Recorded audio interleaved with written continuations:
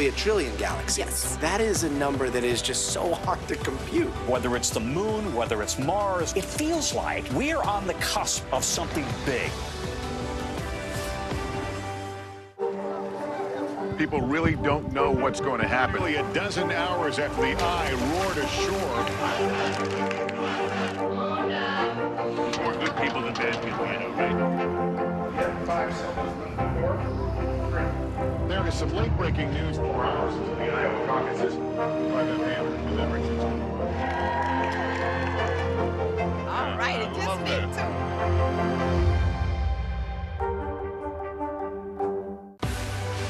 Now is raw. How hard is it to see it like this? Our house is no longer here, but we are here.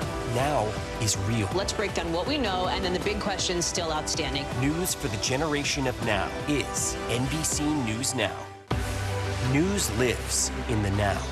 It's coming at us every second. News is more now than ever. Just outside of the Israeli military headquarters. Now is raw. This tunnel just goes on and on. Now is real. We get to see democracy in action for the very first time in the 2024 race. Now is constant. You gotta see this. Future is now. News for the generation of now is NBC News Now. Good morning, and thanks for joining us. I'm Joe Fryer. I'm Savannah Sellers. We're going to get started with breaking news. The record number of migrant crossings. The latest developments in the war between Israel and Hamas. A closer look at the good news we got about the economy. If you do have points or you have miles, is now a good time to use them. A lot of people spend a lot of time sitting. 20 minutes of exercise might be able to help out.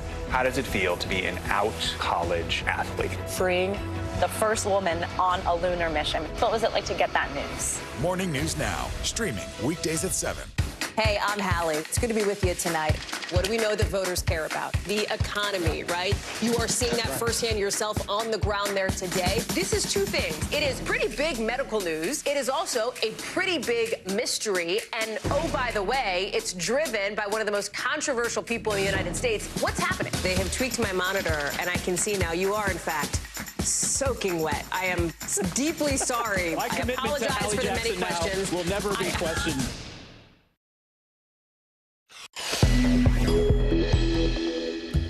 Trump's trial date is set. A judge in New York City clearing the way for the first criminal trial of a former president. Meanwhile, in a Georgia courtroom, a man is not a plan. The fiery testimony from DA Fani Willis defending her own conduct in a romantic relationship with a special prosecutor. Our team in D.C. is live with the implications for the election interference case.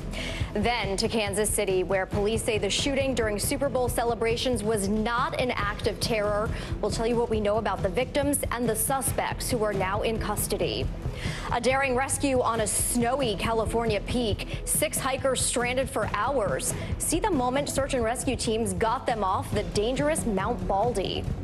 And history on the hard court. Caitlin Clark, now the all-time leading scorer in women's college hoops. You'll see the basket that tipped the star into the record books. And there are so many kinds of student athletes, so we'll meet the first 2 getting a college ride for cornhole. It is Friday, February 16th, and early today starts right now. Good morning, and thanks for joining us on this Friday. I'm Jessica Layton. We begin this morning with the many new developments in the trials of Donald Trump. The Republican frontrunner's campaign once again derailed by a day in a New York courtroom where the former president is facing criminal charges over hush money. NBC's Laura Jarrett is following the case. The case that first made Donald Trump a criminal defendant, now the first to go to trial. A judge in Manhattan rejecting Mr. Trump's bid to toss the case out, saying the trial will begin on March 25th. Sitting in court by choice, the Republican frontrunner will soon be required to show up. The judge saying he expects the trial to last 6 weeks, a distraction Mr. Trump argues is aimed at trying to derail his presidential campaign. It's a very unfair situation. They want to keep me nice and busy so I can't campaign so hard. The judge unpersuaded by Mr. Trump's defense team arguing they cannot adequately prepare for the trial in New York with all his other criminal cases still on the horizon, including a Florida trial over classified documents in May and his election interference case in Washington, still unscheduled. The crux of the case in Manhattan, accusations of hush money paid to a porn star ahead of the 2016 election. Falsely documented, prosecutors say, as a legal expense on the books of the Trump Organization to hide it. We allege falsification of business records to the end of keeping information away from the electorate. Laura Jarrett, NBC News, New York. And so as that hearing was going on, there was also a dramatic day unfolding in a courtroom in Georgia. Fulton County DA Fani Willis took the stand in a misconduct hearing. Donald Trump and co-defendants are trying to have election interference charges tossed out in Georgia because of the DA's relationship with a special prosecutor. NBC's Bree Jackson joins us now live from Washington. Bree, let's talk about those accusations against Willis. Good morning, Jessica. Yeah, a lot going on here. So this hearing was all about whether or not Willis improperly benefited from that relationship. Willis has acknowledged having a relationship with prosecutor Nathan Wade, but there's contradicting testimony about whether it started before or after the Trump case began. And there are allegations that she benefited financially in the form of romantic getaways. And an often fiery back and forth, Willis testified that they split the costs or she reimbursed Wade. I don't need anything from a man. A man is not a plan. A man is a companion. I don't need anybody to foot my bills. The only man who's ever foot my bills completely is my daddy. You think I'm on trial? These people are on trial for trying to steal an election in 2020. I'm not on trial, no matter how hard you try to put me on trial. And while that hearing is set to continue today, it could be Judgment Day in New York for Donald Trump's civil fraud trial. That's the case where New York's Attorney General accused the former president of inflating his financial statements for years. The judge has already found that Mr. Trump and his companies engaged in fraud, so we're just waiting to learn the penalties. This is what the New York AG is calling for: a $370 million fine, a lifetime ban from the real estate industry for Trump, and a 5-year ban for his 2 oldest sons. Trump has fiercely defended his business empire and called this case a politically motivated fraud. Now, this ruling was originally expected last month, and a person with direct knowledge tells NBC News that, barring any unforeseen circumstances, that decision will be released today. Jessica. It is never a dull day in those politics. Bree, thank you. An FBI informant has been indicted on 2 counts of lying to a special counsel about President Joe Biden and his son Hunter during the 2020 campaign. The Justice Department says Alexander Smirnov was arrested in Las Vegas after returning from a trip overseas.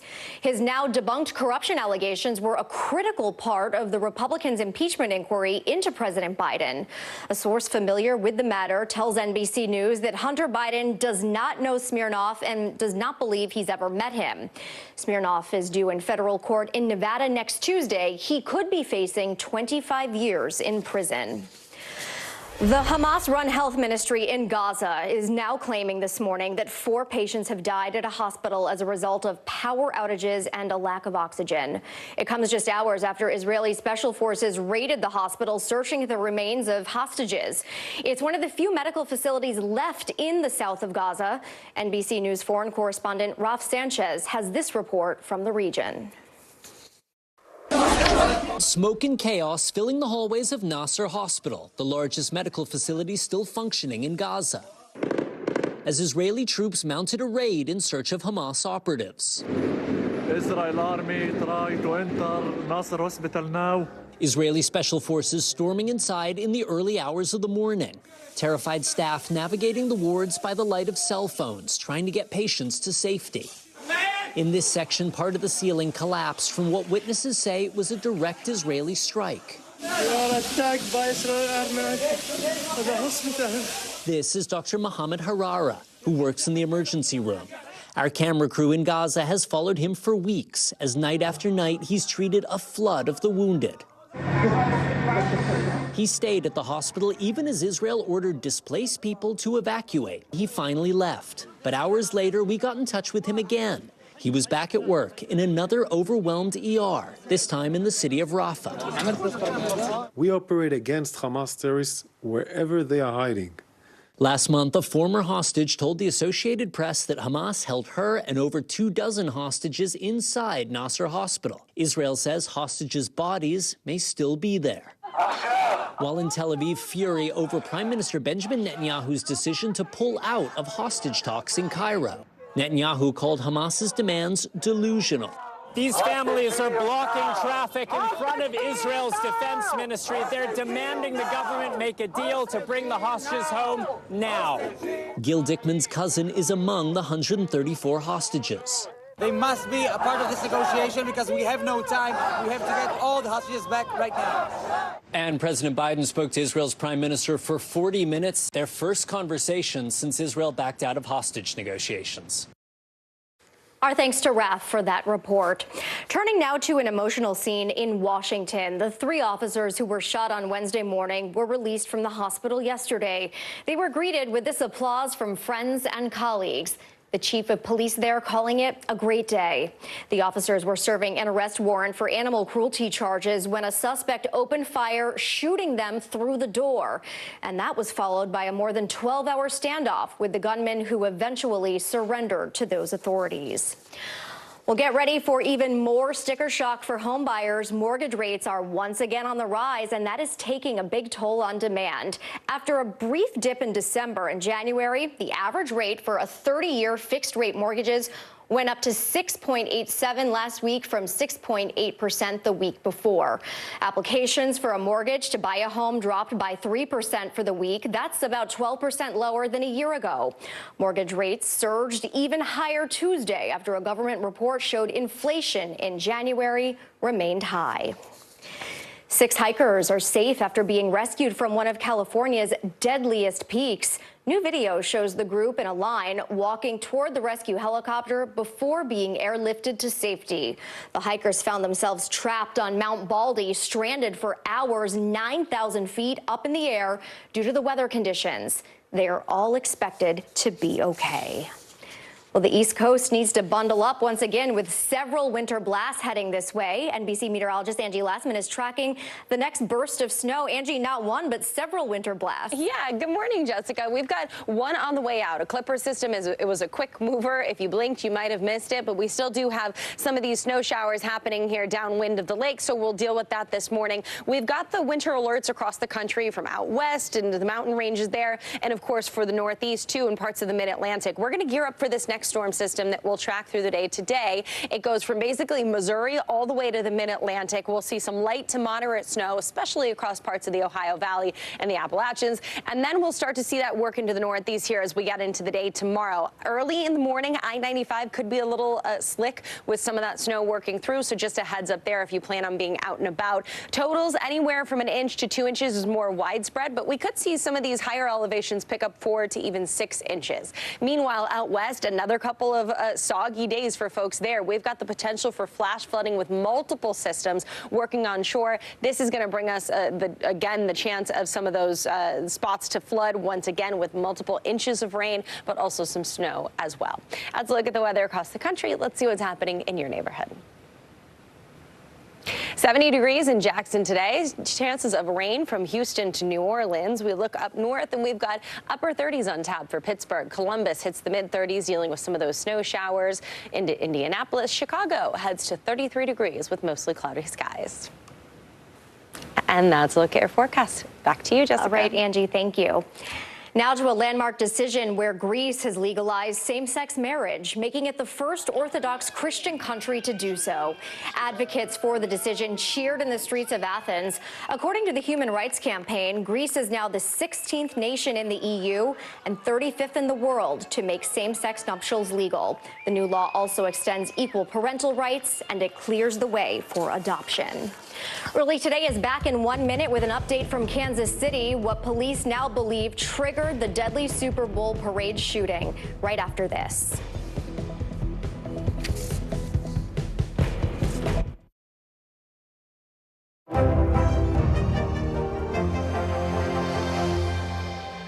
Good morning. Thanks for joining us. I'm Joe Fryer. And I'm Savannah Sellers. The latest developments in the war between Israel and Hamas. If you do have points or you have miles, is now a good time to use them. The first woman on a lunar mission. What was it like to get that news? Morning News Now, streaming weekdays at 7. We report live from Tel Aviv. We are live tonight from Juarez, Mexico. Reporting over the skies of Lahaina. Here in Florida, the time to evacuate has come and gone. you were seeing people just running for their lives? People running for their lives. Hundreds of Israelis have gathered to demonstrate. What do the people in Gaza, do you think, what do they need most? A place where Palestinians and Israelis have found common ground. Every night, it's your news playlist. Top Story with Tom Yamas. Streaming weeknights at 7 on NBC News Now. When I think about what the Today Show does, it's not just about the mornings, it's about your whole day. There's a feeling of, we're in there with you. Then let's take on this day together. From inside Iran, from Israel, from Florida. Part of our continued reporting. Everybody safe? Everybody good? Women, children,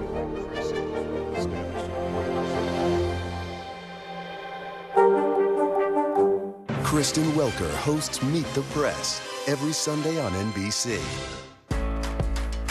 When I think about what the Today Show does, it's not just about the mornings, it's about your whole day. There's a feeling of, we're in there with you. Then let's take on this day together. What is going to happen now? Going back and forth because Go ahead. This is it.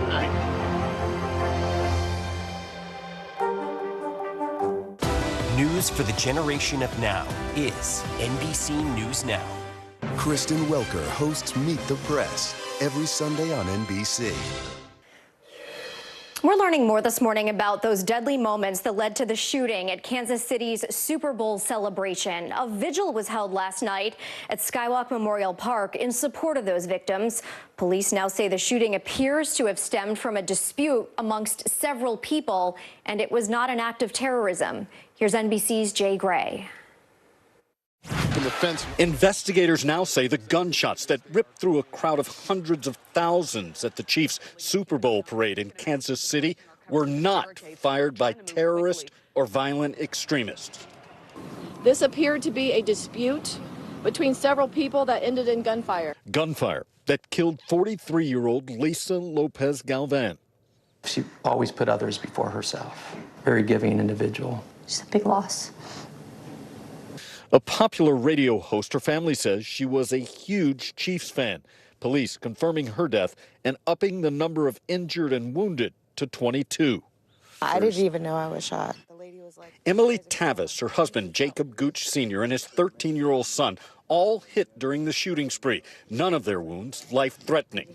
I mean, it's just senseless. It's senseless. You're not going to make sense of it. Still, investigators are trying to piece together how and why it happened. Police, joined by federal agents now, continuing what they say will be a long and detailed investigation. Jay Gray, NBC News, Kansas City. Still to come, Caitlin Clark launches herself into college basketball immortality with Hawkeye-like precision. We're breaking down the Iowa Superstars' record-breaking night right after this.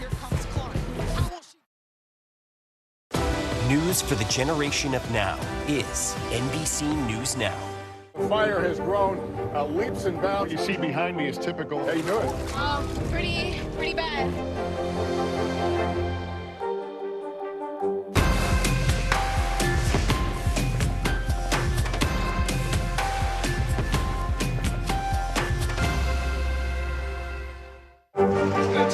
What is going to happen now? Going back and forth because Go ahead. This is it.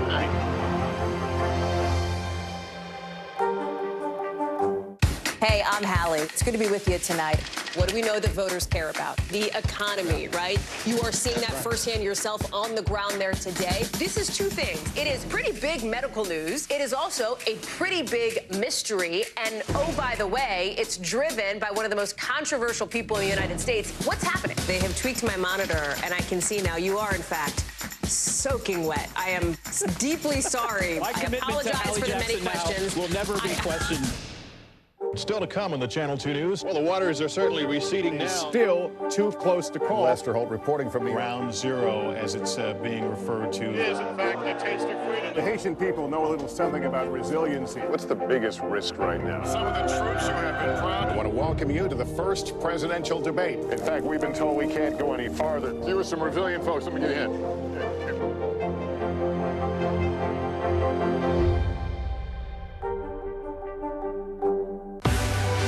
Now is raw, How hard is it to see it like this? Our house is no longer here, but we are here. Now is real. Let's break down what we know and then the big questions still outstanding. News for the generation of now is NBC News Now.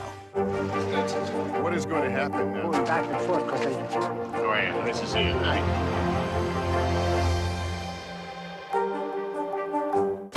News for the generation of now is NBC News Now.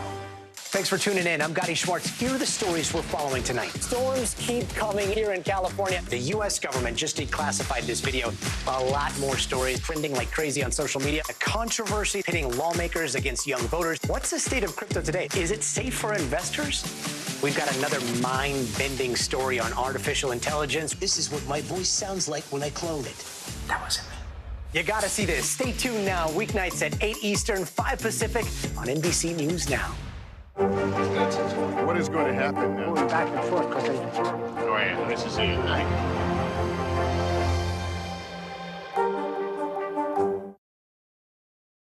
Done anything but that. Recovered by Gabby Marshall. Here comes Clark. How will she go for history? There it is! The all-time leading scorer in women's college basketball. Come on with that shot. Caitlin Clark didn't waste any time making history Thursday night with that beautiful first quarter three-point bucket versus Michigan. The Iowa superstar became the all-time leading scorer in women's college basketball.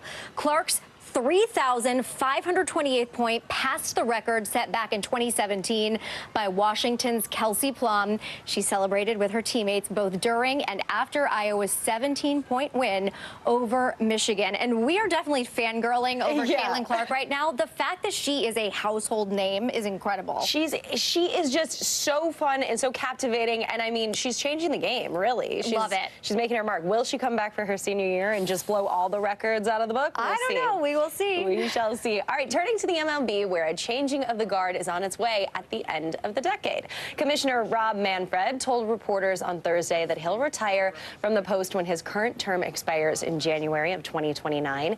The 65-year-old Manfred became the MLB's 10th chief executive in 2015 and was elected to 3 further terms. Manfred said he's been open about the length of his tenure since taking the position and added, quote, "You can only have so much fun in one lifetime." I disagree with that statement, but but he has had quite the career there.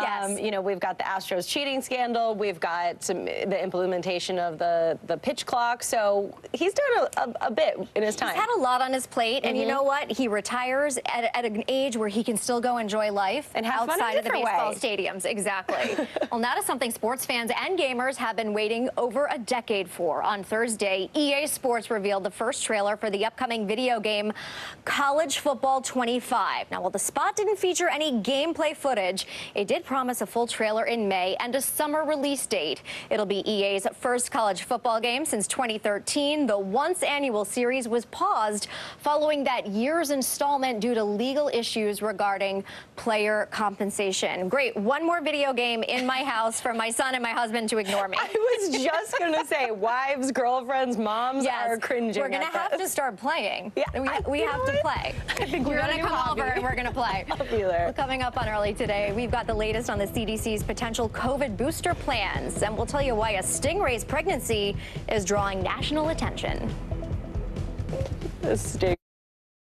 Good morning. Thanks for joining us. I'm Joe Fryer. And I'm Savannah Sellers. The latest developments in the war between Israel and Hamas. If you do have points or you have miles, is now a good time to use them. The first woman on a lunar mission. What was it like to get that news? Morning News Now, streaming weekdays at 7.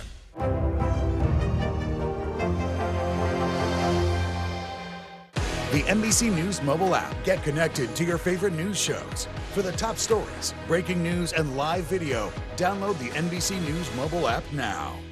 News lives in the now. Look at this.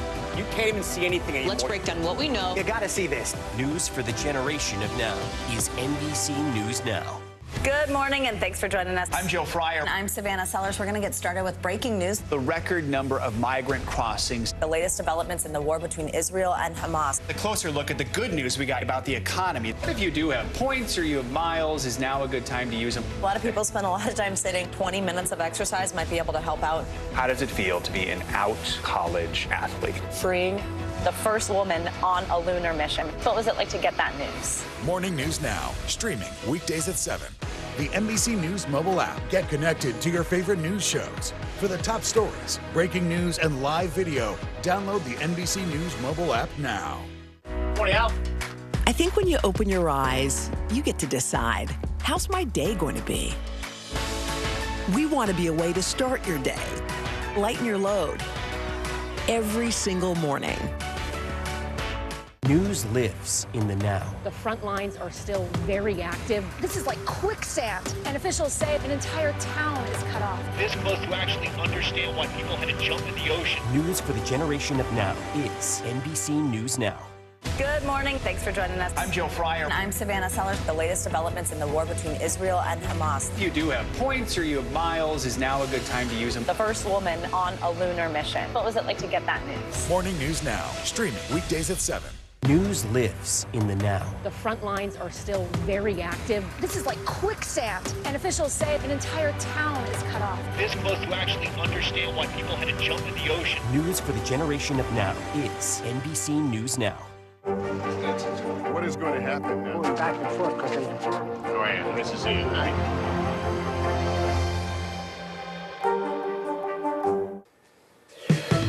We're back now with what you need to know early today. CDC advisors are expected to vote at the end of the month on whether another COVID booster should be offered this spring, especially for the elderly and immunocompromised.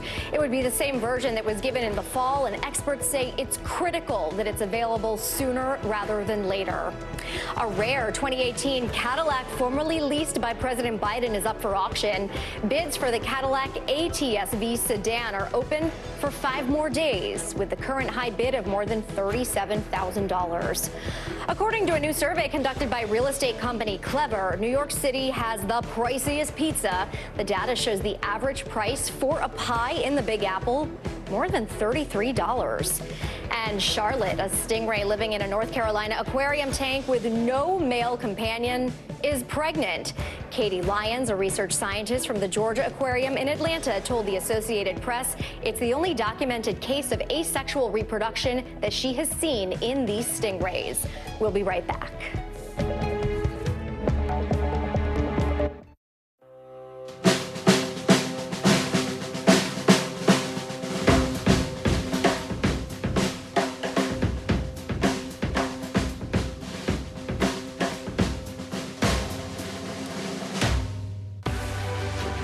News lives in the now.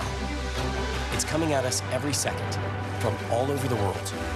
We have a full team. News is more now than ever.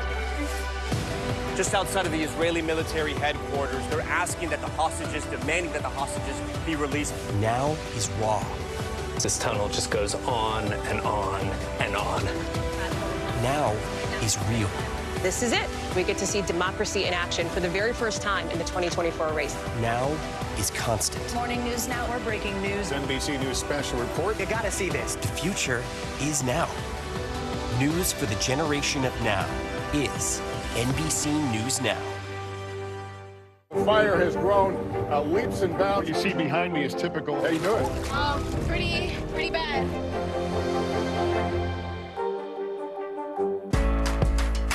When I think about what the Today Show does, it's not just about the mornings, it's about your whole day. There's a feeling of we're in there with you. Then let's take on this day together.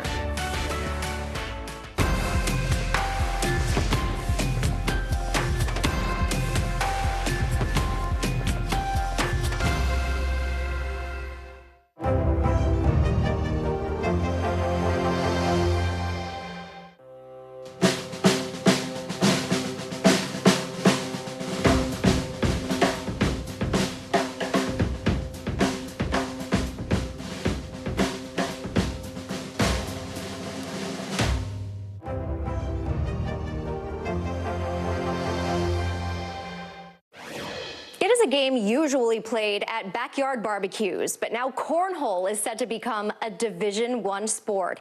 And 2 teens from Colorado just became the first ever collegiate scholarship recipients for the game. Here's NBC's Stephen Romo. No longer just for tailgates and summer camps. They're going to walk away with an open doubles title as well. Cornhole is getting called up to the big leagues, and athletes Gavin Hammond and Jackson Remick are the ones leading the charge. The Colorado teens just landed the first ever athletic scholarships to play the sport at South Carolina's Winthrop University. What is your reaction to this exciting educational development? I'm shocked. When we started, we just kind of did it as like a fun thing to do. Lifelong athletes, Gavin's focus had been on soccer and Jackson played baseball.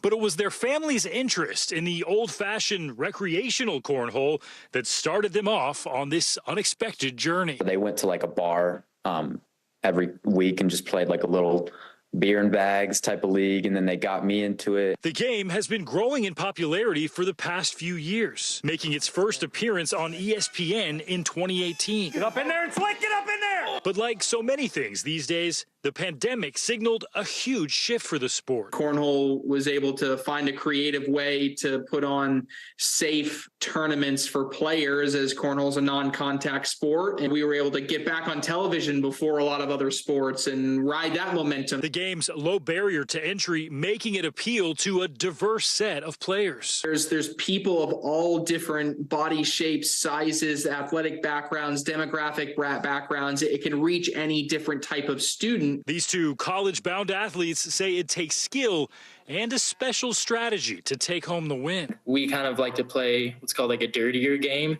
where we put a blocker kind of like right in front of the hole. A lot of people don't know how to do it. The American Cornhole League says other small colleges are looking to start their own programs to drive up enrollment.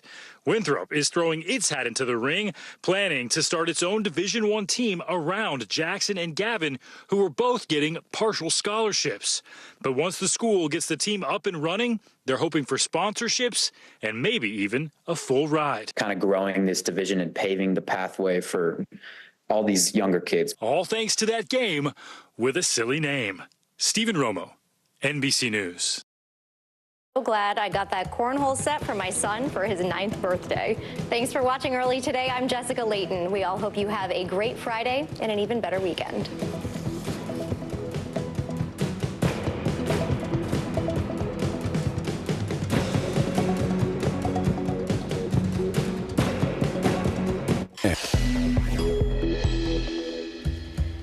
Donald Trump tried, but he failed to have his hush money trial dismissed or delayed. But it's a decision expected today in a different case that's threatening to bring down his business empire. Fiery and combative testimony as the Fulton County District Attorney answers some uncomfortable questions about her personal relationship with a prosecutor. She'll be back on the stand for more grilling today. Will it impact Trump's case in Georgia? Greece makes history after 2 days of heated debate. Greece becomes the world's first Christian Orthodox nation to legalize same-sex marriage. Plus, name brands are so last year. We'll explain dupe, the new social media trend where paying less is everything. And hey, J-Lo fans, today is the day you can now listen to Jenny from the Block's first new album in a decade. And that's not the only big announcement from the megastar. It's Friday. Early Today starts right now. Good morning and thanks for joining us on this Friday. I'm Jessica Layton. Well, today we'll wrap up a very eventful week in the trials of Donald Trump. The Republican frontrunner's campaign was once again derailed by a day in a New York courtroom where the former president is facing criminal charges over hush money allegations. Here's NBC's Laura Jarrett. The case that first made Donald Trump a criminal defendant, now the first to go to trial. A judge in Manhattan rejecting Mr. Trump's bid to toss the case out, saying the trial will begin on March 25th. Sitting in court by choice, The Republican frontrunner will soon be required to show up. The judge saying he expects the trial to last 6 weeks.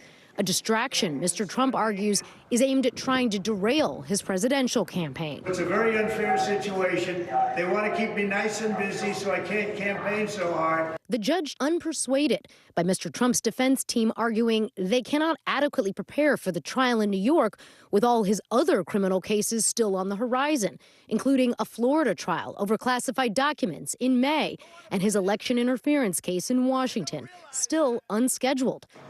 The crux of the case in Manhattan, accusations of hush money paid to a porn star ahead of the 2016 election.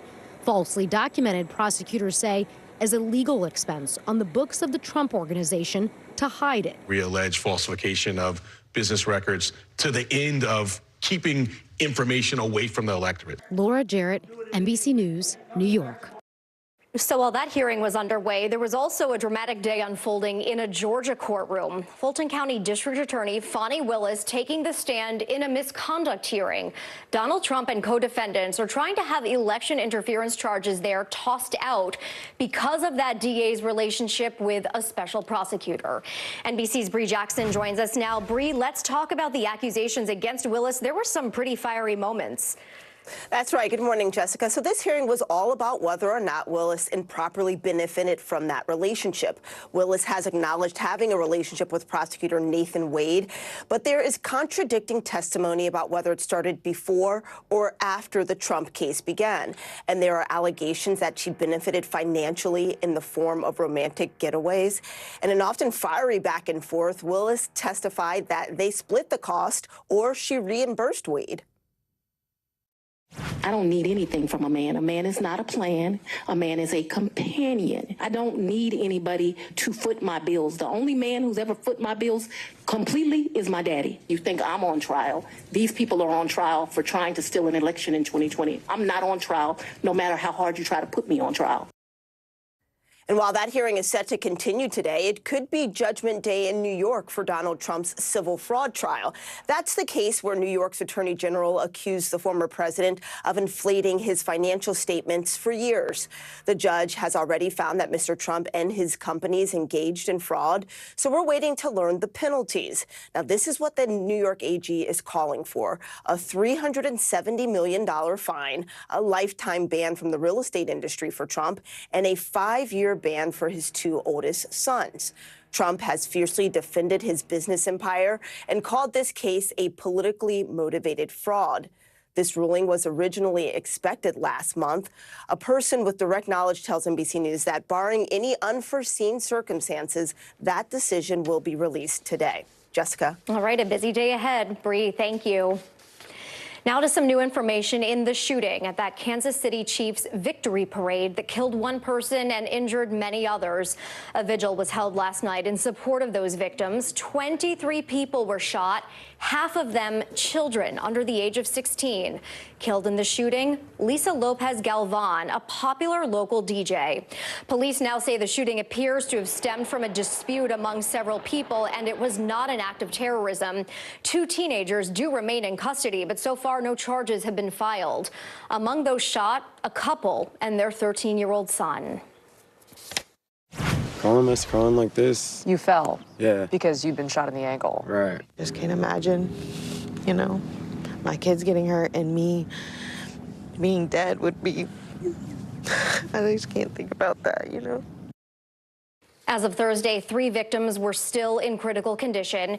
Chiefs stars Patrick Mahomes and Travis Kelce say they are heartbroken and praying for Kansas City. An FBI informant has been indicted on 2 counts of lying to a special counsel about President Joe Biden and his son Hunter during the 2020 campaign. The Justice Department says Alexander Smirnov was arrested in Las Vegas after returning from a trip overseas. His corruption allegations were a critical part of Republicans' impeachment inquiry into President Biden. A source familiar with this situation tells NBC News that Hunter Biden doesn't know Smirnov and does not believe he's ever even met him.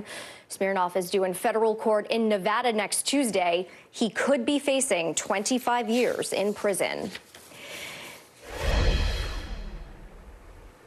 This morning, the Israeli military is under severe criticism for storming a Palestinian hospital yet again. The Special Forces incursion happened at a hospital in Han Yunis. In scenes of terror, many patients and staff were forced to evacuate. The Israelis claim they were looking for the remains of dead Israeli hostages, acting on very specific intelligence. Let's go live now to Claudio Lavanga, who is following this for us. Claudio, good morning. What is the latest on this?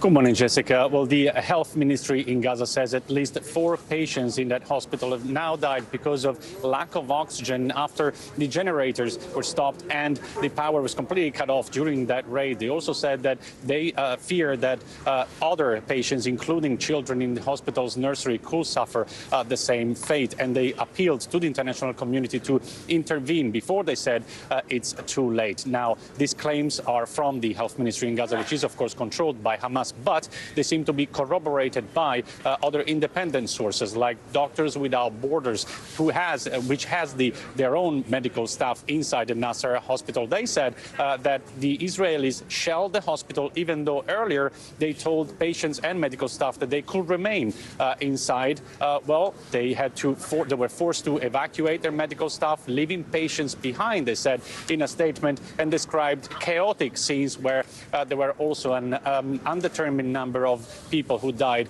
and were injured. As you mentioned, the Israeli Defense Forces said they decided to storm the hospital on the base of intelligence that said that Israeli hostages were previously being held at the Nasser hospital, and also that the bodies of dead Israeli hostages could still be in there. But so far, they have provided no evidence of either claim. Back to you, Jessica. All right, Claudio, thank you. Turning now to Greece, where a landmark decision has legalized same-sex marriage, making it the first Orthodox Christian country to do so. Advocates for the decision cheered in the streets of Athens.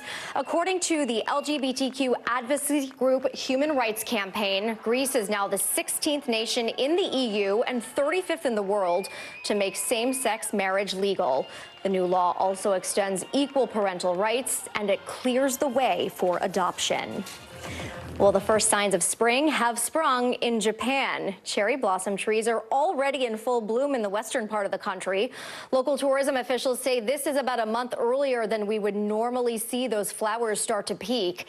And they point to a warmer winter for the early bloom.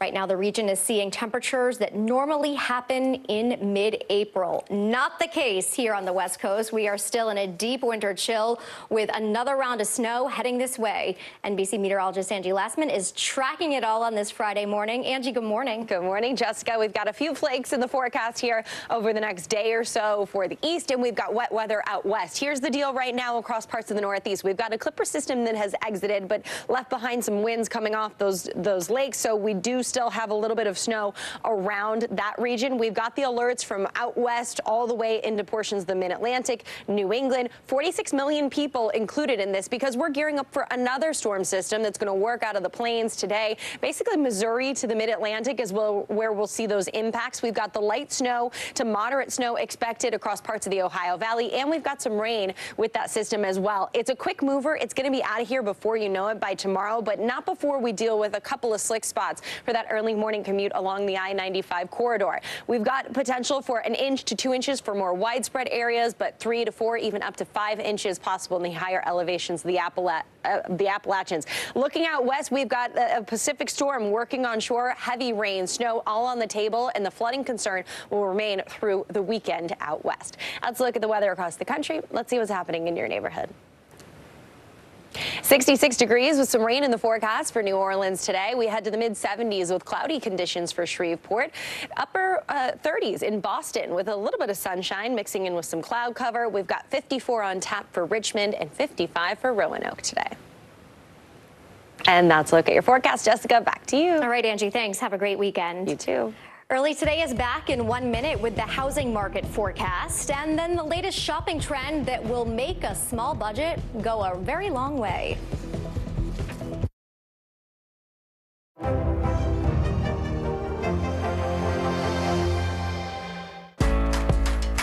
When I think about what the Today Show does, it's not just about the mornings, it's about your whole day. There's a feeling of we're in there with you. then let's take on this day together.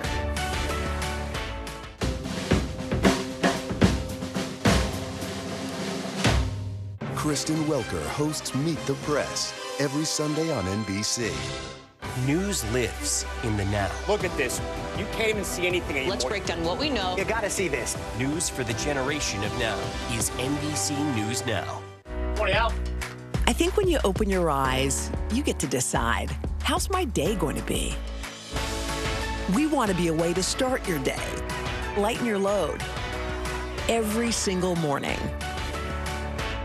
Still to come on the Channel 2 News. Well, the waters are certainly receding now. Still too close to call. Lester Holt reporting from Ground Zero, as it's being referred to. It is, in fact, the taste of freedom. The Haitian people know a little something about resiliency. What's the biggest risk right now? Some of the troops who have been proud. I want to welcome you to the first presidential debate. In fact, we've been told we can't go any farther. You are some resilient folks. Let me get a hint.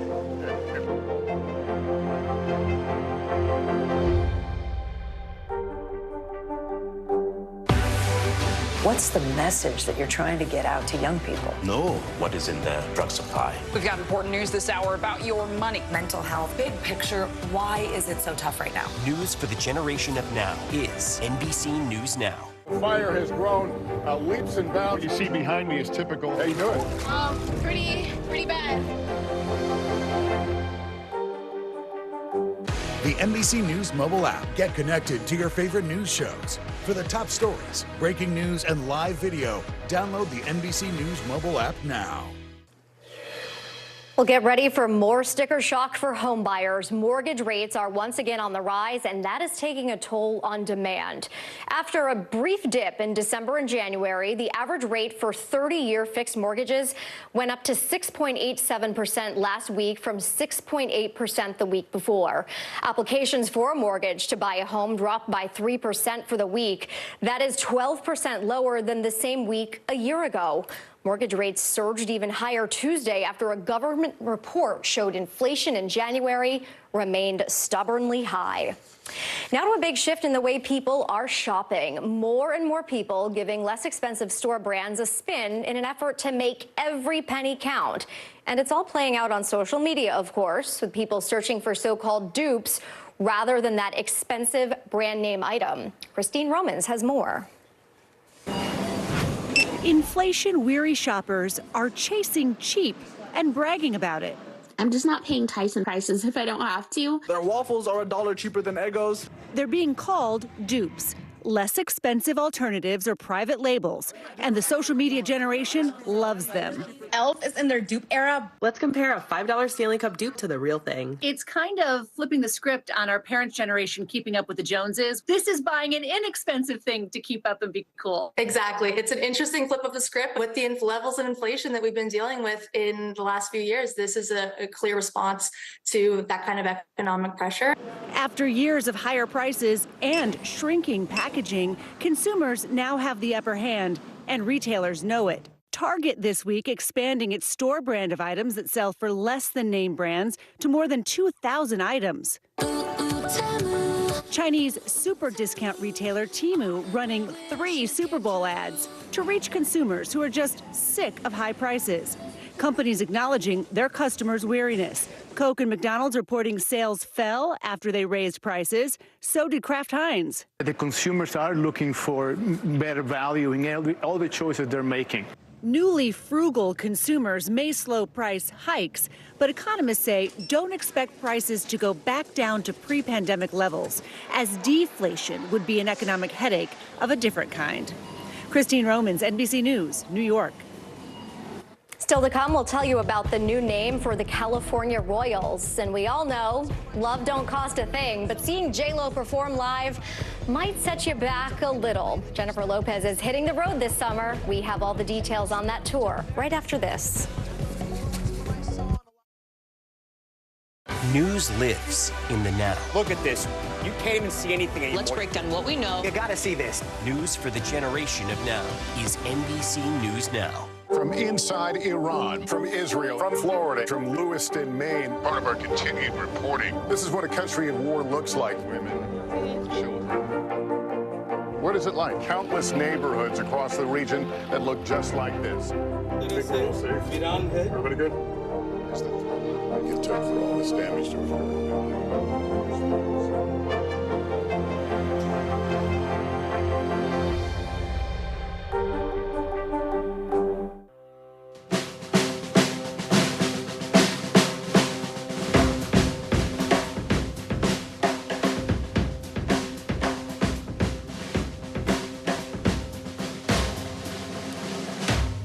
Report live from Tel Aviv. We are live tonight from Juarez, Mexico, reporting over the skies of Lahaina.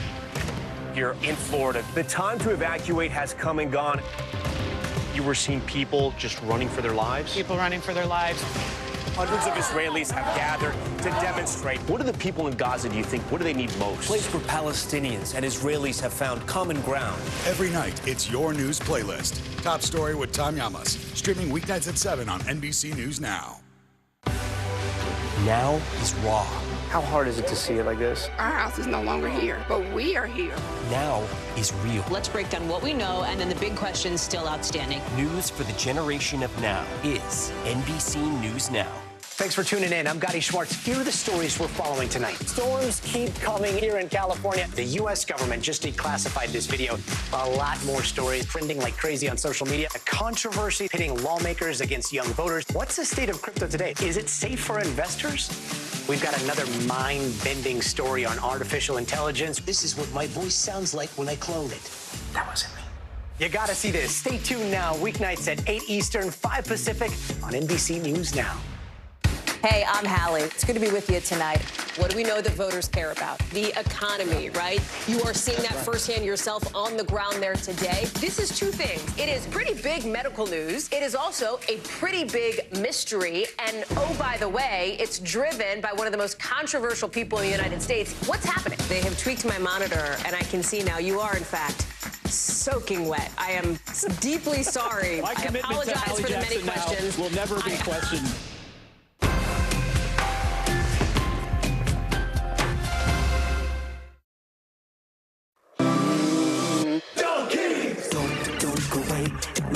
Why you dunking me, girl? Why you dunking? Donkey! What track are we? We talked about this. Let's go. You know what? Well, despite Ben Affleck's best attempts, the Dunk Kings might be out of luck when it comes to opening for J-Lo.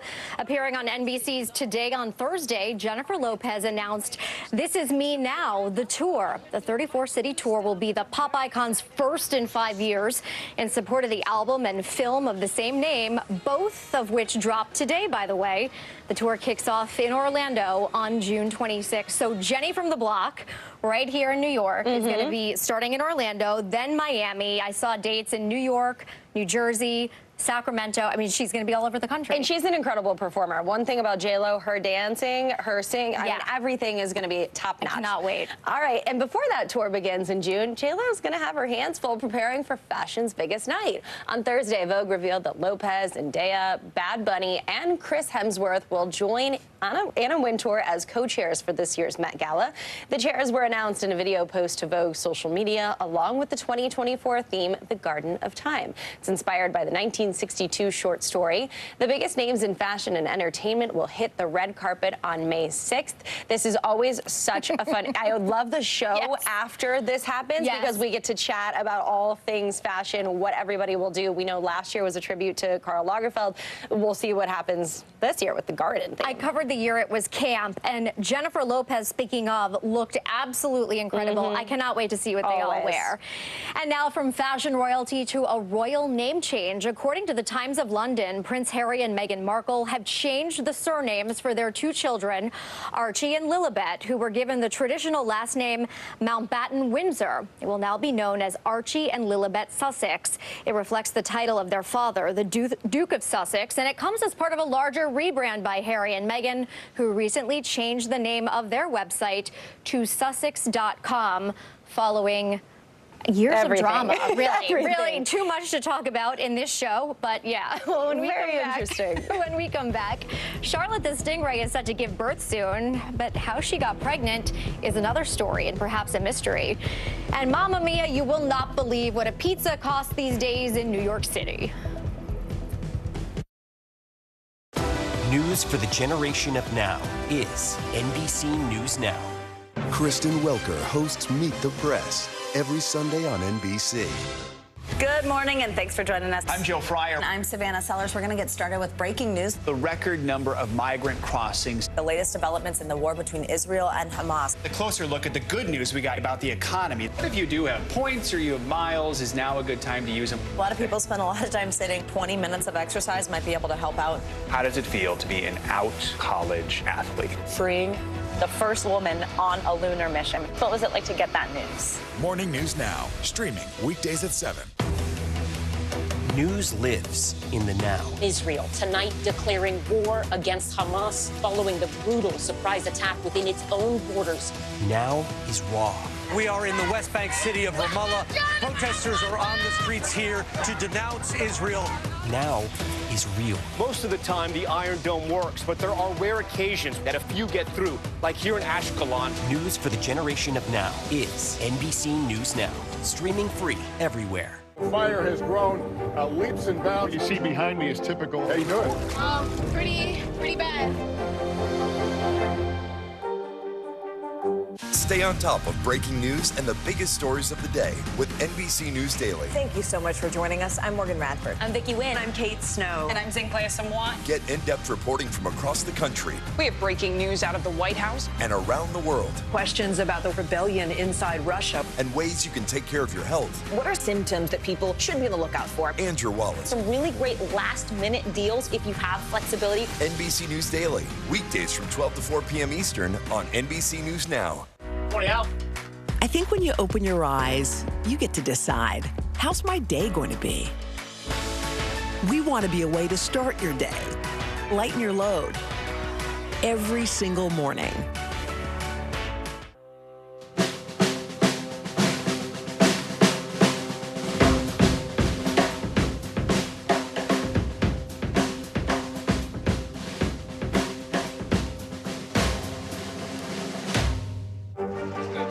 What is going to happen now? Going back and forth because Go ahead. This is it, right?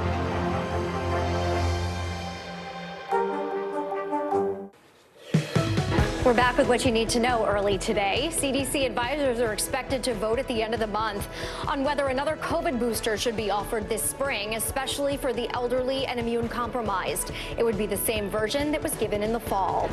A rare 2018 Cadillac formerly leased by President Biden is up for auction. The current high bid is above $37,000. According to a new survey conducted by real estate company Clever, New York City has the priciest pizza. Data shows the average price for a pie in the Big Apple is more than $33. And Charlotte, a stingray living in a North Carolina aquarium with no male companion, is pregnant. A scientist from the Georgia Aquarium in Atlanta says this is the only case of asexual reproduction that she has seen in round stingrays. We'll be right back.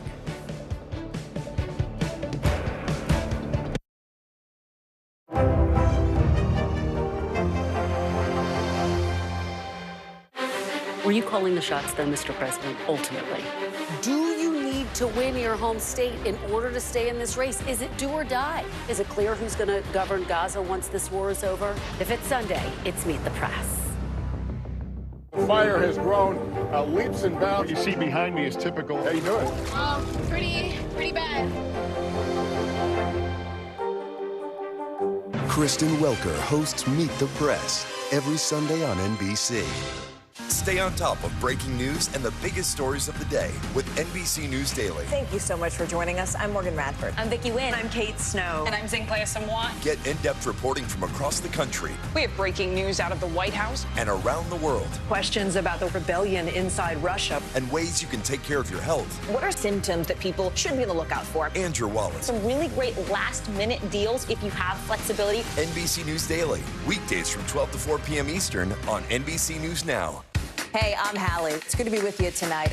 What do we know that voters care about? The economy, right? You are seeing that firsthand yourself on the ground there today. This is two things. It is pretty big medical news. It is also a pretty big mystery. And oh, by the way, it's driven by one of the most controversial people in the United States. What's happening? They have tweaked my monitor, and I can see now you are, in fact, soaking wet. I am deeply sorry. I apologize for the many questions. Will never be questioned. Nearly a dozen hours after the eye roared ashore. There is some late-breaking news. All right, it is fantastic.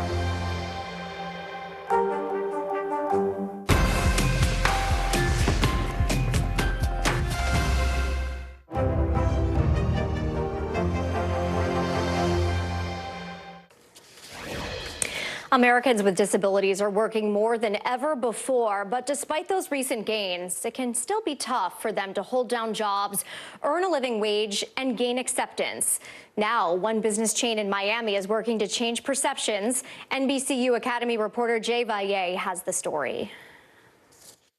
Meet Derek Gonzalez, a Miami business owner whose life took an unexpected turn when his aunt and best friend Maya Pilo passed away. Today, he honors her with his Mexican restaurant Pilo's and by creating job opportunities for adults with disabilities like her. Getting off the plane, I'd see my grandmother and Pilo literally waiting for me with mariachis and like balloons, you know, toys. We would head to our favorite taco place in Mexico City, really close to where we lived. You know, she's always in the room and she's always watching you. And Pilo's been my garden angel since the day I was born. Those memories now live within the culture of Pilo's Tacos and its growing family of businesses, a total of 7 restaurants across South Florida that employs over 36 adults with disabilities. The end goal? To become one of the largest employers for adults with disabilities in the U.S. Jonathan Pascal and Omari Paris have been part of the Pilo's team for over 5 years. One thing I look forward to is having a good relationship with the people. As right now, I live in a shelter, so when I live in a shelter, you got to deal with a bunch of people, and when you come here, it's different. People with disabilities experience higher rates of homelessness, food insecurity, and unemployment than the overall American population. However, employment numbers have improved in recent years. The number of adults with disabilities employed in Florida increased about 5% in over a decade. In fact, the number of employed people with disabilities has climbed in the U.S. overall, recently reaching its highest point since 2008. Derek's hospitality group collaborates with multiple nonprofits to provide work training and advocate for adults with disabilities. One partner is Our Pride Academy, a Florida learning center that teaches food prep, customer service skills, and the importance of teamwork. The idea is that we're helping these individuals get to a level of independence for their specific needs. And everyone has different needs. So if we limit individuals to just this couple of jobs that maybe nobody else wants or this, that, we're limiting the potential of our society to embrace people of unique abilities. Jay Valle reporting for NBCU Academy. It's a free award-winning program focused on advancing careers in journalism, media, and tech. For more on this, explore the Storyteller section of NBCUacademy.com and find news spotlighting changemakers across the country. That does it for us on this Friday. I'm Jessica Layton. Have a great weekend.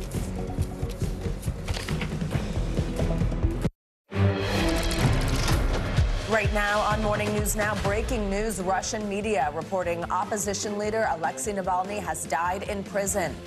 Also this morning, courtroom drama, District Attorney Fani Willis expected back on the witness stand in Georgia in a hearing that could impact Donald Trump's state election interference case. You're confused. You think I'm on trial. These people are on trial for trying to steal an election in 2020. I'm not on trial, no matter how hard you try to put me on trial. The defiant testimony from both Fani Willis and the special prosecutor, whose relationship could get Willis disqualified from the case. And in New York, it could be decision day for former President Trump's multi-million-dollar civil fraud trial. We have team coverage. Plus, it's captivating and controversial. We'll give you a sneak peek at OpenAI's new text-to-video tool that's raising concerns in the creative world. And from hoop dreams to reality, college basketball player Caitlin Clark, now the women's all-time leading scorer. We will take you to Iowa for more on her incredible record-breaking game. Good morning. Good to have you with us on a busy Friday. I'm Joe Fryer. And I'm Savannah Sellers. We begin with that breaking news out of Russia this morning. Jailed Russian opposition leader Alexei Navalny has died. That is according to Russian media citing the Russian prison service. It said that Navalny, quote, felt unwell and almost immediately lost consciousness. Navalny, who is a vocal critic of President Putin, was serving a 19-year sentence on charges that he said were politically motivated. NBC's chief foreign correspondent Richard Engel takes a look at Navalny's life. As Russia's leading opposition figure, Alexei Navalny piled pressure on the Kremlin and put a target on his back. Born in 1976 in what was then the Soviet Union, Navalny trained as a lawyer and rose to prominence as a political blogger. In 2011, he started the Anti-Corruption Foundation, which exposed the extravagant wealth of Russian officials, including President Vladimir Putin. The biggest thing that Putin is afraid of is public discontent in Russia, and that is why it's so afraid of opposition leaders. Navalny's and Putin's stars were intertwined. As Putin tightened his grip on power, Navalny became a leading figure at anti-government protests. We will force them to live by the law because we hold the power here, he shouted. He was arrested countless times and turned attacks to his advantage. In 2017, after announcing his intentions to run for president, Navalny was attacked with green dye twice.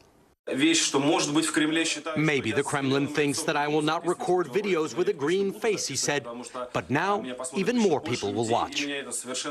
In 2019, as Navalny's Anti-Corruption Foundation gained support nationally, police raided their offices and arrested several activists, including, of course, Navalny. But in 2020, his life was threatened like never before. On a plane traveling from Siberia to Moscow, Navalny became deathly ill. He fell into a coma and was put on a ventilator. While recovering in a German hospital, investigators revealed he had been poisoned with Novichok, a Soviet-era neurotoxin. Navalny blamed Putin for the attack, a claim the Kremlin denies. Miraculously, Navalny recovered and participated in the investigation into his own poisoning, documenting the whole thing on social media.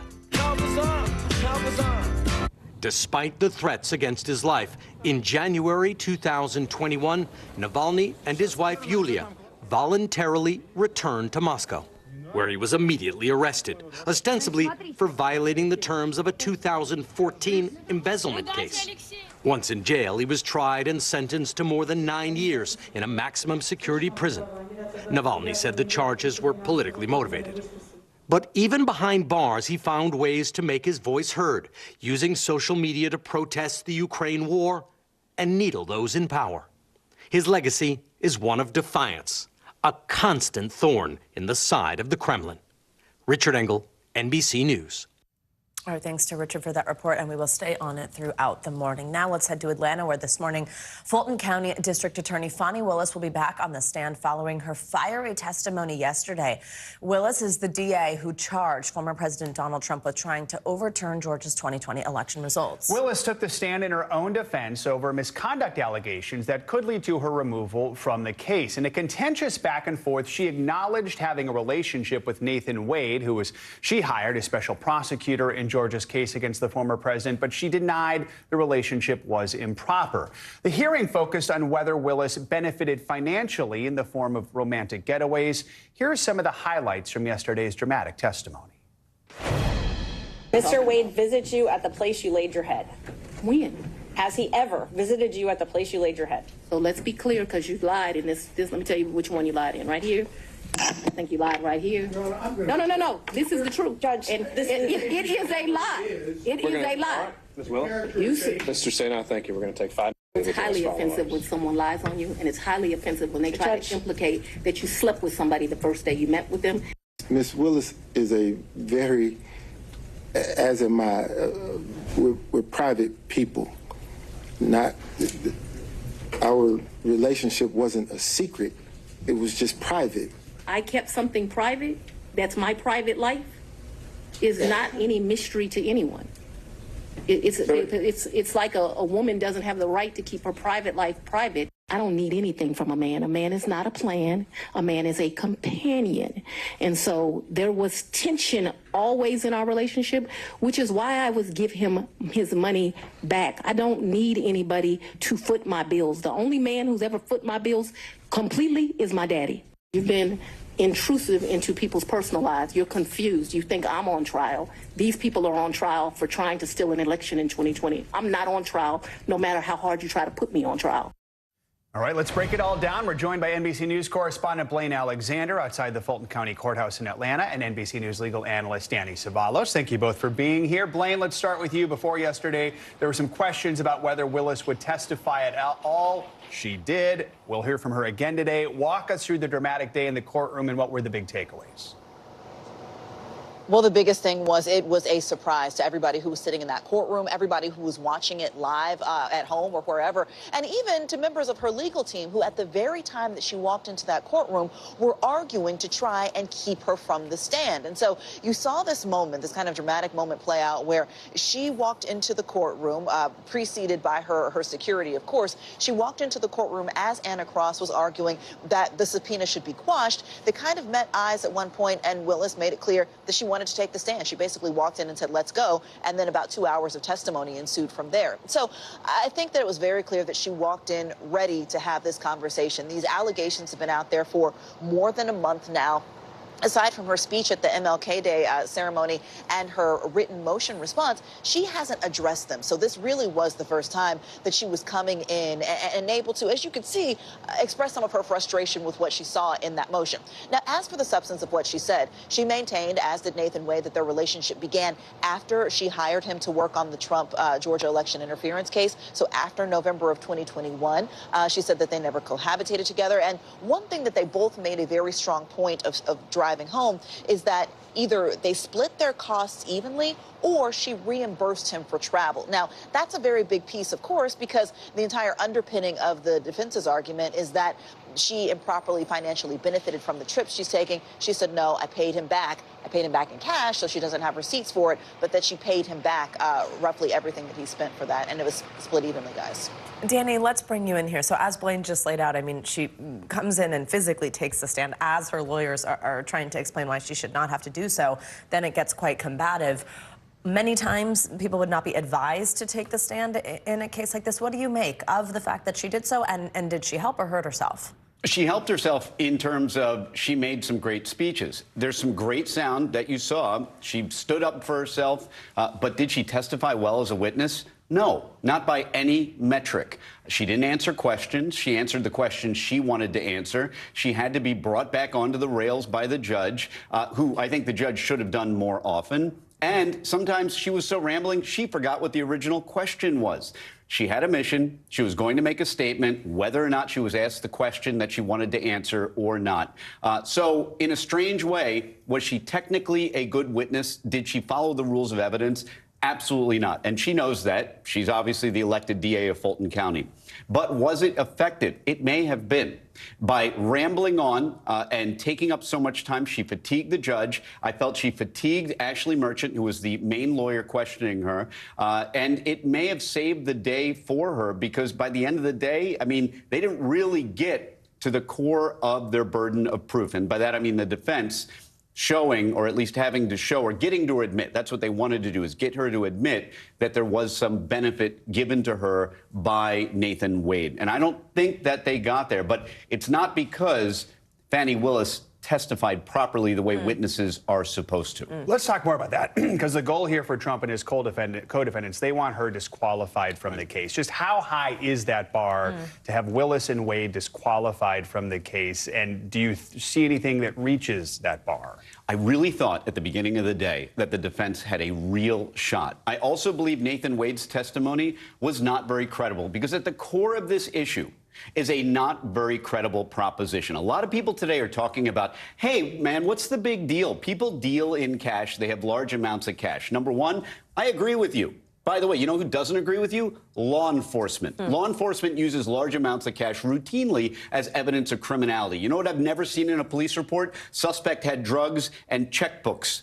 They never care about checkbooks. Cash is evidence of criminality. Not that there's any evidence of criminality here, but my point is, I think there's nothing wrong with cash. Law enforcement disagrees. The other part of this is not about whether it's okay or not okay to have cash. It's about whether the explanation that Fani Willis has for never having received anything of benefit from Nathan Wade is credible. And I ask you, of all the dates, I ask you, Savannah, did you ever, after a trip with your husband, peel off a wad of thousands and reimburse him for a trip to Aruba? I have yet to find anyone who's done that. Maybe Fani Willis is the only person to have ever done that. That doesn't make it credible.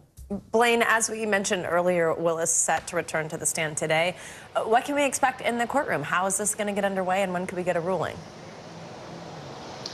Well, I think almost to Danny's point, we're going to hear her addressing a lot of the things that perhaps some people did find less than credible. We know that she's going to be back on the stand. She's going to be the first witness. Court gets underway at 9 a.m.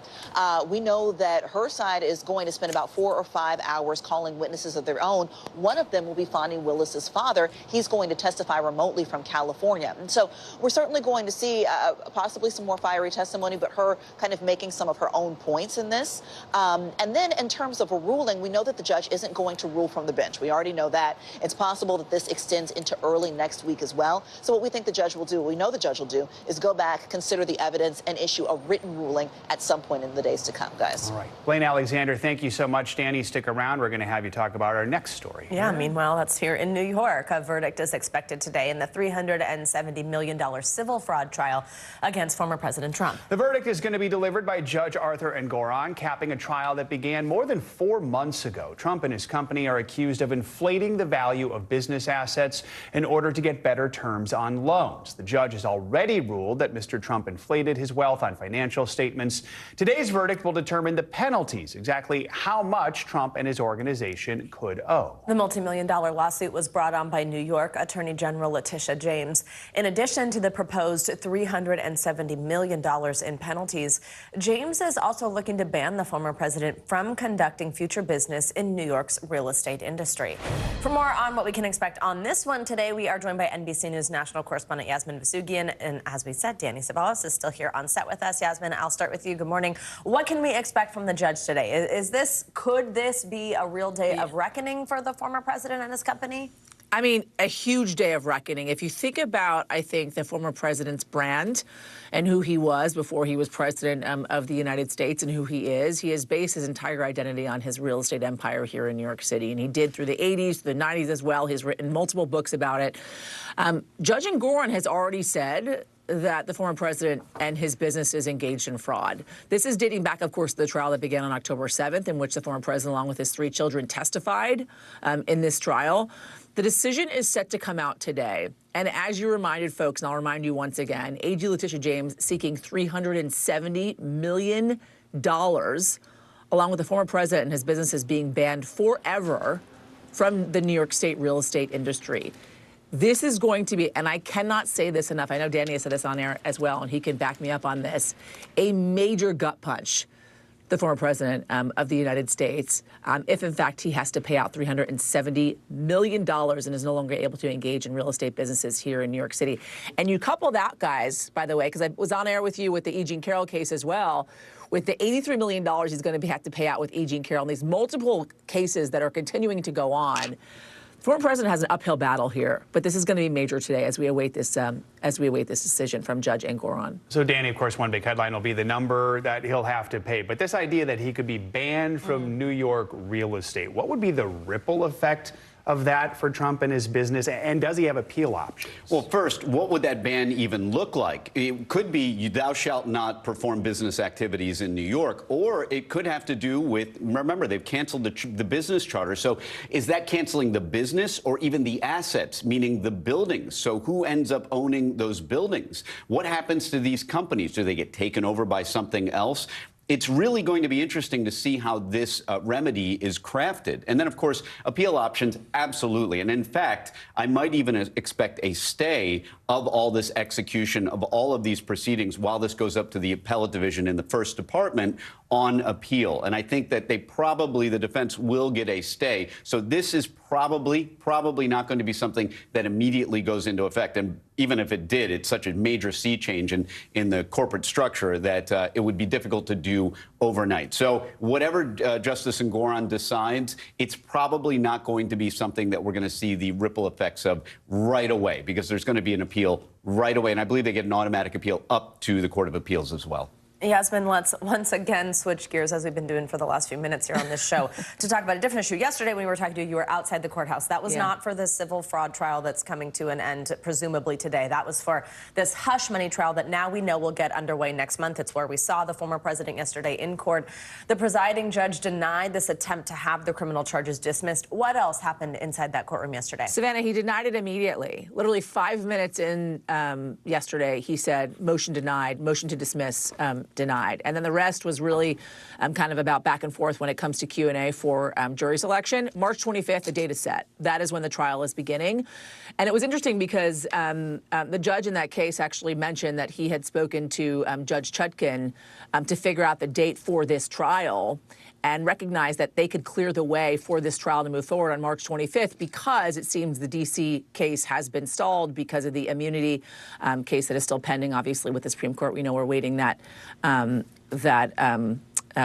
response from Jack Smith. But that being said, March 25th, date is set. It's going to last about 6 weeks or so, the judge said. They talked a lot about Q&A when it comes to the jury selection. One of the things that they dialed in on, guys, which I thought was really interesting, was where you're getting your news and media from.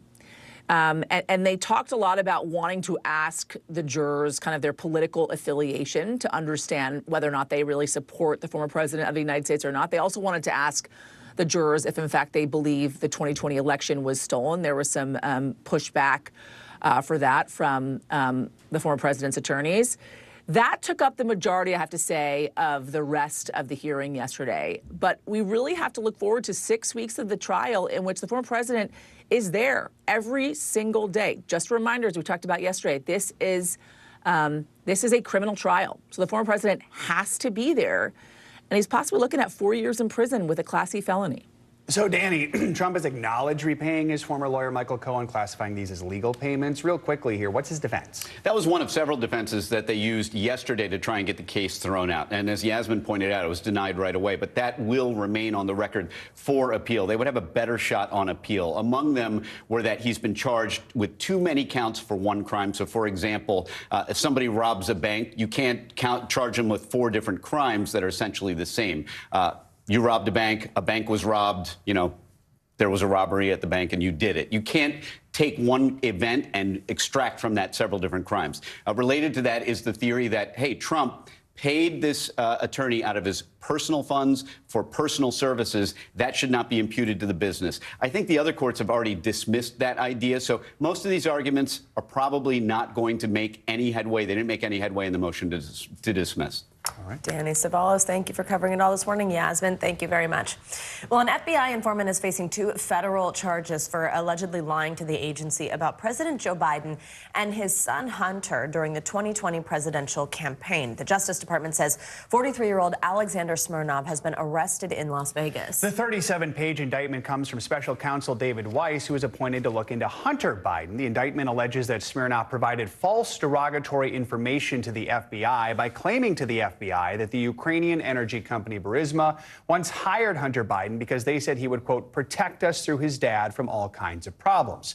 Smirnov is also accused of falsely telling the FBI that Burisma officials told him that they had paid the president and his son $5 million. It was this account that has become a key component behind Republicans' ongoing impeachment inquiry into President Biden. A detention hearing for Smirnov has been scheduled for a federal court in Las Vegas next Tuesday.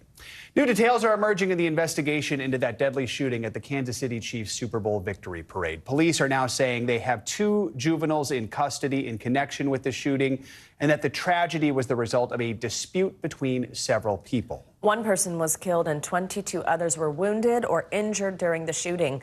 Police identified the person who was fatally shot as Lisa Lopez Galvan. Her siblings spoke with NBC News yesterday and shared their thoughts about how she should be remembered. She just brought people together. She did it to bring happiness, and even in sad times in other instances. That's who she was. She wanted pure joy. She's just not a statistic. Lisa was a lot more than just a number. She was a very wholesome, very caring, very loving individual. NBC News correspondent Ellison Barber joins us now from Kansas City with more on this. Ellison, good morning. So police say they have at least 2 people in custody in connection with the shooting, but we know there's juveniles, which means information can be limited. So what do we know about the suspects and a possible motive? Right, so police say right now the people that they have in custody, 2 of them are juveniles. Previously, they'd said they had 3 people in custody tied to this shooting. We don't have specific details on names or ages, and that's because they have not yet been formally charged in this case. But at a press conference yesterday, the Kansas City police chief said in part, we have subjects detained, 2 of which are juveniles. We are working to determine the involvement of others. She was then asked by reporters there, does that mean possibly you think there are other suspects, other shooters still out there currently among the public? She said this in part, quote, we are not closing the door and giving direct numbers on this. This is still an active investigation. We are asking the public, if anyone witnessed the shooting directly, to still contact police. We want to make sure that anyone who is responsible for yesterday is brought to justice. At that press conference, I asked the police chief if they knew these individuals in custody, either Kansas City Police or any other law enforcement agencies prior to this. The police chief said that, as well as the relationship between these individuals, is still under investigation. But as you said, Savannah and Joe, they say they have confidently ruled out that this could possibly be terrorism or some sort of homegrown violent extremism. They say this act of violence stemmed from a dispute between individuals. Savannah, Joe? Ellison, we mentioned that we now know the person who was killed. They've been identified. This is a popular local radio DJ, Lisa Lopez Galvan. I know you've been talking to people in the community. Just a moment ago, we heard from some siblings. What have you learned about her? Yeah, she was the co-host of a popular radio show at KKFI, a local station here. It was called A Taste of Tejano. She was very well known and beloved, particularly within Kansas City's Hispanic community. She was married for 22 years. She had 2 adult children. She was a sister, a friend to many. Her co-host, who's worked with her for the last 2.5 years, let us come to the station yesterday to hear a little more about her, to see where she worked. I want you to listen to what he had to say, because he can explain it better than I can. Listen.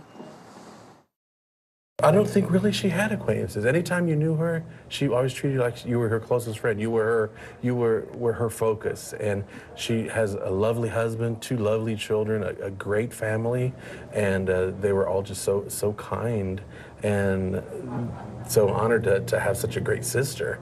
You know, she was always the light of the party. She was always the life of the party.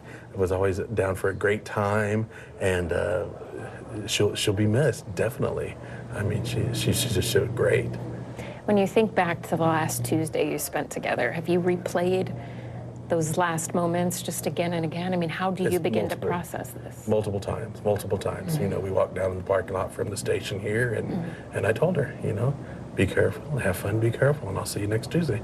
She said, okay, bye, and jumped in her truck and was excited to go see her Chiefs. She's an avid Chiefs fan, and she loved her Chiefs, so she was where she wanted to be. She was in a happy place. When we talked to him, he kept smiling as he talked about Lisa, because he said she was just so good and so happy and so full of life, that is how he remembers her, not the way that she died. This morning, a GoFundMe that was set up to benefit the family. There were 2 large donations listed, $50,000 each, $100,000 in total. And the name on those donations was Taylor Swift. Our team spoke to her publicist this morning, and they confirmed that she made those donations to Lisa Lopez Galvan's family, hoping to help them as they move forward from all of this. Savannah, Joe. All right. Clearly a person who impacted so many people in such a positive way. Ellison Barber, thank you for that. Appreciate it.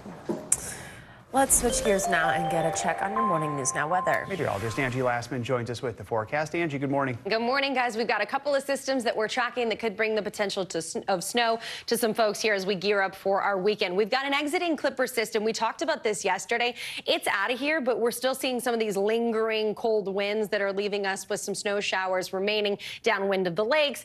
It's going to be a little blustery out there for folks that live in the Northeast. You'll be able to notice just how strong and cold those winds are. So those will stick with us for a little while. But like I said, that system's on the way out. But we're gearing up for our next system that's going to work out of the plains, eventually impact folks from Missouri to the mid-Atlantic. And we've got the alerts to prove it. Right now, there's some alerts up out west, but we've also got these stretched across parts of the Midwest and into the mid-Atlantic. 47 million total people are included in these across the country. And here's the system that we're going to be tracking through the day today, into the overnight hours tonight, and into early tomorrow before it quickly pushes out. As you gear up for your first half of today, it's going to be basically parts of Missouri to the Ohio Valley that we'll see some of that snow working through. We'll also see a couple of spots dealing with some rain. You can see places like Knoxville down to Memphis could see some of the rain, but the snow is going to be focused across parts of the Ohio Valley. It'll be light to moderate, and then early tomorrow morning, you might notice a little bit of snow along the I-95 corridor. New York to Washington, D.C. could pick up a couple of inches.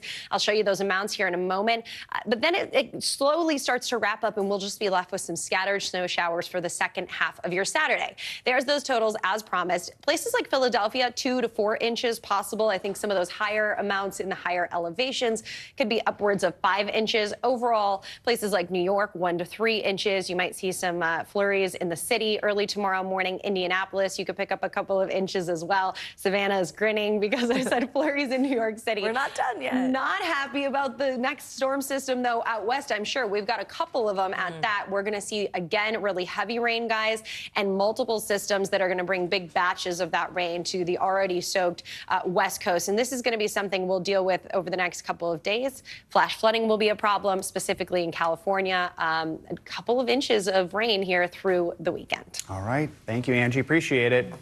Much more to come here on Morning News Now. Later this hour, going off-brand to stay on budget. More on the shopping strategy that more and more Americans are turning to. Up first, though, after the break, more on the breaking news we brought you at the top of the hour. Russian opposition leader Alexei Navalny has died. More on what we're learning when we return.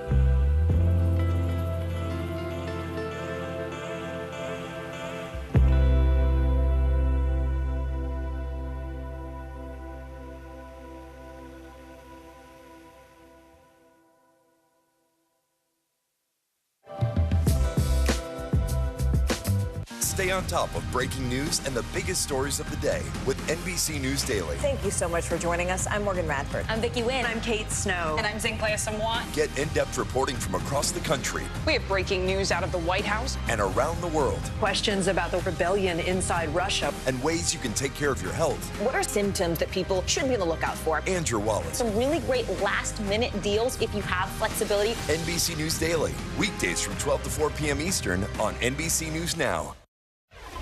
We're back with more on our top story this morning, the death of jailed Russian opposition leader Alexei Navalny. The news was reported by Russian media citing the Russian prison service. The vocal Kremlin critic was serving a 19-year sentence in a remote prison in the country. NBC News chief foreign correspondent Richard Engel joins us now from Kyiv. Richard, first of all, just what are we learning about the circumstances surrounding the death of Navalny and just your thoughts right now? So we're hearing from the prison officials as being quoted by Russian state media. So you have to take that with an enormous grain of salt. But the official account is that Alexei Navalny, who was recently transferred to this penal colony north of the Arctic Circle in Siberia. He was only transferred there in early December. Actually, he went missing for a while, and his own lawyers didn't know where he was. His conditions since he was arrested have been getting worse and worse, and this penal colony is known to be particularly harsh. It's a frozen gulag in Siberia. It's often called the polar wolf is its nickname, and it's a facility for men, houses about 1,000 inmates. And according to the official account, this morning, Alexei Navalny was taking a walk that he immediately began to feel unwell, quickly lost consciousness, that prison medical staff reacted, but that they were unable to revive him, and that he died. Vladimir Putin has been informed of his death, according to Russian state media. But the team of his own inner circle have not yet confirmed it, and they are immediately casting doubt on this description of events, the official account by the Russian authorities. One of Navalny's top aides said, "This is, if it is true, and we don't know if it's true, and his lawyer is on his way to the penal colony now, that it is not a case of Navalny died, but Putin killed Navalny." And I'm in Ukraine right now, and the president of Ukraine, President Volodymyr Zelensky, just said a short while ago, weighing in on this, that it is, quote, obvious that Putin killed Navalny, that Putin does not care who dies. All he wants to do is maintain his position of power. Richard, tell us any early reaction we've heard from the U.S. or anything else from Moscow. So we have not heard anything official from Moscow except this acknowledgement. I suspect we'll be hearing more throughout the day. We are starting to hear from Navalny's supporters. They are accusing Vladimir Putin of orchestrating this, if not directly, if not having him killed today or poisoned in the recent time frame here, but of arresting him, sending him into horrible conditions that were getting worse and worse over time, and contributing his death through exhaustion and poor treatment. The details are unclear. We may get an official Russian autopsy, but it's very hard to believe, particularly these days, what is coming out of Russian state channels, especially when it comes to Alexei Navalny, who was the most outspoken critic, the most feared critic by Vladimir Putin in Russian society. Someone who was not afraid to challenge Putin directly, was not afraid to challenge the entire Kremlin. And it is not just Putin who wields power in Russia. There are many powerful oligarchs. There are many people around Putin who can also influence, can also wield a tremendous amount of influence. So, Richard, you've been covering Navalny for years. Talk more about the legacy he leaves behind. And with the state of things right now, is there anyone who can even begin to fill his shoes as a critic of Putin? There is Karamurza, who's another leader who, like Vladimir Karamurza, who's someone I've known for quite a long time as well, who followed Navalny's example. There are critics in Russia who live in exile. So there are people like Garry Kasparov, the chess grandmaster, who is a fierce opponent of Putin, but who lives in the West and is working against Putin and against the Kremlin from the outside, with conferences, with events, with speaking, with political activism.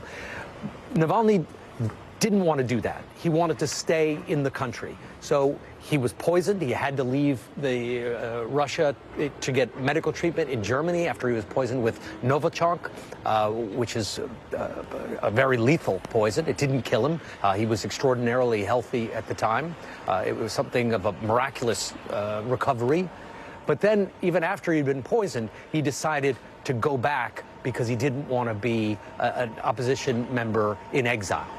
Now, maybe that was too brave. Maybe that was the wrong decision, or maybe his legacy will be stronger through his death and through his martyrdom. So we don't know exactly what the long-term legacy will be.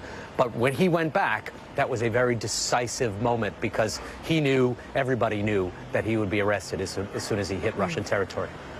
Richard Engel, we very much appreciate you and your expertise making the time to join us on this breaking story this morning. Thank you very much. We are learning new details on the potential Russian threat to the U.S. that had members of Congress raising alarms this week. 3 U.S. officials have now told NBC News that Russia is developing a space-based nuclear weapon designed to target U.S. satellites. NBC News Chief White House correspondent Peter Alexander has the latest. The White House confirmed that it's monitoring Russia's development of what it called a troubling anti-satellite capability, but cautioned it is not a threat to Americans. We are not talking about a weapon that can be used to attack human beings or cause physical destruction here on Earth. NBC News has learned new details about that capability, that it's a Russian nuclear-powered space asset that could be weaponized, according to a U.S. official and a congressional official familiar with the intelligence. It is not a nuclear bomb that Russia is trying to send up in space. It is not an active capability, and it has not yet been deployed. Experts have said a nuclear-fueled satellite might be able to carry a high-powered jammer that could block out a wide array of communications and other signals. Revelations come just hours after the House Intelligence Committee chairman, Republican Mike Turner, issued a cryptic warning demanding the White House declassify intelligence about the unspecified threat. The White House met with House leaders about it. I've got great faith in what the administration is currently doing to try to address this matter. In 2022, NBC News' cameras were the first ever allowed inside the U.S. Space Command in Colorado. General Stephen Whiting speaking to NBC's Tom Costello. We don't want there to be a war in space, but if others choose to start a war there, we'll be ready. All of it as Russian President Vladimir Putin is raising eyebrows, weighing in on the 2024 election, saying he would prefer President Biden over Republican frontrunner Donald Trump. Saying Biden is more experienced, more predictable. He is an old-school politician. Mr. Trump calling that a compliment. The only president in the last 5 that hasn't given Russia anything is a president known as Donald J. Trump. And this rebuke from the White House. Mr. Putin should just stay out of our elections. Our thanks to Peter Alexander for that report. Senate leaders will likely receive their own briefing on the national security threat when they return from their recess. Coming up after the break, retaliation in the Red Sea. When we come back, an NBC News exclusive, what we're learning about an American cyber attack on an Iranian ship. This is Morning News Now.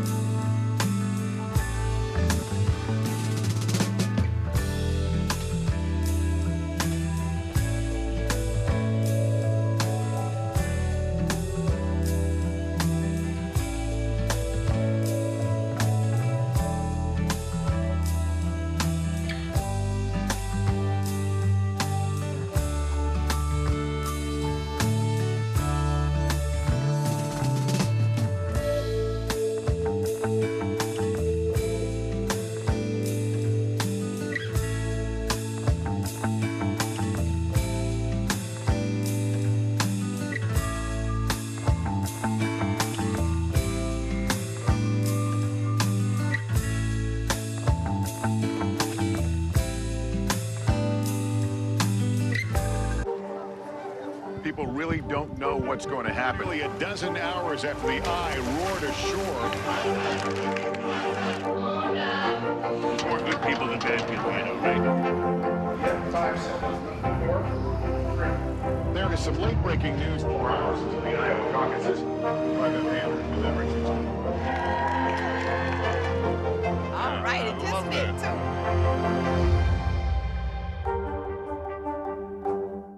We're back with exclusive reporting on a recent American covert operation that targeted an Iranian vessel in the Red Sea. 3 U.S. officials have told NBC News that the U.S. carried out a cyber attack on this Iranian ship that is suspected of collecting and sharing intelligence with Yemen's Houthi rebels. NBC News Pentagon correspondent Courtney Kuby joins us now from the Munich Security Conference in Germany. So, Courtney, what are we learning about how this operation and why this operation was carried out?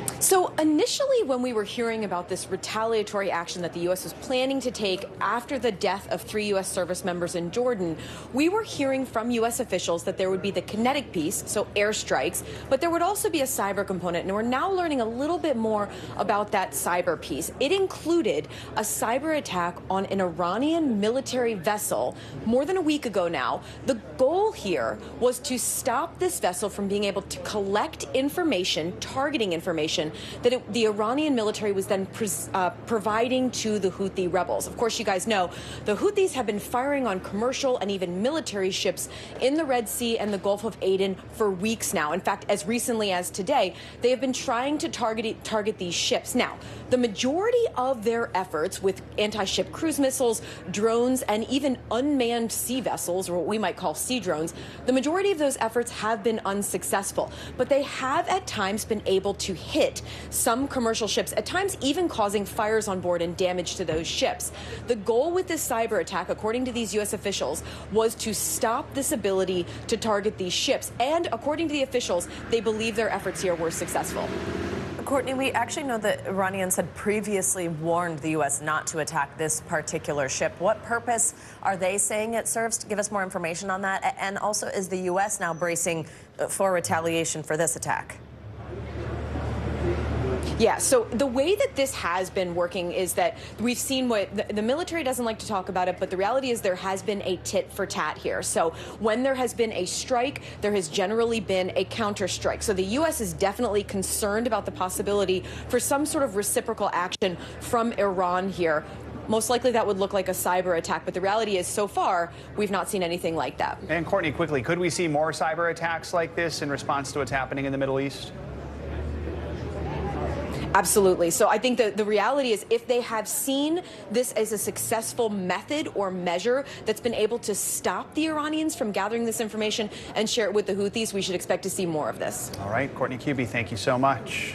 Now let's get you some economic news. Retail sales have dropped nearly a full percentage point since the start of the year. It's a sign that consumers are pulling back on their spending after years of soaring prices and inflation.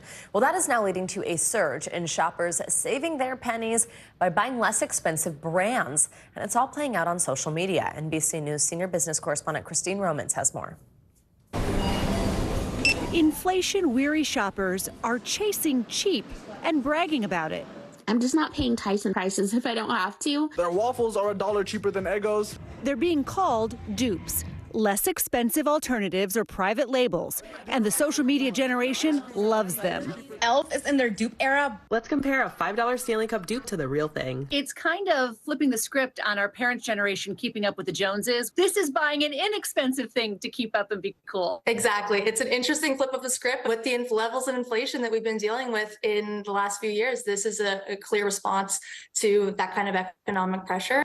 After years of higher prices and shrinking packaging, consumers now have the upper hand, and retailers know it. Target this week expanding its store brand of items that sell for less than name brands to more than 2,000 items. Chinese super discount retailer Temu running 3 Super Bowl ads to reach consumers who are just sick of high prices. Companies acknowledging their customers' weariness. Coke and McDonald's reporting sales fell after they raised prices. So did Kraft Heinz. The consumers are looking for better value in all the choices they're making. Newly frugal consumers may slow price hikes, but economists say don't expect prices to go back down to pre-pandemic levels, as deflation would be an economic headache of a different kind. Christine Romans, NBC News, New York.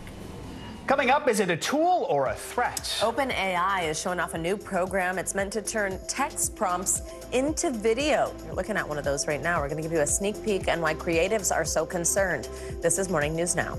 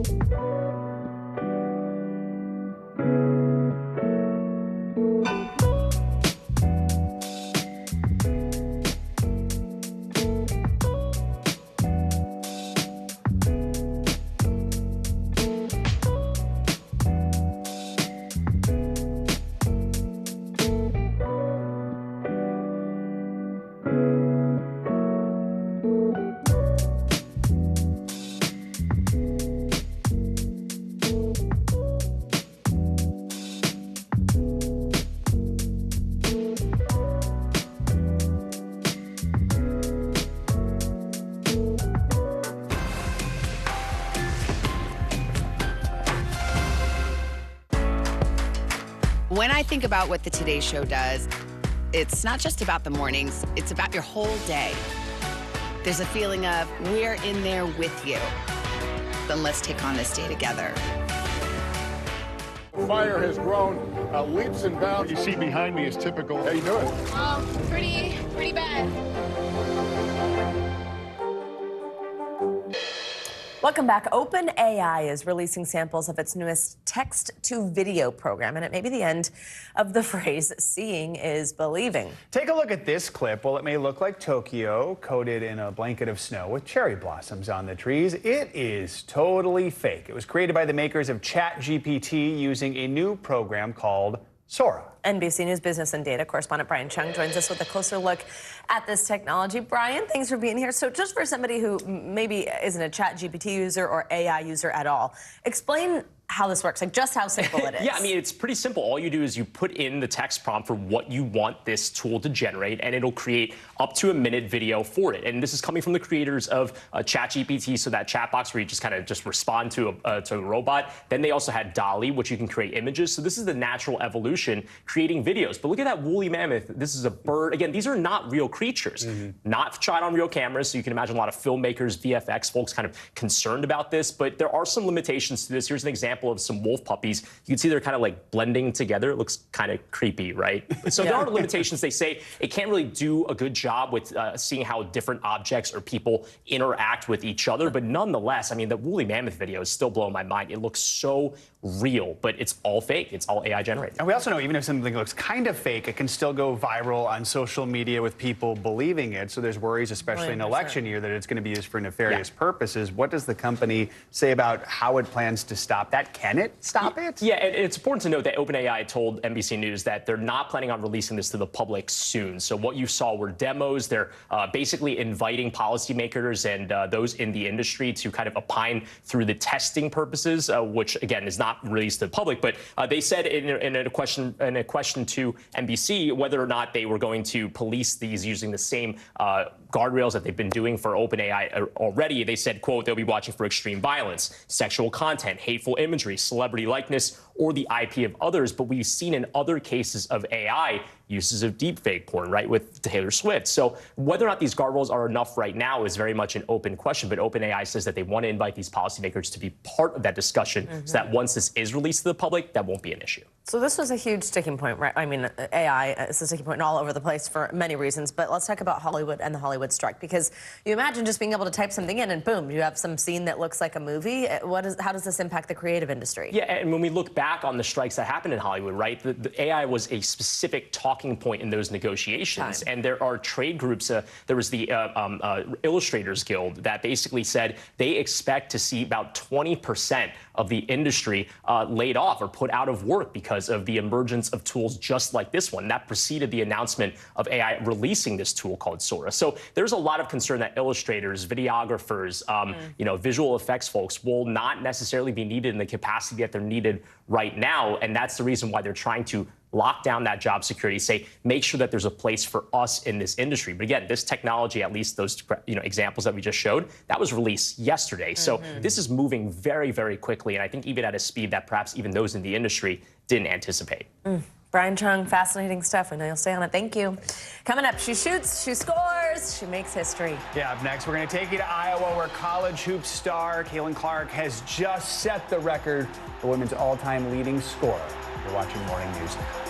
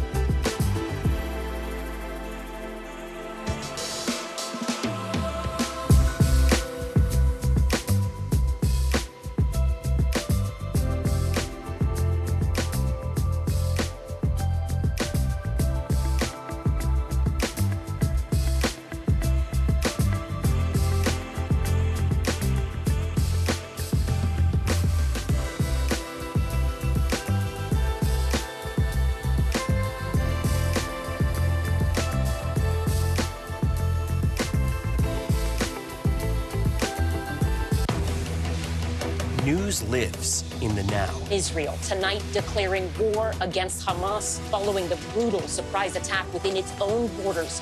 Now is raw. We are in the West Bank city of Ramallah. Protesters are on the streets here to denounce Israel. Now is real. Most of the time, the Iron Dome works, but there are rare occasions that a few get through, like here in Ashkelon. News for the generation of now is NBC News Now, streaming free everywhere. Morning, Al. I think when you open your eyes, you get to decide, how's my day going to be? We want to be a way to start your day, lighten your load, every single morning. News lives in the now. The horrors of war on full display on both sides of the Israel-Gaza border. Protesters are on the streets here. Most of the time, the Iron Dome works, but a few get through. News for the generation of now is NBC News Now. Making new friends can be hard. I'm Franklin Armstrong. My name is Charlie Brown. Step aside, Charlie Brown, and make room for Franklin Armstrong. You just caught a peek at Snoopy Presents Welcome Home Franklin. The first black character in the Peanuts gang is getting his very own animated series on Apple TV+. Now, while Franklin might be new to a few of you, it looks like he's now, may not look like it, but he's actually a little over 50 years old. Just days after Dr. Martin Luther King's assassination, a teacher wrote a letter to Peanuts creator Charles Schulz asking for more diversity in the comic strip, and to the teacher's surprise, Schulz listened. Franklin made his first appearance in the newspaper strip back in 1968. Now you can catch him in the series premiere of his new show starting today. Very cool. Check that out. Very cool. Love it. Thank you, Joe. Well, there's a new scoring queen in college basketball. Caitlin Clark has set records left and right in her rise to superstar status with the Iowa Hawkeyes. Well, now she's further written herself into history by becoming the NCAA women's all-time leading scorer. NBC's Harry Smith was in the stands for the historic moment. He is now, looks like, on the court. Harry, this is so cool. Good morning. We are in Carver Hawkeye Arena, and this place was fit to burst last night. It was absolutely electric, and we had a ringside seat to college basketball history. Here comes Clark. How will she go for history? The great ones come to play, and last night the University of Iowa's Caitlin Clark did not disappoint. As usual this season, Iowa's Carver Hawkeye Arena was filled to capacity last night to see something rare and wonderful.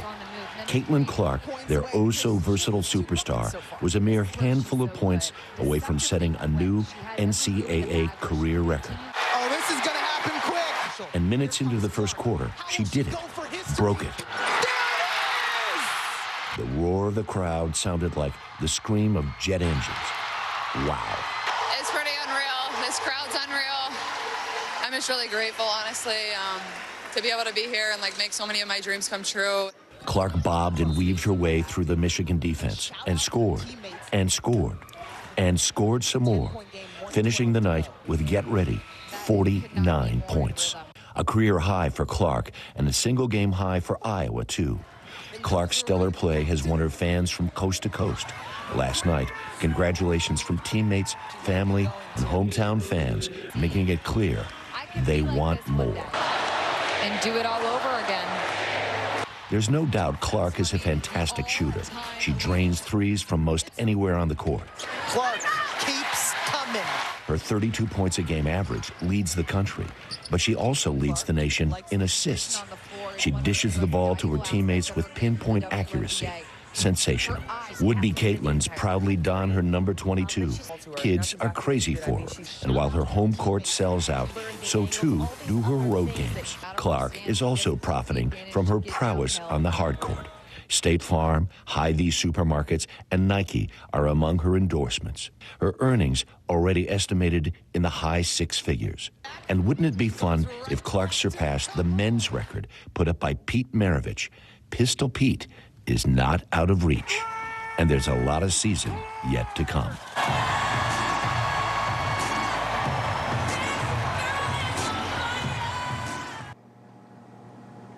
So Caitlin Clark's number right now is 3,569.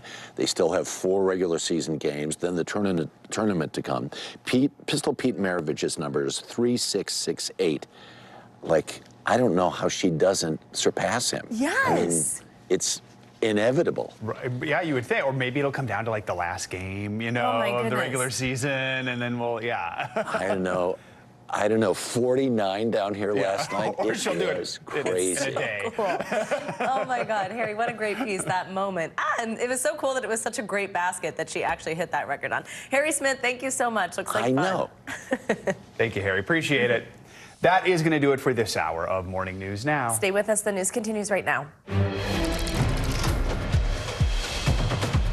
Good morning. Thanks for joining us this busy Friday. I'm Savannah Sellers. I'm Joe Fryer. We are following breaking news this morning. Russia's prison service reporting that jailed opposition leader Alexei Navalny, a longtime critic of Vladimir Putin, has died. We're going to bring you the very latest. Back home, tension in a Georgia courtroom as Fulton County District Attorney Fani Willis takes the stand. She's testifying about her relationship with a special prosecutor she hired to lead that election interference case against former President Trump. No. This is the truth, Judge. And it is a lie. It is a lie. The DA headed back to court this morning. What we are expecting there? Well, in a separate trial in New York, the fate of the former president's real estate empire comes down to one final decision by a judge. Feeding false information. This morning, an FBI informant is charged with lying to the agency about a claim against President Biden and his son, Hunter Biden. That information has been a key argument in Republicans' impeachment efforts against the president. We've got more on that in just a moment. And addicted to love? Yeah, a new lawsuit claims you might have better luck finding your soulmate off those apps that some think are habit forming. We're going to explain a little later in the hour. Good to have you with us. Let's begin this hour with that breaking news out of Russia, where jailed opposition leader Alexei Navalny has died. That is according to the Russian prison service. Navalny was a vocal critic of President Putin and was serving a 19-year sentence on charges he said were politically motivated. We spoke earlier with NBC's chief foreign correspondent Richard Engel about the circumstances surrounding the death. So we're hearing from the prison officials as being quoted by Russian state media. So you have to take that with an enormous grain of salt. But the official account is that Alexei Navalny, who was recently transferred to this penal colony north of the Arctic Circle in Siberia, he was only transferred there in early December. Actually, he went missing for a while, and his own lawyers didn't know where he was. His conditions since he was arrested have been getting worse and worse, and this penal colony is known to be particularly harsh. It's a frozen gulag in Siberia. It's often called the polar wolf is its nickname, and it's a facility for men, houses about 1,000 inmates. And according to the official account, this morning, Alexei Navalny was taking a walk that he immediately began to feel unwell, quickly lost consciousness, that prison medical staff reacted, but that they were unable to revive him, and that he died. Vladimir Putin has been informed of his death, according to Russian state media. But the team of his own inner circle have not yet confirmed it, and they are immediately casting doubt on this description of events, the official account by the Russian authorities. One of Navalny's top aides said, "This is, if it is true, and we don't know if it's true, and his lawyer is on his way to the penal colony now, that it is not a case of Navalny died, but Putin killed Navalny." And I'm in Ukraine right now, and the president of Ukraine, President Volodymyr Zelensky, just said a short while ago, weighing in on this, that it is, quote, obvious that Putin killed Navalny, that Putin does not care who dies. All he wants to do is maintain his position of power. Richard, tell us any early reaction we've heard from the U.S. or anything else from Moscow. So we have not heard anything official from Moscow except this acknowledgement. I suspect we'll be hearing more throughout the day. We are starting to hear from Navalny's supporters.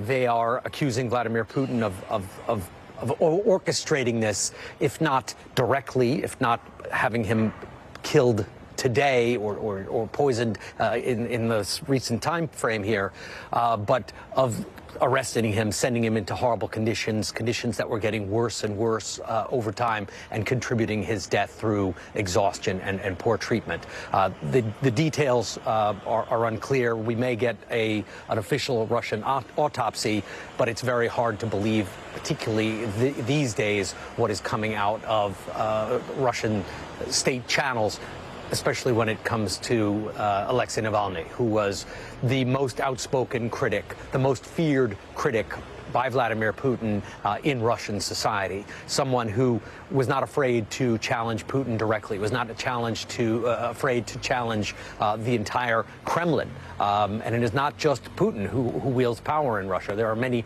powerful oligarchs. There are many people around Putin who can also influence, can also wield a tremendous amount of influence. So, Richard, you've been covering Navalny for years. Talk more about the legacy he leaves behind. And with the state of things right now, is there anyone who could even begin to fill his shoes as a critic of Putin? There is Karamurza, who's another leader who, like Vladimir Karamurza, who's someone I've known for quite a long time as well, who followed Navalny's example. There are critics in Russia who live in exile. So there are people like Garry Kasparov, the chess grandmaster, who is a fierce opponent of Putin, but who lives in the West and is working against Putin and against the Kremlin from the outside, with conferences, with events, with speaking, with political activism. Navalny didn't want to do that. He wanted to stay in the country. So he was poisoned. He had to leave Russia to get medical treatment in Germany after he was poisoned with Novichok, which is a very lethal poison. It didn't kill him. He was extraordinarily healthy at the time. It was something of a miraculous recovery. But then, even after he'd been poisoned, he decided to go back because he didn't want to be an opposition member in exile. Now, maybe that was too brave. Maybe that was the wrong decision, or maybe his legacy will be stronger through his death and through his martyrdom. So we don't know exactly what the long-term legacy will be. But when he went back, that was a very decisive moment because he knew, everybody knew, that he would be arrested as soon as he hit Russian territory. Our thanks to Richard Engel, and we will bring you updates on that story as it develops. Today is a crucial day in court for former President Trump here in New York. The judge overseeing the civil fraud case against Mr. Trump and his business is expected to issue a decision. It follows yesterday's legal split screen involving two other cases against him. Our senior legal correspondent Laura Jarrett breaks it all down. Hey there, a major setback for the former president in New York. He can no longer avoid at least one of his criminal trials before the November election. But he may have found strategic success in Georgia, a very different case, now hitting a major detour. This morning, more testimony expected in Fulton County, Georgia, after District Attorney Fani Willis unloaded on the stand Thursday. It is a lie. It is a lie.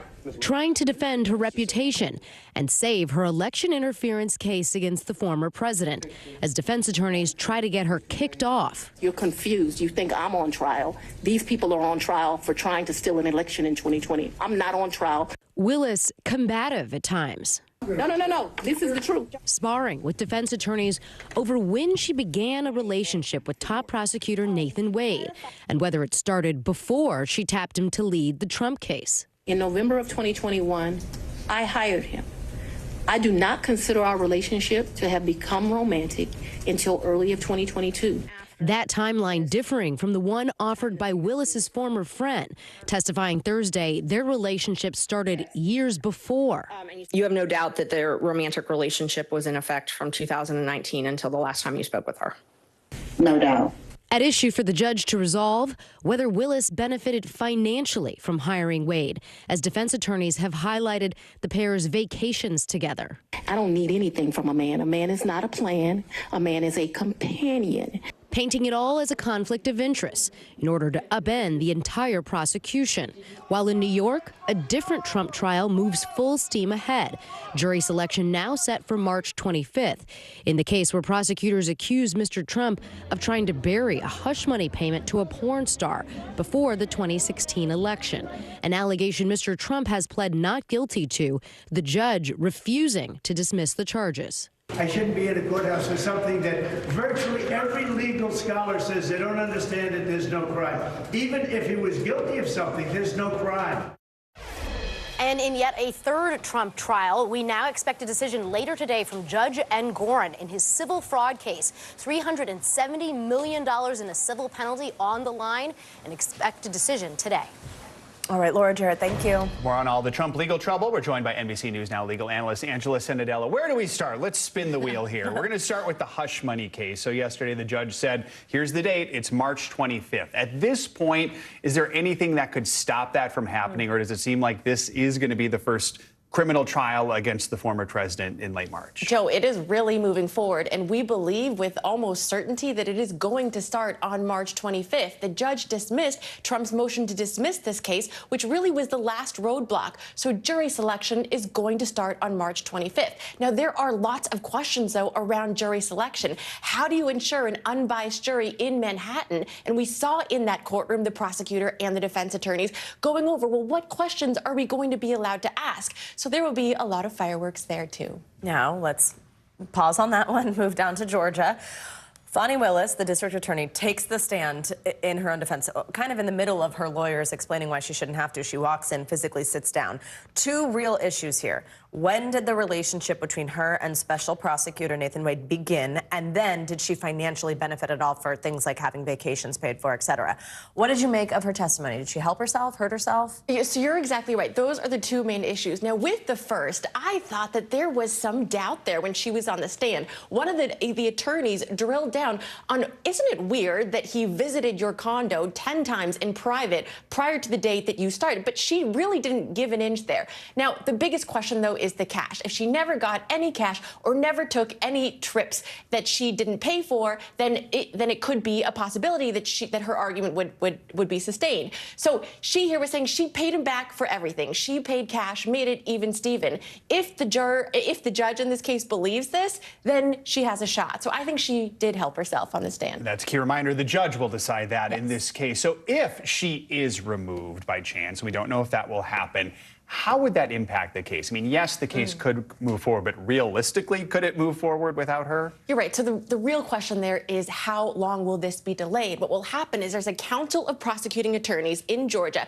who will then decide who the next prosecutor would be. This is going to take a long time. This doesn't happen often. Also, other prosecutors' office in the state of Georgia, they don't have the resources to try a huge case like this. So there will be delays, and that means the whole trial could possibly go away. And the judge could decide right away today, or do we expect it might take a little bit of time before we get an answer on this? He has total discretion here. He could decide today. He could push it off till next week. He could push it off for a month. We'll see. All right. Angela Senadella, thank you so much. Appreciate it. Turning now to that shooting at the Chiefs Super Bowl parade that left one person dead and at least 20 others injured. This morning, we're learning more details about the two suspects police have in custody, and we're hearing from survivors and from the loved ones of the woman who lost her life. NBC News correspondent Jesse Kirsch joins us now from Kansas City with the latest. Jesse, good morning. Joe, good morning. A short time ago, we saw the Chiefs championship banners coming down here at Union Station. At the same time, there are now projections up on the building that say Kansas City strong. They're reminders that even as the confetti and the other debris here is being cleaned up, memories of the violence remain. Overnight, at a candlelight vigil, the Kansas City community grieving and outraged. You gotta protect us. I'm scared as hell. After the city's Super Bowl celebration devolved into deadly chaos. Authorities say they recovered several firearms and have two juveniles in custody. But so far, no official word on criminal charges. This appeared to be a dispute between several people that ended in gunfire. And this morning, we're seeing more images from the unfolding horror. One mother and daughter hiding under a car and desperately calling 911. There was gunshots. This video appears to show the massive crowd at the rally when gunshots first rang out. Some fans begin to flee, but many more seem unaware that nearby, a 43-year-old mother of two was gunned down. It's a big loss. Lisa Lopez Galvan was a local radio DJ and huge Chiefs fan. Her family says what was supposed to be a celebration with her son turned into a nightmare. Both were shot, but only he survived. Lisa was a lot more than just a number. She was a very wholesome, very caring, very loving individual. Officials revealing of the 22 people wounded, at least half are under age 16. The youngest person shot, 8 years old. In a new year that's only 46 days old, this was at least the 48th mass shooting of 4 or more people, according to the Gun Violence Archive. Another American tragedy, fueling familiar outrage. What is happening here? Have we become that numb? Have we become that calloused? Thankfully, Bridget Barden says at one point she was this close to the rally stage. When gunshots rang out, she pushed her 13-year-old daughter to the ground. I saw the shooter because he was like that, and my daughter was screaming. So you saw someone with a gun? Oh yeah, I saw the guns. Barden says this bullet fragment struck her backpack, just inches from her body. I've been through some traumatizing things that changed my life, and this is probably the worst. And a short time ago, Joe, we learned that overnight, Taylor Swift, who has arguably become the world's most famous Chiefs fan this past football season, has donated $100,000 to a crowd fund that is set up to benefit the family of Lisa Lopez Galvan, who lost her life here. Joe. Right. Jesse, thank you so much. Appreciate it. Now let's head to Washington, where the Republican-led impeachment inquiry into President Biden may be in serious jeopardy this morning. An FBI informant has been indicted by the Justice Department, accused of lying to the Bureau about the president and his son, Hunter Biden. NBC News Chief White House correspondent Peter Alexander joins us with the latest on this. Hey, Peter, good morning. Savannah, good morning. This is a dramatic new development. Democrats are now urging House Republicans to abandon their impeachment inquiry altogether in the wake of this indictment. The Justice Department, as you noted, says that a longtime confidential FBI informant, a man by the name of Alexander Smirnov, allegedly provided false information about President Biden and his son Hunter to an FBI agent, including explosive allegations that the Bidens took millions of dollars in bribes. This morning, House Republicans' case for impeaching President Biden may be falling apart after special counsel David Weiss charged a former FBI informant with lying about financial ties between President Biden, his son Hunter, and a Ukrainian energy company, Burisma. Top Democrats now calling on the GOP to abandon the impeachment inquiry.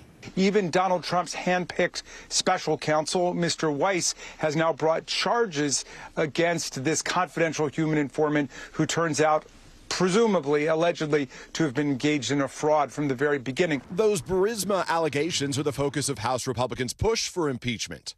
According to the Justice Department, Alexander Smirnov was arrested in Las Vegas after returning from a trip overseas. A 37-page indictment alleges Smirnov had been a confidential source for the FBI since 2010, and that he provided false, derogatory information to the FBI about both Bidens after Joe Biden became a candidate for president in 2020. The DOJ says the source falsely claimed officials at Burisma said they hired Hunter because his father would protect them, and that the Bidens were paid $5 million each. Following Smirnov's indictment, the House GOP said its impeachment inquiry does not rely on the informant's claims, even though top Republicans have amplified his false allegations for months. A highly credible FBI source alleges that Joe Biden received $5 million in exchange for pressuring for the firing of a Ukrainian prosecutor. A source familiar with the matter tells NBC News Hunter Biden does not know the individual who was charged and does not believe he ever met him. In December, Hunter Biden acknowledged past financial struggles, but called House Republicans' quest to impeach his father baseless. There's no evidence to support the allegations that my father was financially involved in my business because it did not happen. Also overnight, Hunter Biden's attorney tells NBC News the top House Republicans had been warned that they, quote, built their conspiracies about Hunter and his family on lies told by people with agendas, not facts. Smirnov made his initial court appearance yesterday in Las Vegas. A judge ordered him held pending a detention hearing next Tuesday. Savannah. All right, Peter, thank you so much.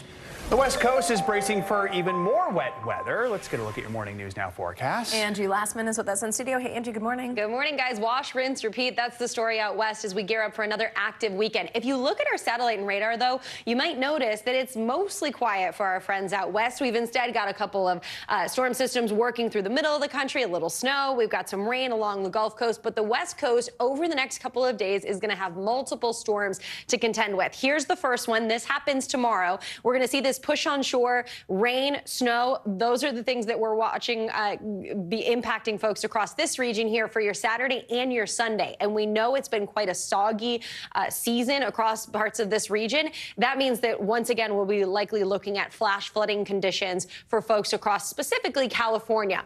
As we gear up for the end of the weekend into Sunday, you can see this is 8 p.m. We've got another batch of rain working on shore with this next system that'll impact folks across that region once again as we round out our weekend. Here's the areas that I want you to keep a close eye on. Most of this for the flash flood risk through Saturday is going to be focused across portions of California, Santa Rosa, up north just south of Eureka, but places like Crescent City, Eureka, Redding, down through San Fran, Monterey, you're all going to still have a marginal risk at least of some of that flash flooding to occur too. We've got a good batch of rain on the way over the extended period, 1 inch, 2 inches, 3 inches, all possible. We could likely see some of these isolated spots pick up maybe 5 inches between now and Sunday. This is going to leave us with, once again, all those same impacts that we've seen time and time again this season, the landslides, the mudslides, the washed out roads. That'll all be something we'll have to watch for through your weekend plans. Meanwhile, across parts of the Northeast, we're still dealing with some of these snow showers coming off the lake.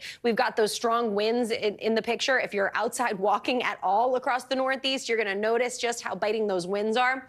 This is going to last here for a little while longer before we gear up for our next storm system that works from the middle of the country to the east. 47 million people across the country under these winter alerts, but this area is what we're watching as far as the impacts from that Clipper system. This one that you see right here that's going to work from basically Missouri to the mid-Atlantic over the next day or so. It's a fast mover, so just like the one that we dealt with yesterday, it's going to be gone before you know it, but not before it dumps some light to moderate snow across parts of the Ohio Valley. We could see some rain from Knoxville down to portions of the southeast. And then even as we get into tomorrow, this is 5 p.m. It's long gone, but we could likely see some lasting kind of scattered snow showers. But in the morning specifically, we'll see some snow along the I-95 corridor. So New York to Washington, D.C., we could pick up some, again, light to moderate snow, but it could be impactful for travel, especially with folks out the door and getting stuff done on their Saturday. New York, about 1 to 3 inches, I would say, is likely. 2 to 3 inches, maybe up to 4 inches for Philadelphia. Washington, D.C., right around that same kind of range of 1 to 3. The higher elevations, guys, will pick up a little bit more snow, but it'll be, we'll see some flurries as we get out the door for our Saturday plans. Love a flurry. Thanks, Angie. Of course. We've got much more to come on this hour of Morning News Now, including a new lawsuit alleging all those dating apps actually do more harm than good. But first, the standoff in Washington over the crisis at the southern border and what's at stake if Homeland Security runs out of cash. That's next. Stay with us.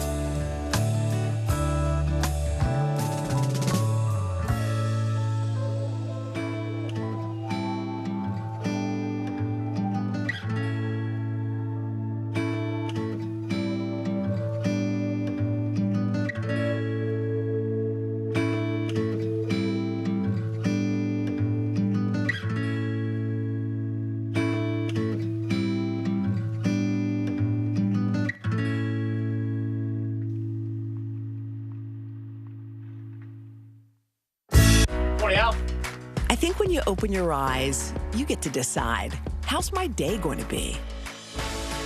We want to be a way to start your day, lighten your load, every single morning. News lives in the now. The horrors of the war on full display on both sides of the Israel-Gaza border. Protesters are on the streets here. Most of the time, the Iron Dome works, but a few get through. News for the generation of now is NBC News Now. Welcome back. The Biden administration and Congress are at an impasse over policy changes and funding at the southern border. The president has asked Congress for additional funding to boost resources at the border, but Republicans blocked a bipartisan border package earlier this month that was tied to the funding. Homeland Security officials are now facing a dwindling flow of money for border enforcement, and House Republicans are refusing to free up funds without sweeping changes to immigration policies. NBC News congressional correspondent Julie Sirkin joins us with the latest developments here. Julie, good morning. So what's the latest on negotiations for border resources? I know a couple times we've been talking and you're like, this just might not be getting done in an election year, but are there any signs here of a potential compromise? Yeah, I still feel that way, unfortunately. I mean, this really is a heated partisan political environment. Republicans, as you mentioned, did kill that Senate bipartisan border compromise, which, again, went very far in the direction of conservatives in terms of changing that asylum policy, making it harder for illegal immigration specifically. But at this point, this week, we had reported that Speaker Johnson wants a one-on-one meeting with the president to discuss the path forward for a supplemental aid package for foreign aid abroad. He's still pushing for H.R. 2, that partisan border security bill that House Republicans passed last year that stands no chance in the Democratic-controlled Senate. It is really not clear at this point, guys, if anything can get done on the border, but certainly the situation is still dire. So we know the president has been in meetings with top aides about border security for weeks. Can his administration bypass Congress in any way and take some sort of executive action at the border? Well, Republicans have been saying for months that President Biden can close the border if he really wants to with executive action. The issue here, though, is that they need funding. They need resources to make all of this happen. Remember, under the Trump administration, the former president had directed about $2.5 billion to build the border while he took that out of military construction funds in the Pentagon. So technically, the president can redirect funds, reallocate them between agencies. But Trump, of course, faced heavy litigation for this. The Biden administration is concerned as well politically in terms of what they can do at the border. But the bottom line here is Congress controls the purse strings, and they really need additional funding to get anything done, including getting those detention beds to be able to put people in detention rather than release them into the country. Yeah, tell us some more implications here. What's at stake, Julie, if the Department of Homeland Security doesn't get this funding? Well, ICE, which is the Immigration and Customs Enforcement Agency, they are running out of money. My colleague Julia Ainsley had some reporting earlier this week. They could be $500 million short by May. That's just a couple of months from now if they don't get additional funding from Congress. The thing is, though, we know Congress is considering those spending bills at the beginning of next month in March. Republicans are insistent upon not adding anything that doesn't concern defense spending. Of course, Homeland Security falls into the non-defense discretionary spending bucket. Republicans, again, without policy changes, unlikely to spend more money. It's not even clear if they will get to an agreement on full-year funding bills, and that can certainly hamper the DHS, the Department of Homeland Security, and can make the administration's executive actions at the border, anything they want to do, close to impossible. All right, Julie Sirkin, thank you so much. Coming up, looking to get away, maybe you've been eyeing some warmer weather. After the break, we've got the lowdown on where you can find some of the best travel deals if you're looking for a spring break destination. Stay with us.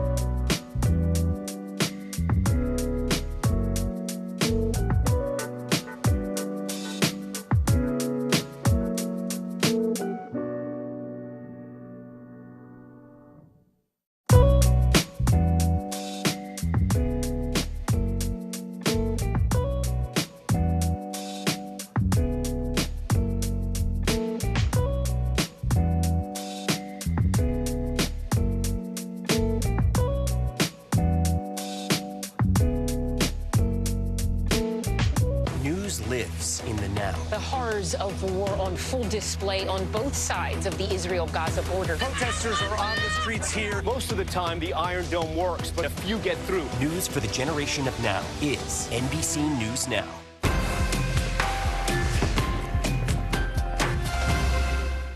News lives in the now. Look at this. You can't even see anything anymore. Let's break down what we know. You gotta see this. News for the generation of now is NBC News Now. News lives in the now. The horrors of war on full display on both sides of the Israel-Gaza border. Protesters are on the streets here. Most of the time, the Iron Dome works, but a few get through. News for the generation of now is NBC News Now.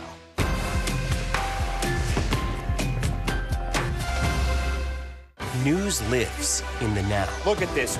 You can't even see anything anymore. Let's break down what we know. You gotta see this. News for the generation of now is NBC News Now. Welcome back. If you're looking for love, you might have better chances offline, according to a new lawsuit filed against the parent company of the dating apps Tinder, Hinge, and The League. The lawsuit claims those platforms are designed to addict users rather than help people find their forever love. NBC News correspondent Emily Aketa has more on that. Emily, good morning. Hey there, Joe. Tinder, Hinge, The League, they've become popular ways of dating in the modern world. In fact, it worked for 1 in 5 couples under 30 years old. But a group of users are blasting those platforms for allegedly rolling out addictive features and putting profits over love. Whether it's stumbling into a dreamy British bookstore. Can I help you too? No, thanks. Or a matching drink order at a bar. Can I get old-fashioned? Thank you. The days of coincidental meet-cutes appear to be fading as technology dominates the dating scene. I'm about to go on my second Hinge date 2 days in a row. An estimated 300 million people around the world use dating apps, an industry that raked in nearly $5 billion in revenue in 2022. Hinge wants you to meet someone great, even if it kills us. But a lawsuit filed on Valentine's Day argues that's not the case, and that popular dating apps Tinder, Hinge, and The League are portrayed by their owner Match Group as effective tools for establishing off-app relationships while secretly doing everything in its power to capture and sustain paying subscribers and keep them on app. Ryan Clarkson is representing the 6 plaintiffs. What about these apps make them addictive?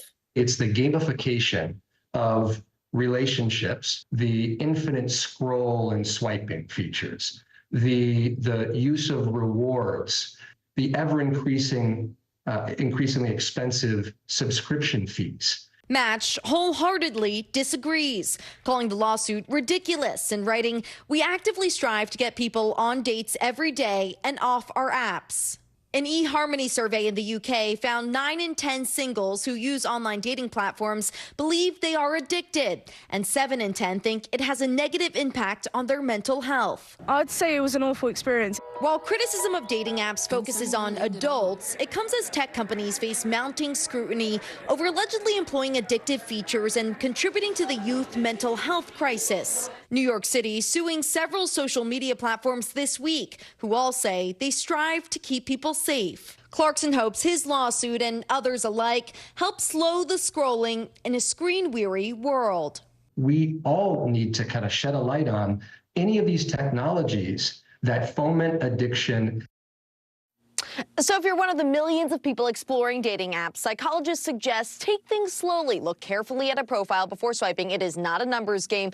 Focus on 1 or 2 dating apps and set aside time for scrolling so it doesn't impede on your entire day. Joe? All right, some useful advice, Emily. Thank you. Well, the recent winter weather might have you thinking about getting away to a warmer place. That's right. Maybe you want to embrace the cold weather and head to the slopes for some skiing. Well, there are deals for winter travelers out there, but also a few things you should know before you go. Katie Nastro is a travel expert with Going. She joined us now with some ideas to make your little winter trip go a little smoother. So let's talk about why you should travel during the winter. How is it different from summer travel? Right. So hear me out. I know this might be a little bit of an off-color opinion, but winter travel is the new summer travel. You can often find incredible deals in the winter and less crowds, better prices. For example, at Going, we found an incredible best ever on this route deal, 207 Miami to London. incredible, which is really great. And you know what? I was just in the UK. Yes, I had to pack maybe a couple more layers, but it was fantastic. No bathing suit. No bathing suit, but hey, you know what these guys, they don't need to see the sun for a minute. And you just can have a really great experience despite it being a little bit chillier. And you know, there are places, if you are looking at Europe, there are places that are pretty temperate. Malta, Sicily, even going to the Greek islands in the winter, you know, you have less crowds. And hey, summer travel can be really hot in Europe. Too hot, for sure. Exactly. Last year we saw that. So just considering your options and knowing that you can often get a better deal and less crowds. Oh my gosh, you say Sicily and it's like an ache just being in Italy. Right? Oh, what a fabulous place. Let's talk about getting there, because I understand some airports are changing how you go through security. What's going to be different?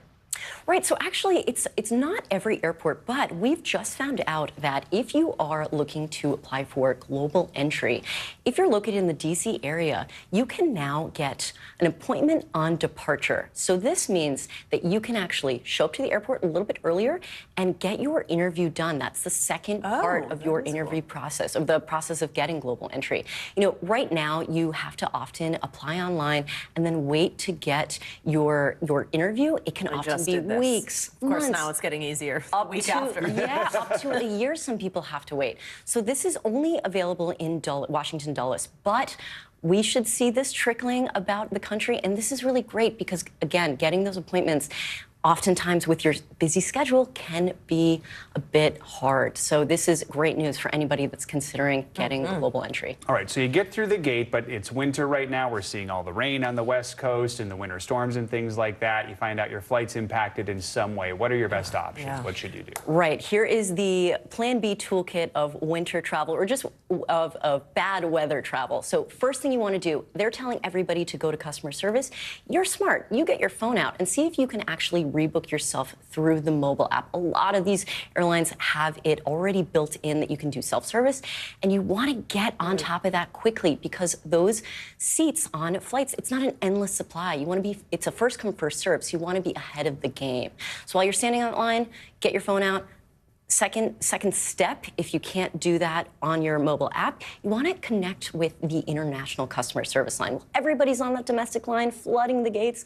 You're smart. You get on that international line. Doesn't matter if the agent is located in London or Australia. They're able to get into the system, help you just the same. Yeah, let me tell you, from experience, you see that massive line and you're joining the end of it, it's over for you. It is over. Just go home and get on the phone. Let's talk about spring break. Let's look ahead a little bit. So if you don't want to go right now and maybe you want to do like March, April, May, what should we know about that time? Right. So spring break's interesting because it's not quite peak season. It's sort of this gray area because, and then again, it's not sort of low season. It's kind of this weird in between. You know, we are likely to see more people travel than we did last year. But the great thing that you can sort of bank on is the fact that school schedules are all different around the country, from city to city. So you can almost do city arbitrage. So say you're in New York and you actually can see better prices leaving from Philly, leaving from Boston. Something to consider to sort of save in the end. So we call that sort of city arbitrage if you're looking for flight deals around your children's spring break. When you look at spring, it always feels like spring break is a little more expensive. Can you still find good deals if you want to travel during the spring? Yes, you can, but we are suggesting that come March, we're likely to see these prices rise. But right now, you can head from Madison, Wisconsin down to Orlando, 118 round trip. Oh, wow. Round trip? Round trip, that's right. Yeah. Oh my gosh. You can One way is like less than lunch. Yeah. In this city, anyway. Right. What are you having for lunch? I get it. New York prices. Somewhere, yes. Yeah, you can head from Washington, D.C. over to San Diego. Maybe this is the year that you take that surf lesson for $230, or maybe you want to go international. You can go from New York over to Paris. 435 round trip. What? Available dates throughout March and April. Yeah, it's what airline? Full service airlines, like a Delta and American. It's you have to do. You should be a little bit flexible in your timings, but again, know that deals are out there. You just don't want to wait until the final hour and be left with high prices. Checking. All right. Wow. Going info. Katie Nastro. Thank you so excited. much. Now Thanks, we're excited to travel. Yeah. Coming up, history, or should I say her story in the world of baseball. Yeah, after the break, we're going to introduce you to the very first female voice of a major league team. Her name is Jenny Kavnar, and you'll be hearing a whole lot from her this season. Stay with us.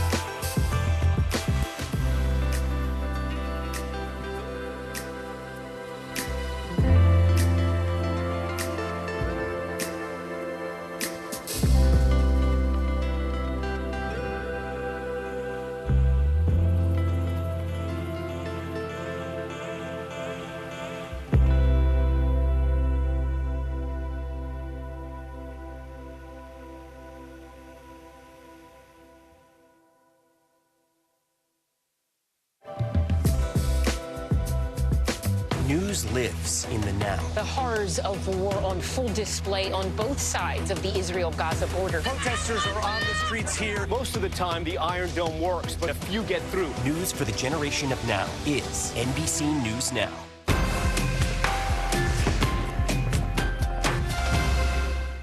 News lives in the now. Look at this.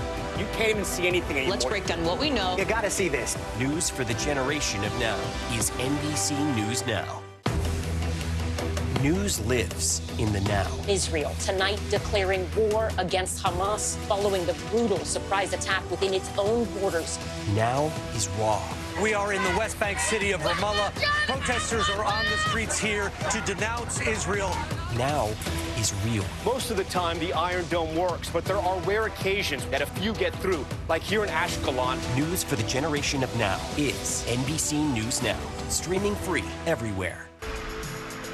We are back with some financial headlines. Nike is now planning a round of layoffs. CNBC's Savannah Henao has that and other money news. Savannah, good morning.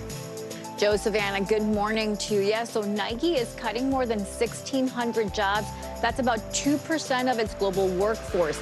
The company is looking to reduce costs as it warns of weaker profits this year, with consumers cutting back on non-essential items. The layoffs are reportedly not expected to impact employees in Nike stores or distribution centers or those in its innovation team. Nike is increasing investment in categories like running, women's apparel, and the Jordan brand.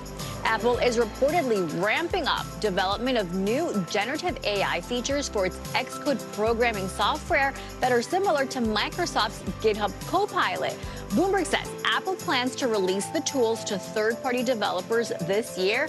They apply a large language model to predict and complete lines of code and could potentially write code to test apps, saving time and money. And Uncle Nearest is nearing so-called unicorn status. That means when a startup is valued at more than $1 billion after raising a new round of cash. Uncle Nearest is a Black and woman-owned whiskey brand that was launched in 2017. It's now the world's top-selling Black-owned spirit and one of the fastest-growing American whiskey makers. Last year, less than 0.5% of all venture capital dollars went to Black founders, guys. I have to try that one out. All right. Yeah, it's pretty cool. Woman-owned, too. Love Thank it. you. Yeah. Now to a historic moment in the great American pastime. For the first time ever, a woman will be the voice of a major league team. NBC Sports California has named Jenny Cavnar the primary play-by-play announcer for the Oakland Athletics. Cavnar will call her first game for the A's when spring training kicks off. And this morning, we have Jenny here with us in studio. Good morning. Hi, guys. Good morning. First, congratulations. Thank you so much. Has it kind of sunk in yet? Yeah, it has. A lot of text messages. Just really overwhelmed by the response. Super humbled by it. And, you know, it's something that we've been working for a long time. I called the game for the first time in 2018 and have been doing backup play-by-play. And there's a couple other women in the industry that are doing it as well. And to get the lead job, I'm so grateful to NBC Sports California for the opportunity. You've been in this business, what, for 20 years now or so? Doesn't look it. Does not look like you have been. Were there those moments where you just said, oh my gosh, I don't know if this is going to happen, if I'm going to be able to break through that ceiling? Of course. I think when we all start out in broadcasting business, you have no idea where you want to go. You have a dream, you have an idea. And for me, that really was to be a sideline reporter. And that was the representation I saw on television of women, and specifically in the game of football. So I think 20 years ago to today, looking around and the sports landscape for broadcasting and seeing women in so many roles, not just on air, but behind the scenes, producers, directors, positions of power, hiring power. It's so important to know that, you know, the next generation of girls can dream to be anything. Did you always know that baseball was like where your heart was, but you didn't see that representation? Yeah, I never saw it on television represented. I think Jeannie Zalasko was maybe doing baseball on a national level, and that was really about it. So I grew up in a household where my dad was a longtime high school coach, and I knew nothing else but the baseball field. So when I got my first opportunity in 2007 to be part of the broadcast team for the San Diego Padres, that was really that moment. Yeah, your hometown. that was really that moment that I thought, wow, I feel like I was made to do this. I've been in this game my whole life. I mean, your dad was your baseball coach, and one of your children is named after Vin Scully. Is that right? Yes. So talk about that. I mean, this is in your blood. This is like, right? It really is. My husband played minor league baseball. We met through Will Venable, who was a Padres player. He introduced us, set us up. Vin Scully has always just been, so kind, had always been so kind to me. And I had this feeling when I was pregnant and found out I was having a boy that, that would be a cool name to name him after. And got the chance to let Vin know when he was still alive. And he pinned a lovely letter to my son that is just going to be so special to hand off to him one day. That's framed, I better. Yes, it better be, yeah. And it is a great name. Okay, let's talk about the new job. So play-by-play announcer, obviously you really got to know a team in and out, and you've just joined the organization. How are you preparing? How are you feeling? Is it nerves? Is it excitement? Oh, I think it's everything, right? It's all wrapped into one, all these emotions that you're trying to enjoy and be in the moment, but you do have to look ahead, and there's a big season coming up, and so I'm excited to dive in. I'll go to spring training down in Arizona next week, and in addition to all the preparation I'm doing going into that moment of this team, that's where it builds. It's the relationships that you make with the players. And I think that's why I love sports broadcasting. You get to be the voice of the player's story, and you get to share that with fans, and I hope to connect fans to their team a little bit more. It's a long season, 162 games, right? They need to keep coming back for something. So to be able to have that personal connection to the players they love to watch is so important. I'm sure you hear from so many girls who are inspired by you. What is your advice to those who are looking at you and want to follow in your footsteps? Man, I am just blown away, especially when a dad comes up and tells me, I can't wait to share this with my daughter. I can't wait to watch a game with my daughter, because that's how I grew up, with my dad watching sports. But there are so many women to watch in our business right now. Susan Waldman's been doing it for decades for the New York Yankees on the radio, and Melanie Newman's doing it on radio for the Baltimore Orioles. Jessica Mendoza got in the booth. I just think that there are going to be so many more opportunities for these girls, and it is really special to know that I'm part of that conversation of inspiring the next generation, and it just means so much to hear from them. Oh, so cool. Jenny, congratulations. Thank you. We'll be watching, we'll be listening. We're so excited for you. Thank you guys so much for having me. Absolutely. Coming up, we just can't send you off to your weekend without a look at the latest and greatest in the world of entertainment. That's because we've got your can't miss list. It's right after the break. Today, we're talking about two titans of pop, Mariah and Ariana, teaming up for a Yes and remix. That is one to bump this weekend. More on that. That's a good thing, right? We'll say more words like that right after this break.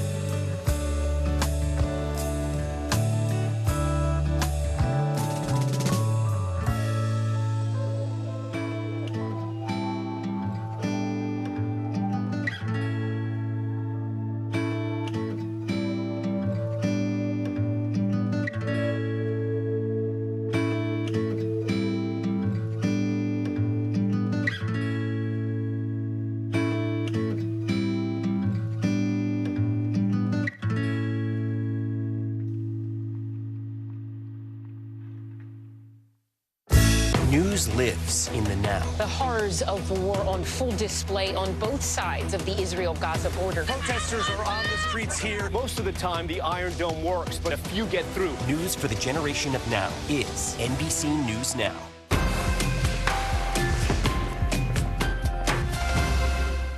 News lives in the now. Look at this. You can't even see anything anymore. Let's break down what we know. You gotta see this. News for the generation of now is NBC News Now. Finally this hour, it's Friday, which means it's time for your weekly can't-miss list. From an all-star action flick to a disturbing documentary, plenty to watch this weekend. Plus, we have the latest on a musical remix featuring two iconic performers that just dropped overnight. Joining us here on set for everything you can't miss is entertainment journalist and pop culture expert Brian Balthazar. Good to have you here. Thank you. Morning. Let's start in the theaters. Action-packed, Russell Crowe. All Hemsworth brothers, multiple Hemsworth brothers. Right. It's called Land of Bad. Okay. Same words used to describe dating me years ago. Land of Bad stars Russell Crowe as a drone pilot, and he's overseeing remotely this mission, this extraction mission in the Philippines, very dangerous. Obviously, things run off the rails, and it leaves Liam Hemsworth's character isolated, outnumbered, and alone. So now Russell Crowe has to get him out of there, but also help them complete the mission in the first place. Yes, Liam's brother is in there, not Chris, the other brother, and Milo Ventimiglia. I'm sorry, did I just call him the other brother? I hope he's not sorry, other brother. I just say the name. But this is action, all the military action and suspense you could ask for. This is in theaters. Yeah. All right. Okay, let's go nonfiction or documentary, right? God and Country, highly rated, apparently. Right. Tell us about this. Yes, okay, this is Rob Reiner produced, and this is the story of, the documentary follows Christian nationalism, its impact on politics, its impact on Christianity, and how we view religion and politics as a whole. It's got some of the leading world leaders in Christianity and religion, and it's got 100% currently on Rotten Tomatoes. This is in limited release in theaters, but I really hope this gets to streaming because it may not get the crowd in theaters, but it's really important for everyone to watch based on what everyone's saying about it. And pretty timely when you consider the election this year. Okay, exactly. So we've got something on Apple TV called The New Look, and it looks at the French fashion industry in the 1940s, right? Right. Okay. So this is the story of Christian Dior's rise and his efforts to dethrone Coco Chanel. This is the time of the height of couture. But the interesting added layer to this is when the Nazis were occupying Paris. So there's these two layers of, there's curfews that certain people couldn't work in certain occupations. There's shortages of food. And then we have this battle in the fashion community. It stars Ben Mendelsohn, Juliette Binoche as Coco Chanel, Glenn Close is in there, John Malkovich. And interestingly, they take period songs and they use modern day covers of these songs. So it's kind of this hybrid soundtrack, which is also kind of interesting. But it's a historical story that's also very interesting. Is that kind of what Bridgerton does? Like it takes the modern songs, but it makes them the orchestral varying degrees of success. But I do like that. I think that's interesting. Right. Yeah, I really want to see that one. I hadn't heard about it till this morning. Okay, there's a second season of an Amy Schumer show. Right. We got the first one a while ago, it sounds like. It's been years. And of course, there's been a lot of stops and starts. We're going to be saying that a lot nowadays. Like things that we haven't seen in years are finally back. This is Life and Beth. This is on Hulu. Amy Schumer, as we know her to be, like this is her, it's her character personified, really. It's kind of a midlife crisis movie. Who can't relate to that? And it stars her and Michael Cera and Yamaneika Saunders, shout out to her, who's her best friend on the show. She's a wine salesperson who then moves to Long Island to hook up with be with a farmer, with Michael Cera's farmer character, that's acting. I don't see it, but it is really She good. does get pregnant, right? So I guess. So yes, and it's just if you love the Amy Schumer brand of comedy, it's really good. I really like this one, and this is season 2. You don't have to have watched season 1, but I recommend season 1. You know what's funny is I've been binging The Bear on Hulu, which is amazing. But so I see promos for this, and it catches you up on season 1. So I've never watched it, and I feel like I'm caught up. You can just watch season 2 if you want. There you go. I like this Brian unvarnished. Oh my gosh, isn't it scary, right? Not everyone feels the same way. I always I wonder if this is my last time We're on the internet. Say whatever you want. Right, exactly. There are no rules. No rules here. All right, let's talk about Ariana Grande, Mariah Carey. It's a remix of Yes and. It's interesting because I saw Mariah at MSG during a Christmas show. Ariana came on and sang with with her. Talk about timing. Yes, they did a Christmas song once before. And Ariana has famously said she's not going to release advanced singles like she typically does before her March 8th debut of her album. But this was just a month since the premiere of this original song, Yes And. Mariah then has joined her in this duet. Lots of harmonies, lots of diva music. It's already charting. The music video has already gotten, or the lyric video has already gotten like 35 million views in 8 hours. Wow, and that's a lyric 35 video. million? Yeah. Just when they put the words? Yeah. I don't even think it's the words. It's just the cover. Like, there's nothing to the video. It's just you want to hear it on YouTube. Right. Yeah. So it's obviously and what brilliant marketing. Release it a month later, and all these people are buying the new version. So it's great. Exactly. Great. And then the album marketing. comes next. So, all right. I can't wait to listen. Thank you so much. Thanks for having me. That was Always fun. great to see you. Have a great weekend. That is going to do it for this hour of Morning News Now. But stick around. There is a lot of news. It continues right now.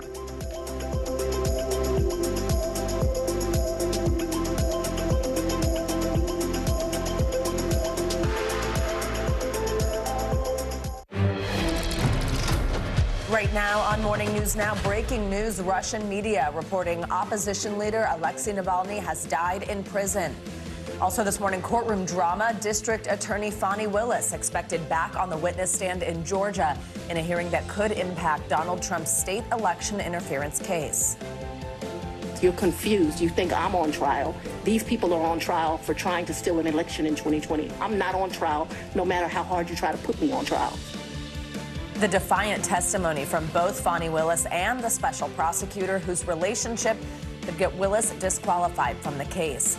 And in New York, it could be decision day for former President Trump's multi-million-dollar civil fraud trial. We have team coverage.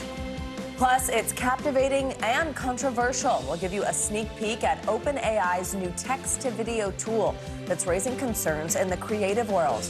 And from hoop dreams to reality, college basketball player Caitlin Clark, now the women's all-time leading scorer. We will take you to Iowa for more on her incredible record-breaking game.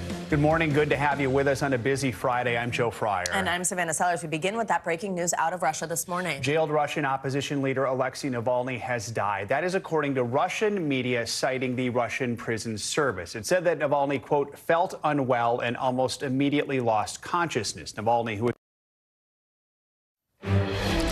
We are following breaking news out of Georgia this morning. Fulton County District Attorney Fani Willis expected to testify again following yesterday's dramatic hearing over misconduct allegations. The outcome could have major implications for the state's election interference case against former President Donald Trump and other co-defendants, a case that Willis is prosecuting. Willis took to the stand yesterday to answer accusations of an improper relationship with the special prosecutor on the case, Nathan Wade, who also testified.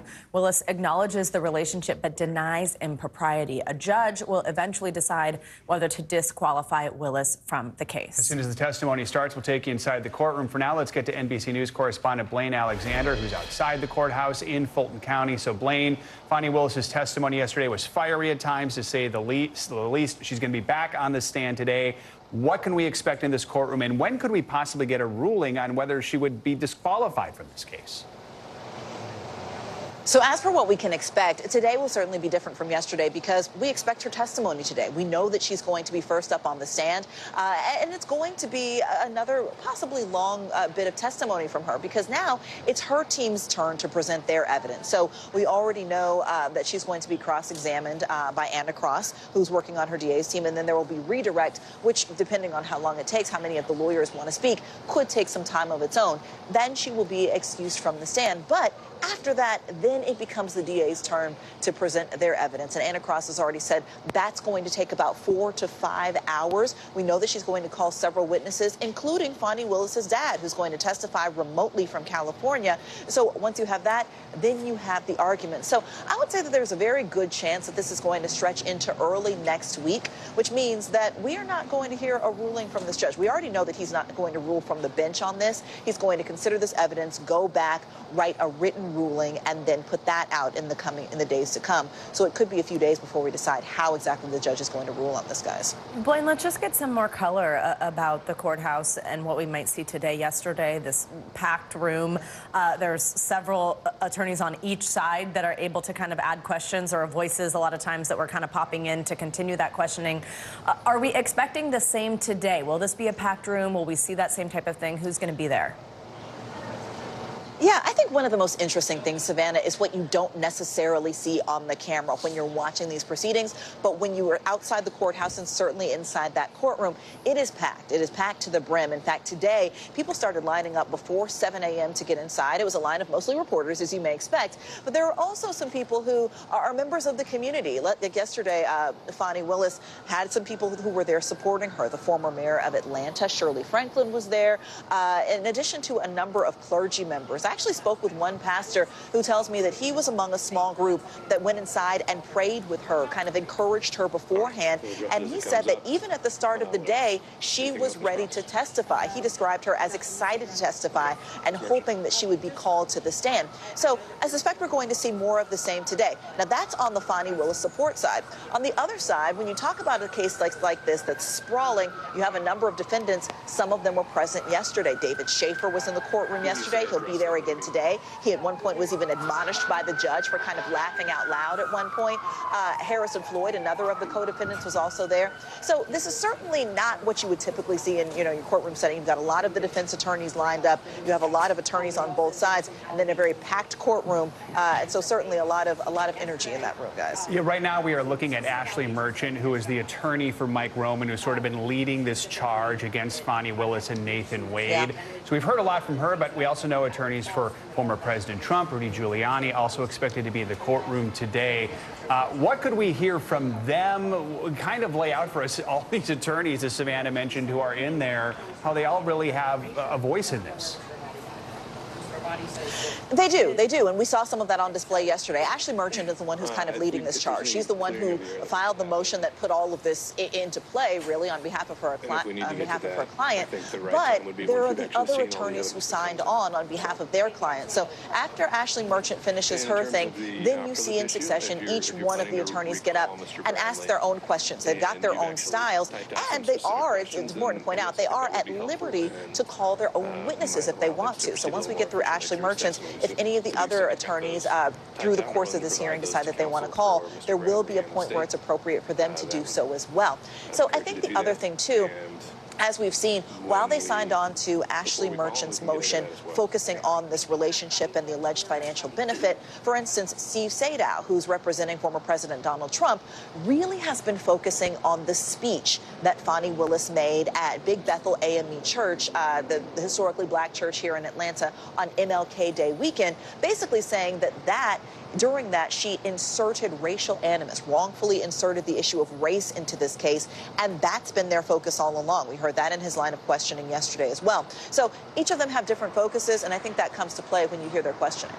We think we just heard that the state has no further questions for Fani Willis, so that might mean we don't hear Fani Willis testify today. We'll try and get an update on that. Yeah, that's what we were anticipating to see begin here. So as soon as we know where we are headed, we will let you know. Blaine Alexander, thank you very much. If you don't mind sticking around with us, we'd like to keep talking with you as this gets underway. Let's bring in NBC News legal analyst Kristen Gibbons-Fedden, who joins us with more.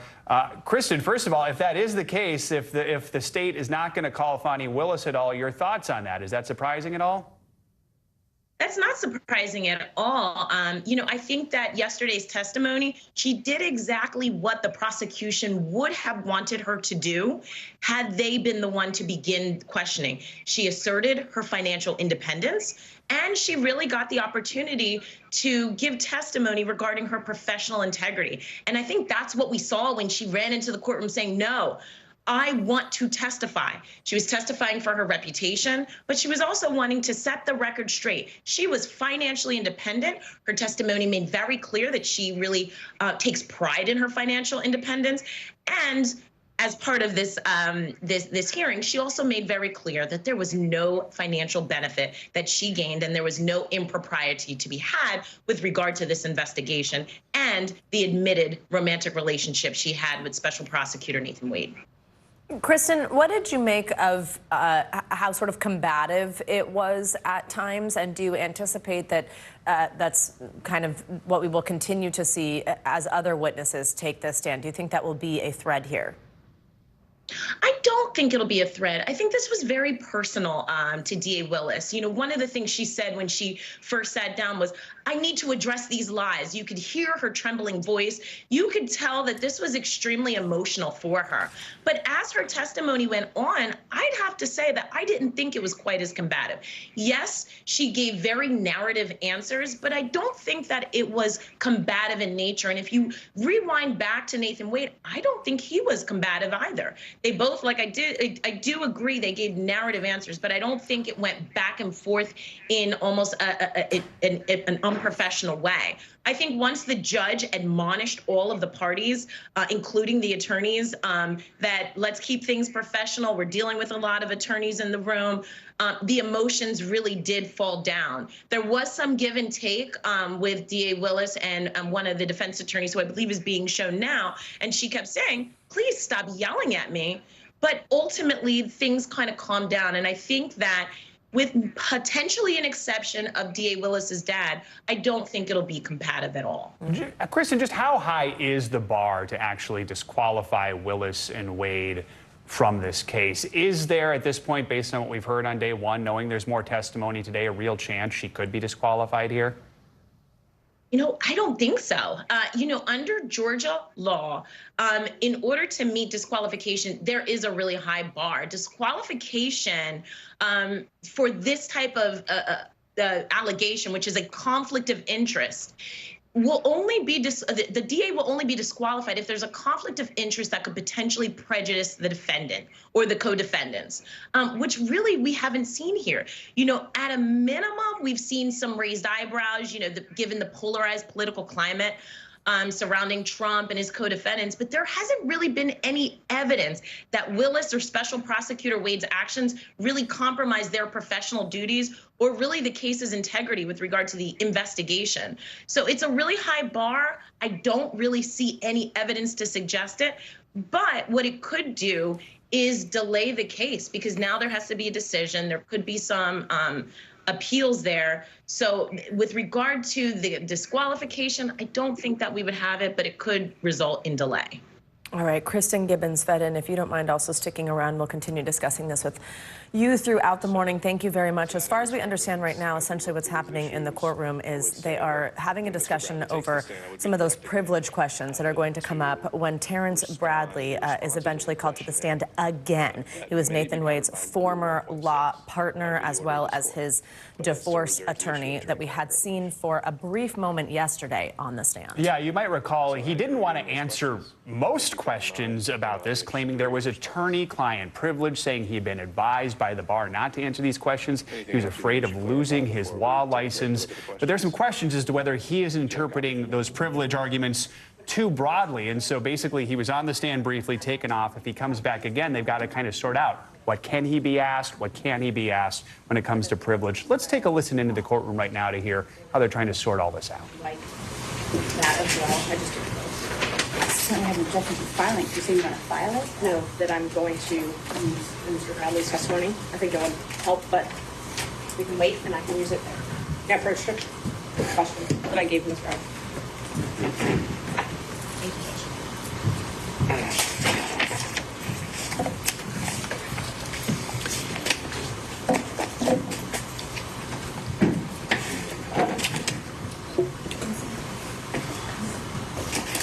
All right, and counsel for Mr. Bradley, I'm sorry, can I get your name one more time? I didn't write it down. Nathan Ward. Mr. Ward? Yes. Okay.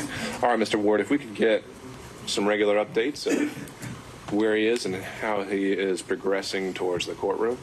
And then when everyone has had a chance to read these questions in the interim, let me know and we can take this up. Mr. McDougald. I have a text message from one of Mr. Floyd's lawyers that he's logged in on the Zoom conference room. Okay. Is someone joining us by... Thank you. Is someone joining us by Zoom that wants to appear for the record? Yes, Your Honor. Chris Couture. Right now, just so our viewers can understand what's happening, we'll give you a little bit more background information. We've actually learned that Terrence Bradley, again, that is Nathan Wade's former law partner, as well as his divorce attorney, who was on the stand briefly yesterday, who they are discussing bringing back to the stand. He's actually not here right now because he's at a doctor's appointment. Apparently 10 to 10:30 would be the earliest that he would actually be able to arrive at the courtroom. We had, again, been somewhat anticipating Fani Willis being back on the stand this morning and being the person who is currently being questioned. They have rested questions against her currently and now waiting for Terrence Bradley again to be back here. That's all I hear from the parties. Thank you. Looks like they are taking a bit of a recess right now because there's no one to testify, and I guess you need someone to take the stand if you're going to move forward with this. Do we have Kristen Gibbons-Fedden to bring back in here? All right, Kristen, let's bring you back in here. We've seen a little bit of this. I'm sure you were watching yesterday when the witnesses weren't ready. Now we're seeing it again today. Is this what normally happens, or is this a little bit unusual? This is real TV court when you don't have the magic of breaks and you don't have things that happen just like this because, witnesses aren't available. He's at a doctor's appointment, and probably that was the thought, was that they were going to call DA Fani Willis, but then they probably had a change in mind. So this is just normal court as it is. And interestingly, another thing that's kind of fun to note is that a lot of times courts, when this judge is hearing this matter, he's got a ton of other cases to hear. So a lot of times when I'm in court and on trial, I'll take a step out. The jury will be excused to take a little break, and the judge will hear a motion in a completely different case. So this is totally normal court proceedings. It's just real life unfolding on TV. All right, Kristen Gibbons-Fedden, thank you so much. I think while they're on recess, we're going to break away from this for a little bit and get back to some of the other day's news. That's right, and we will be back with you as there are any updates out of that courtroom in Georgia. There's more Morning News Now right now. In fact, I might even expect a stay of all this execution of all of these proceedings while this goes up to the appellate division in the First Department on appeal. And I think that the defense will get a stay. So this is probably not going to be something that immediately goes into effect. And even if it did, it's such a major sea change in the corporate structure that it would be difficult to do overnight. So whatever Justice Engoron decides, it's probably not going to be something that we're going to see the ripple effects of right away, because there's going to be an appeal right away. And I believe they get an automatic appeal up to the Court of Appeals as well. Yasmin, let's once again switch gears, as we've been doing for the last few minutes here on this show, to talk about a different issue. Yesterday, when we were talking to you, you were outside the courthouse. That was not for the civil fraud trial that's coming to an end, presumably today. That was for this hush money trial that now we know will get underway next month. It's where we saw the former president yesterday in court. The presiding judge denied this attempt to have the criminal charges dismissed. What else happened inside that courtroom yesterday? Savannah, he denied it immediately. Literally 5 minutes in yesterday, he said, motion denied, motion to dismiss denied. And then the rest was really kind of about back and forth when it comes to Q&A for jury selection. March 25th, the date is set. That is when the trial is beginning. And it was interesting because the judge in that case actually mentioned that he had spoken to Judge Chutkin to figure out the date for this trial and recognized that they could clear the way for this trial to move forward on March 25th because it seems the D.C. case has been stalled because of the immunity case that is still pending, obviously, with the Supreme Court. We know we're waiting that response from Jack Smith.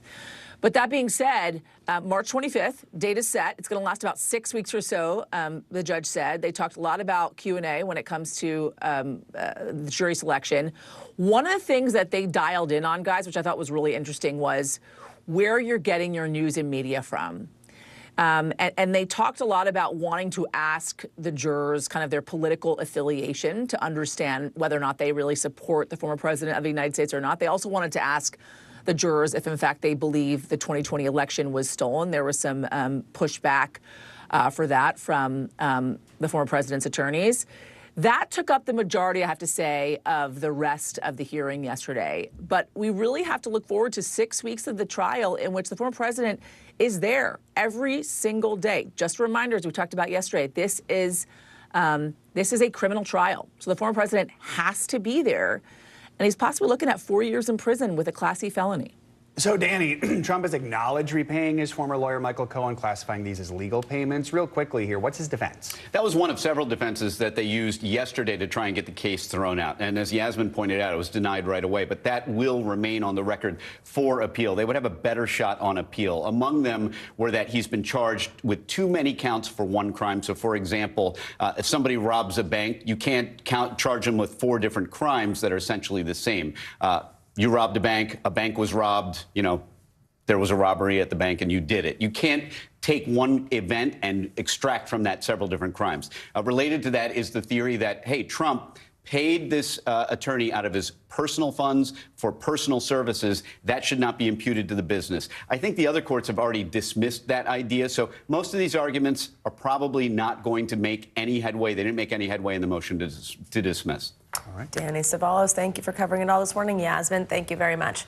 Well, an FBI informant is facing 2 federal charges for allegedly lying to the agency about President Joe Biden and his son Hunter during the 2020 presidential campaign. The Justice Department says 43-year-old Alexander Smirnov has been arrested in Las Vegas. The 37-page indictment comes from special counsel David Weiss, who was appointed to look into Hunter Biden. The indictment alleges that Smirnov provided false derogatory information to the FBI by claiming to the FBI that the Ukrainian energy company Burisma once hired Hunter Biden because they said he would, quote, protect us through his dad from all kinds of problems. Smirnov is also accused of falsely telling the FBI that Burisma officials told him that they had paid the president and his son $5 million. It was this account that has become a key component behind Republicans' ongoing impeachment inquiry into President Biden. A detention hearing for Smirnov has been scheduled for a federal court in Las Vegas next Tuesday. New details are emerging in the investigation into that deadly shooting at the Kansas City Chiefs Super Bowl victory parade. Police are now saying they have 2 juveniles in custody in connection with the shooting and that the tragedy was the result of a dispute between several people. 1 person was killed and 22 others were wounded or injured during the shooting. Police identified the person who was fatally shot as Lisa Lopez Galvan. Her siblings spoke with NBC News yesterday and shared their thoughts about how she should be remembered. She just brought people together. She did it to bring happiness, and even in sad times in other instances. That's who she was. She wanted pure joy. She's just not a statistic. Lisa was a lot more than just a number. She was a very wholesome, very caring, very loving individual. NBC News correspondent Ellison Barber joins us now from Kansas City with more on this. Ellison, good morning. So police say they have at least 2 people in custody in connection with the shooting, but we know there's juveniles, which means information can be limited. So what do we know about the suspects and a possible motive? Right, so police say right now the people that they have in custody, 2 of them are juveniles. Previously, they'd said they had 3 people in custody tied to this shooting. We don't have specific details on names or ages, and that's because they have not yet been formally charged in this case. But at a press conference yesterday, the Kansas City police chief said in part, we have subjects detained, 2 of which are juveniles. We are working to determine the involvement of others. She was then asked by reporters there, does that mean possibly you think there are other suspects, other shooters still out there currently among the public? She said this in part, quote, we are not closing the door and giving direct numbers on this. This is still an active investigation. We are asking the public if anyone witnessed the shooting directly to still contact police. We want to make sure that anyone who is responsible for yesterday is brought to justice. At that press conference, I asked the police chief if they knew these individuals in custody, either Kansas City Police or any other law enforcement agencies prior to this. The police chief said that, as well as the relationship between these individuals, is still under investigation. But as you said, Savannah and Joe, they say they have confidently ruled out that this could possibly be terrorism or some sort of homegrown violent extremism. They say this act of violence stemmed from a dispute between individuals. Savannah, Joe? Ellison, we mentioned that we now know the person who was killed. They've been identified. This is a popular local radio DJ, Lisa Lopez Galvan. I know you've been talking to people in the community. Just a moment ago, we heard from some siblings. What have you learned about her?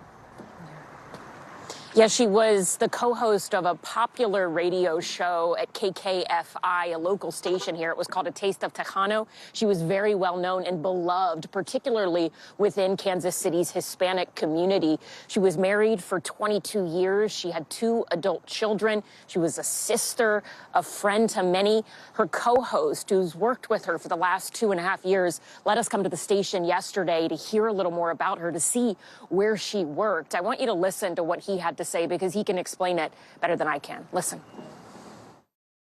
I don't think really she had acquaintances. Anytime you knew her, she always treated you like you were her closest friend. You were her focus. And she has a lovely husband, 2 lovely children, a great family, and they were all just so kind and so honored to have such a great sister. You know, she was always the light of the party. She was always the life of the party. It was always down for a great time, and she'll be missed, definitely. I mean, she just showed great. When you think back to the last Tuesday you spent together, have you replayed those last moments just again and again? I mean, how do you begin to process this? Multiple times. Mm-hmm. You know, we walked down in the parking lot from the station here, and I told her, you know, be careful, have fun, be careful, and I'll see you next Tuesday. She said, okay, bye, and jumped in her truck and was excited to go see her Chiefs. She's an avid Chiefs fan, and she loved her Chiefs, so she was where she wanted to be. She was in a happy place. When we talked to him, he kept smiling as he talked about Lisa, because he said she was just so good and so happy and so full of life, that is how he remembers her, not the way that she died. This morning, a GoFundMe that was set up to benefit the family. There were 2 large donations listed, $50,000 each, $100,000 in total, and the name on those donations was Taylor Swift. Our team spoke to her publicist this morning, and they confirmed that she made those donations to Lisa Lopez Galvan's family, hoping to help them as they move forward from all of this. Savannah, Joe. All right, clearly a person who impacted so many people in such a positive way. Ellis and Barbara, thank you for that. Appreciate it. Let's switch gears now and get a check on your morning News Now weather. Meteorologist Angie Lastman joins us with the forecast. Angie, good morning. Good morning, guys. We've got a couple of systems that we're tracking that could bring the potential of snow to some folks here as we gear up for our weekend. We've got an exiting Clipper system. We talked about this yesterday. It's out of here, but we're still seeing some of these lingering cold winds that are leaving us with some snow showers remaining downwind of the lakes. It's going to be a little blustery out there for folks that live in the Northeast. You'll be able to notice just how strong and cold those winds are. So those will stick with us for a little while. But like I said, that system's on the way out. But we're gearing up for our next system that's going to work out of the plains, eventually impact folks from Missouri to the mid-Atlantic. And we've got the alerts to prove it. Right now, there's some alerts up out west, but we've also got these stretched across parts of the Midwest and into the mid-Atlantic. 47 million total people are included in these across the country. And here's the system that we're going to be tracking through the day today, into the overnight hours tonight, and into early tomorrow before it quickly pushes out. As you gear up for your first half of today, it's going to be basically parts of Missouri to the Ohio Valley that we'll see some of that snow working through. We'll also see a couple of spots dealing with some rain. You can see places like Knoxville down to Memphis could see some of the rain, but the snow is going to be focused across parts of the Ohio Valley. It'll be light to moderate, and then early tomorrow morning, you might notice a little bit of snow along the I-95 corridor. New York to Washington, D.C. could pick up a couple of inches. I'll show you those amounts here in a moment, but then it slowly starts to wrap up, and we'll just be left with some scattered snow showers for the second half of your Saturday. There's those totals as promised. Places like Philadelphia, 2 to 4 inches possible. I think some of those higher amounts in the higher elevations could be upwards of 5 inches. Overall, places like New York, 1 to 3 inches. You might see some flurries in the city early tomorrow morning. Indianapolis, you could pick up a couple of inches as well. Savannah is grinning because I said flurries in New York City. We're not done yet. Not happy about the next storm system, though, out west. I'm sure we've got a couple of them at that. We're going to see, again, really heavy rain, guys, and multiple systems that are going to bring big batches of that rain to the already soaked west coast. And this is going to be something we'll deal with over the next couple of days. Flash flooding will be a problem, specifically in California. A couple of inches of rain here through the weekend. All right. Thank you, Angie. Appreciate it. Much more to come here on Morning News Now. Later this hour, going off-brand to stay on budget. More on the shopping strategy that more and more Americans are turning to. Up first, though, after the break, more on the breaking news we brought you at the top of the hour. Russian opposition leader Alexei Navalny has died. More on what we're learning when we return. Still to come on the Channel 2 News. Well, the waters are certainly receding now. Still too close to call. Lester Holt reporting from Ground Zero, as it's being referred to. It is, in fact, a taste of freedom. The Haitian people know a little something about resiliency. What's the biggest risk right now? Some of the troops who have been proud. I want to welcome you to the first presidential debate. In fact, we've been told we can't go any farther. You were some resilient folks. Let me get a hint.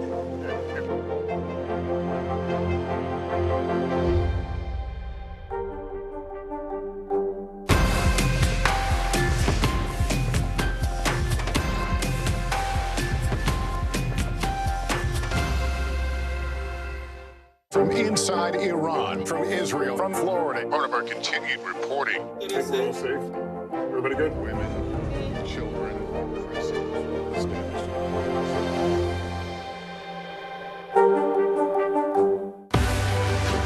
News lives in the now.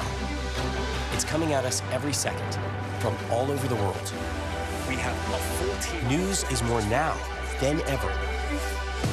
Just outside of the Israeli military headquarters, they're asking that the hostages, demanding that the hostages be released. Now is raw. This tunnel just goes on and on and on. Now is real. This is it. We get to see democracy in action for the very first time in the 2024 race. Now is constant. Morning News Now, we're breaking news. NBC News special report. You gotta see this. The future is now. News for the generation of now is NBC News Now. We report live from Tel Aviv, from Juarez, Mexico. Reporting over the skies of Lahaina. Every weeknight, it's your news playlist. Top Story with Tom Yamas, streaming weeknights at 7 on NBC News Now. Thanks for tuning in. I'm Gotti Schwartz. Here are the stories we're following tonight. Storms keep coming here in California. The U.S. government just declassified this video. A lot more stories trending like crazy on social media. A controversy pitting lawmakers against young voters. What's the state of crypto today? Is it safe for investors? We've got another mind-bending story on artificial intelligence. This is what my voice sounds like when I clone it. That wasn't me. You gotta see this. Stay tuned now. Weeknights at 8 Eastern, 5 Pacific on NBC News Now. Good morning. Thanks for joining us. I'm Joe Fryer. And I'm Savannah Sellers. The latest developments in the war between Israel and Hamas. If you do have points or you have miles, is now a good time to use them. The first woman on a lunar mission. What was it like to get that news? Morning News Now, streaming weekdays at 7. News for the generation of now is NBC News Now. The NBC News mobile app. Get connected to your favorite news shows. For the top stories, breaking news, and live video, download the NBC News mobile app now. News for the generation of now is NBC News Now. We're back with more on our top story this morning, the death of jailed Russian opposition leader Alexei Navalny. The news was reported by Russian media citing the Russian prison service. The vocal Kremlin critic was serving a 19-year sentence in a remote prison in the country. NBC News chief foreign correspondent Richard Engel joins us now from Kyiv. Richard, first of all, just what are we learning about the circumstances surrounding the death of Navalny and just your thoughts right now? So we're hearing from the prison officials as being quoted by Russian state media. So you have to take that with an enormous grain of salt. But the official account is that Alexei Navalny, who was recently transferred to this penal colony north of the Arctic Circle in Siberia. He was only transferred there in early December. Actually, he went missing for a while, and his own lawyers didn't know where he was. His conditions since he was arrested have been getting worse and worse, and this penal colony is known to be particularly harsh. It's a frozen gulag in Siberia.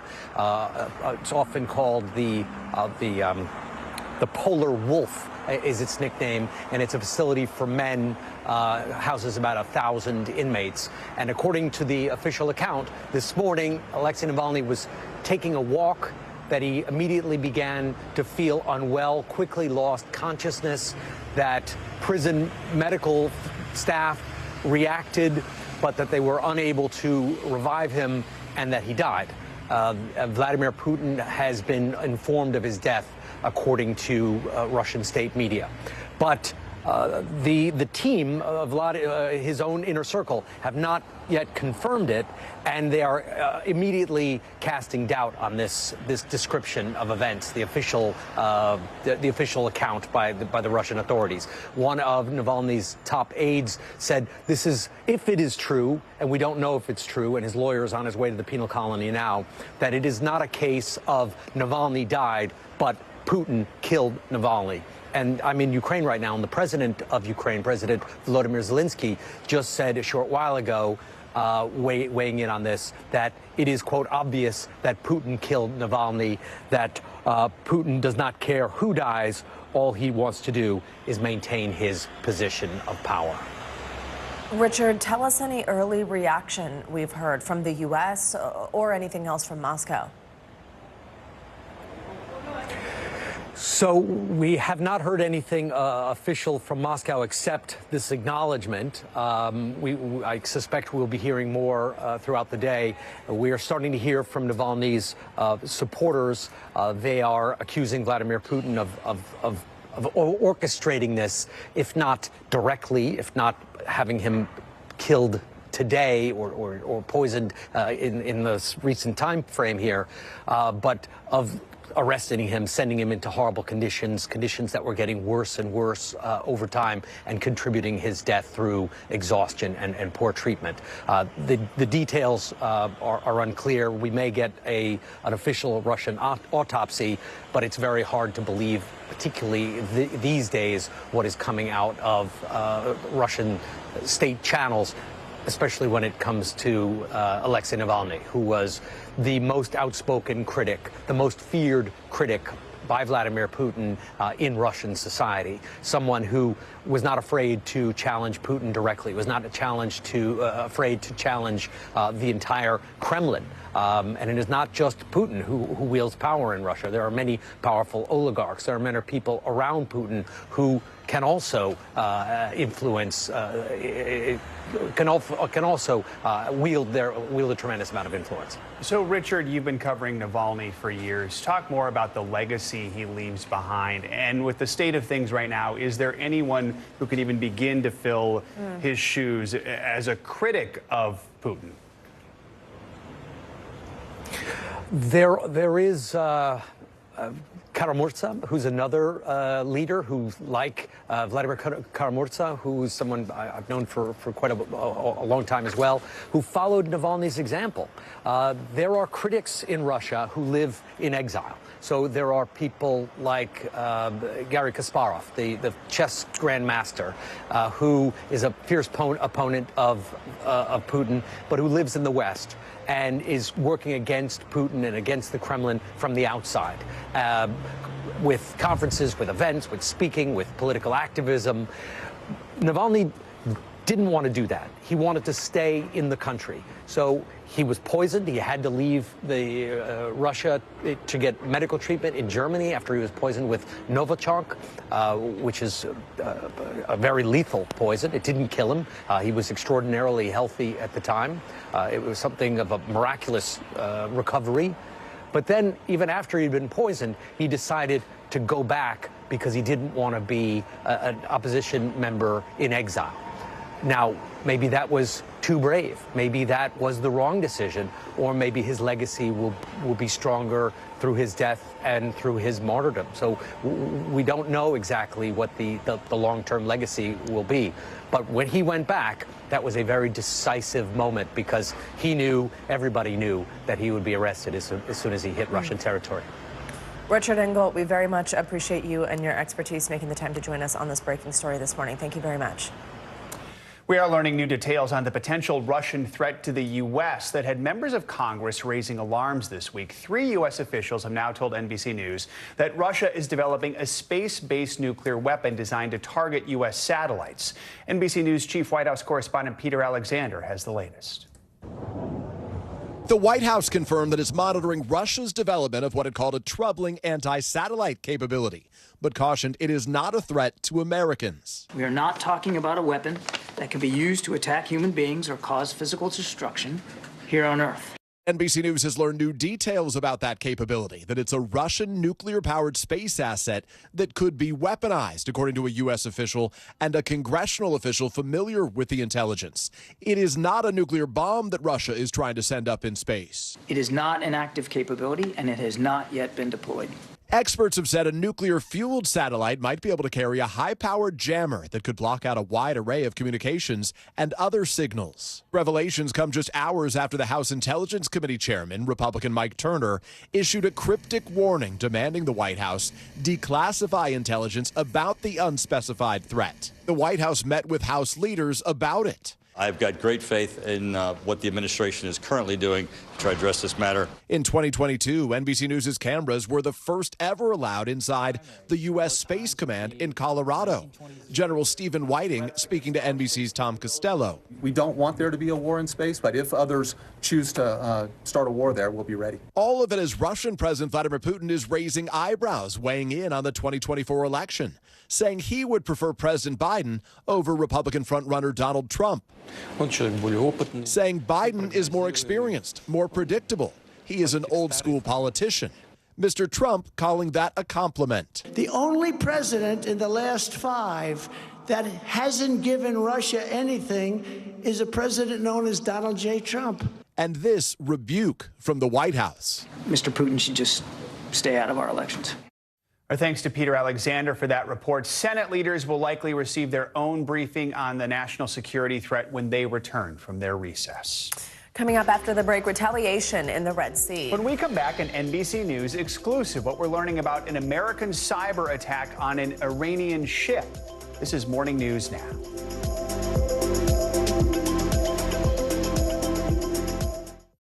News lives in the now. Look at this. You can't even see anything anymore. Let's break down what we know. You gotta see this. News for the generation of now is NBC News Now. Stay on top of breaking news and the biggest stories of the day with NBC News Daily. Thank you so much for joining us. I'm Morgan Radford. I'm Vicki Wynn. I'm Kate Snow. And I'm Zinklaya Samwat. Get in-depth reporting from across the country. We have breaking news out of the White House and around the world. Questions about the rebellion inside Russia. And ways you can take care of your health. What are symptoms that people should be on the lookout for? And your wallet. Some really great last-minute deals if you have flexibility. NBC News Daily. Weekdays from 12 to 4 p.m. Eastern on NBC News Now. When I think about what the Today Show does, it's not just about the mornings, it's about your whole day. There's a feeling of we're in there with you. Then let's take on this day together. The NBC News mobile app. Get connected to your favorite news shows. For the top stories, breaking news, and live video, download the NBC News mobile app now. News lives in the now. The horrors of war on full display on both sides of the Israel-Gaza border. Protesters are on the streets here. Most of the time, the Iron Dome works, but a few get through. News for the generation of now is NBC News Now. Nearly a dozen hours after the eye roared ashore. There is some late-breaking news. All right, We report live from Tel Aviv, from Juarez, Mexico. Reporting over the skies of Lahaina. Every weeknight, it's your news playlist. Top Story with Tom Yamas, streaming weeknights at 7 on NBC News Now. Kristen Welker hosts Meet the Press every Sunday on NBC.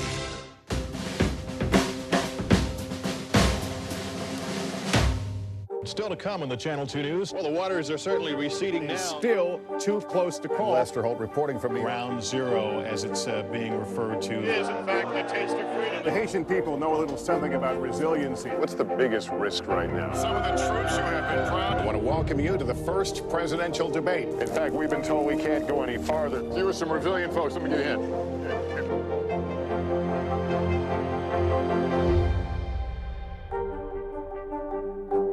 We're back with exclusive reporting on a recent American covert operation that targeted an Iranian vessel in the Red Sea. 3 U.S. officials have told NBC News that the U.S. carried out a cyber attack on this Iranian ship that is suspected of collecting and sharing intelligence with Yemen's Houthi rebels. NBC News Pentagon correspondent Courtney Kuby joins us now from the Munich Security Conference in Germany. So, Courtney, what are we learning about how this operation and why this operation was carried out?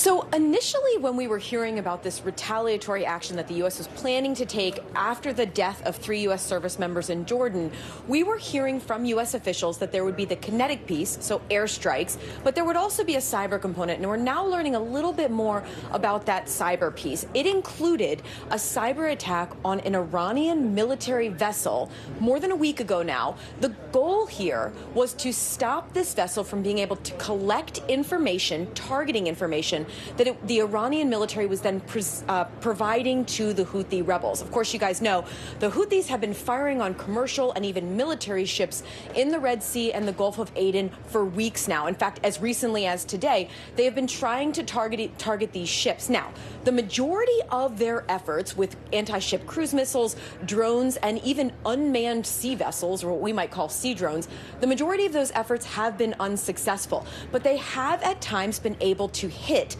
some commercial ships, at times even causing fires on board and damage to those ships. The goal with this cyber attack, according to these U.S. officials, was to stop this ability to target these ships. And according to the officials, they believe their efforts here were successful. Courtney, we actually know that Iranians had previously warned the U.S. not to attack this particular ship. What purpose are they saying it serves? To give us more information on that. And also, is the U.S. now bracing for retaliation for this attack? Yeah, so the way that this has been working is that we've seen what the military doesn't like to talk about it, but the reality is there has been a tit for tat here. So when there has been a strike, there has generally been a counter-strike. So the U.S. is definitely concerned about the possibility for some sort of reciprocal action from Iran here. Most likely that would look like a cyber attack, but the reality is so far we've not seen anything like that. And Courtney, quickly, could we see more cyber attacks like this in response to what's happening in the Middle East? Absolutely. So I think the reality is if they have seen this as a successful method or measure that's been able to stop the Iranians from gathering this information and share it with the Houthis, we should expect to see more of this. All right, Courtney Kuby, thank you so much. Now let's get you some economic news. Retail sales have dropped nearly a full percentage point since the start of the year. It's a sign that consumers are pulling back on their spending after years of soaring prices and inflation. Well, that is now leading to a surge in shoppers saving their pennies by buying less expensive brands. And it's all playing out on social media. NBC News senior business correspondent Christine Romans has more. Inflation-weary shoppers are chasing cheap and bragging about it. I'm just not paying Tyson prices if I don't have to. Their waffles are $1 cheaper than Eggos. They're being called dupes, less expensive alternatives or private labels, and the social media generation loves them. Elf is in their dupe era. Let's compare a $5 Stanley Cup dupe to the real thing. It's kind of flipping the script on our parents' generation keeping up with the Joneses. This is buying an inexpensive thing to keep up and be cool. Exactly. It's an interesting flip of the script. With the levels of inflation that we've been dealing with in the last few years, this is a clear response to that kind of economic pressure. After years of higher prices and shrinking packaging, consumers now have the upper hand, and retailers know it. Target this week expanding its store brand of items that sell for less than name brands to more than 2,000 items. Chinese super discount retailer Temu running 3 Super Bowl ads to reach consumers who are just sick of high prices. Companies acknowledging their customers' weariness. Coke and McDonald's reporting sales fell after they raised prices. So did Kraft Heinz. The consumers are looking for better value in all the choices they're making. Newly frugal consumers may slow price hikes, but economists say don't expect prices to go back down to pre-pandemic levels, as deflation would be an economic headache of a different kind. Christine Romans, NBC News, New York. Coming up, is it a tool or a threat? OpenAI is showing off a new program. It's meant to turn text prompts into video. You're looking at one of those right now. We're going to give you a sneak peek and why creatives are so concerned. This is Morning News Now.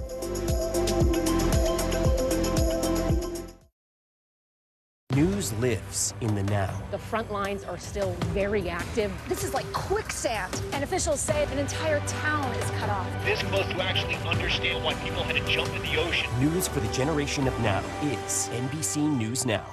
Good morning. Thanks for joining us. I'm Joe Fryer. And I'm Savannah Sellers. The latest developments in the war between Israel and Hamas. If you do have points or you have miles, is now a good time to use them. The first woman on a lunar mission. What was it like to get that news? Morning News Now, streaming weekdays at 7.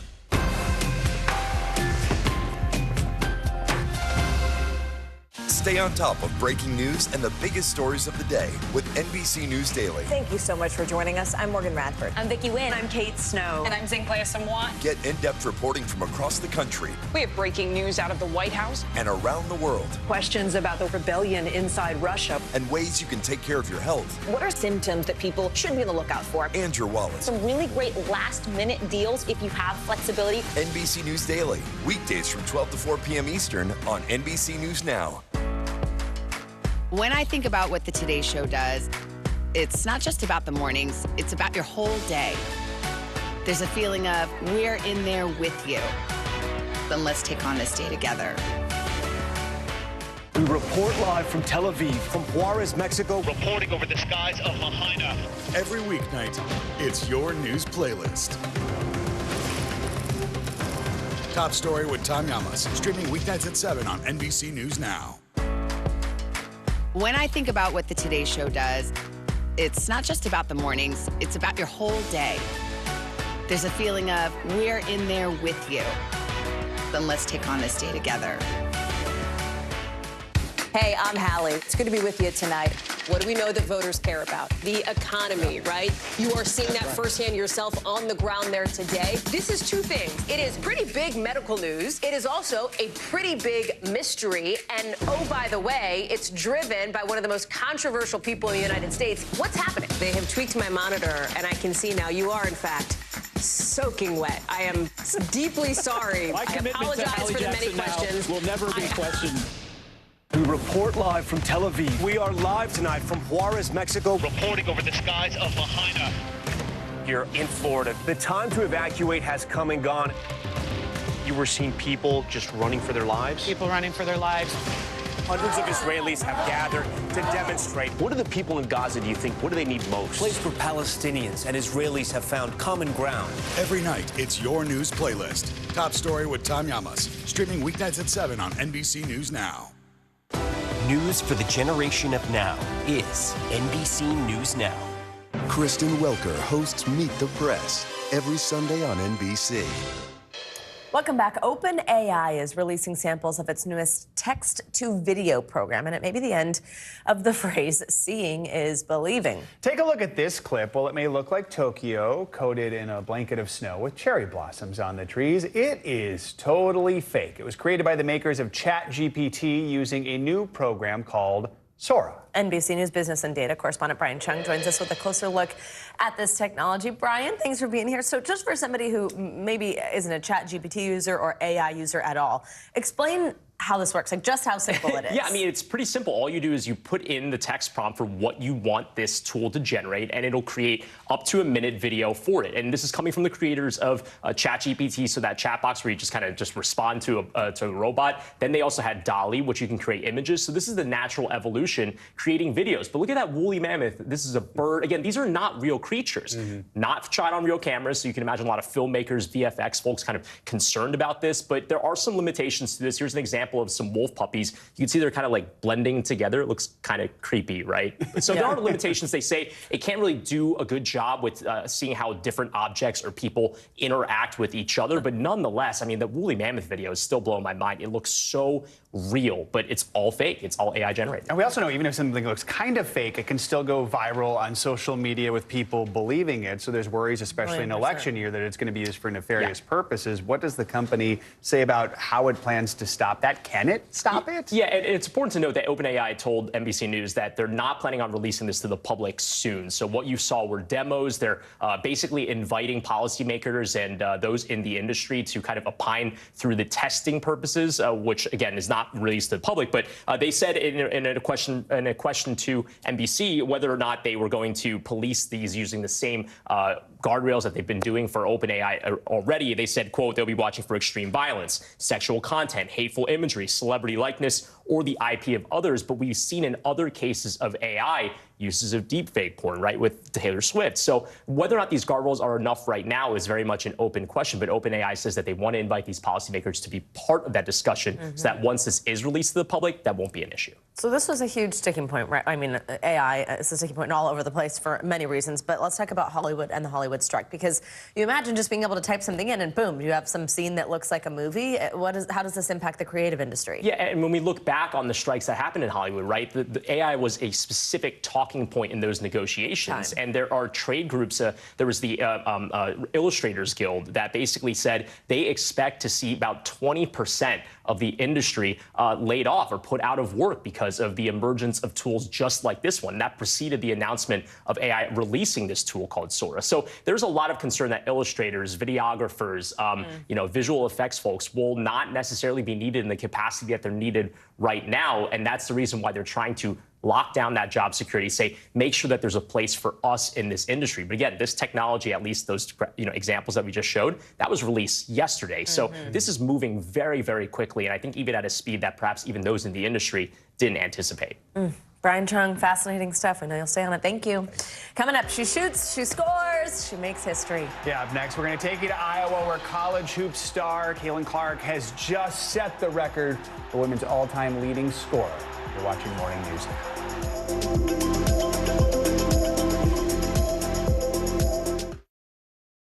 Good morning, and thanks for joining us. I'm Joe Fryer. And I'm Savannah Sellers. We're going to get started with breaking news. The record number of migrant crossings. The latest developments in the war between Israel and Hamas. A closer look at the good news we got about the economy. If you do have points or you have miles, is now a good time to use them. A lot of people spend a lot of time sitting. 20 minutes of exercise might be able to help out. How does it feel to be an out college athlete? Freeing the first woman on a lunar mission. What was it like to get that news? Morning News Now, streaming weekdays at 7. Nearly a dozen hours after the eye roared ashore.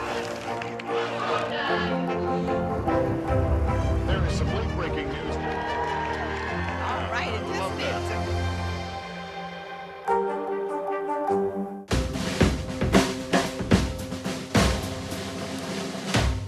Still to come on the Channel 2 News. Well, the waters are certainly receding now. Still too close to call. Lester Holt reporting from the Ground Zero, as it's being referred to. It is, in fact, a taste of freedom. The Haitian people know a little something about resiliency. What's the biggest risk right now? Some of the troops who have been proud. I want to welcome you to the first presidential debate. In fact, we've been told we can't go any farther. You are some resilient folks. Let me get in.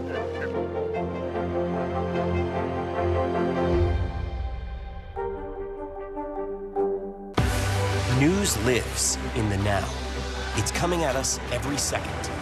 News is more now than ever.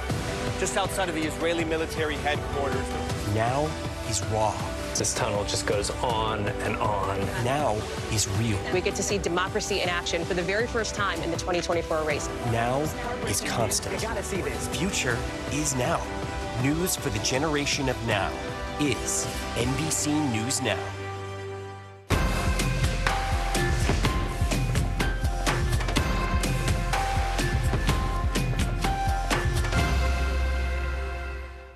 Still to come on the Channel 2 News. Well, the waters are certainly receding now. Still too close to call. Lester Holt reporting from the Ground Zero, as it's being referred to. It is, in fact, a taste of freedom. The Haitian people know a little something about resiliency. What's the biggest risk right now? Some of the troops who have been proud. I want to welcome you to the first presidential debate. In fact, we've been told we can't go any farther. You are some resilient folks. Let me get in.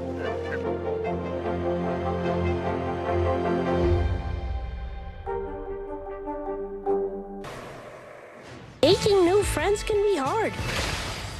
I'm Franklin Armstrong. My name is Charlie Brown. Step aside, Charlie Brown, and make room for Franklin Armstrong. You just caught a peek at Snoopy Presents Welcome Home Franklin. The first black character in the Peanuts gang is getting his very own animated series on Apple TV+. Now, while Franklin might be new to a few of you, it looks like he may not look like it, but he's actually a little over 50 years old.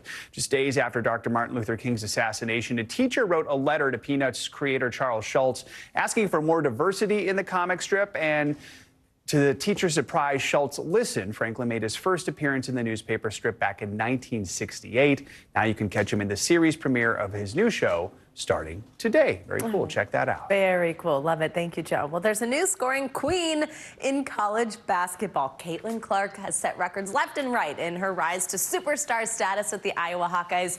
Well, now she's further written herself into history by becoming the NCAA women's all-time leading scorer. NBC's Harry Smith was in the stands for the historic moment. He is now, looks like, on the court. Harry, this is so cool. Good morning.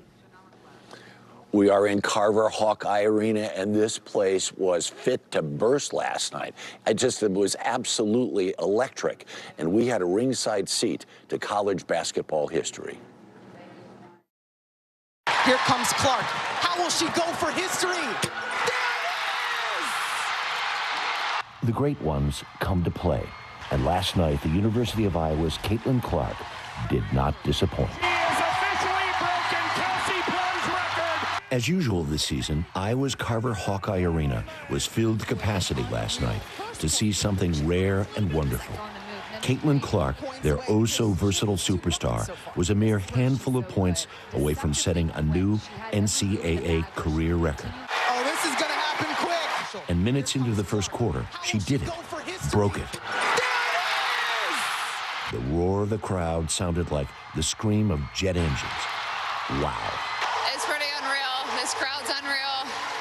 I'm just really grateful, honestly, to be able to be here and make so many of my dreams come true.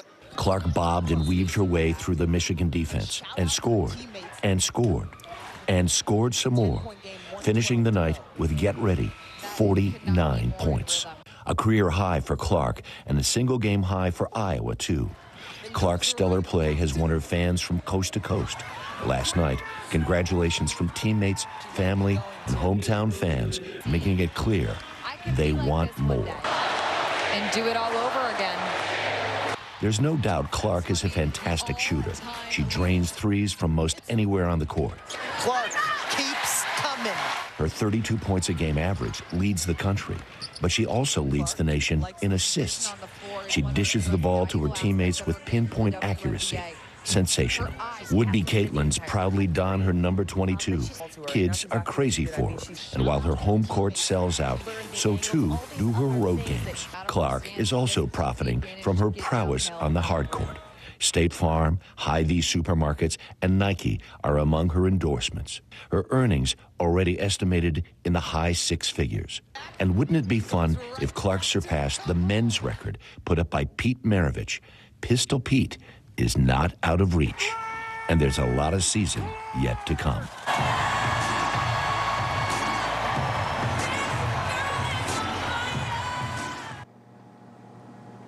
So Caitlin Clark's number right now is 3,569. They still have 4 regular season games, then the tournament to come. Pistol Pete Maravich's number is 3,668. I don't know how she doesn't surpass him. Yes. I mean, it's inevitable. Right. Yeah, you would think. Or maybe it'll come down to the last game, of the regular season, and then I don't know. 49 down here last night. Or she'll do it crazy. in a day. Cool. Oh my God, Harry, what a great piece, that moment. And it was so cool that it was such a great basket that she actually hit that record on. Harry Smith, thank you so much. Looks like fun. I know. Thank you, Harry. Appreciate it. That is going to do it for this hour of Morning News Now. Stay with us. The news continues right now. Good morning. Thanks for joining us this busy Friday. I'm Savannah Sellers. I'm Joe Fryer. We are following breaking news this morning. Russia's prison service reporting that jailed opposition leader Alexei Navalny, a longtime critic of Vladimir Putin, has died. We're going to bring you the very latest. Back home, tension in a Georgia courtroom as Fulton County District Attorney Fani Willis takes the stand. She's testifying about her relationship with a special prosecutor she hired to lead that election interference case against former President Trump. No. This is the truth, Judge. And it is a lie. It is a lie. The DA headed back to court this morning. What we are expecting there? Well, in a separate trial in New York, the fate of the former president's real estate empire comes down to one final decision by a judge. Feeding false information. This morning, an FBI informant is charged with lying to the agency about a claim against President Biden and his son, Hunter Biden. That information has been a key argument in Republicans' impeachment efforts against the president. We've got more on that in just a moment. And addicted to love? Yeah, a new lawsuit claims you might have better luck finding your soulmate off those apps that some think are habit forming. We're going to explain a little later in the hour. Good to have you with us. Let's begin this hour with that breaking news out of Russia, where jailed opposition leader Alexei Navalny has died. That is according to the Russian prison service. Navalny was a vocal critic of President Putin and was serving a 19-year sentence on charges he said were politically motivated. We spoke earlier with NBC's chief foreign correspondent Richard Engel about the circumstances surrounding the death. So we're hearing from the prison officials as being quoted by Russian state media. So you have to take that with an enormous grain of salt. But the official account is that Alexei Navalny, who was recently transferred to this penal colony north of the Arctic Circle in Siberia, he was only transferred there in early December. Actually, he went missing for a while, and his own lawyers didn't know where he was. His conditions since he was arrested have been getting worse and worse, and this penal colony is known to be particularly harsh. It's a frozen gulag in Siberia. It's often called the polar wolf is its nickname, and it's a facility for men, houses about 1,000 inmates. And according to the official account, this morning, Alexei Navalny was taking a walk that he immediately began to feel unwell, quickly lost consciousness, that prison medical staff reacted, but that they were unable to revive him, and that he died.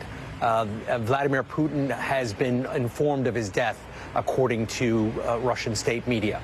But the team of his own inner circle have not yet confirmed it, and they are immediately casting doubt on this description of events, the official account by the Russian authorities. One of Navalny's top aides said, "This is, if it is true, and we don't know if it's true, and his lawyer is on his way to the penal colony now, that it is not a case of Navalny died, but Putin killed Navalny."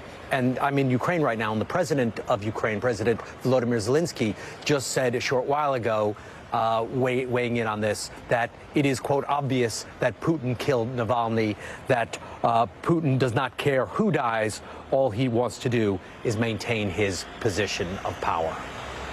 Richard, tell us any early reaction we've heard from the U.S. or anything else from Moscow.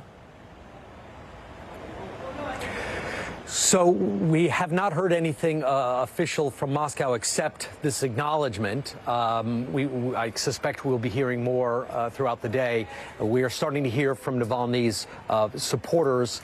They are accusing Vladimir Putin of orchestrating this, if not directly, if not having him killed today or poisoned in the recent time frame here, but of arresting him, sending him into horrible conditions that were getting worse and worse over time, and contributing his death through exhaustion and poor treatment. The details are unclear. We may get an official Russian autopsy, but it's very hard to believe, particularly these days, what is coming out of Russian state channels, especially when it comes to Alexei Navalny, who was the most outspoken critic, the most feared critic by Vladimir Putin in Russian society. Someone who was not afraid to challenge Putin directly, was not afraid to challenge the entire Kremlin.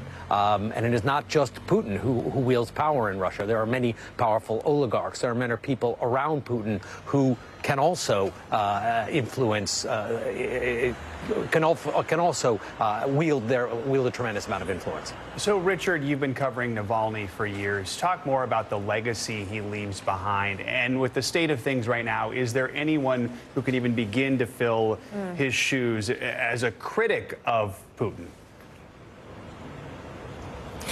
There is Karamurza, who's another leader who, like Vladimir Karamurza, who's someone I've known for quite a long time as well, who followed Navalny's example.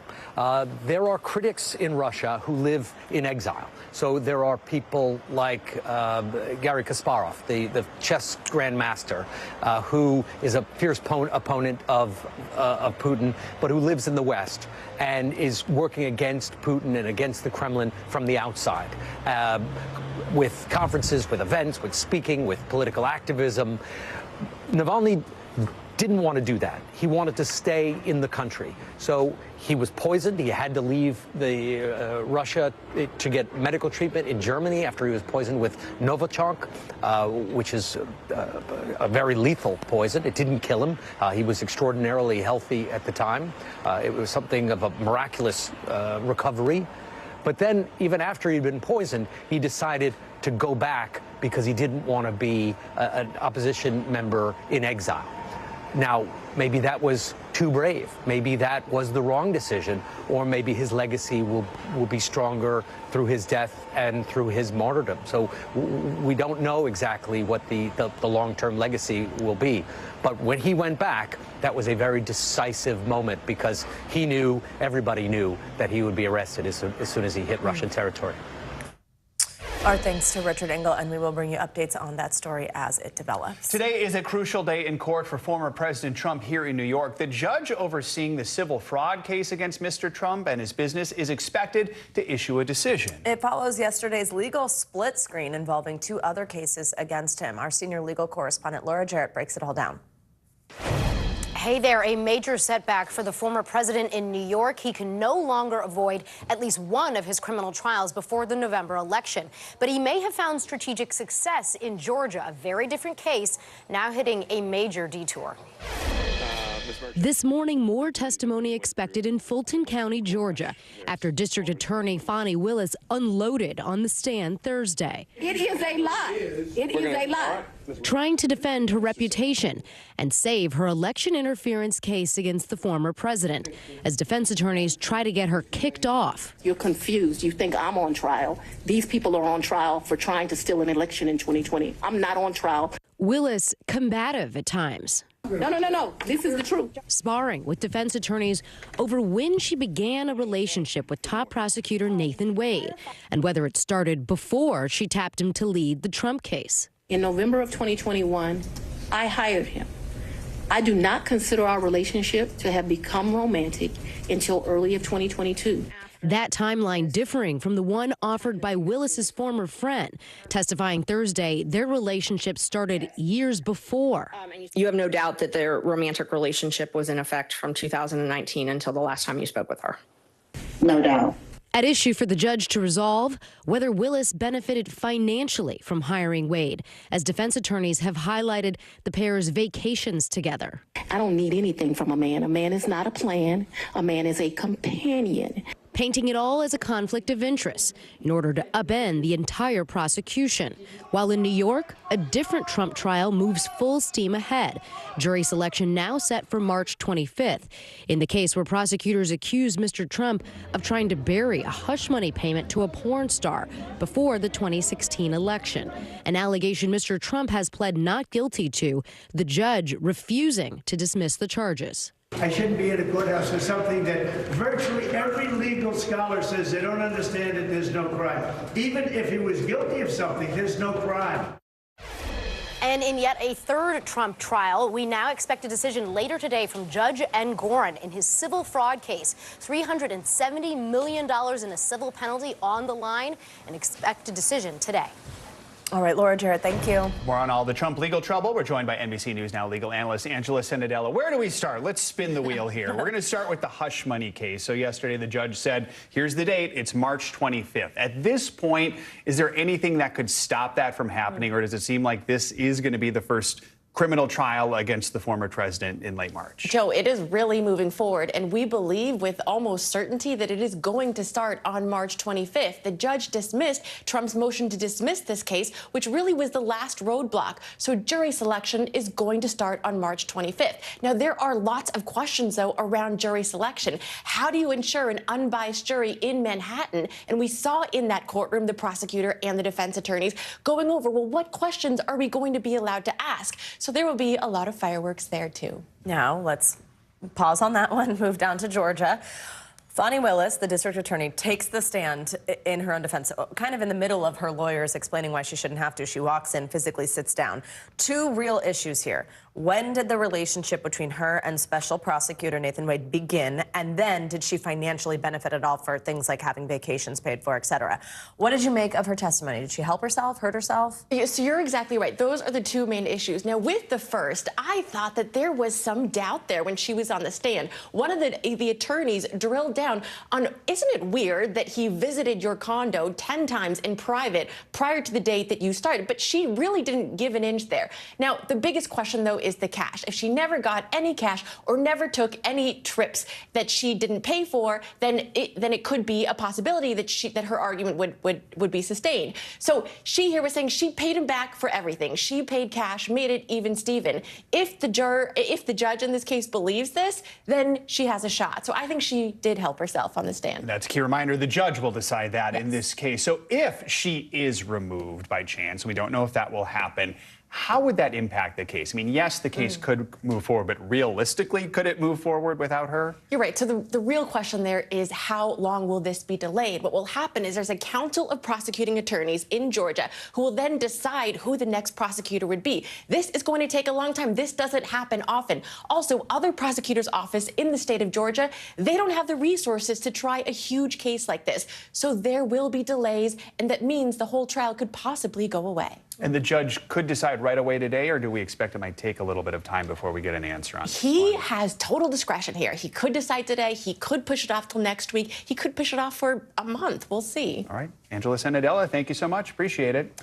Turning now to that shooting at the Chiefs Super Bowl parade that left one person dead and at least 20 others injured. This morning, we're learning more details about the two suspects police have in custody, and we're hearing from survivors and from the loved ones of the woman who lost her life. NBC News correspondent Jesse Kirsch joins us now from Kansas City with the latest. Jesse, good morning.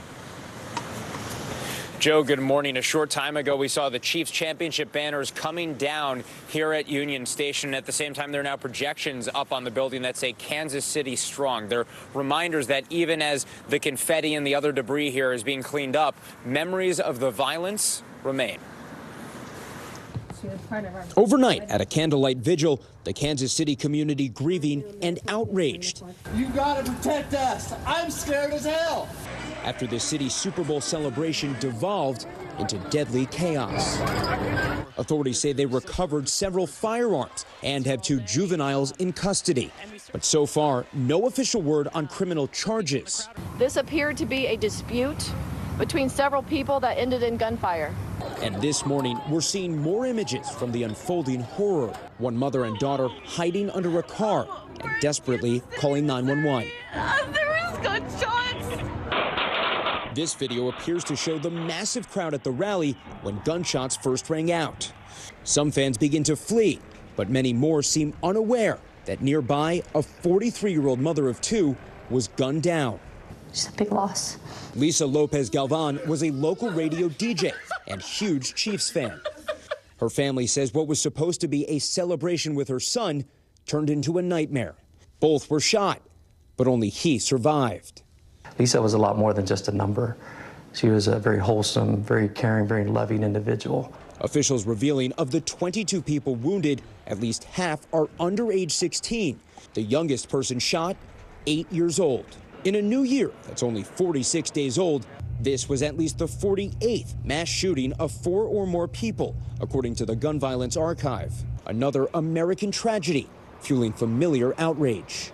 What is happening here? Have we become that numb? Have we become that calloused? Thankfully, Bridget Barden says at one point she was this close to the rally stage.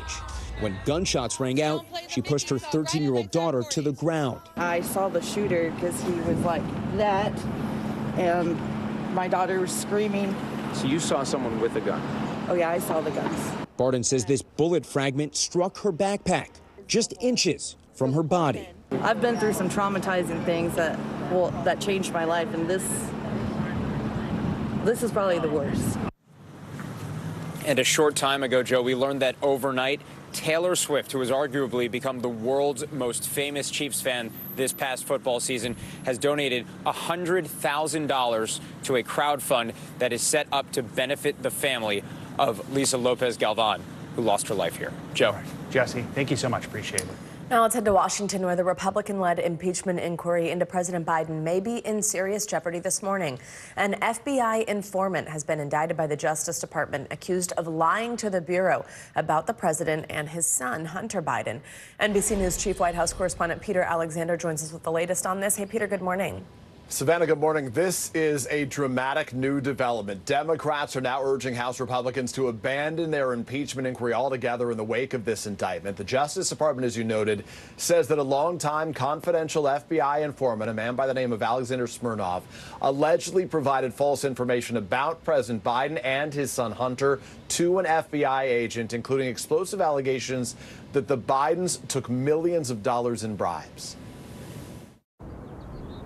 This morning, House Republicans' case for impeaching President Biden may be falling apart after special counsel David Weiss charged a former FBI informant with lying about financial ties between President Biden, his son Hunter, and a Ukrainian energy company, Burisma. Top Democrats now calling on the GOP to abandon the impeachment inquiry. Even Donald Trump's handpicked special counsel, Mr. Weiss, has now brought charges against this confidential human informant who turns out presumably, allegedly, to have been engaged in a fraud from the very beginning. Those Burisma allegations are the focus of House Republicans' push for impeachment. According to the Justice Department, Alexander Smirnov was arrested in Las Vegas after returning from a trip overseas. A 37-page indictment alleges Smirnov had been a confidential source for the FBI since 2010, and that he provided false, derogatory information to the FBI about both Bidens after Joe Biden became a candidate for president in 2020. The DOJ says the source falsely claimed officials at Burisma said they hired Hunter because his father would protect them, and that the Bidens were paid $5 million each. Following Smirnov's indictment, the House GOP said its impeachment inquiry does not rely on the informant's claims, even though top Republicans have amplified his false allegations for months. A highly credible FBI source alleges that Joe Biden received $5 million in exchange for pressuring for the firing of a Ukrainian prosecutor. A source familiar with the matter tells NBC News Hunter Biden does not know the individual who was charged and does not believe he ever met him. In December, Hunter Biden acknowledged past financial struggles, but called House Republicans' quest to impeach his father baseless. There's no evidence to support the allegations that my father was financially involved in my business because it did not happen.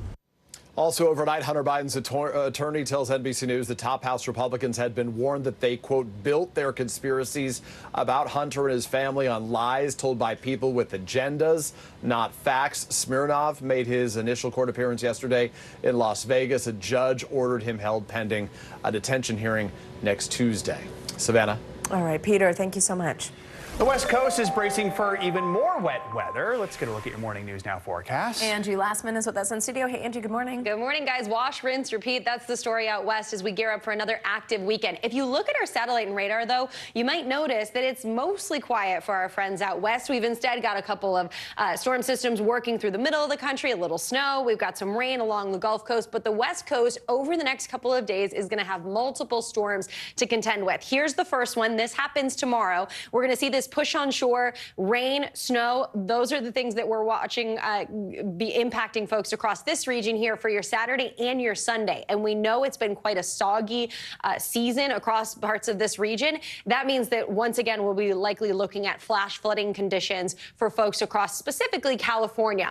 As we gear up for the end of the weekend into Sunday, you can see this is 8 p.m. We've got another batch of rain working on shore with this next system that'll impact folks across that region once again as we round out our weekend. Here's the areas that I want you to keep a close eye on. Most of this for the flash flood risk through Saturday is going to be focused across portions of California, Santa Rosa, up north just south of Eureka, but places like Crescent City, Eureka, Redding, down through San Fran, Monterey, you're all going to still have a marginal risk, at least, of some of that flash flooding to occur too. We've got a good batch of rain on the way over the extended period, 1 inch, 2 inches, 3 inches, all possible. We could likely see some of these isolated spots pick up maybe 5 inches between now and Sunday. This is going to leave us with, once again, all those same impacts that we've seen time and time again this season, the landslides, the mudslides, the washed out roads. That'll all be something we'll have to watch for through your weekend plans. Meanwhile, across parts of the Northeast, we're still dealing with some of these snow showers coming off the lake. We've got those strong winds in the picture. If you're outside walking at all across the Northeast, you're going to notice just how biting those winds are. This is going to last here for a little while longer before we gear up for our next storm system that works from the middle of the country to the east. 47 million people across the country under these winter alerts, but this area is what we're watching as far as the impacts from that Clipper system. This one that you see right here, that's going to work from basically Missouri to the mid-Atlantic over the next day or so. It's a fast mover, so just like the one that we dealt with yesterday, it's going to be gone before you know it, but not before it dumps some light to moderate snow across parts of the Ohio Valley. We could see some rain from Knoxville down to portions of the southeast. And then even as we get into tomorrow, this is 5 p.m. It's long gone, but we could likely see some lasting kind of scattered snow showers. But in the morning specifically, we'll see some snow along the I-95 corridor. So New York to Washington, D.C., we could pick up some, again, light to moderate snow, but it could be impactful for travel, especially with folks out the door and getting stuff done on their Saturday. New York, about 1 to 3 inches, I would say, is likely. 2 to 3 inches, maybe up to 4 inches for Philadelphia. Washington, D.C., right around that same kind of range of 1 to 3. The higher elevations, guys, will pick up a little bit more snow, but it'll be, we'll see some flurries as we get out the door for our Saturday plans. Love a flurry. Thanks, Angie. Of course. We've got much more to come on this hour of Morning News Now, including a new lawsuit alleging all those dating apps actually do more harm than good. But first, the standoff in Washington over the crisis at the southern border and what's at stake if Homeland Security runs out of cash. That's next. Stay with us.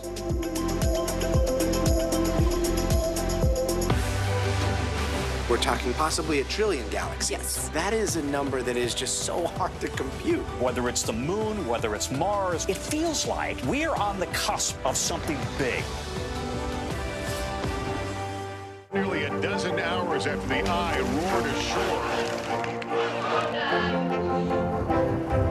There is some late-breaking news. All right, it News for the generation of now is NBC News Now. The NBC News mobile app. Get connected to your favorite news shows. For the top stories, breaking news, and live video, download the NBC News mobile app now. We report live from Tel Aviv, from Juarez, Mexico, reporting over the skies of Lahaina. Every weeknight, it's your news playlist. Top Story with Tom Yamas, streaming weeknights at 7 on NBC News Now. Good morning, and thanks for joining us. I'm Joe Fryer. And I'm Savannah Sellers. We're going to get started with breaking news. The record number of migrant crossings. The latest developments in the war between Israel and Hamas. A closer look at the good news we got about the economy. If you do have points or you have miles, is now a good time to use them. A lot of people spend a lot of time sitting. 20 minutes of exercise might be able to help out. How does it feel to be an out-college athlete? Freeing the first woman on a lunar mission. So what was it like to get that news? Morning News Now, streaming weekdays at 7.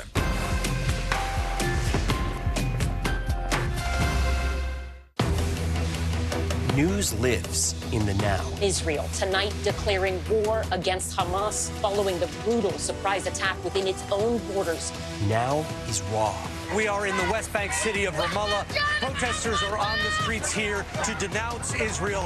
Now is real. Most of the time, the Iron Dome works, but there are rare occasions that a few get through, like here in Ashkelon. News for the generation of now is NBC News Now, streaming free everywhere. Fire has grown leaps and bounds. What you see behind me is typical. How you doing? Pretty bad.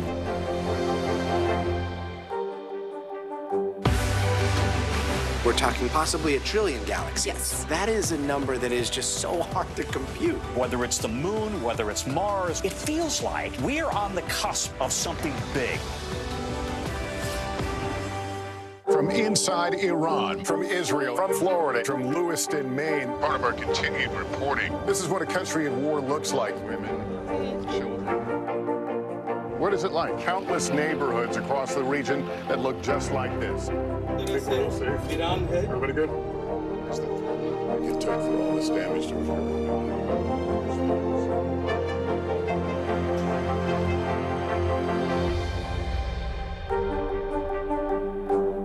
Welcome back. The Biden administration and Congress are at an impasse over policy changes and funding at the southern border. The president has asked Congress for additional funding to boost resources at the border, but Republicans blocked a bipartisan border package earlier this month that was tied to the funding. Homeland Security officials are now facing a dwindling flow of money for border enforcement, and House Republicans are refusing to free up funds without sweeping changes to immigration policies. NBC News congressional correspondent Julie Sirkin joins us with the latest developments here. Julie, good morning. So what's the latest on negotiations for border resources? I know a couple times we've been talking and you're like, this just might not be getting done in an election year, but are there any signs here of a potential compromise? Yeah, I still feel that way, unfortunately. I mean, this really is a heated partisan political environment. Republicans, as you mentioned, did kill that Senate bipartisan border compromise, which, again, went very far in the direction of conservatives in terms of changing that asylum policy, making it harder for illegal immigration specifically. But at this point, this week, we had reported that Speaker Johnson wants a one-on-one meeting with the president to discuss the path forward for a supplemental aid package for foreign aid abroad. He's still pushing for H.R. 2, that partisan border security bill that House Republicans passed last year that stands no chance in the Democratic-controlled Senate. It is really not clear at this point, guys, if anything can get done on the border, but certainly the situation is still dire. So we know the president has been in meetings with top aides about border security for weeks. Can his administration bypass Congress in any way and take some sort of executive action at the border?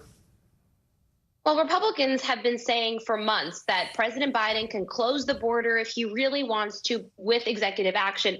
The issue here, though, is that they need funding. They need resources to make all of this happen. Remember, under the Trump administration, the former president had directed about $2.5 billion to build the border wall. He took that out of military construction funds in the Pentagon. So technically, the president can redirect funds, reallocate them between agencies. But Trump, of course, faced heavy litigation for this. The Biden administration is concerned as well politically in terms of what they can do at the border. But the bottom line here is Congress controls the purse strings, and they really need additional funding to get anything done, including getting those detention beds to be able to put people in detention rather than release them into the country. Yeah, tell us some more implications here. What's at stake, Julie, if the Department of Homeland Security doesn't get this funding? Well, ICE, which is the Immigration and Customs Enforcement Agency, they are running out of money. My colleague Julia Ainsley had some reporting earlier this week. They could be $500 million short by May. That's just a couple of months from now if they don't get additional funding from Congress. The thing is, though, we know Congress is considering those spending bills at the beginning of next month in March. Republicans are insistent upon not adding anything that doesn't concern defense spending. Of course, Homeland Security falls into the non-defense discretionary spending bucket. Republicans, again, without policy changes, unlikely to spend more money. It's not even clear if they will get to an agreement on full-year funding bills, and that can certainly hamper the DHS, the Department of Homeland Security, and can make the administration's executive actions at the border, anything they want to do, close to impossible. All right, Julie Sirkin, thank you so much. Coming up, looking to get away, maybe you've been eyeing some warmer weather. After the break, we've got the lowdown on where you can find some of the best travel deals if you're looking for a spring break destination. Stay with us. News lives in the now. The front lines are still very active. This is like quicksand, and officials say an entire town is cut off. This close to actually understand why people had to jump in the ocean. News for the generation of now is NBC News Now. News lives in the now. Israel tonight declaring war against Hamas following the brutal surprise attack within its own borders. Now is raw. We are in the West Bank city of Ramallah. Protesters are on the streets here to denounce Israel.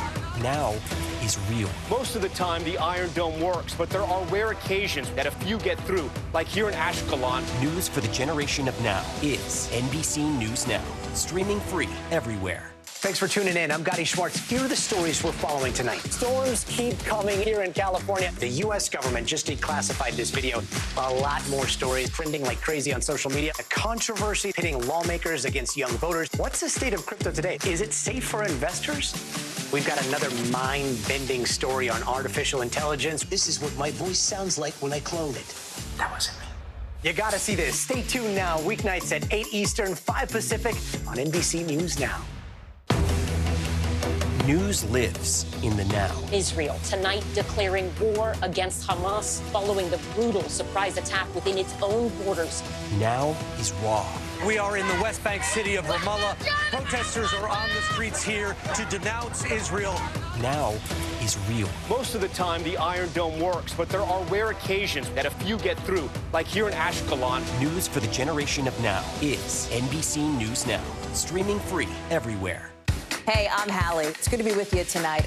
What do we know that voters care about? The economy, right? You are seeing that firsthand yourself on the ground there today. This is two things. It is pretty big medical news. It is also a pretty big mystery. And oh, by the way, it's driven by one of the most controversial people in the United States. What's happening? They have tweaked my monitor, and I can see now you are, in fact, soaking wet. I am deeply sorry. I apologize for the many questions. Will never be questioned.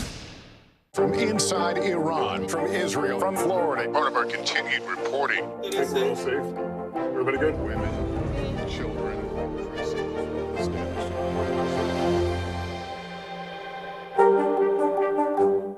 The NBC News mobile app. Get connected to your favorite news shows. For the top stories, breaking news, and live video, download the NBC News mobile app now. News lives in the now. The horrors of war on full display on both sides of the Israel-Gaza border. Protesters are on the streets here. Most of the time, the Iron Dome works, but a few get through. News for the generation of now is NBC News Now. Kristen Welker hosts Meet the Press every Sunday on NBC.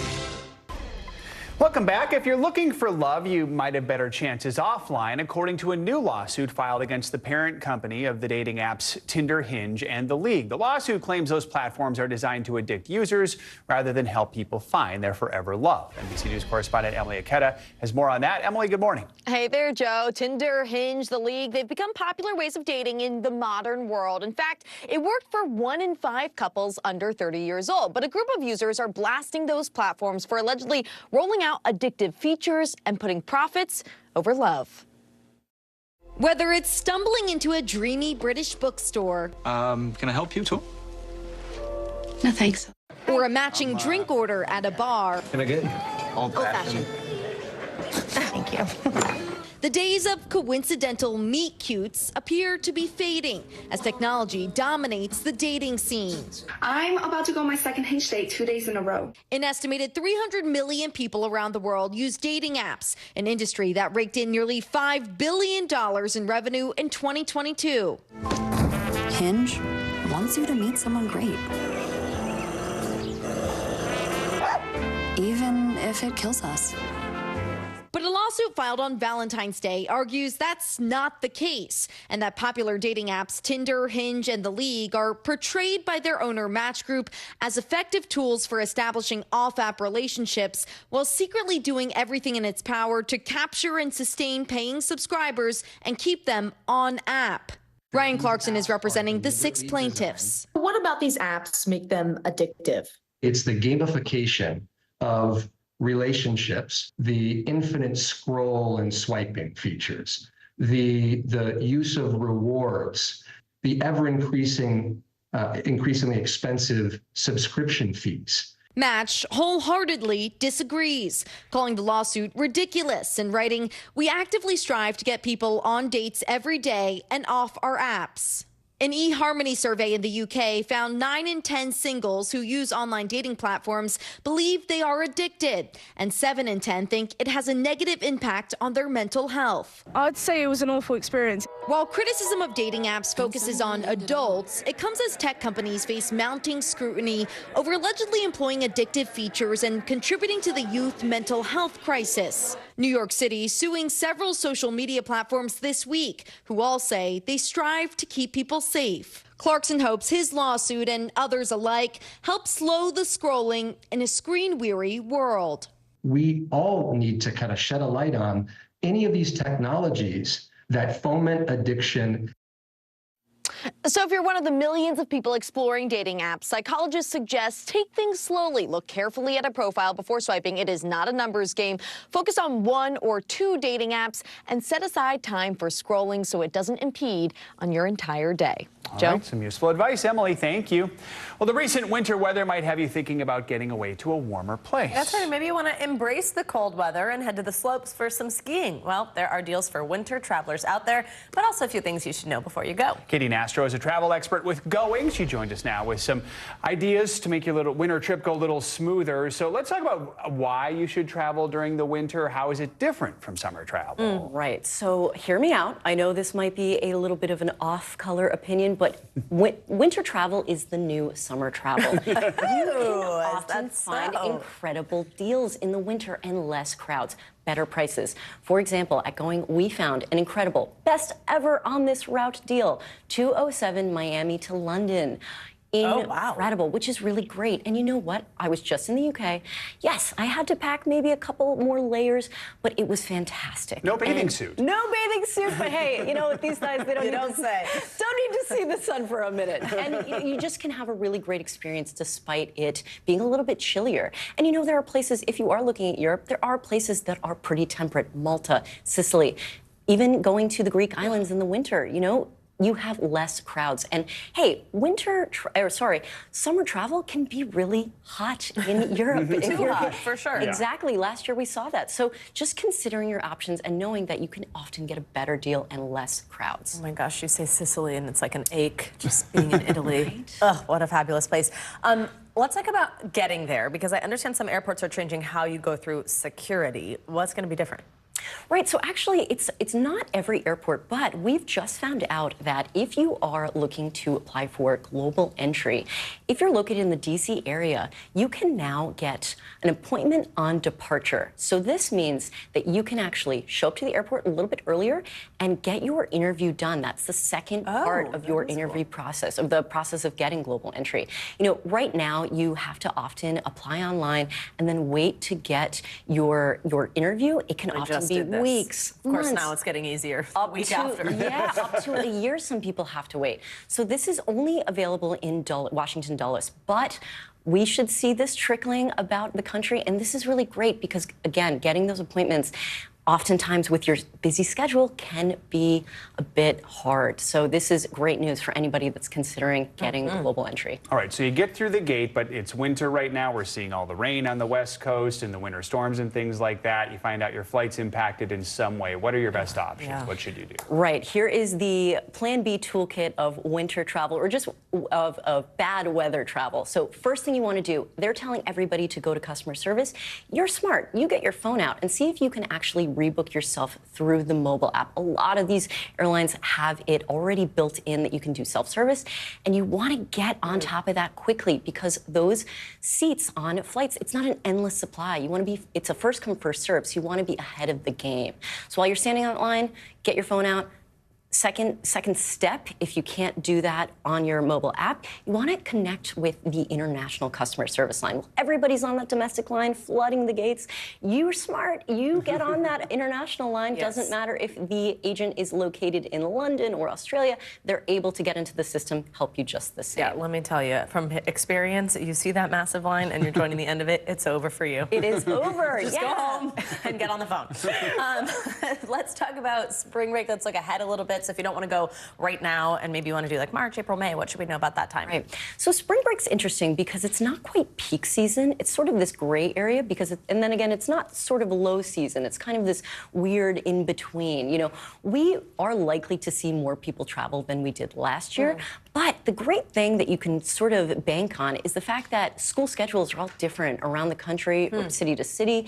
So you can almost do city arbitrage. So say you're in New York and you actually can see better prices leaving leaving from Philly, leaving from Boston. Something to consider to sort of save in the end. So we call that sort of city arbitrage if you're looking for flight deals around your children's spring break. When you look at spring, it always feels like spring break is a little more expensive. Can you still find good deals if you want to travel during the spring? Yes, you can, but we are suggesting that come March, we're likely to see these prices rise. But right now, you can head from Madison, Wisconsin down to Orlando, 118 round trip. Oh. Round trip? Round trip, that's right. Yeah. Oh my gosh. You can One way is like less than lunch. Yeah.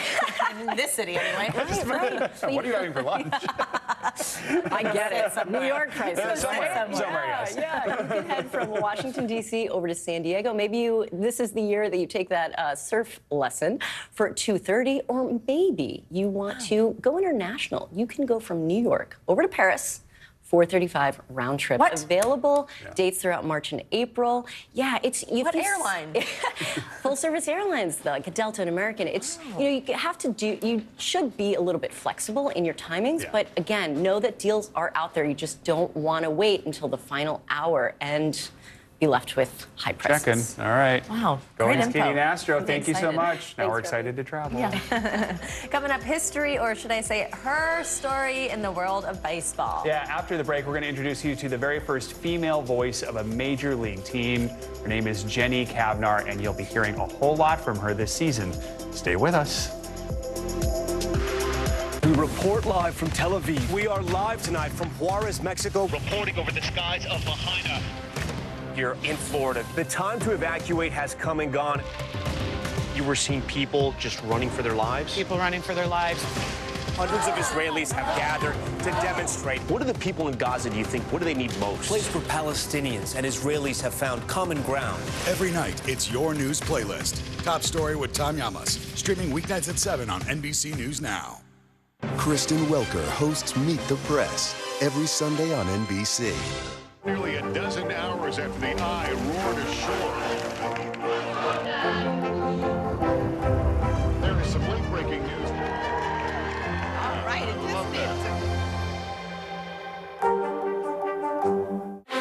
is Were you calling the shots, though, Mr. President, ultimately? Do you need to win your home state in order to stay in this race? Is it do or die? Is it clear who's going to govern Gaza once this war is over? If it's Sunday, it's Meet the Press. Stay on top of breaking news and the biggest stories of the day with NBC News Daily. Thank you so much for joining us. I'm Morgan Radford. I'm Vicki Wynn. I'm Kate Snow. And I'm Zinclair Samwat. Get in-depth reporting from across the country. We have breaking news out of the White House and around the world. Questions about the rebellion inside Russia. And ways you can take care of your health. What are symptoms that people should be on the lookout for? And your wallet. Some really great last-minute deals if you have flexibility. NBC News Daily. Weekdays from 12 to 4 p.m. Eastern on NBC News Now. News lives in the now. Look at this. You can't even see anything anymore. Let's break down what we know. You gotta see this. News for the generation of now is NBC News Now. Were you calling the shots, though, Mr. President, ultimately? Do you need to win your home state in order to stay in this race? Is it do or die? Is it clear who's going to govern Gaza once this war is over? If it's Sunday, it's Meet the Press. The NBC News mobile app. Get connected to your favorite news shows. For the top stories, breaking news, and live video, download the NBC News mobile app now. People really don't know what's going to happen. Nearly a dozen hours after the eye roared ashore. More good people than bad people, I know, right? 5 seconds. There is some late-breaking news. 4 hours into the Iowa caucuses. Private mail delivered. All right, it just did too.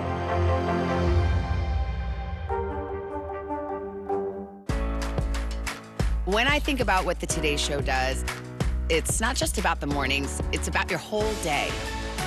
There's a feeling of we're in there with you. Then let's take on this day together. News for the generation of now is NBC News Now. We are back with some financial headlines. Nike is now planning a round of layoffs. CNBC's Savannah Hanau has that and other money news. Savannah, good morning. Joe, Savannah, good morning to you. So Nike is cutting more than 1,600 jobs. That's about 2% of its global workforce.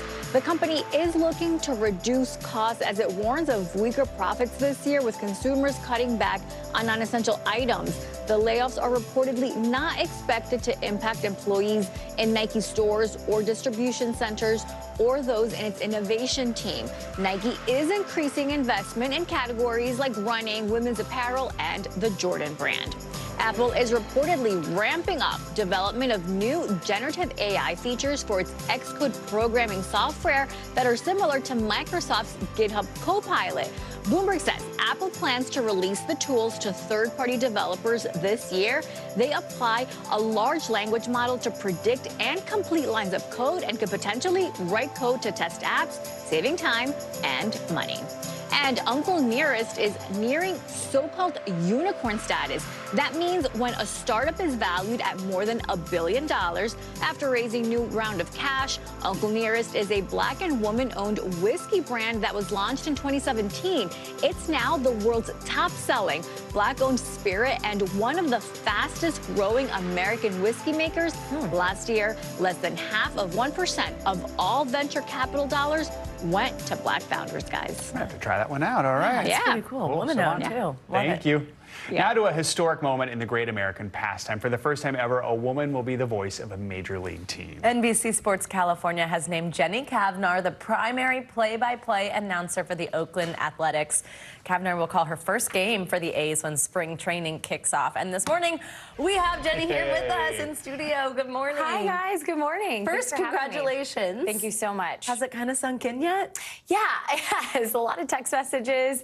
Just really overwhelmed by the response. Super humbled by it. And, you know, it's something that we've been working for a long time. I called the game for the first time in 2018 and have been doing backup play-by-play. And there's a couple other women in the industry that are doing it as well. And to get the lead job, I'm so grateful to NBC Sports California for the opportunity. You've been in this business, what, for 20 years now or so? Does not look like you have been. Were there those moments where you just said, oh my gosh, I don't know if this is going to happen, if I'm going to be able to break through that seal? Of course. I think when we all start out in broadcasting business, you have no idea where you want to go. You have a dream, you have an idea. And for me, that really was to be a sideline reporter. And that was the representation I saw on television of women, and specifically in the game of football. So I think 20 years ago to today, looking around and the sports landscape for broadcasting and seeing women in so many roles, not just on air, but behind the scenes, producers, directors, positions of power, hiring power. It's so important to know that, you know, the next generation of girls can dream to be anything.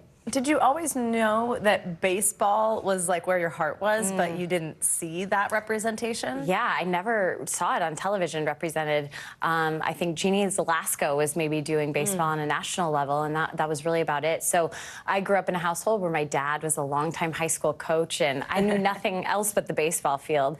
So when I got my first opportunity in 2007 to be part of the broadcast team for the San Diego Padres, that was really that moment. Yeah, your hometown. That was really that moment that I thought, wow, I feel like I was made to do this. I've been in this game my whole life. I mean, your dad was your baseball coach, and one of your children is named after Vin Scully. Is that right? Yes. So talk about that. I mean, this is in your blood. This is like, right? It really is. My husband played minor league baseball. We met through Will Venable, who was a Padres player. He introduced us, set us up. Vin Scully has always just been, you know, so kind, had always been so kind to me. And I had this feeling when I was pregnant and found out I was having a boy that, you know, that would be a cool name to name him after, and got the chance to let Vin know when he was still alive, and he penned a lovely letter to my son that is just going to be so special to hand off to him one day. That's framed, I better. Yes, it better be, yeah. And it is a great name. Okay, let's talk about the new job. So play-by-play announcer, obviously you really got to know a team in and out, and you've just joined the organization. How are you preparing? How are you feeling? Is it nerves? Is it excitement? Oh, I think it's everything, right? It's all wrapped into one, all these emotions that you're trying to enjoy and be in the moment, but you do have to look ahead, and there's a big season coming up, and so I'm excited to dive in. I'll go to spring training down in Arizona next week, and you know, in addition to all the preparation I'm doing going into that moment of this team, it's that's where it builds. It's the relationships that you make with the players. And I think that's why I love sports broadcasting. You get to be the voice of the player's story, and you get to share that with fans, and hope to connect fans to their team a little bit more. It's a long season, 162 games, right? They need to keep coming back for something. So to be able to have that like personal connection to the players they love to watch is so important. I'm sure you hear from so many girls who are inspired by you. What is your advice to those who are looking at you and want to follow in your footsteps? Man, I am just blown away, especially when a dad comes up and tells me, I can't wait to share this with my daughter. I can't wait to watch a game with my daughter, because that's how I grew up, with my dad watching sports. But there are so many women to watch in our business right now. Susan Waldman's been doing it for decades for the New York Yankees on the radio, and Melanie Newman's doing it on radio for the Baltimore Orioles. Jessica Mendoza got in the booth. Like, I just think that there are going to be so many more opportunities for these girls, and it is really special to know that I'm part of that conversation of inspiring the next generation, and it just means so much to hear from them. Oh, so cool. Jenny, congratulations. Thank you. We'll be watching, we'll be listening. We're so excited for you. Thank you guys so much for having me. Absolutely. Coming up, we just can't send you off to your weekend without a look at the latest and greatest in the world of entertainment. That's because we've got your can't miss list. It's right after the break. Today, we're talking about two titans of pop, Mariah and Ariana, teaming up for a Yes and remix. That is one to bump this weekend. More on that. That's a good thing, right? We'll say more words like that right after this break.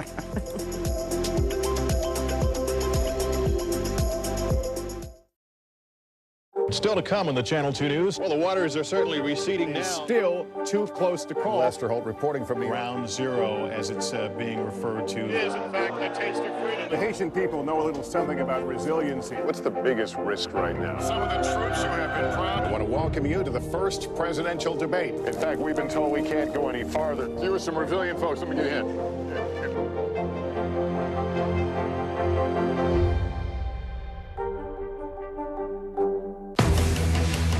News lives in the now. Israel tonight declaring war against Hamas following the brutal surprise attack within its own borders. Now is raw. We are in the West Bank city of Ramallah. Protesters are on the streets here to denounce Israel.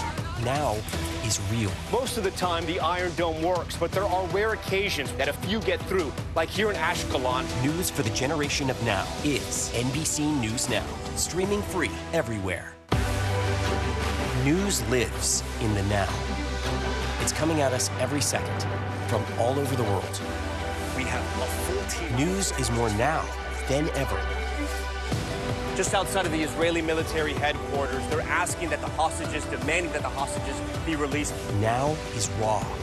This tunnel just goes on and on and on. Now is real.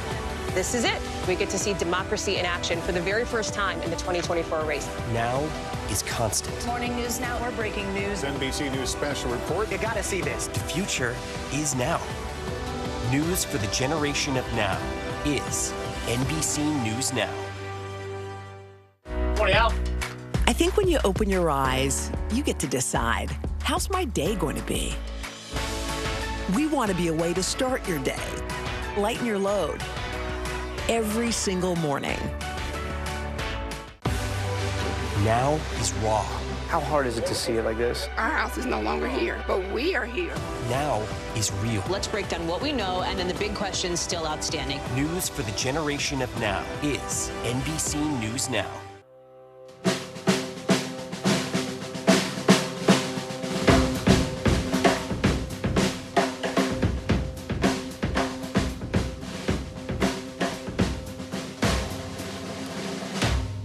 Stay on top of breaking news and the biggest stories of the day with NBC News Daily. Thank you so much for joining us. I'm Morgan Radford. I'm Vicki Wynn. I'm Kate Snow. And I'm Zinklaya Samwat. Get in-depth reporting from across the country We have breaking news out of the White House. and around the world, Questions about the rebellion inside Russia. and ways you can take care of your health What are symptoms that people should be on the lookout for? and your wallet. Some really great last-minute deals if you have flexibility. NBC News Daily, weekdays from 12 to 4 p.m. Eastern on NBC News Now.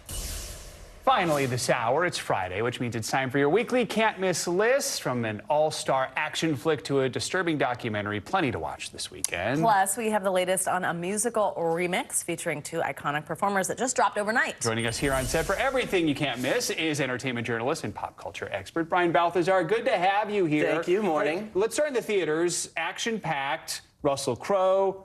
All Hemsworth brothers, multiple Hemsworth brothers. Right, it's called Land of Bad. Okay. Same words used to describe dating me years ago. Land of Bad stars Russell Crowe as a drone pilot, and he's overseeing remotely this mission, this extraction mission in the Philippines, very dangerous. Obviously, things run off the rails, and it leaves Liam Hemsworth's character isolated, outnumbered, and alone. So now, Russell Crowe has to get him out of there, but also help them complete the mission in the first place. Yes, Liam's brother is in there, not Chris, the other brother, and Milo Ventimiglia. I'm sorry, did I just call him the other brother? I hope he's not. Sorry, other brothers. I just spaced on the name. But this is action, all the military action and suspense you could ask for. This is in theaters. Yeah. All right. Okay, let's go nonfiction or documentary, right? God and Country, highly rated, apparently. Right. Tell us about this. Yes, okay, this is Rob Reiner produced, and this is the story of, the documentary follows Christian Nash.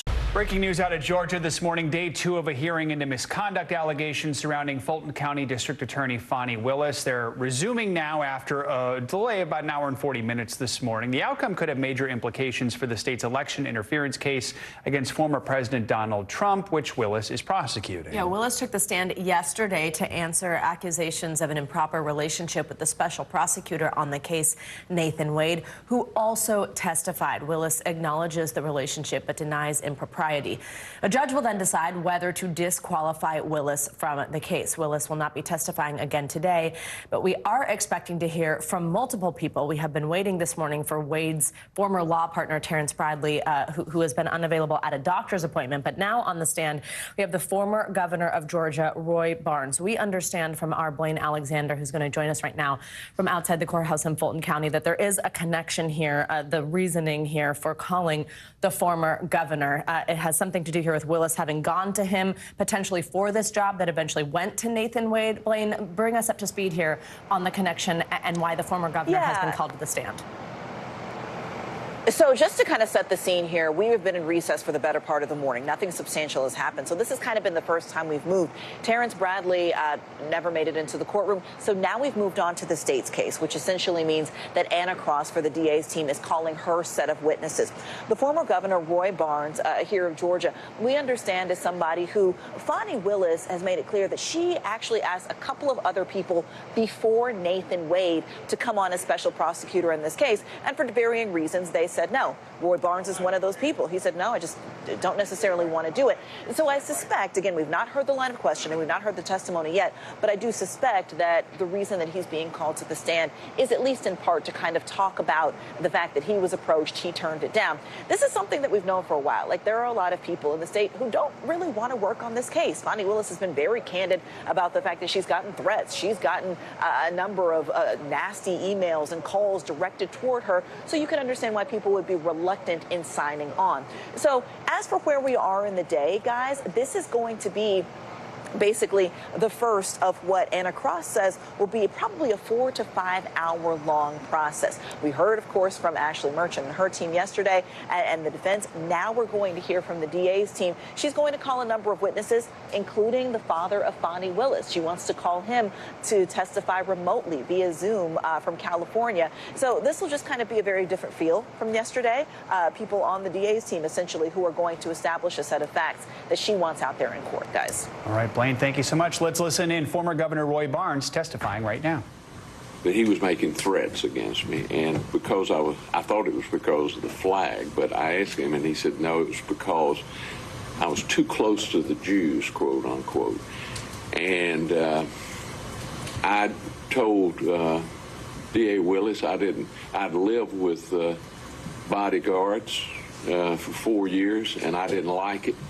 And I wasn't going to live with bodyguards for the rest of my life. So ultimately, you turned down? Yes. Yeah, I told her. I said, I'm not interested. Nothing further from the statement. Ms. Merchant. Ms. Morning, Murphy. Governor Barnes. Morning. How are you? Just fine. How are you? Good to see you. Good to see you. You said it was sometime in 2021. Do you remember? I think if it was. I don't remember the dates. They all go. I could look it up on my calendar at the office, but I don't have that. Well, I want to ask you about some statements that Ms. Willis made March 28th, 2021. She was talking about assembling a team for this case. Are you familiar with her work assembling a team for this case? Well, I assume that's what she was talking to me about. But besides that, I don't know. And I know you had said you had a meeting with some folks, and Mr. Wade was at that meeting? Correct. Okay. So he was with the district attorney interviewing you about taking this case? Well, of course, I know Nathan very well, as you do. Yes. And I exchanged pleasantries with him, but the conversation was with Ms. Willis. Okay, with Ms. Willis. Were you aware at the time that her team consisted of Brian Watkins, Megan Vargas, Sonia Allen, Shannon Trotty, Sal Chan, and John Floyd? She had reported that was her team on this case. I know John Floyd was involved, and she probably told me the others, but listen, I barely remember what case I tried last year, much less every word that was said in the conversation. I understand, fair enough. But she said she was looking to hire more lawyers and investigators to work on this case? She told me, it was to me, she said, would you be interested in being special prosecutor in this case? And I gave the reply that I've already known. I mean, about hiring other lawyers or whatever, I don't know. All I can testify to is what she told me. Did she tell you at all why she wanted to hire special counsel and not use someone who is an ADA, not have an actual employee? No, she did not. I mean, we did not discuss that, and but I would assume it was because in a case as big as this that you'd have to have some decision help. I know John Floyd has been in some cases over the years out in Cobb County, for example, and others. Would you agree that an employee of her office, someone who was paid a state salary or a county salary as an ADA, could handle a case like this? I couldn't tell you that unless I knew the person, knew their experience, and really had been with them in a courtroom. All right. Has an opinion on that. Thank you. Yes, ma'am. Say no. Hello, Mr. Sadow. It's been a while. It has been a while. I hope you're well. I'm doing fine, just getting older, but that beats all time. That's true, but that applies to all of us, I believe. Yes. I think you indicated that if you had your calendar, you'd be able to pinpoint a date for us. I would. Is there a way for you, for example, at a break, before you actually leave, to contact your folks to see if you can get a date? I guess I could. I don't know how far back we archived those, but I assume I could. Would you be willing to give that a shot for us? I mean, I'll do whatever the court instructs. So if I ask the court and the court says go ahead and you could do it, that's all right? I'll do whatever the court instructs. I hear you. And you should too. I try to live by those words. I'm not always successful, but I try. If I pinpoint a date, for example, I think the record is clear that Mr. Wade was hired for the position on November 1 of 2021. Does that help you at all? No, it does not. Okay. Then let's go to the meeting. It sounds like it was just one meeting. Yes. And could you tell us where that meeting took place, if you remember? It was in the conference room adjacent to the district attorney's office. So it was it in this, or the adjoining building? It was in the Lewis Slayton building. And District Attorney Willis was there, obviously, right? Yes. Yes. And Mr. Wade was there? The best I recall, now I could be mistaken about that, it's like anything that far away, but that's my recollection. Do you have a recollection of anyone else being present? Yeah, there were some other folks, but I don't remember. Do you remember, were you introduced to Mr. Wade by anything other than you already knew him? Was he given a title or anything? So at least as you're there, if I heard you correctly, Ms. Willis did all the talking, Mr. Wade did not. I mean, we exchanged pleasantries, but as far as the basis of the conversation, the reason I was there, Ms. Willis did the talk. And would you be able to give us an estimate of how long this meeting lasted? Probably, just rough. Probably an hour. And during the meeting, you made it clear, but it was the thanks for the offer, but no thank you. Oh, yes, I did. As I said, you know, I started off as a prosecutor, and for about 10 or 15 years, I did nothing but criminal. And then, but I've tried to move away from it and do primarily civil now. Mr. Gillen and I have done some white-collar cases over in federal court. I've got one over there right now. But it's generally business related, you know, where I have a client that's got a kid or him getting indicted. And the case I have over there now is an alleged fraud case. Fair to say that based on your career and the work that you've done, you've handled high-profile cases, correct? I have.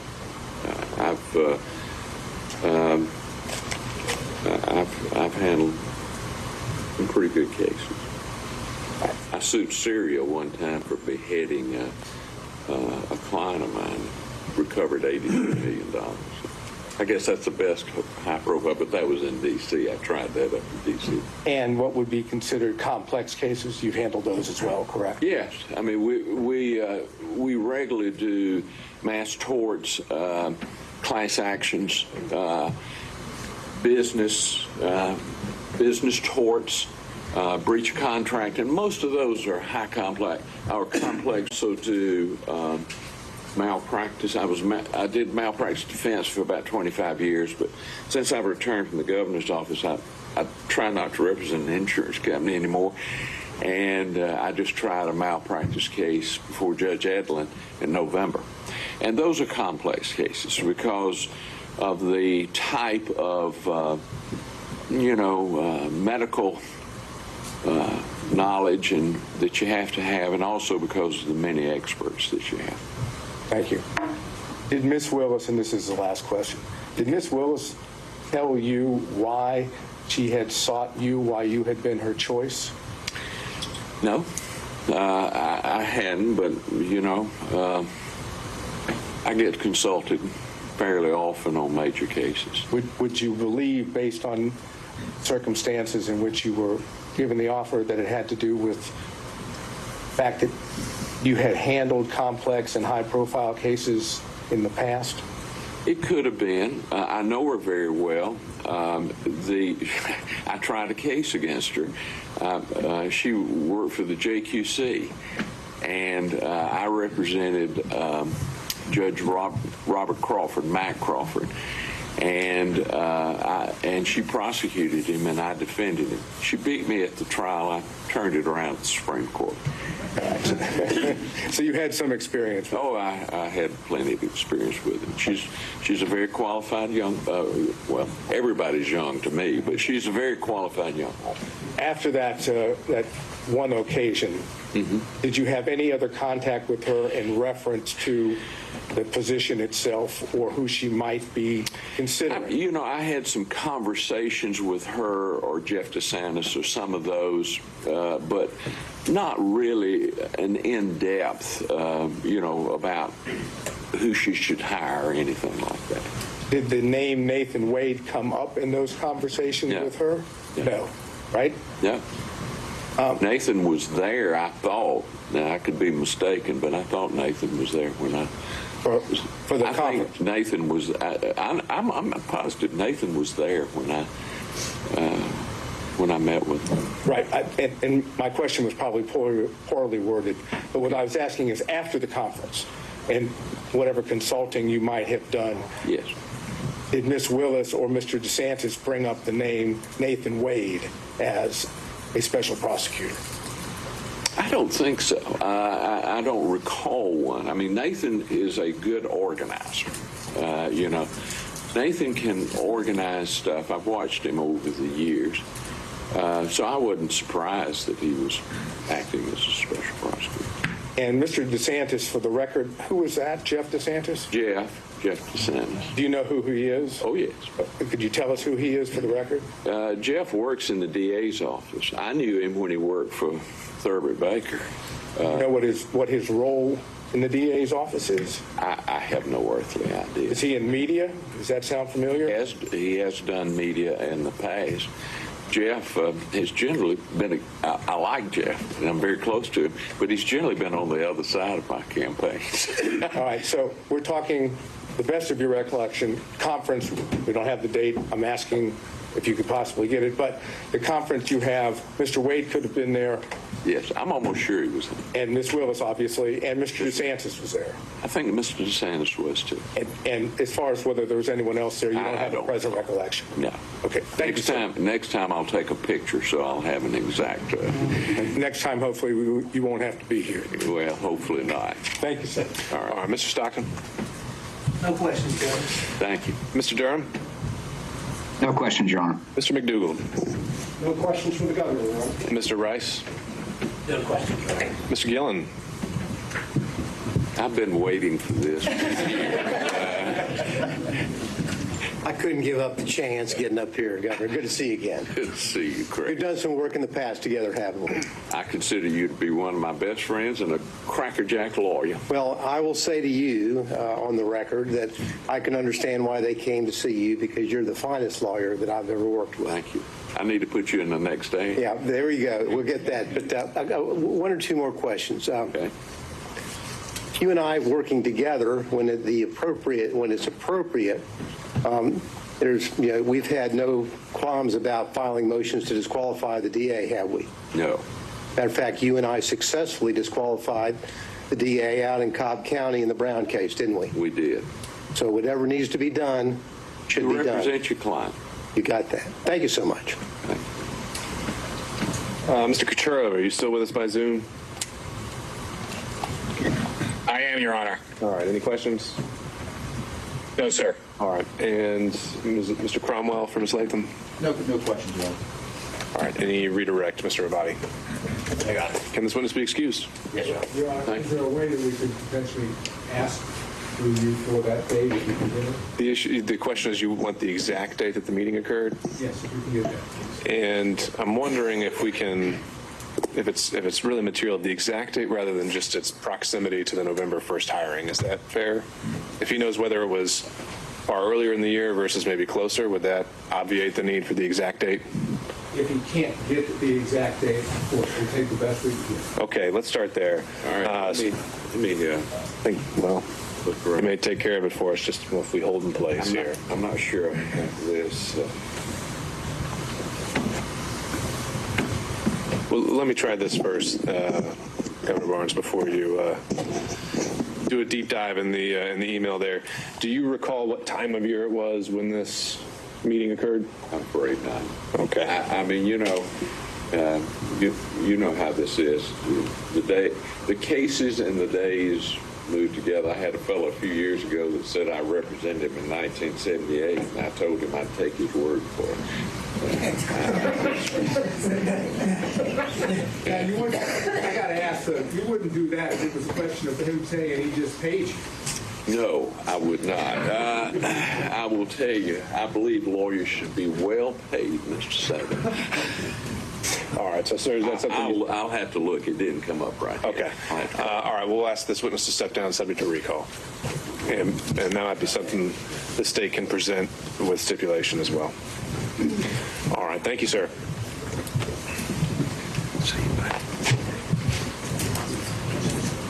Do we have an update on Mr. Bradley? Lawyer. His lawyer should be here. He's probably outside. The last estimation I heard was about 11:30. Okay. If that's still the case, then Ms. Cross, did you have another witness available? But having brought over, it's Mr. John Floyd, not the special prosecutor John Floyd. John Floyd, District Attorney Willis's father. Okay. And is he heading this way? Yes. All right.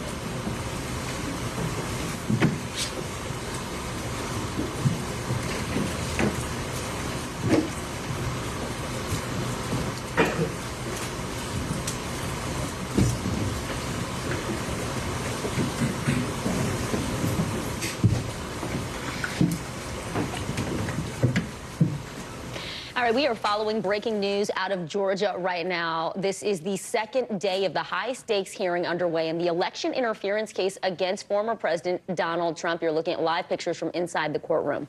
Now, this is all about whether the judge should remove District Attorney Fani Willis because of her personal relationship with a special prosecutor. NBC News legal analyst Angela Sanadella joins us now. Listen, Angela, this has been just a lot of sparring. We've seen back and forth, a lot of key witnesses and testimony. And a key question in this hearing is about when did the relationship between Fani Willis and Nathan Wade actually start? Why is that date? Why is that timeline so crucial? So the whole point of this is whether or not Fani Willis and her lead prosecutor derived a personal benefit from this entire case. Now, the reason why that date is relevant is because the defense was arguing that she hired her lover and thus got a benefit because then that lover took her on these romantic trips. So taxpayer funds were then redirected back to her.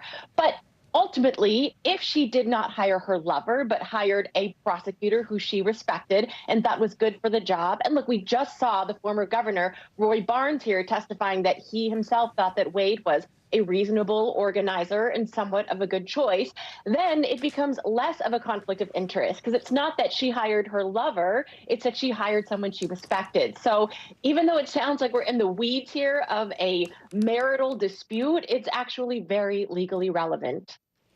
You know, Angela, I have a question because you mentioned it's not the fact that she may have this romantic relationship with the special prosecutor. It's actually the conflict of interest aspect of it, and were taxpayer funds used to, you know, fund some of their romantic getaways. The question is, has that been proven? And if so, would that be grounds to disqualify her? So if it were proven, meaning if the judge, because this is just a bench hearing, decided that that did happen, then yes, that could certainly be grounds for removal. Now, in the beginning of yesterday's marathon hearing, I thought that they were making great headway in proving this. But then when Fani Willis took the stand and she said, look, I paid him cash back, almost half. I always paid him back for every trip that we went back on. Look, is it credible? I mean, that's a judgment for someone to make. Cash is untraceable. You can't tell if she really did pay him or not. But, you know, at this point, the burden of proof is on the defense. Did they do a good enough job to prove that this happened? I don't think so. You know, it's interesting we talk about did they do a good enough job proving this, but the reality of it is even if this case does go forward, has there already been so much damage done to the credibility of the initial case because of this hearing overall, Angela? Yeah, there is damage that's been done, and it will be hard to come back from that because, look, this exact evidence you're hearing will be ruled on only by this judge. So in that sense, nobody's opinion matters. But at the same time, guess who's watching? The entire jury pool, the whole public.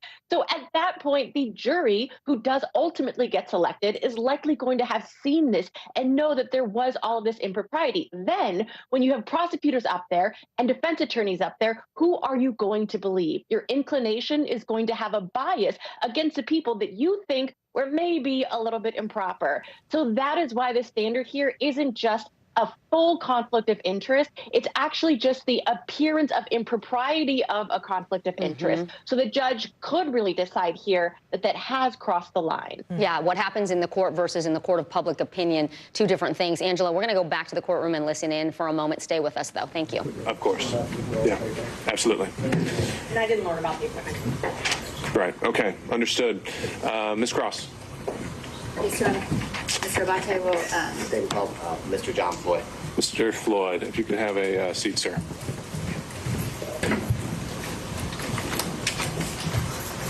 May I approach the witness quickly?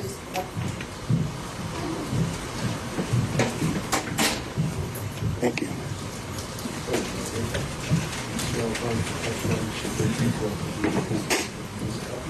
I do. Please state the spell your full name for the court. My name is John Clifford Floyd III. Say, good morning, sir. Good morning. Can you tell the court, are you currently retired? Yes, I am. And prior to being retired, can you tell the court a little bit about, did you work in the legal career? Were you a lawyer? I was an attorney. I practiced law. I've probably tried 1,000 cases. About 50% of my practice was criminal law. 25% of it was family law. And the rest was whatever walked through the front door could pay for it. Okay. And could we wait 1 second? Governor's come back. He might have I do. My calendar shows it was October 26, 2021. All right. And would defense counsel accept it as a stipulation, or is there any follow-up questioning needed on that? Mr. Barnes is still considered under oath on this point. All right. I'm just going to look for a show of hands or for someone to speak now on Zoom, and hearing none. Thank you, sir. You're excused. And sir, can you tell the court, are you from Atlanta? No, I grew up in South Central Los Angeles.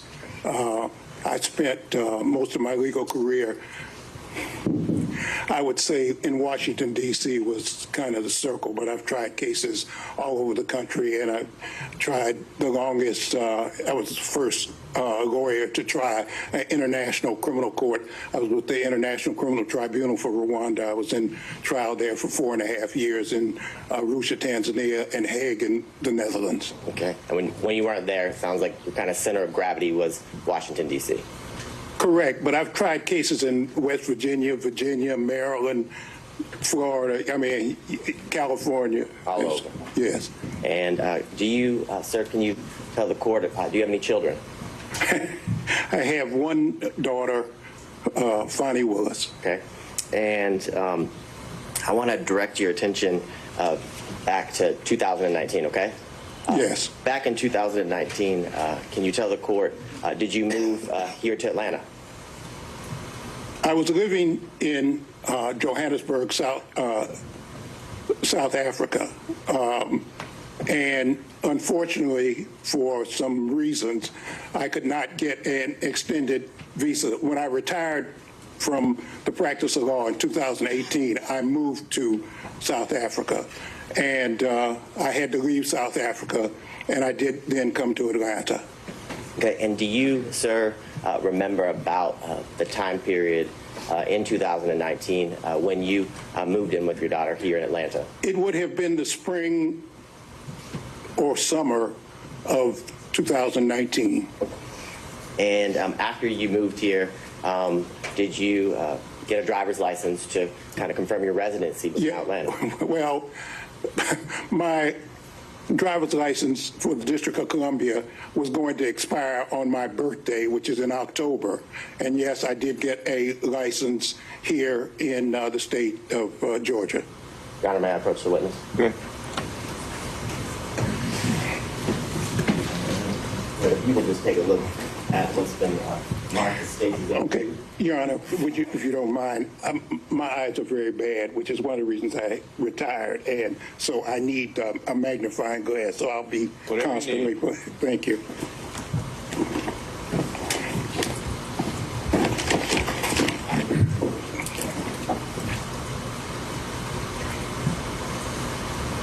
Yes, I see it was issued on 9/28/2019. Okay. So before we get there, do you recognize State's Exhibit 2? Yes, just my driver's license. Okay. And is State's Exhibit 2 a fair and accurate copy of your physical driver's license? Absolutely. This time, Your Honor, the state would tender what's been marked as State's Exhibit 2 into evidence. No problem. Seeing no other objections, State's Exhibit 2 is submitted for the record. Now, and for the record, Your Honor, the state is going to supplement State's Exhibit 2 with a redacted copy of the license. The current copy is not redacted, with the address and things of that nature. And do we need to mark that differently in any way? I will mark it as State's Exhibit 2A. Perfect. Now, you talked about when your driver's license was issued. Can you tell the court when was that driver's license here, your Georgia driver's license issued? It was on 9/28/2019. Okay, so September 28, 2019. Now, when you moved into District Attorney Willis's home, who lived there? Well, my daughter lived there. I lived there, and from time to time, my grandchildren would would come. Okay. And did your grandchildren, were they at school coming and going? Exactly. I think they were in school in various jurisdictions. And during the time, how long did you live at or with Miss Willis and at her home here in Fulton County? She was forced to move after she was elected. I don't know if you want me to go through the whole thing, but that, Your Honor, if Your Honor will indulge me. After she was sworn in on January 1 of 2021. And on or about the 3rd of February, at probably 5:30 a.m. in the morning, there were people outside her house cursing and yelling and calling her the B word and the N word, and just, it was bizarre, okay? Sorry? Pause, sir. Mr. Abani, here's the objection to you. I would say it's effect on listener. He was present while all of these things were occurring. But I can... No, that's... And he's saying he was personally present to hear these things? Yes. Okay, overruled. Okay, and fortunately, the neighbors called the police and disbanded the group, and, it was just, it was just, I hadn't seen anything exactly like it before. Okay, and after that happened, can you tell the court that Ms. Willis would have to move from her home? Yes, she was forced to leave. Okay, and can you tell the court after she was forced to leave, shortly after she was sworn in, did you remain at her home in Fulton County? Yes, I stayed there really until 2022, I guess. And from what you described, did you fear for her safety? Absolutely. Not only did I do that, the South Fulton police, they brought somebody, a man with a dog, because there have been so many death threats. And they said they were going to blow up the house. They were going to kill her. They were going to kill me. They were going to kill my grandchildren. On and on and on. It just, it became, and I was concerned for her safety. And after those concerns came to your attention, and after what you heard and saw that day, you remained at the house? Yes. And can you tell the court, with what you just described, why did you remain living at the district attorney's home here in Fulton County? I'm sorry, I don't see how this is relevant. I believe it's relevant based on a lot of the questions that were asked yesterday of Ms. Willis as to about the security threat and the fact that it was implied that those threats were not necessarily real in the sense that Mr.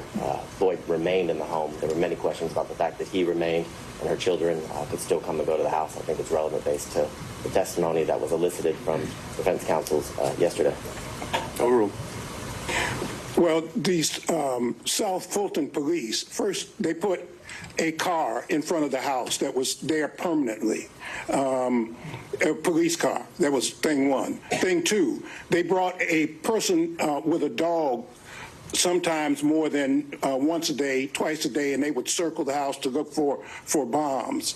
I knew that was a house that my daughter had worked for. It was a brand new house. She's the only one who would ever live there. It's a 4-bedroom, brand new house, and somebody needed to protect the house, and I stayed there to basically take care of the house, to take care of the yard, to take care of that. Also, somebody sprayed, again, the B word and the N word on the house, and I don't think my daughter even knew that. I cleaned it off and called the police, and South Fulton police, they have, I'm sure, all the records of all the things that happened.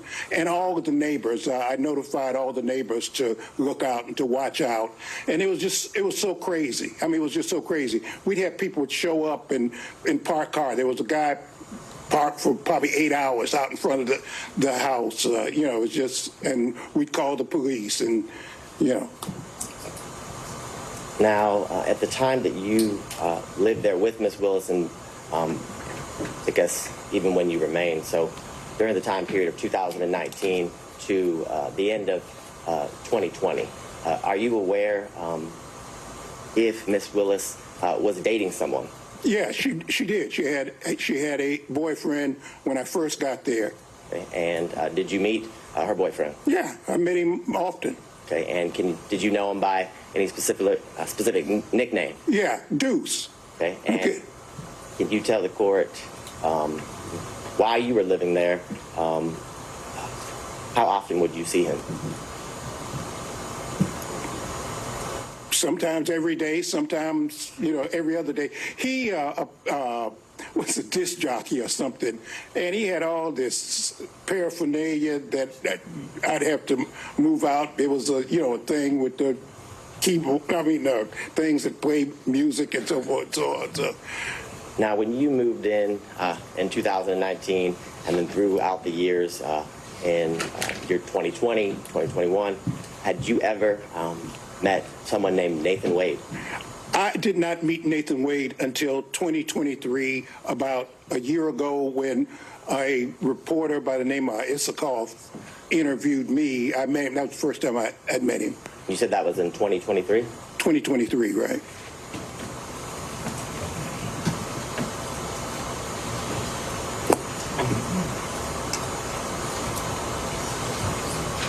And I know you said you hadn't met him until 2023, but when you were living at Ms. Willis's house in Fulton County, did you ever meet Mr. Wade in the year 2019? Absolutely not. How about in the year 2020? Absolutely not. Did you ever see Mr. Wade at Ms. Willis's Fulton County house in the year 2021? Never. And is it your testimony that the only time or the first time that you met Mr. Wade was in 2023? Let me say something. Mr. Wade said that he remembers seeing me, and I do remember some banter. I'm a member of Kappa Alpha Psi fraternity, and there's kind of this thing that goes on between fraternities, and Mr. Wade is a member of Alpha Phi Alpha, and I do remember there was some kind of banter when my daughter was sworn in to be district attorney between me and a couple of guys, and he said he remembers me. I don't remember him. And prior to that experience that you're talking about, as well as, I guess, your official meeting in 2023, had you ever even heard his name? No, never. I don't think I have any further questions, Your Honor. Ms. Merchant. Yes, thank you, Judge. How are you? Fine. How are you, counsel? Good, thank you. Just got a couple questions. On Monday, we heard you were in California. Do you have a place in California?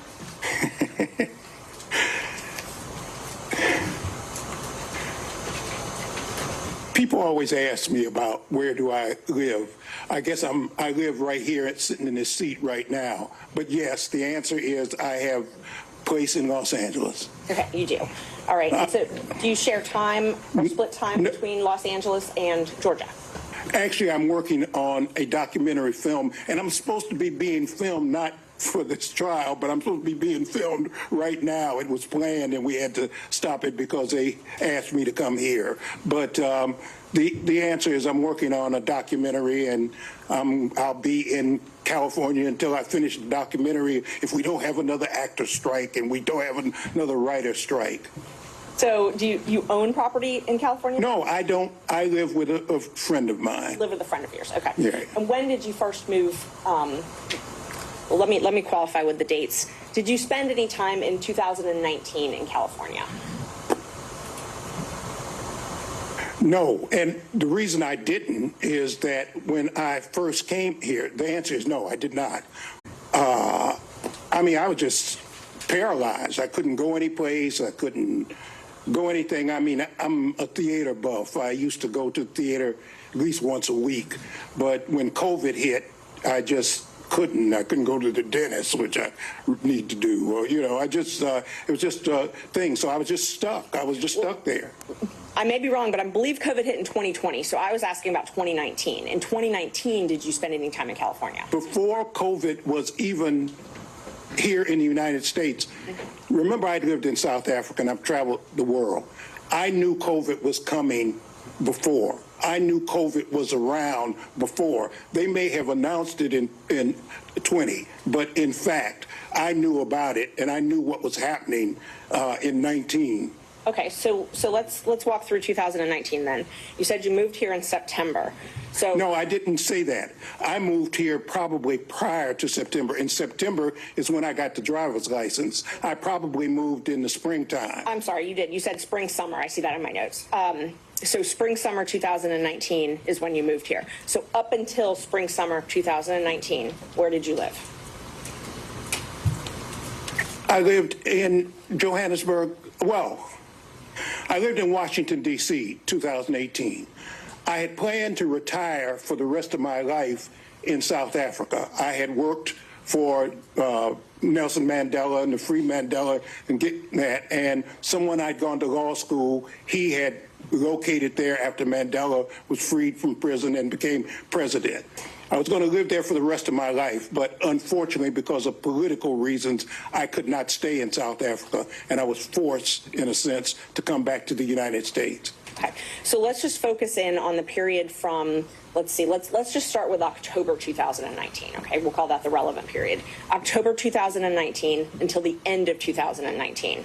Were you in Georgia every single day of that year? Absolutely. Okay. So now let's move to 2020. Okay. And every single day, before I move on, every single day in 2019, you slept at your daughter's house, correct? That's correct. Okay. So let's start in 2020. All right. So 2020, the entire year, did you travel anywhere? No. Okay. You didn't travel at all that year? No. So, and I didn't go to the movies, which upset me also.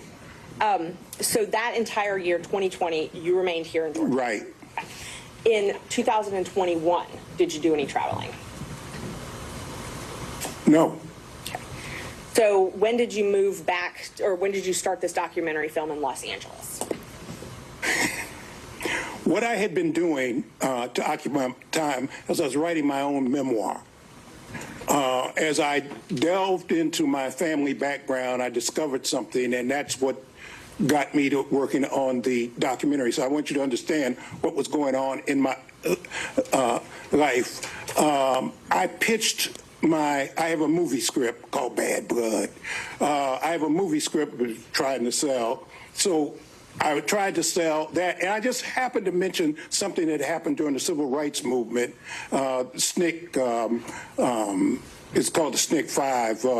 The legendary Peter Fitzsimmons was interested, and so with Peter Fitzsimmons and Leah Smith, we're now doing the documentary. So I don't want to interrupt you, but what I was asking was when you moved to Los Angeles, not what you moved there for. Well, you keep saying moved.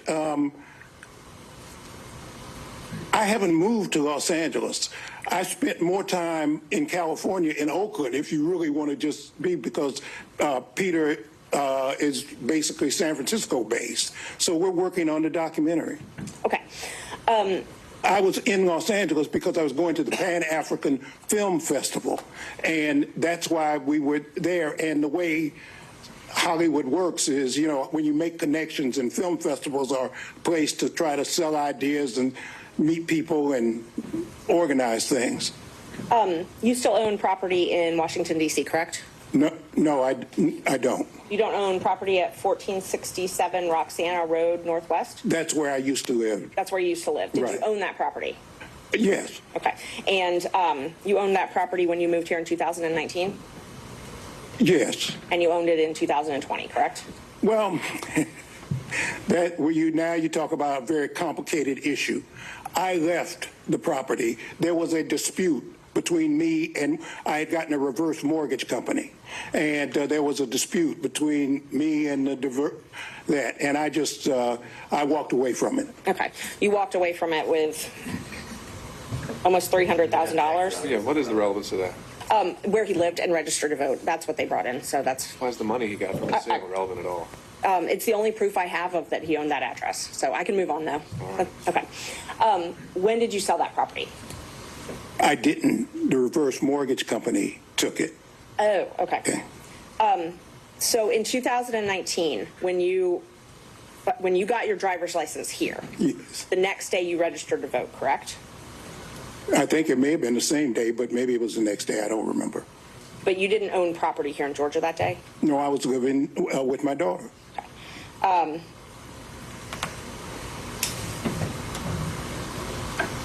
You said that you met Mr. Wade, that you remember you met in 2023, right? That was the first time you Correct. remember? Okay. And I wasn't really clear. You said something about meeting him. Was it with Mr. Isikoff, or did Mr. Isikoff tell you? No, I was being interviewed by Mr. Isikoff.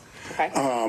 And he walked in, and I met him. That was the first time. He walked into the office. And Where were you being interviewed? at the district attorney's office. And Mr. Wade walked into that interview? Yes. And so Ms. Willis had not told you about Mr. Wade prior to that? Absolutely not. So she didn't tell you anything about their relationship before you met him that day? No. But Mr. Wade remembers meeting you in 2020? He said that at my daughter's swearing in. I do remember that we having some banner about fraternities, but other than that. Oh, at your daughter's swearing in, okay. Right. That's all I have. Just one moment. Nothing else. Thank you.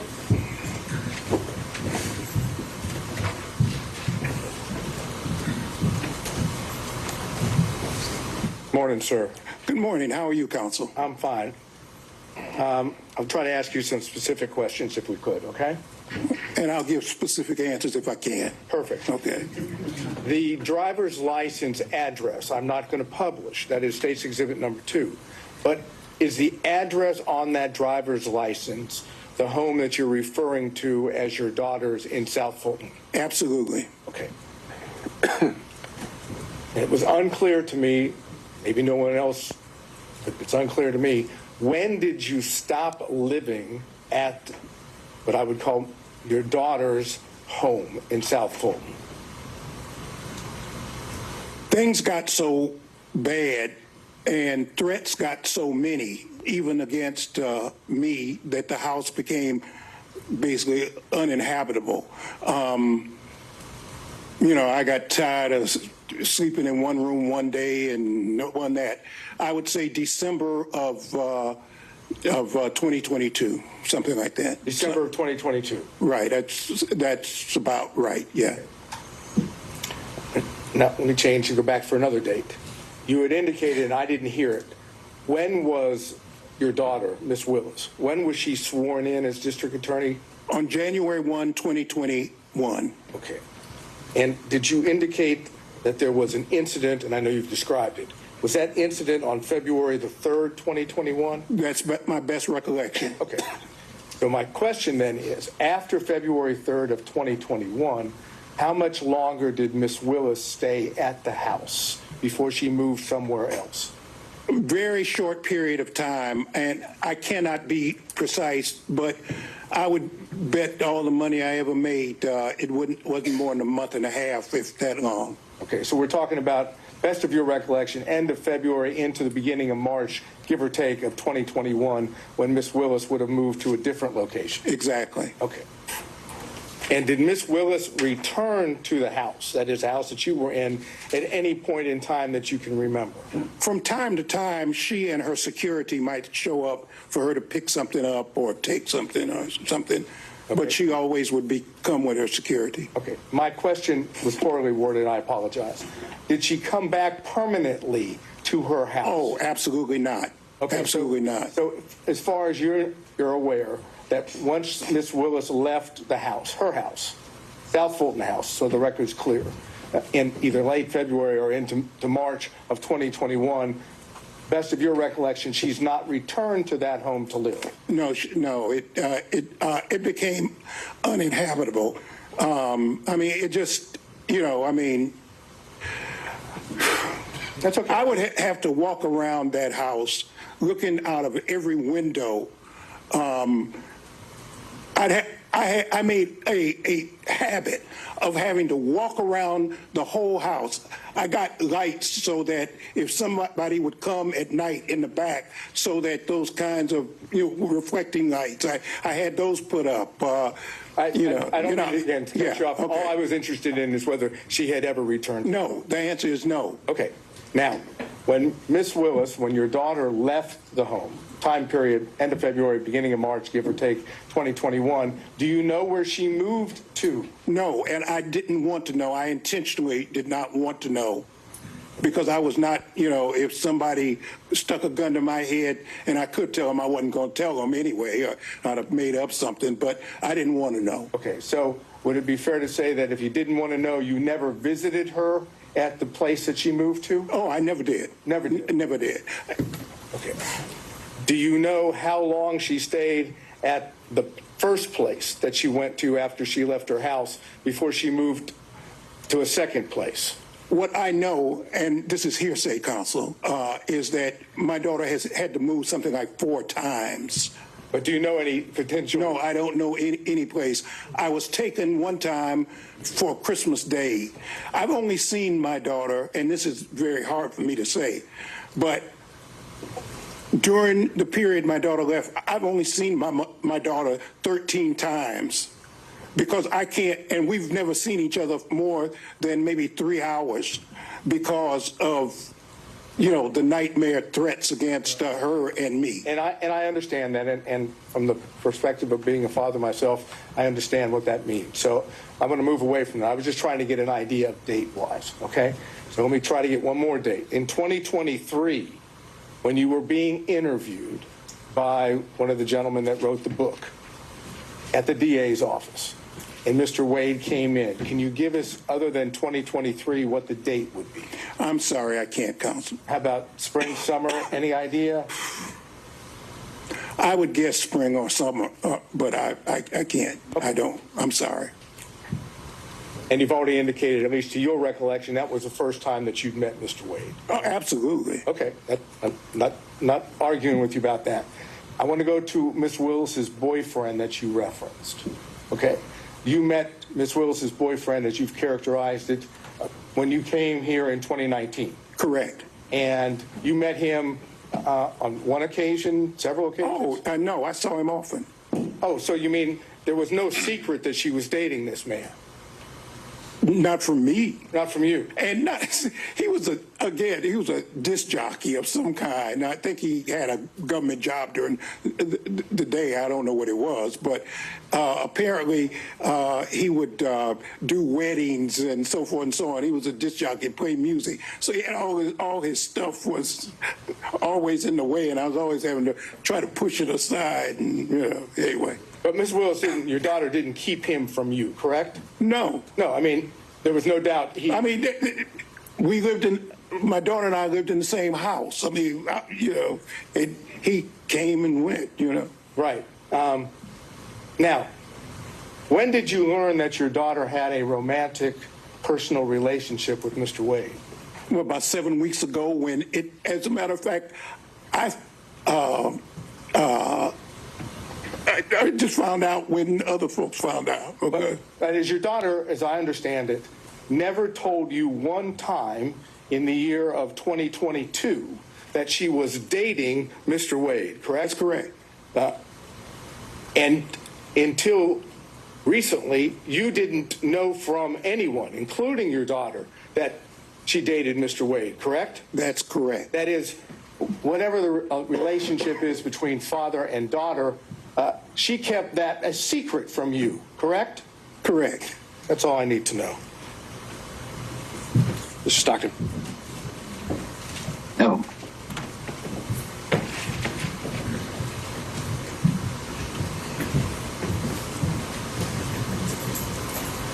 Good morning, Mr. Good morning. Correct. Good morning, Counsel. When your daughter moved or left the house that she owned, did she say anything to you about having a large savings of cash? Oh, no, no. See, maybe, excuse me, and Your Honor, I'm not trying to be racist, okay? But it's a black thing, okay? I was trained, and most black folks, they hide cash or they keep cash, and I trained, you always keep some cash because I've been places, and just because of the color of my skin, for example, I took a fellowship at Harvard when my daughter was just a if I might, Your Honor, if I might, when I was just, she was just, maybe 3 years old.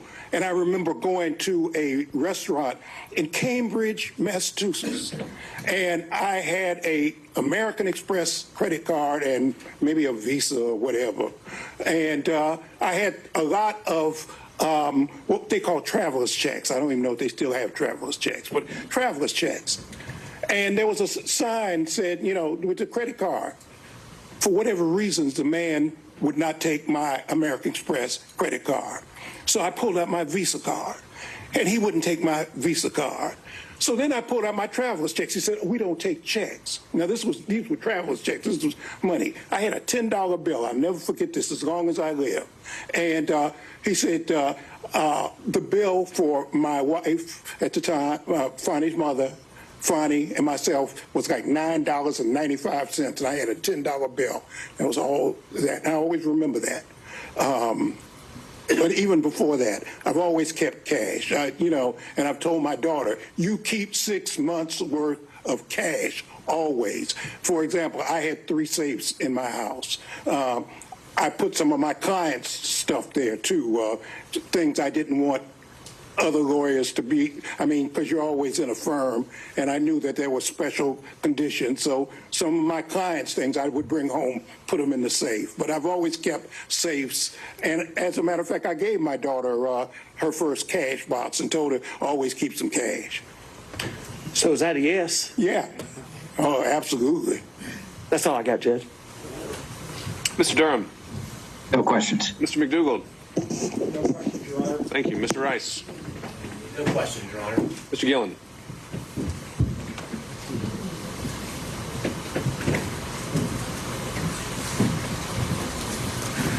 It's still morning. Good morning, sir. Good morning, counsel. How are you? Just fine. Just a few questions following up. When you were talking about when you learned about Mr. Wade and your daughter, correct? Correct. Now, did your daughter tell you in around October of 2022 that she had gone on a Caribbean cruise with Mr. Wade to the Bahamas? The answer is I knew that my daughter had gone, but I did not know who she went with or what the circumstances were. So I knew that she had gone out of town, but I didn't know with whom. I see. And did she tell you in November of 2022 that she had gone to Aruba and stayed at the Hyatt Regency Resort there in Aruba for 3 days with Mr. Wade? Did she tell you that? The answer was, again, I knew she went out of town. I didn't even know where she went. I knew she was going out of town. She told me she was going out of town. I think she might have said she was going out of the country or something. She'd be going. But other than that, that was all. Okay. And did she tell you in March of 2023 that she was going to Belize for several days with Mr. Wade? It's the same answer, that I knew she would tell me she was going out of town, and she may or may not have told me where she was going, but she'd be gone for a couple of days. Okay. Now, in 2023, you were in many days you would be out in California, correct? Some days I'd be in California, correct. Okay. Well, did she tell you in May of 2023 that she was traveling to Napa Valley with Mr. Wade, so maybe y'all could see each other when she visited California with Mr. Wade? The answer is no. And so the first time that you ever met Mr. Wade or learned about Mr. Wade, to your recollection, was in 2023? That's correct. That's all I have, Your Honor. Thank you. Mr. Kucherov. On Zoom. Yes, Ron, just a couple quick questions. Good morning, sir. I know I can't see you. I can't see you either, but we can take a moment. Good morning, counsel. We can take a moment. Let's just pause, see if we can change the screens to show Mr. Kucherov. Sorry. Your Honor, I'm on a phone, so it's kind of difficult. Can you turn your screen on, though? I'm trying to.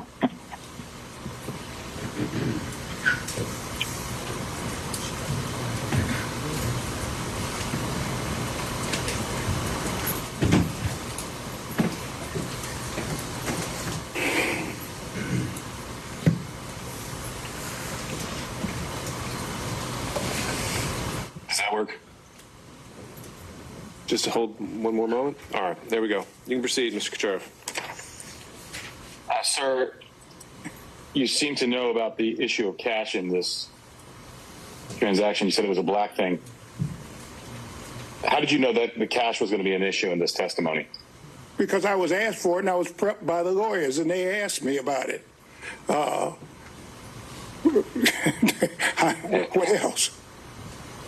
And did you speak with Mr. Wade about your testimony? No. Did you speak with your daughter about your testimony?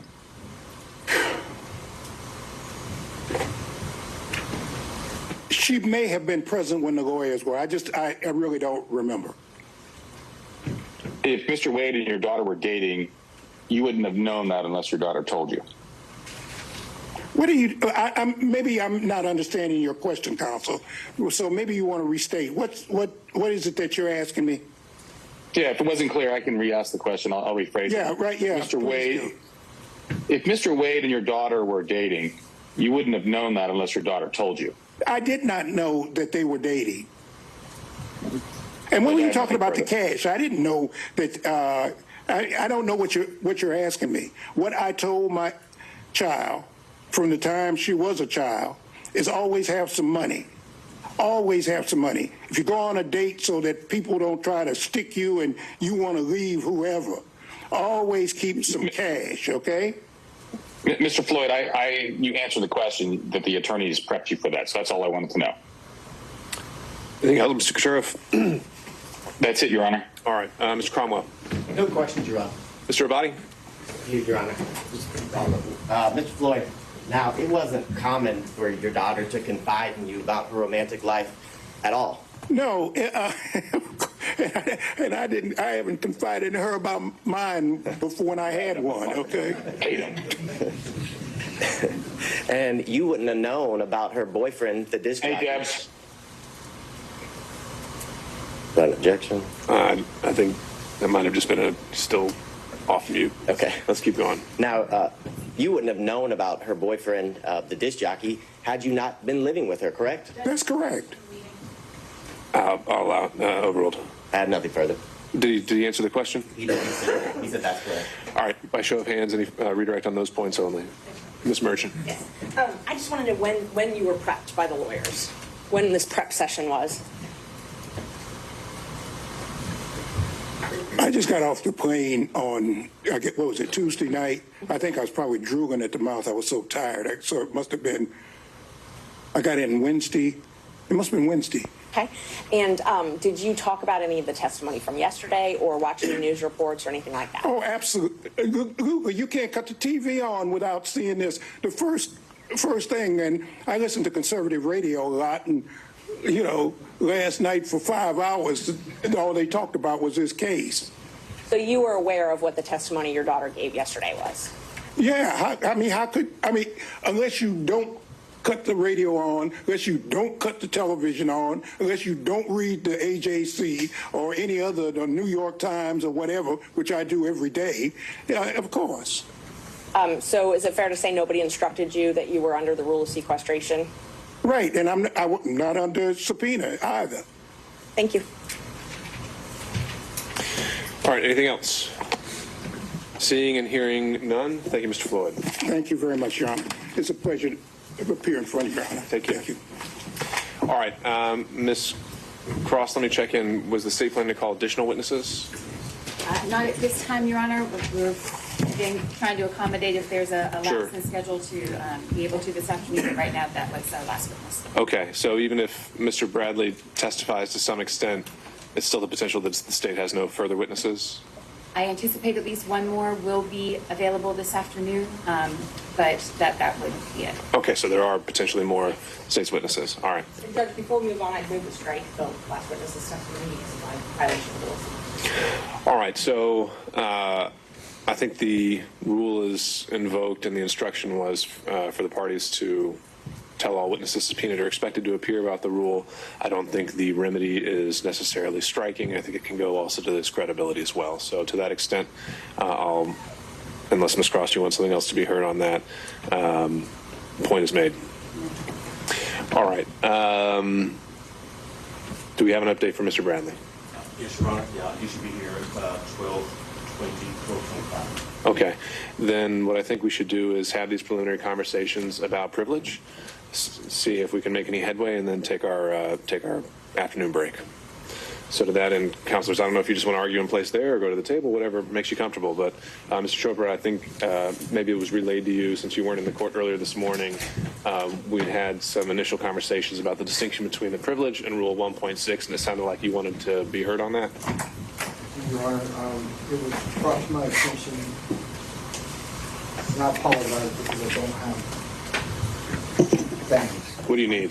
Well, a copy of the case in front of me would be helpful, but it's not necessary. It would just take me a second to keep looking at my phone to respond to the court. Whatever you need to do. Your Honor, I believe the case for in anticipation of piercing the rule 1.6 is Owens Corning Fiberglass versus American Seating. Is that correct? Pardon, Your Honor. It's difficult hearing counsel. Could you? Yeah. There's a microphone there at the jury box. You can try to. Hear what he's saying. Thank you. Either try to lift that microphone up and speak in the jury box, or make your way over to the podium or table. Sorry. Is that any better? All right, and no, that was authority provided by Mr. Sadow over our morning recess, and I think that was indicated to go more towards a potential crime fraud argument. I don't think we've really gotten there yet. It's not crime fraud per se. It's the same notion. All right, you've been watching the morning session, the hearing in Fulton County, Georgia, on a motion to disqualify prosecutors Nathan Wade and Fulton County DA Fani Willis. And the judge has been holding, this is day 2 of an evidentiary hearing. You just heard from witness John Clifford Floyd. Mr. Floyd is the father of Fulton County District Attorney Fani Willis, and he was questioned about a number of different things, including where he lived, whether he had lived with his daughter at a particular address, and whether or not he was aware of his daughter's boyfriend. Not only Nathan Wade, but apparently a prior boyfriend who he called a DJ of some sorts at weddings. Not a lot more information about him. Now the court is on a brief break. We'll be coming back in the afternoon session. Not certain how many more witnesses the state has to call. John Clifford Floyd was the state's witness, and you saw some limited cross-examination. The judge is still on the bench, hearing some argument, I believe, on some privilege issues. And at the very end, you saw defense attorney Ashley Merchant ask the court to strike John Clifford Floyd's testimony in its entirety, apparently because at the very end of his testimony, Mr. Floyd admitted that he had been listening to the testimony of his daughter yesterday because, as he correctly put it, you couldn't turn on the TV and not see the testimony of his daughter, Fani Willis, yesterday. Joining me now in studio is NBC News legal analyst Catherine Christian. Catherine, I want to ask you the big question. Why did the state call John Clifford Floyd, and did they achieve their mission? Well, why they called him is to corroborate, and that when the DA Willis said yesterday that her now ex-boyfriend, Mr. Wade, never came to to her condo, or her house, and that's what her father corroborated. He said never saw him there, just saw the DJ boyfriend, but not Mr. Wade. I'm confused, quite frankly, at the defense and the prosecution. I thought this hearing was supposed to be whether or not the DA derived some financial benefit from hiring Mr. Wade that would undermine the fair trial. Both sides have been focused in on when the sexual relationship started between the two of them.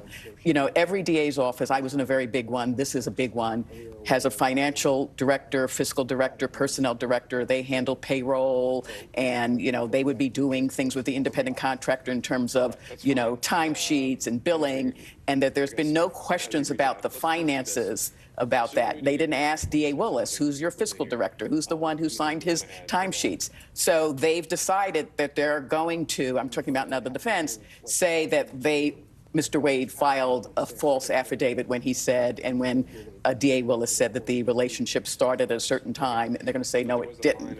And so they've sort of moved away from the finances, which is surprising to me. And these open-ended questions that the defense are asking aloud, and you can see DA Willis where she got her personality from, like from her daddy, it just allows the DA to have what she did yesterday, take over the courtroom, and her father, quite frankly, today, go on about, his life in South Africa and, a documentary being made about his life. So the issue about the finances is sort of obscured. Definitely some similarities in testifying style between father and daughter here. The defense asked about the cash issue. Did they delve into it deeply enough? Did they make any headway there? No, and allowed him to say, and as a black woman who had an elderly black parent who kept cash, he said as a black thing, that's as she said yesterday, I have a lot of cash. Some people say, well, that's unbelievable. Well, it depends culturally where you're from. It's not unbelievable. I don't carry that because, I did not believe you should do that. I disagreed with my mother. But he corroborated her about having cash, and he gave the story, which all black people have had when they had credit cards and have been denied, even in 2024. And so they carry cash because of that. So that allowed him to just sort of corroborate what his daughter said yesterday. Yeah, Catherine, you brought up an important point. We have some sound of that moment in court. Let's take a listen. I'm going to ask you about it on the other end.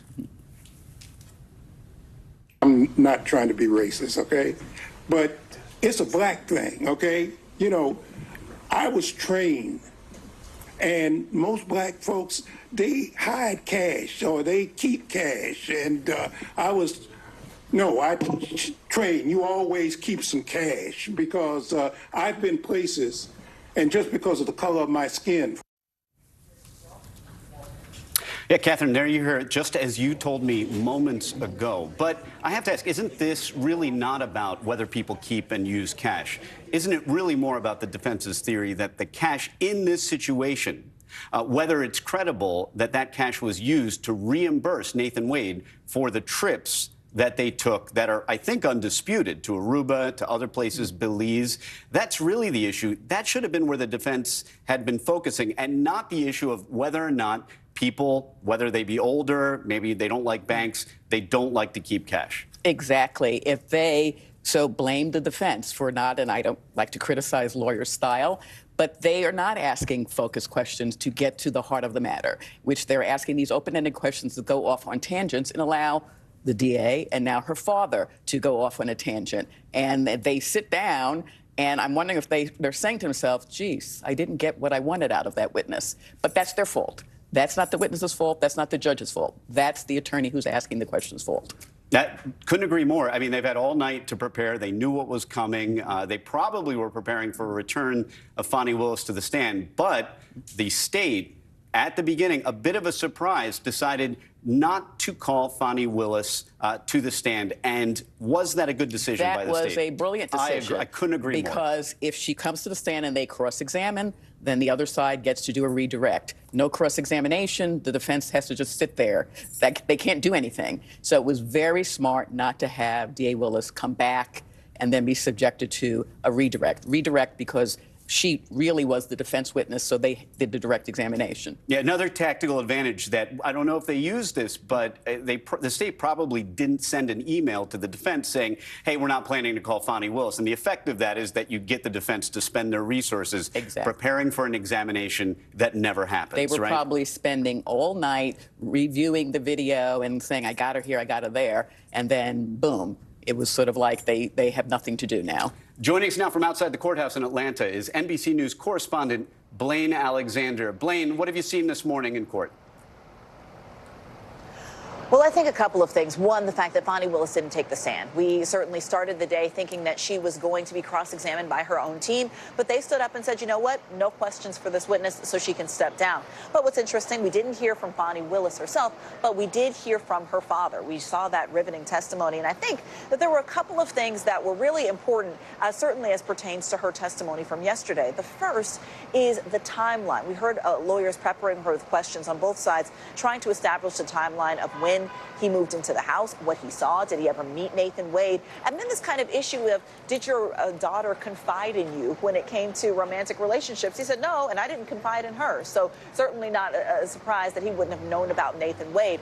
But the other issue, I think, that was central to yesterday's testimony was this issue of Fani Willis reimbursing Nathan Wade in cash. Now, there was a lot of skepticism around this, both in the courthouse and then just people kind of speaking afterwards as well, as to this doesn't necessarily happen. But he spoke to the fact that this is indeed in many ways a cultural thing and also an age thing, that people of a certain generation and also a number of African-American people traditionally keep cash just for safety, and that's something that he passed on to his daughter. So that was a big piece of his testimony as well today. Now, while we talk about that, I also want to kind of point out a little bit of color when we talk about what we've seen in the courtroom today, Danny. I think it's important to point out that, yes, in addition to the testimony we're watching, one of the things we can't really see on cameras when you're watching is just who is in the courtroom, who's watching all of this.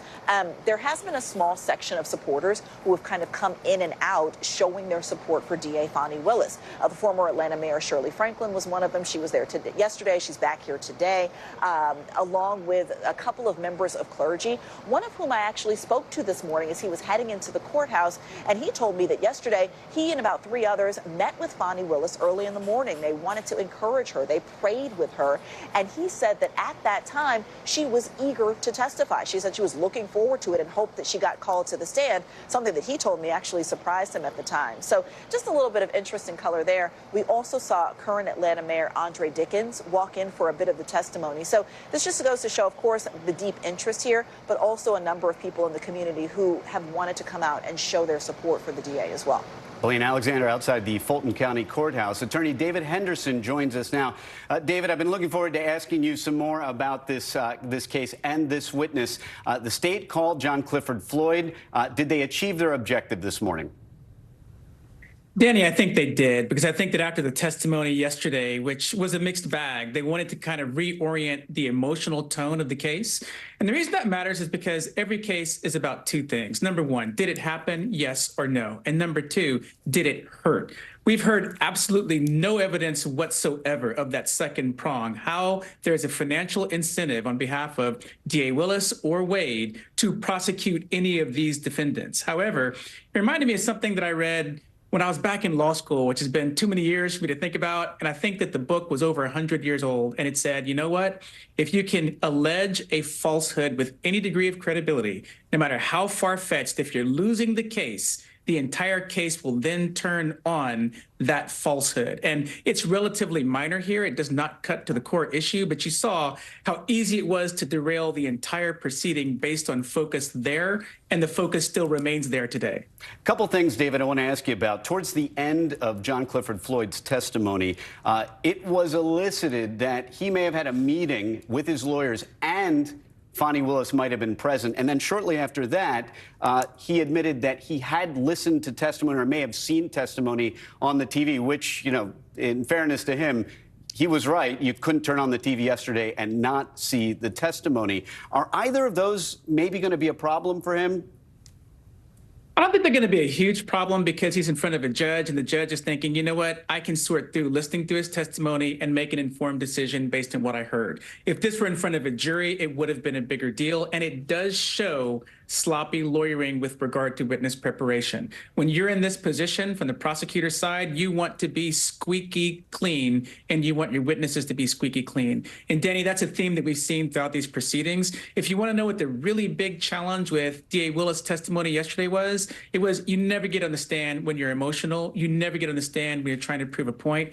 I get why she wanted to do it, but it's a problem that no one on her trial team was able to just say, not going to happen, not this way. You find a way to get the judge to take a break. You go, it's called woodshedding, witness preparation, right? You take 5 to 10 minutes and you've got to tell her, look, you got to decide, do you want to defend yourself, which I get, and it's a legitimate concern here, or do you want to defend this case because we can't do both? And I think that you saw something similar with regard to her father's tone during cross-examination. In front of a judge this even keeled, things like that can affect the outcome, and you don't want that when it's all said and done. Thank you, David Henderson. Also joining me is NBC News legal analyst Kristen Gibbons-Fedden. Kristen, welcome. I want to ask you the same thing I've asked everybody else.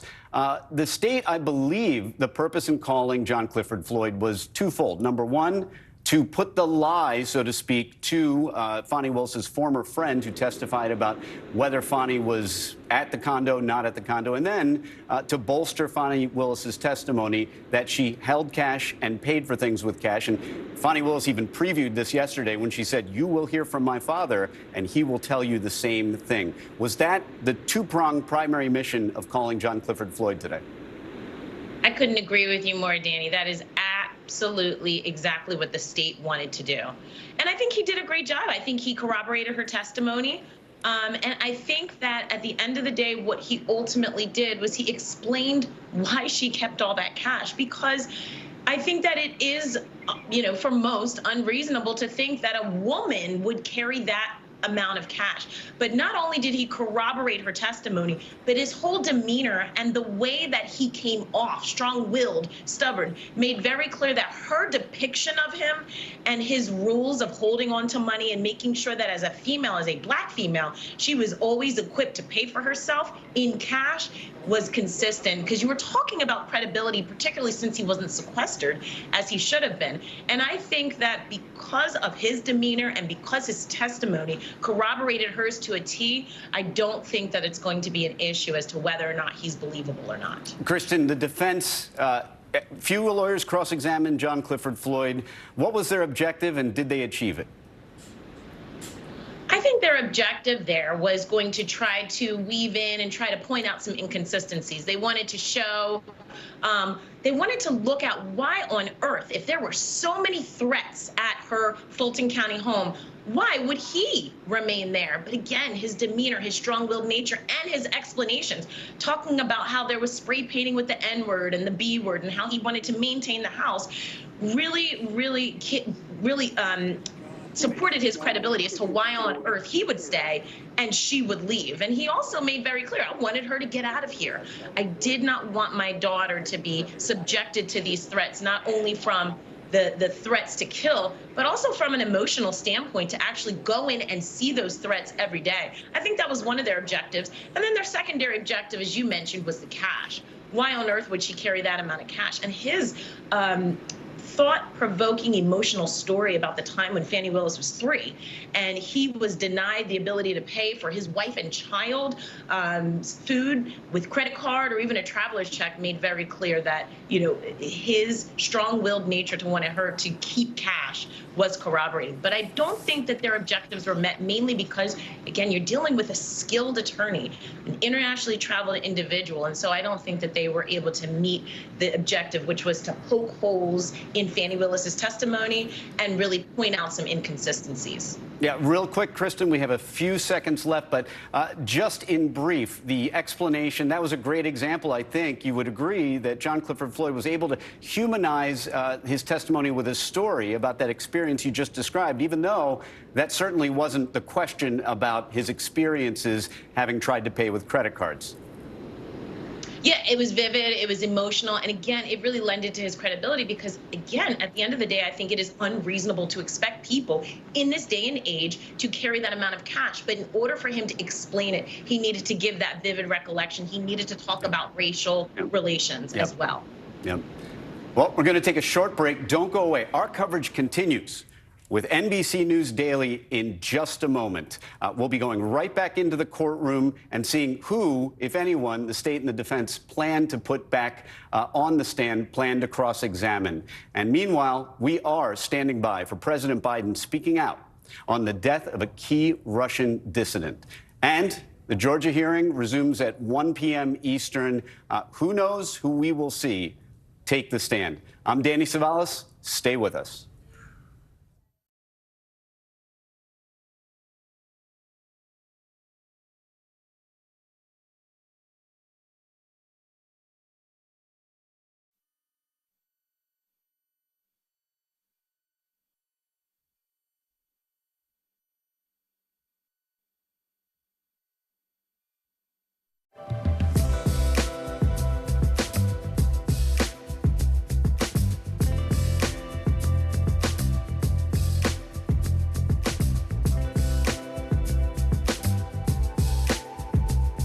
What's the message that you're trying to get out to young people? Know what is in the drug supply. We've got...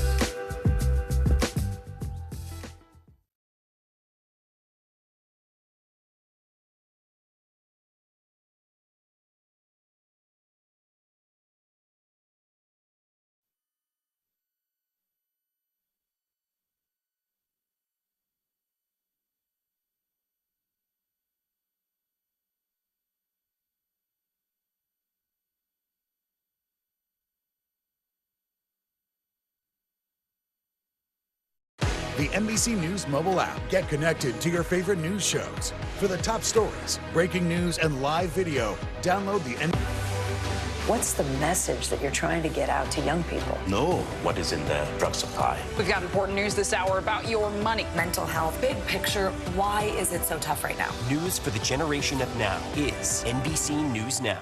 Kristen Welker hosts Meet the Press every Sunday on NBC.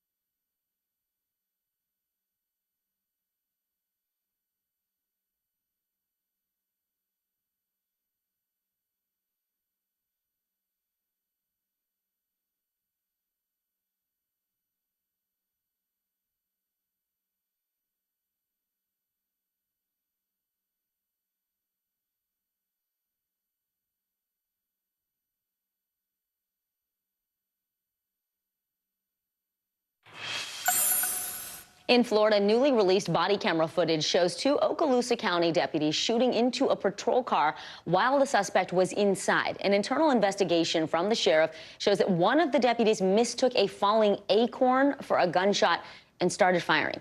Claire Jones with our affiliate WJHG walks us through what happened. What? Let's go. Where, right there?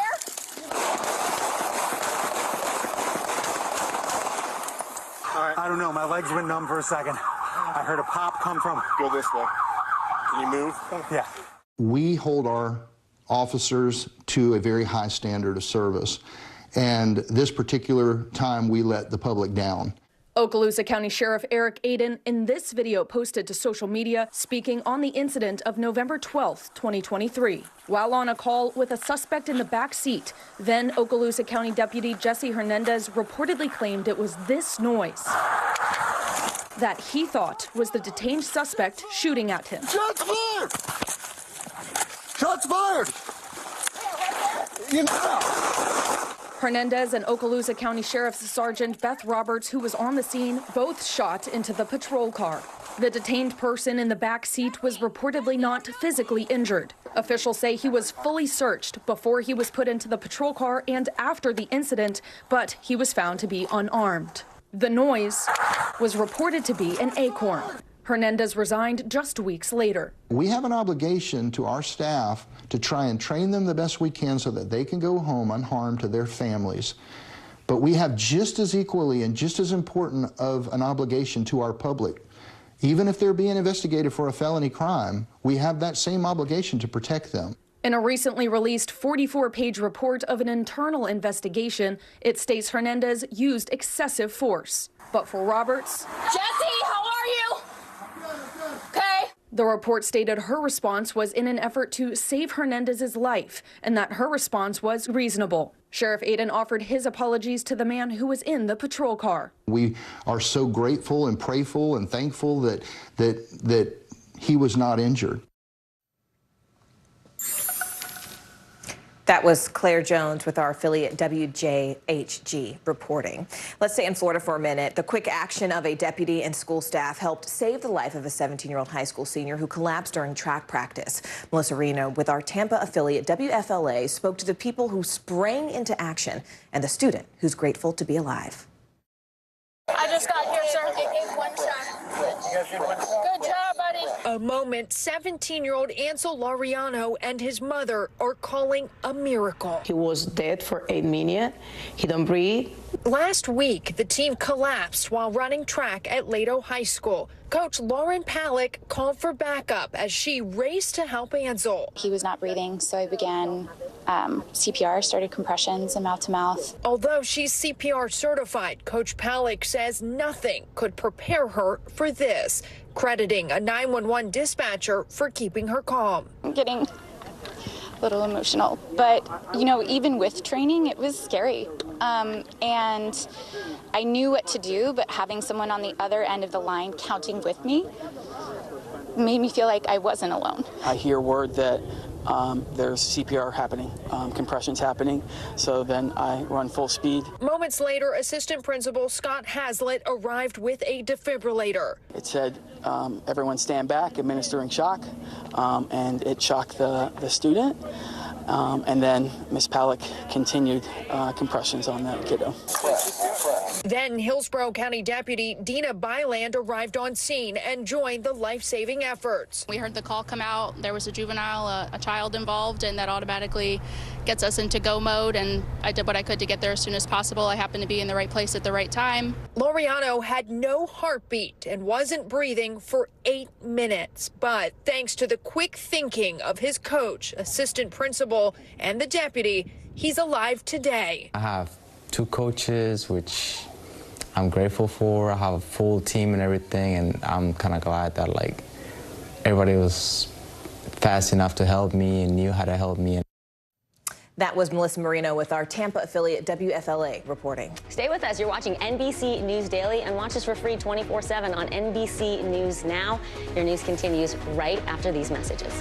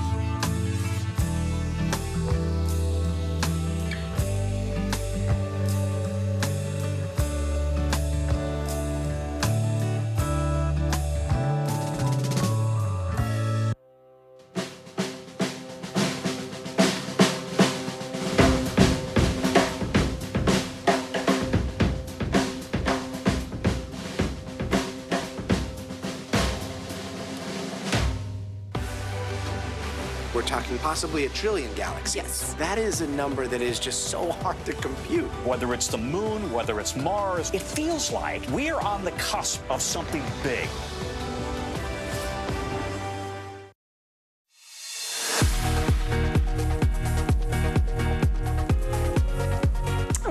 back, and thanks again for joining us. It is 12:30 in Hartford, Connecticut, as well as right here in New York. I'm Morgan Radford. I'm Vicki Wynn. Here's what's making news right now. In southern Gaza, at least 5 people are now dead at Nasser Hospital after Israeli forces raided the facility. The Gaza Health Ministry says electric generators cut out and all power was lost. Israeli military officials say they've arrested 20 people suspected of participating in the October 7th attacks during this raid. And news out right now, Democratic Senator Joe Manchin says he will not run for president. He made that announcement during a speech in West Virginia today after months of speculation that he could challenge President Joe Biden as an independent candidate. Manchin chose not to seek re-election to his Senate seat last November, leading many to think he could explore a presidential run. 6 hikers have been rescued after being stranded at the top of Southern California's Mount Baldy. Officials say the men were trapped in the snow at an elevation of 9,000 feet. They spent several hours there before calling 911. Rescue crews ultimately responded and airlifted the group to safety. We are on verdict watch today in New York, where a judge could issue a decision any moment now in the high-stakes civil fraud trial against former President Donald Trump. The state's attorney general is pushing for a $370 million fine and a lifetime ban on Trump conducting any real estate business in New York, where he grew up and built his brand. NBC News correspondent Rahema Ellis is live outside Trump Tower here in Manhattan. So, Rahema, the judge has already found that Trump engaged in fraud. We just want to make that very, very clear. Now he's deciding on these penalties. What exactly is he considering? He's got to consider how much of a benefit Donald Trump and his associates made or had as a result of overinflating or sometimes undervaluing the property that they own. For example, even this property here at Fifth Avenue, or famous Fifth Avenue, the Trump Tower, he overinflated the size of the property. It's 10,000 square feet. He said it was 30,000 square feet. And when you get loans based on property size and the value of property, it makes a difference. The judge has got to define not just this property, but all of the Trump properties. How much did he gain as a result of the fraudulent actions that he made on his business reports? Morgan and Vicki? Rahema, I mean, I guess the question is in terms of next steps. Would Trump actually be able to appeal this decision? And if he does end up facing hundreds of millions of dollars in fines, how exactly would he pay it? Well, he may have to sell some property. He has said in court filings that he is worth $400 million in terms of what he has in cash. But would he want to liquidate all of that? Is all of that something that he does have in cash? The State Attorney General, Letitia James, they are asking for $370 million. So you've got to get that money from somewhere. And how do you do that if you don't have it in cash? It means you're going to have to sell some property. And what would that mean? Selling this building, which he does own, selling golf courses or property in Florida and places around the world. And additionally, what would it mean in terms of the penalties to him? Will he be prevented from doing any more business in New York State? All right, NBC News correspondent Rahema Ellis for us there outside Trump Tower. Thank you so much, Rahema. We have new details now on the deadly shooting at the Chiefs Super Bowl parade that killed one person earlier this week. Police say they think that it was a personal dispute that led to the gunfire. Well, right now there are 2 teenagers in custody, according to officials, but no charges have yet been filed. Police say half of the nearly 24 people who were injured are under 16 years old. NBC News correspondent Ellison Barber is live for us in Kansas City. Ellison, have police given us any timeline on when they will press charges, and where does the investigation stand? Yeah, no, they haven't. And yesterday afternoon, Morgan, when we last spoke, that is the last official update we have had from Kansas City Police. As you mentioned, they say 2 of the people they have in custody are juveniles. Initially, they'd said they had 3 people detained in custody being investigated as it relates to this shooting.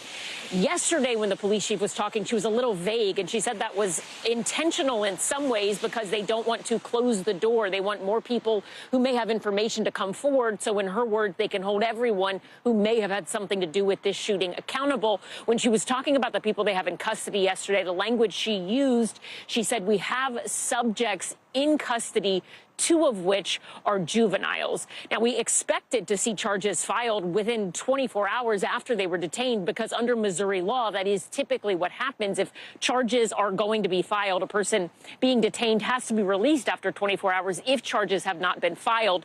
No charges formally filed just yet. We know those 2 juveniles at least are still in custody. We don't have an update on what, if anything, happened with that 3rd individual, but there could be some lag in the time because there are juveniles here, and that would play out in different courts. But we're expecting an update, hoping for an update sometime soon. Police have been very clear in saying they absolutely plan to bring charges here. Morgan, Vicky. Allison, can we talk about the folks that were hurt in all of this? There was a candlelight vigil last night in the community. Have you heard any more about how people are doing? There were many children that were actually injured in that shooting as well.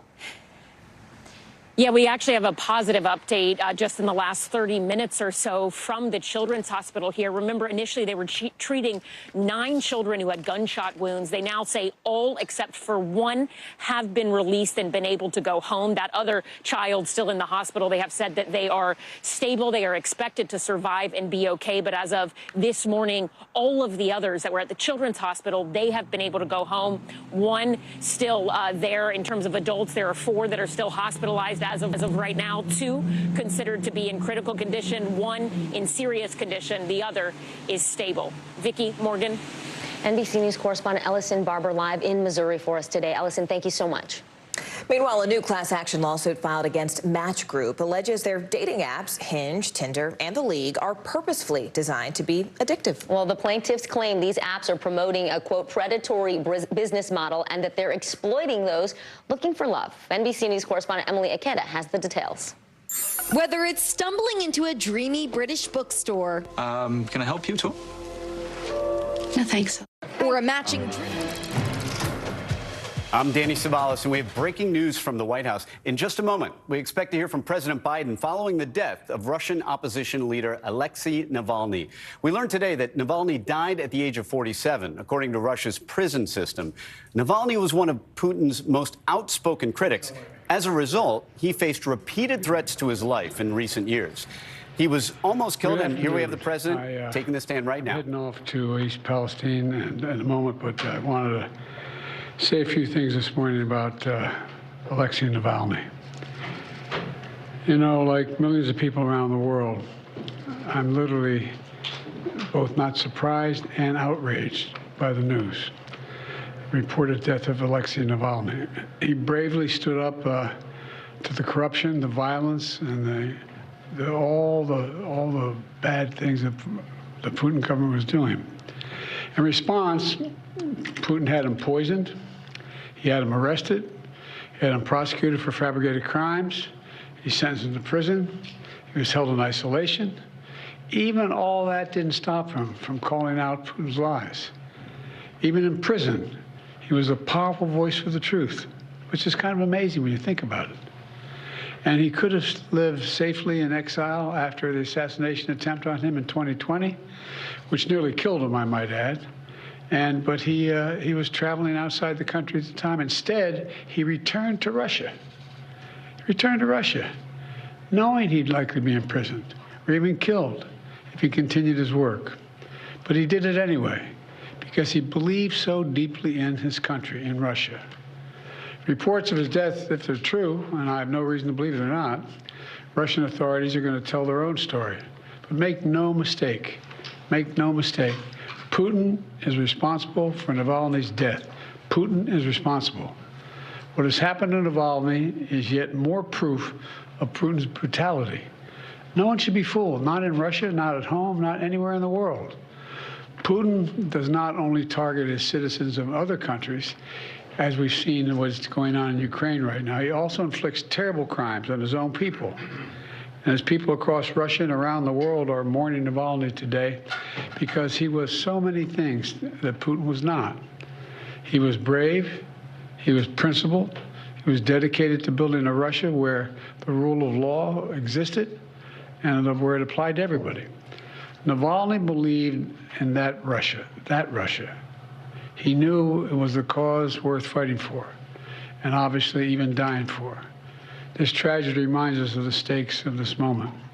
We have to provide the funding so Ukraine can keep defending itself against Putin's vicious onslaughts and war crimes. You know, there was a bipartisan Senate vote that passed overwhelmingly in the United States Senate to fund Ukraine. Now, as I've said before, and I mean this in a literal sense, history is watching. History is watching the House of Representatives. The failure to support Ukraine at this critical moment will never be forgotten. It's going to go down in the pages of history. It really is. It's consequential. And the clock is ticking.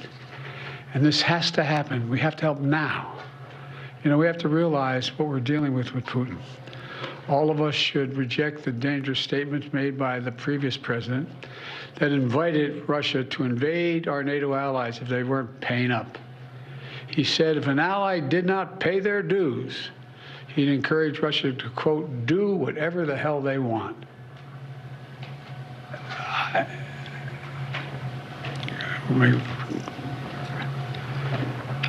I guess I should clear my mind here a little bit and not say what I'm really thinking, but let me be clear. This is an outrageous thing for a president to say. I can't fathom. From Truman on, they're rolling over in their graves hearing this. As long as I'm president, America stands by our sacred commitment to our NATO allies, as they have stood by their commitments to us repeatedly. Putin and the whole world should know, if any adversary were to attack us, our NATO allies would back us. And if Putin were to attack a NATO ally, the United States will defend every inch of NATO territory. Now's the time for even greater unity among our NATO allies, to stand up to the threat that Putin's Russia poses. You know, I send my deepest condolences to Alexei's staff and supporters who are going to continue his work despite this loss, despite all of Putin's desperate attempts to stamp out the opposition, and most of all to his family, especially to his wife, his daughter, and his son, who have already sacrificed so much for their family and a shared dream for a better future for Russia. So I just want to say God bless Alexei Navalny. His courage will not be forgotten, and I'm sure it will not be the only courage we see coming out of Russia in the near term. Thank you. I'll be happy to take a couple questions. Sir, first, was this an assassination? The answer is that we don't know exactly what happened, but there is no doubt that the death of Navalny was the consequence of something that Putin and his thugs did. And to be clear, you warned Vladimir Putin when you were in Geneva of devastating consequences if Navalny died in Russian custody. What consequences should he and Russia face? That was 3 years ago. In the meantime, they faced a hell of a lot of consequences. They've lost and/or had wounded over 350,000 Russian soldiers. They've made in a position where they've been subjected to great sanctions across the board, and we're contemplating what else could be done. But what we were talking about at the time, there were no actions being taken against Russia. And look, all that's transpired since then. Can you say whether you're looking at increasing sanctions on Russia right now? We're looking at a whole number of options. That's all I'll say right now. Is there anything you can do to get ammunition to the Ukrainians without a supplemental from Congress? No, but it's about time they step up, don't you think? Instead of going on a 2-week vacation. 2 weeks. They're walking away. 2 weeks. What are they thinking? My God, this is bizarre. And it's just reinforcing all the concern and almost, I won't say panic, but real concern about the United States being a reliable ally. This is outrageous. Are you more confident now that you'll get the Ukraine aid, given what's happened today? Well, I hope to God it helps. But, I mean, the idea we need anything more to get the Ukraine aid. I mean, this is, in light of a former president's statement that saying Russia, if they haven't paid their dues to us, go get them. Come on. What are these guys doing? What are they doing? Sir, how concerned are you about the anti-satellite capability that Russia is developing, and what is your administration planning to do in response? First of all, there is no nuclear threat to the people of America or anywhere else in the world with what Russia is doing at the moment, number one. Number two, anything that they're doing or they will do relates to satellites and space and damaging those satellites potentially. Number three, there is no evidence that they have made a decision to go forward with doing anything in space either. So what we found out, there was a capacity to launch a system into space that could theoretically do something that was damaging. Hadn't happened yet, and my hope is it will not. Thank you all. I'll take one more. Thank you, Mr. President. Switching gears for a moment, have the Israelis presented a credible evacuation plan for the nearly 1.5 million displaced Palestinians sheltering in Rafah? And what would the consequences be for Israel if they move ahead with a full-scale ground invasion without clear measures to protect civilians there? Well, first of all, I've had extensive conversations with the Prime Minister of Israel over the last several days, almost an hour each. And I've made the case, and I feel very strongly about it, that there has to be a temporary ceasefire to get the prisoners out, to get the hostages out. And that is underway. I'm still hopeful that that can be done. And in the meantime, I don't anticipate, I'm hoping that the Israelis will not make any massive land invasion in the meantime. So it's my expectation that's not going to happen. There has to be a ceasefire temporarily to get those hostages. And by the way, we're in a situation where there are American hostages. American citizens are being held hostage. It's not just Israelis, it's American hostages as well. And, my hope and expectation is that we'll get this hostage deal. We'll bring the Americans home, and the deal is being negotiated now, and we're going to see where it takes us. An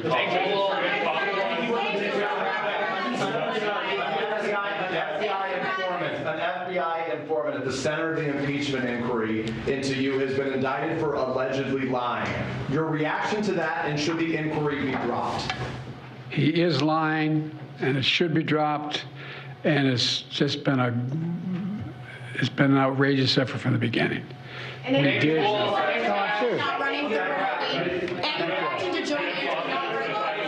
See you in Ohio.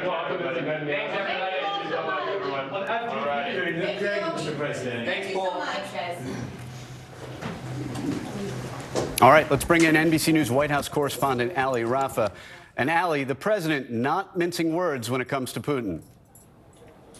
Yeah, Danny, that's right. Well, we know that Alexei Navalny, over his decades of work countering and working against corruption in Russia, promoting democracy in Russia, has gained the respect of many world leaders, and President Biden is among them. He made that very clear in these remarks from the Roosevelt Room at the White House just minutes ago, saying that he was, quote, not surprised by these reports. He's outraged by these reports of Navalny's death, that he said he has no reason to believe are false. He said, quote, make no mistake, Putin is responsible for Navalny's death. He said that he has no doubt that this news was the result of something Putin and his, quote, thugs did. Then he praised Navalny and his work. He said that he was brave and principled, that this tragedy reminds us of the stakes of this moment. He really made a renewed push for the need to pass that supplemental funding bill for increased aid to Ukraine to be able to counter Russia's aggression, saying that passing that aid is even more critical in this moment. He pushed for Congress to approve that, saying that, quote, history is watching the House of Representatives. Danny, he also took a swipe at his predecessor, former President Trump, who we saw last week say during a rally that he would support Russia attacking any NATO ally that didn't pay what he deemed their fair share in defense spending. The president in these remarks calling that an outrageous thing for a president to say, that he cannot fathom saying that. And he reinforced the U.S. belief and his administration's belief that the U.S. would defend any NATO ally under threat by Russia. He also offered his condolences to Navalny's family, saying that they have already sacrificed so much and that his courage will not be forgotten. Notably, he also said that the U.S. is contemplating what further action the U.S. could take to punish Russia for doing this. And that comes after we heard the president back in 2021 during a summit he had with President Putin in Geneva, when asked about what would happen if Navalny were to, in fact, die in prison in Russia. He said that he made clear to Putin during that summit that he believes, quote, the consequences of that would be devastating for Russia, not elaborating on what those consequences could be, but saying clearly that the U.S. is exploring those options. Danny. Ali, when asked, Biden appeared to say that those comments he made about the devastating results were several years ago, and since then Russia has suffered in other ways. But does he really answer the question there as to what the direct consequences will be for Russia and Putin as a result of what he believes was deliberate conduct by the Russian president? He did not, and that could be because we know the U.S., despite what the president is saying now, that he has no reason to believe that these reports of Navalny's death are false. We do know that the U.S. is waiting for an independent U.S. confirmation of those reports by Russian state media and by President Putin's office, Danny. And President here seems to see an advantage vis-a-vis former President Trump and Putin. Absolutely. We've seen the president use those remarks by former President Trump to continue drawing this contrast between his administration and what a potential second White House term for former President Trump would be. We've seen the White House and the Trump campaign seize on those remarks, using his words against him in this election that's looking to be like a rematch of 2020 and 2024, Danny. All right. Ali, quick, we got about a minute left. What do we see now? What do we expect next from the president? Just we're waiting for this investigation. How long do we expect that might take? Well, right now we know that intelligence officials are, like I said, working on confirming this, but this is just the latest outpouring of a response we've heard from the Biden administration. Of course, the president making these remarks today, and we heard the vice president as well as the Secretary of State address this earlier today in Munich, where NATO allies are, among other things, talking about how to confront Russia's aggression at that security conference, Danny. All right, Ali Rafa, thank you. That concludes our coverage of the president's remarks. We'll be back in just a few moments with more live coverage of the hearing out of Fulton County, Georgia, over the misconduct claims involving DA Fani Willis. For now, we return you to NBC News Daily.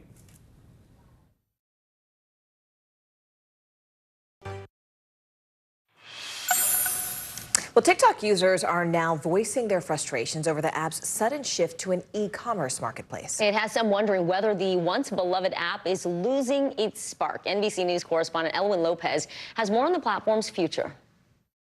The days of endless scrolling past dance videos, what I eat in a day, get ready with me, and the occasional funny animal now filled with ad after ad after ad. And it looks like normal content until you see this key identifier, a tiny shopping cart. It's the new era of TikTok Shop. Does it mean that we've hit peak TikTok as we know it? And could the mighty app be showing signs of user fatigue? Anyone getting pissed off that TikTok is just turning into one giant ad? I would never buy anything off of TikTok Shop. Every single other post is TikTok Shop or an ad. While TikTok doesn't disclose its data, market intelligence firm Sensor Tower says global monthly active users on the platform grew only 3% in 2023, a sharp dip from 12% the year before.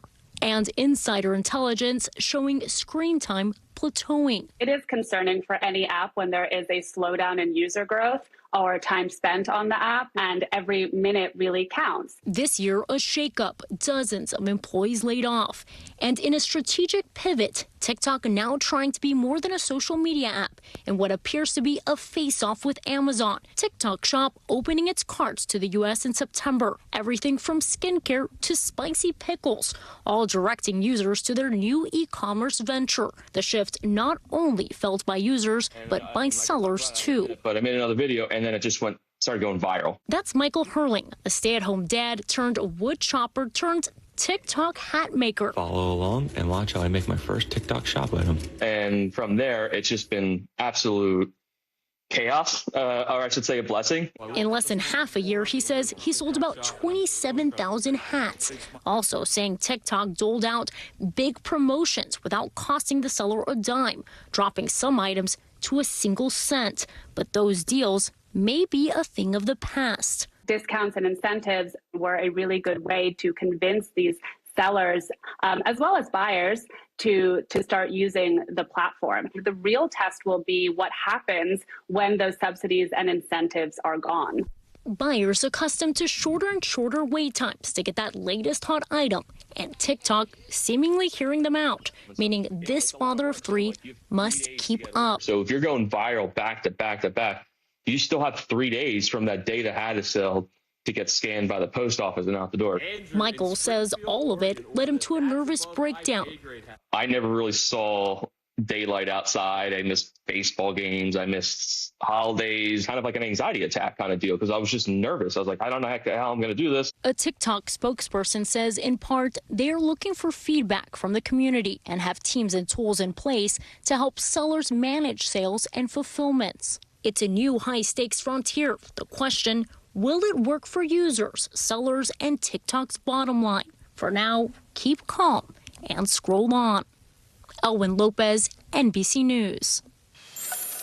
All right, here's what's trending right now. Taylor Swift is donating $100,000 to the family of the woman who died at the Kansas City Super Bowl parade. The pop star sent her, quote, deepest sympathies and condolences to the Elizabeth Lopez Galvin memorial page just days after the deadly shooting. According to the Kansas City Star, Galvin was a wedding DJ and the co-host for a Latin music radio program. Vogue is dropping new details about this year's Met Gala. The theme will be the Garden of Time, and the event's co-chairs will include Zendaya, Bad Bunny, Chris Hemsworth, and Jennifer Lopez. They will work with longtime Vogue editor-in-chief Anna Wintour to put on the event. The biggest night in fashion is set to take place on May 6th. If Bad Bunny is going to be there, will Morgan Radford be there? Morgan Radford will be reporting live outside. You find a time and a place, Mama. The secret is out. Anya Taylor-Joy will make a cameo in the highly anticipated film Dune Part 2. The Queen's Gambit star made a surprise red carpet appearance at the London premiere last night and confirmed the news of her role in the film. She'll appear alongside Timothée Chalamet, Zendaya, and Austin Butler. The sequel is set to hit theaters March 1st. Well, Paul McCartney is reuniting with a piece of his history thanks to an online campaign. The musician was able to find a famous bass guitar that was stolen from him 50 years ago. A family in southern England revealed they had the long-lost instrument, which they say was inherited. Wow. I'm Morgan Radford. I'm Vicki Wynn. You are watching NBC News Daily.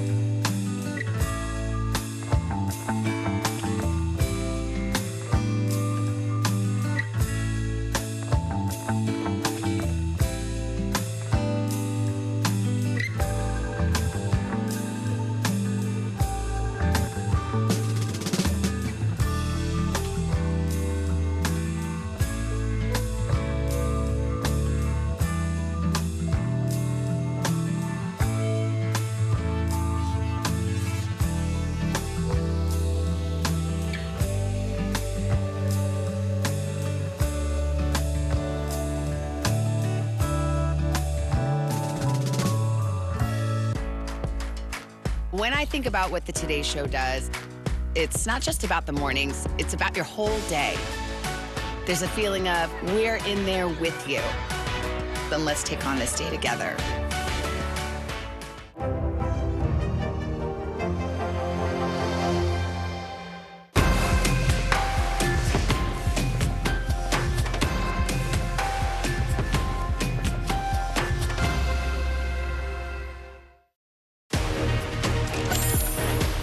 Hi there, everyone. I'm Morgan Radford, and thank you so much for joining us. I'm Vicki Wynn. NBC News Daily starts right now.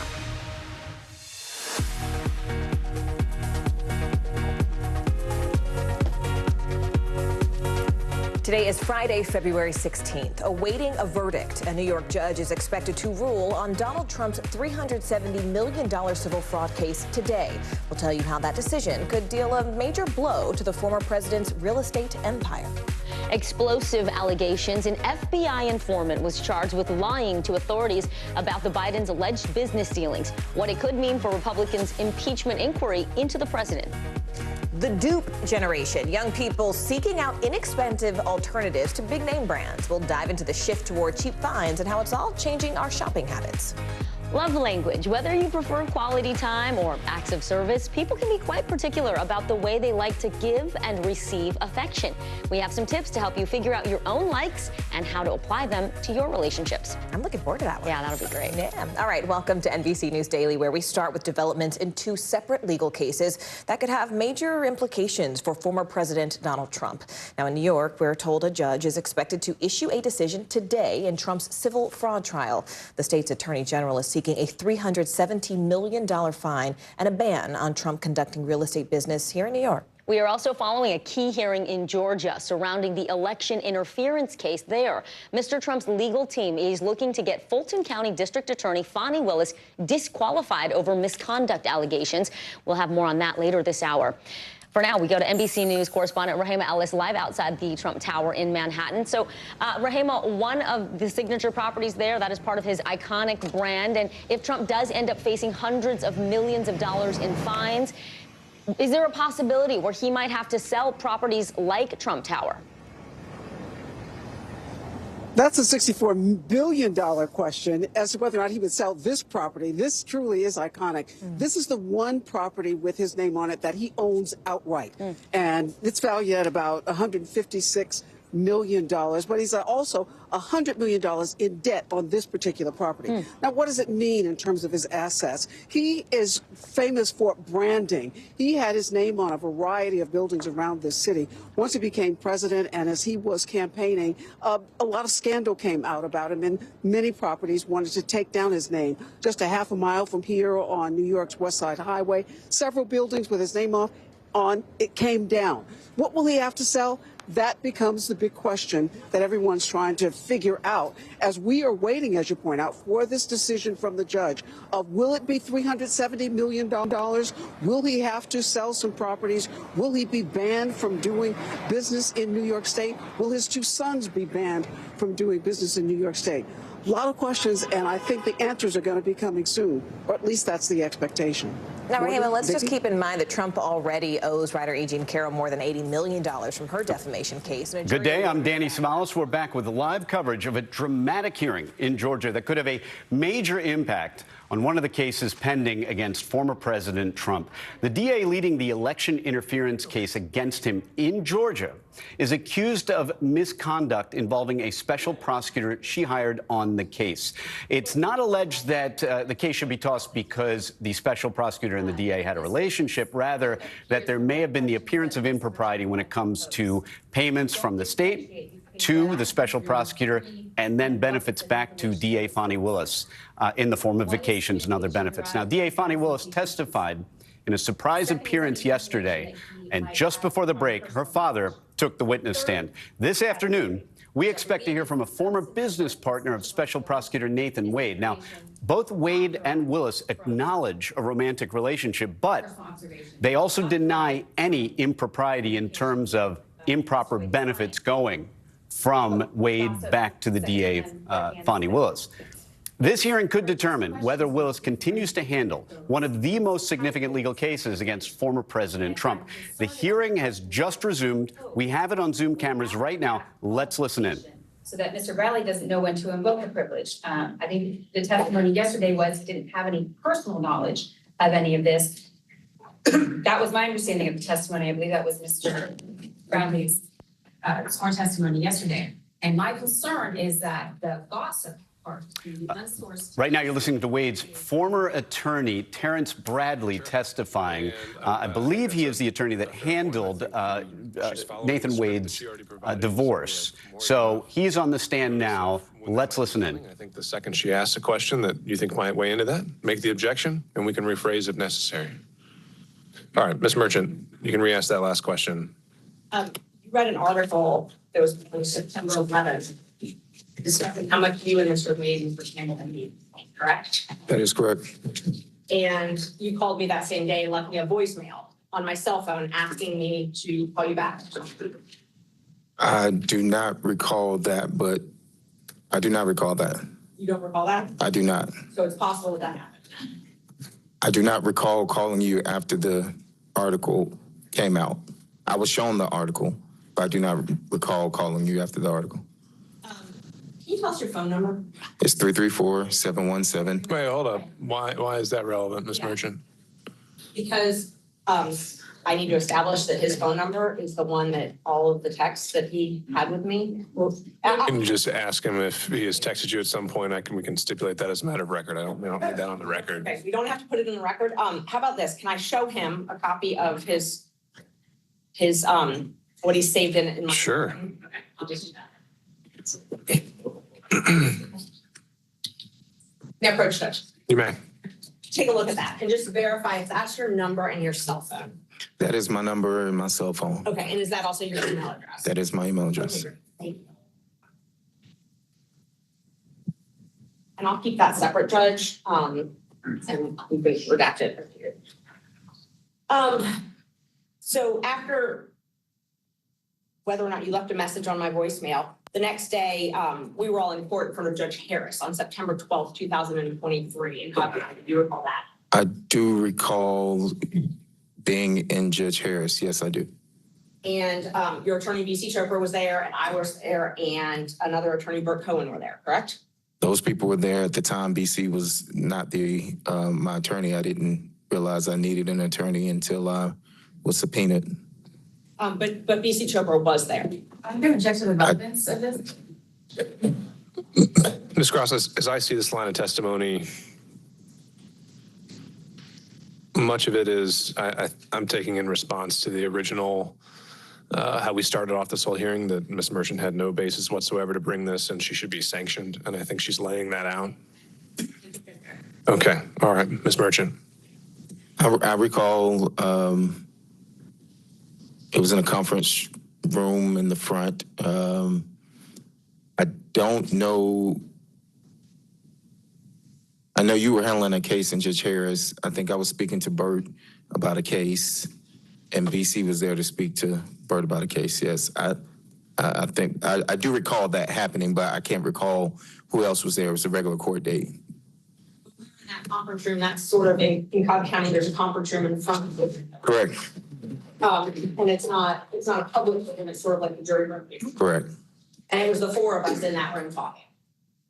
I don't recall if anybody else was there. I will say that I do remember at some point it was myself, you, BC, and Burt there, but people were coming in and out of the courtroom, so I cannot sit here and accurately say that somebody else wasn't there at the time.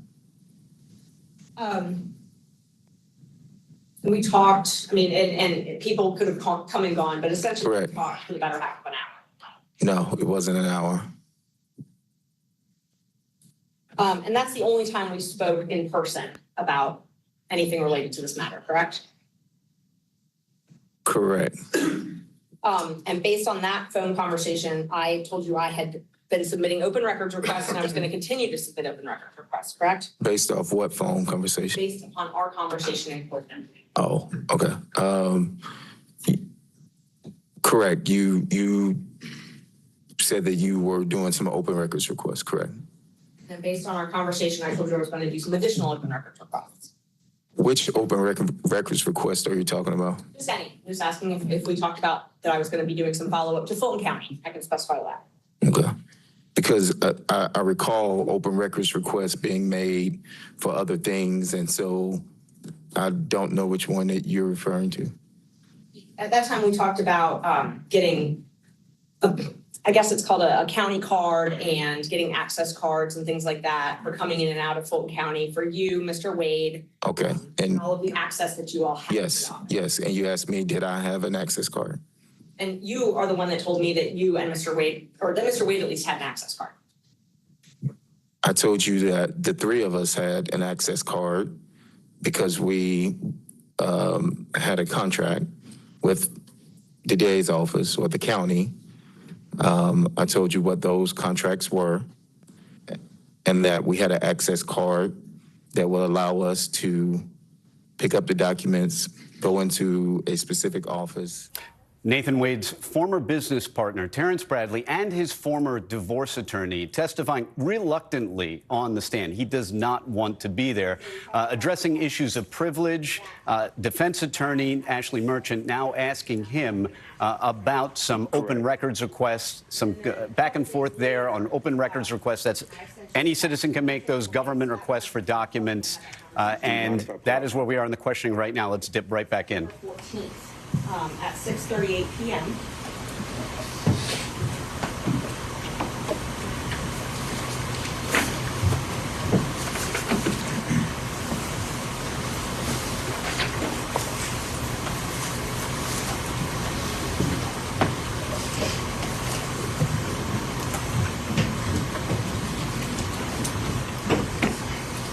And what day was this? It was September 14th. September 14th, correct. And I sent you a screenshot of a Fulton County open records request I did. Yes, and I said, wow. And then we continued to text. Wait. And then you sent another text about a badge, and I did not respond. You sent another text about an entrance card. I did not respond. You sent another text about some other badges and with a circle around it, and I did not respond. Yes, Your Honor. Okay. That's right. Think you. All right. Mr. Bradley, if you could just respond to the question asked and only the question asked. That was Thank you, actually, I have an additional thing I want to raise. Ms. Merchant provided some text messages that she let us know that she was going to refer to. The text messages are inconsistent with Mr. Bradley's exchange as he apparently is reading it off of his phone. So if I could ask Ms. Merchant, is this it is true, accurate, and complete, and perhaps we can see what's on Mr. Bradley's phone. But more importantly, I am going to object. I understand the court's legal way about Ms. Merchant being able to establish contact based on previous statements made. But I'm concerned about going into the content of the statements without putting things in the buckets that I've done. Sure, and so am I, Ms. Merchant. I'm not seeing so much the relevance of it back and forth. I'm allowing you to establish, the contact that was made in line with the outline you provided me, and I think we're on track with that. Were you planning to tender these text messages? I was planning on discussing them with him. Now, if yesterday he said we didn't text about this case, so if that was his testimony again today, then yes, I will at least show them to him to refresh his recollection or to impeach him. But Judge, their first part of their argument is foundation, is what I'm assuming. They're saying all of these.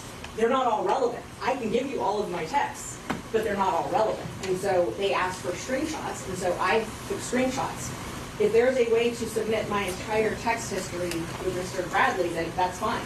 If they want us to read every single text, that's fine.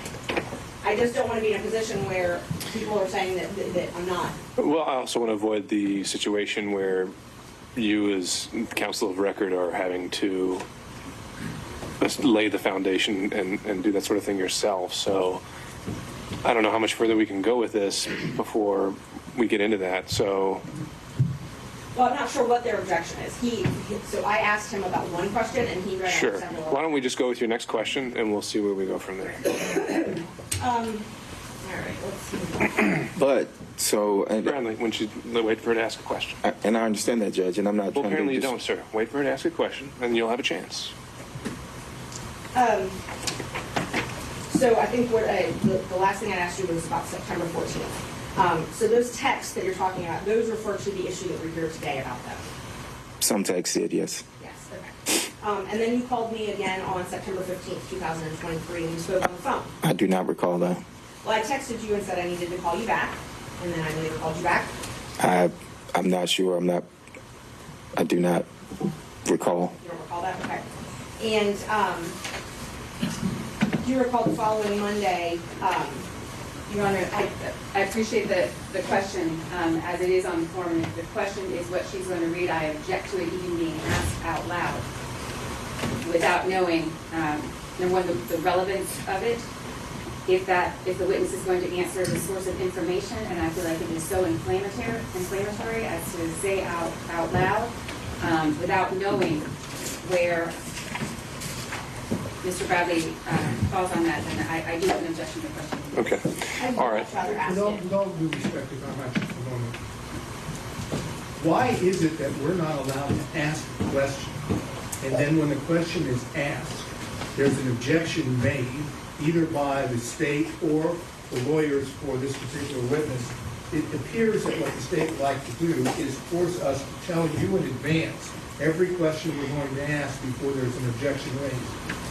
And I don't understand why they get to do that when we are obviously in the same position to say to them, tell us every question you're going to ask first. I realize it's a privilege, but that can be the questions asked, state objects, Chopra objects, and the court rules. But not being able to put it on the record because it's inflammatory or it's somehow prejudicial, I don't think that, I'm just suggesting. Sure. So, Mr. State, I'd agree with you in the general sense of things, but in this situation, Ms. Merchant offered to provide essentially her list of questions in advance, giving us a preview of what she's going to say. And that puts us in kind of a different posture in that respect, where we can actually have some sense of what's going to come out. But Ms. Merchant, I think knowing what your next question may be, since usually we don't have that opportunity, does it presuppose some knowledge on his part that we have yet to establish is inside or outside of privilege? Well, the first thing, Judge, is I gave these questions so that you wouldn't be in a situation where you were objecting and having board after board talk about privilege, confidentiality, every single question. So I was hoping that we would ferret that out ahead of time. So this is the first that I've heard that objection to question 18. I did give the state copies of it as well, trying to be completely transparent. I also, I have to establish that his information, there have been statements in this court that I lied, multiple statements yesterday. I can't even tell you how many times that was said under oath yesterday, and that I did not get this information. And so I have a right to... Which I've already said we can do and we can go over, but and we've already started doing that. But the next question, as you plan to ask it, may presuppose, again, some information that he has that we need to determine whether it's inside or outside of privilege. Is that right? No. Well, I don't believe so, no. I mean, if we're going to talk about the privilege, I wanted to talk about it beforehand, which is why I gave all of these. I didn't know the state had objections on these questions to privilege. If we're going to talk about the privilege, I'm happy to ask him the substance of the question, but that is what I'm getting objections for. So I'm trying very carefully to craft something to avoid that. But I'm happy to just ask outright the question. Right. I don't see a way around that, Ms. Cross. I understand, Your Honor. All right, we're having some audio difficulties here with the mic, so we're going to take us back to the Zoom feed, so maybe we can get a little better sound. So let's listen in. I understand the court's ruling that based on how things have gone, if Ms. Merchant feels like she needs to establish there was contact and communication, then I don't have an objection to that. However, number one, the text message exchange that the Merchant gave me is apparently not complete. And so I don't know, without making her a witness, how the state can, I think we're entitled to, if she's going to refer to text messages, we're entitled to an accurate representation of what those are. Mr. Bradley's looking at his phone and that's what he's got. He is under no obligation. Ms. Merchant provided those to us and I appreciate it. But I can't tell as I'm sitting here speaking to an incomplete or an inaccurate recitation if what she gave me isn't complete. So a couple things come to mind. One would be that anything the witness is referring to on the stand, counsel at any point has the right to inspect. And so if that's what you're asking for, Ms. Cross, then I think you have a right to do that if he decided to do that. The other is as I've seen it so far, I don't think these texts are coming in as substantive evidence, but more for impeachment, in which case extrinsic evidence would never be coming in to prove them up. And he either takes her answer or he doesn't. And that's how it works. So I don't see the foundation issue or the completeness issue really playing into it as it comes to impeachment. And so they asked me for the relevant screenshots. I took them. He doesn't have an iPhone. I can't download the entire text message history. I told them they could go through my phone. Like, I'm hiding something. All right, Ms. Merchant. I think at this point, again, I don't see anything extravagant about the next question on his face. I think we need to deal with it as it goes, so you can proceed. Where I could get an affidavit from about the affair. And you responded, no, because you didn't think anybody would freely burn that bridge. Isn't that true? If you say so. I mean, I don't. You have your text if you need to refresh your memory.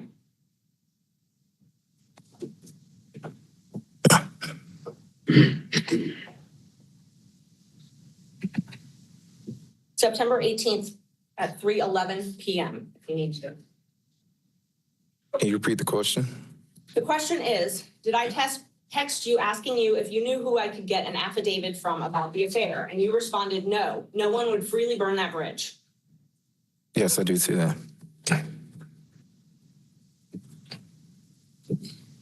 Then I asked you if Chris Campbell knew, correct?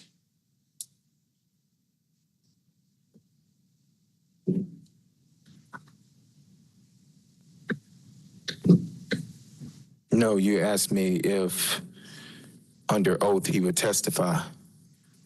I'm going to object to the source of the witness's information about that, whether that's firsthand information or not. And Mr. Campbell, of course, has a privilege too. Well, since Mr. Campbell hadn't even been brought in to this proceeding at all, I'm also wondering about just the relevance of asking questions about Mr. Campbell. It's been objected that I'm not asking about all the texts and I'm selectively asking, so I'm trying to go through all of them. I would much rather just ask the very relevant ones. Well, I have an objection to her asking. I can't tell if the statements or the testimony provided is consistent or inconsistent without a complete set of this text exchange. And it's not clear in the text exchange what the source of Mr. Bradley's information that he's providing is. And so that is, I'm struggling, sure. And I know everybody else. And again, I think you're focusing more on the merits than the impeachment value, right? If the sole purpose this is coming in is under those grounds, then you being able to match him up word for word, I don't see that as being the necessary prerequisite. But as it relates to Mr. Campbell, he's not a witness yet. He hasn't come in. I don't think he's come up really at all other than passing and maybe the firm. So why don't we skip ahead to the next questions, and you could always come back to that if somehow he has made an issue in this case. That's great, Judge. I needed some clarity because the state is objecting that it's not full and accurate. I'm keeping things out, and then they're objecting that I'm putting too much in. So I'm just trying to avoid every question having an objection, Judge. So on January 5th, 2024, we had a text exchange where we talked about that I had discovered that Nathan took Fani on a cruise and a trip and paid for it with the business card. You told me you were on a plane home from Dubai, but you would call me as soon as you got home. Do you remember that?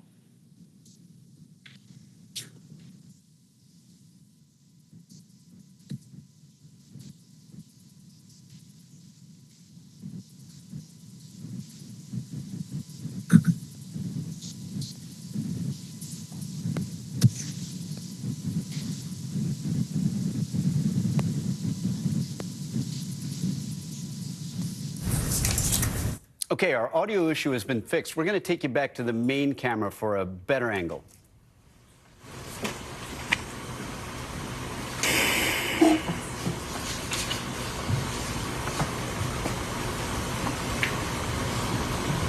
So what I have is a text message from you saying, oh my God, Nathan took Fani on a trip to Napa and paid for it with his firm. Okay, continue reading. And you said, is he that dumb? Mm-hmm. And I said, wow, I'm on a plane from Dubai, land at 3. We'll call you as soon as I land. So that is accurate. That's what you told me. That I will call you as soon as I land in WOW? Yes. Yes, that is accurate. And then you told me that you weren't surprised because they took many trips to Florida, Texas, and California.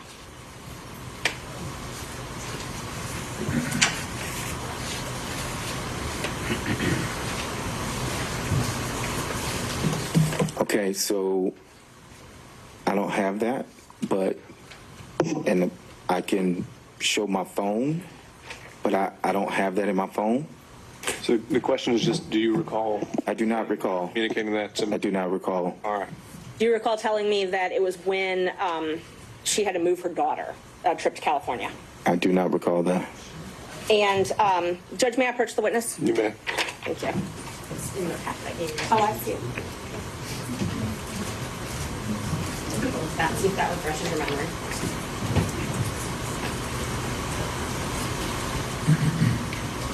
Yes, I see this. Okay. Does that look like, does it refresh your memory?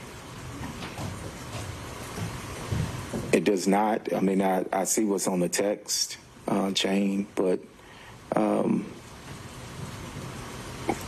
you said this happened January 5th? I can tell you exactly when it happened.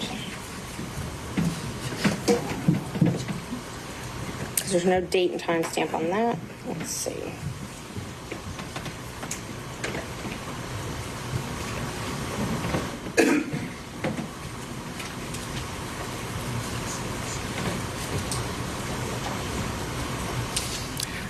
Give you an idea of what's going on here. Ashley Merchant had text messaged this witness, Terrence Bradley, and it proves it makes it very difficult for lawyers everywhere to ever reach out to a witness again, because Terrence Bradley is learning that every text message he sent Ashley Merchant is now being introduced as a very, well, let's just say maybe embarrassing exhibit.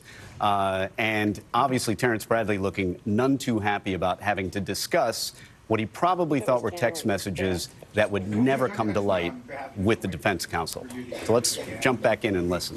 To which question? To the current question, we still don't know the source of this information, whether it was privileged or how he obtained it. I'm wondering now if there's a timeliness issue on your objection, since he already, well, he said he doesn't recall. Right. So there's. He just gave the date. He didn't. Sure. Well, his question or his answer was he doesn't recall, and his memory has not been refreshed. So I think it's time for the next question. May I approach the witness first? Okay. Can I see what you're approaching the witness with, please? So is this the complete text chain? Yeah, it's the complete text chain. While they're looking at that, can I just ask you, did you delete any text messages? I have several messages in the phone with you. I've never deleted. I mean, there are messages about family and my health and things like that. You asked me to be on some panel. Yes. And so I think it's complete, but. Well, no, my question was, did you delete any text? I haven't deleted anything. Okay. I have not. And I offered them to look through my phone earlier if they are welcome to. You never provided it to us. I said you. Your physical phone, you never provided it to us. It's the only phone I have, Judge. Yeah. I understand, and I don't want to keep popping up, but my concern, of course, is that these exchanges are just two lawyers gossiping about information. And I'm concerned about it coming into the record in this way. I understand impeachment is a thing, but if we could do it in a way that the substance of this gossip is not, that part is not impeaching, the contact is impeaching. So I don't think we've gotten to that point quite yet, Ms. Cross, but you can renew your objection if you think we have. So right now, the sole thing that Ms. Merchant is trying to do is hand him an object to refresh his recollection again. So we'll see where we get with that. And I don't have any way to download it. Mr. Zeta. The court is a trier of fact. You're going to be able to determine whether something that has come in, if you choose to, is hearsay, whether it's admissible, whether it's relevant, whether it's impeachment. You're in a position that if it all comes in, but you reserve the right, or all parties reserve the right to object, we can deal with it. This is not a jury. We don't have to worry about the jury hearing something that it will no longer consider. All we're doing now, with all due respect, and I understand there's a process, the state doesn't want something to be heard. I object to that. They've repeatedly attempted to stop questioning. Your Honor can hear it all and then decide what is and is not relevant or admissible. We don't have to go through every single one of these. The only time you have to go through this is if it is in fact a communication and it's a privileged communication, and an argument has to be made at that point as to whether or not it should be elicited or it is subject to being stated in open court. Otherwise, all of this could come to the court, and the court can then decide how it wants to treat it.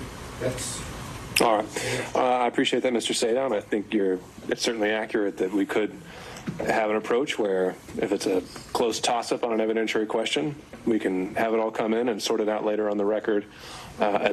I don't think we've quite reached the point where I need to do that. I think we still have time to get into these, and it'd be my preference to keep the record as clean as possible and without questionable evidentiary issues. But we may get to that point. So the question from Ms. Merchant was to approach the witness and with an object to see if that would refresh his recollection to the last question asked. Yes.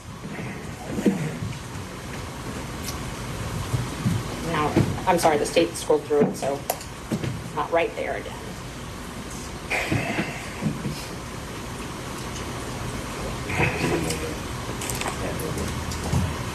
No, I mean like it was on the screen.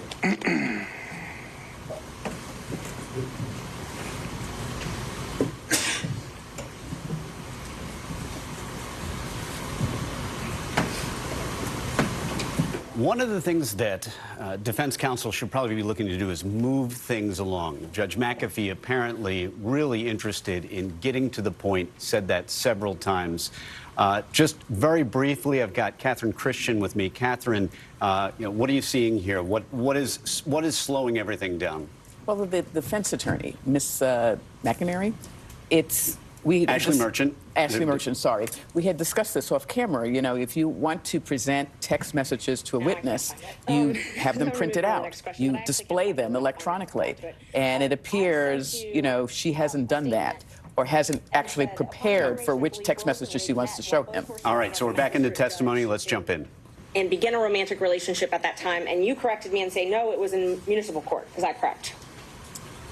I think that's pretty accurate. And is that based on your personal knowledge? What question? Was it municipal court or when they first met, or? My question was, is this accurate? Upon information and belief, Willis and Wade met while both were serving as magistrate judges and began a romantic relationship at that time. And you wrote, no, that it was municipal court. Okay. So I answered. Bradley, just a second. Mr. Chopra has risen. Sorry. Your Honor, I do have one purpose here, and that purpose has now been met. Any information that Mr. Bradley may possess would, in fact, have come from his representation of Mr. Wade. This falls within the purview of his divorce proceedings, which, as we testified earlier, commenced in December of 2018. There is no Pierce or Shield associated with it, and so we would say that under Rule 1.6, we should not be compelled to give any further information. Okay, and as we discussed about before the break, Mr. Chopra, if I ruled earlier this morning that this witness is going to be directed to respond to any question to the extent it falls outside of attorney-client privilege and only attorney-client privilege, meaning 1.6 is not going to bar his testimony in this case, what would be your response then?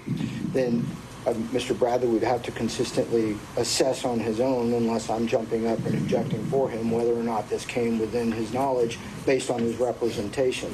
Now, I can say based on the phrasing of the question from Ms. Merchant, it would in fact come within information obtained from his partner client at the time associated with the activity in question.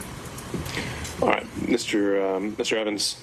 Same issue? I just want to reiterate that it's a compound question anyways, so it needs to be separated out. But it's still based, we just renew the objection that it's still based on gossip, either gossip or privileged communication. He doesn't ever cite the source of where any of this information is coming from, so I just wanted to retain that objection.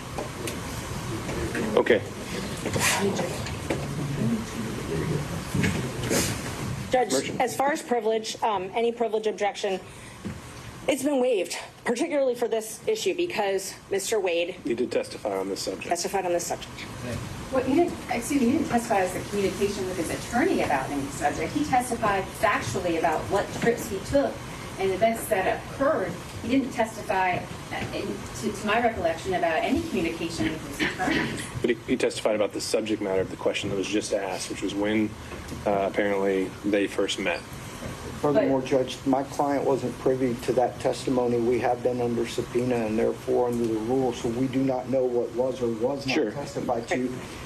Everything he says would be a violation of that privilege unless we know specifically what all has been waived. Sure, unless I make a finding that there was an express waiver on behalf of the client. Yes. For question. Right? Okay, sure, got it.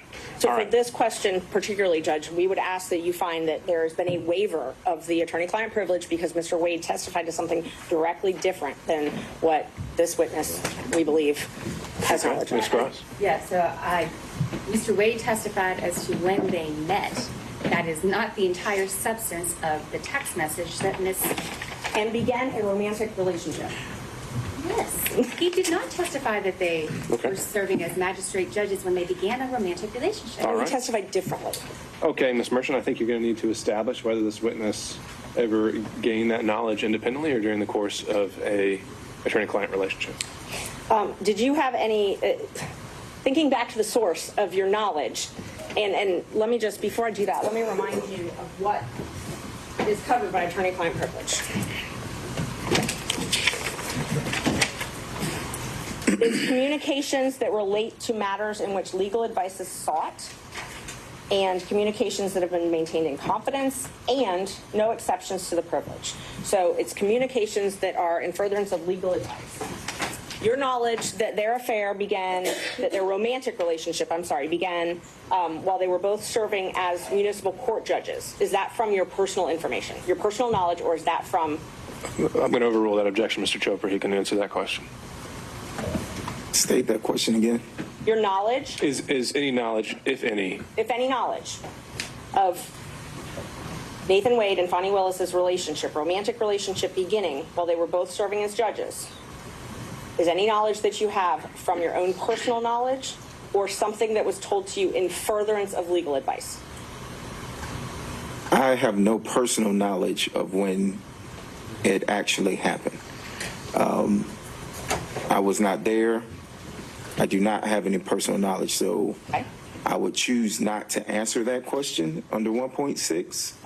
Mr. Bradley, we made a distinction earlier. Yes, sir. That it's a bit narrower than that. Okay. 1.6 is. I have no personal knowledge, Judge. I apologize. Okay. If you were. That's not a problem. The issue is attorney-client privilege, and so whether what you learned, if anything, was during communications with a client. It was. Okay. Ms. Merchant. And was it that any knowledge that you had as to the truth of that statement, was it told to you in furtherance of legal advice? I'm going to object to it. If that statement is true. That's how And the witness has already testified he has no personal knowledge about that. So whether he represented at one point it was true or not true, he has no personal knowledge about that, so could not testify. Prior inconsistent statement, Judge. Do it all the time. That is what the state does regularly. They bring in, if it's a prior inconsistent statement of another witness, Judge. Mr. Wade Which other testified. witness? I'm sorry. Okay, Mr. Wade testified. That their relationship did not start. But you can't impeach him with a prior inconsistent statement that's privileged. And so we haven't gotten over the privilege hurdle. The privilege hurdle we've gotten over with fraud on this instance. Well, that's the first time you use that word. So if you want to make the argument of why that applies, you can do that now. Yes, Judge. The crime fraud exception. It applies because of the crime fraud exception. Which crime and or fraud was committed here? So there's a couple different things, and I want to just address them both because he's raised 1.6 and also raised attorney-client privilege. For the crime fraud exception says the privilege doesn't apply if the existence of it, essentially if he has to keep something secret to allow a fraud upon the court to continue. So we've got that. We've also got... No, it has to, the legal communications have to have done in furtherance of a crime or fraud. How has that been established? And what crime or fraud are we talking about? We're talking about perjury, lying to the court. In the affidavit filed last month? Yes. And so what have you done to link the communications that he made maybe, I don't know, years ago to the affidavit filed last month?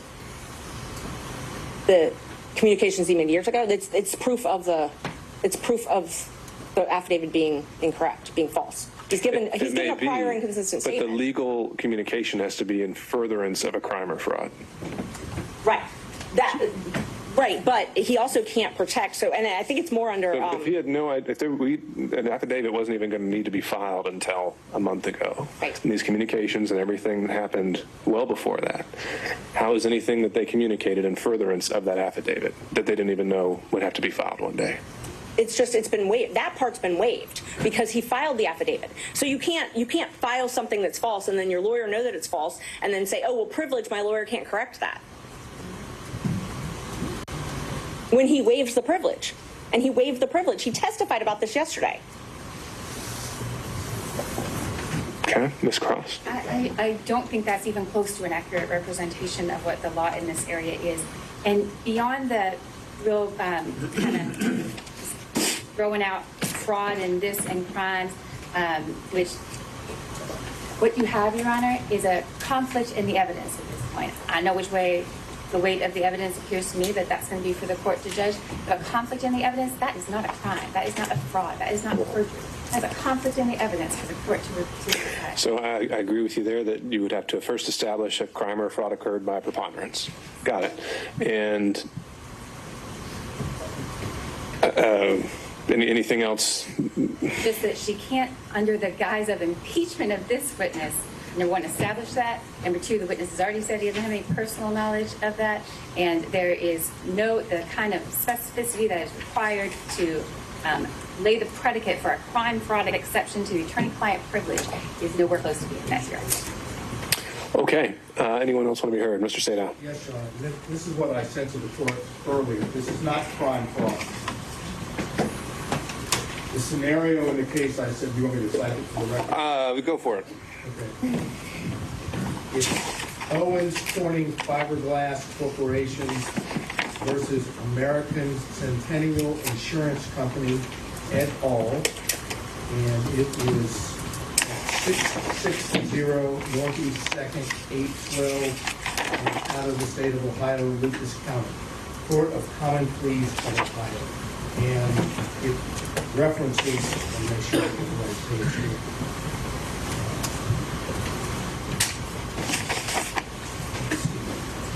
I think it's page 256.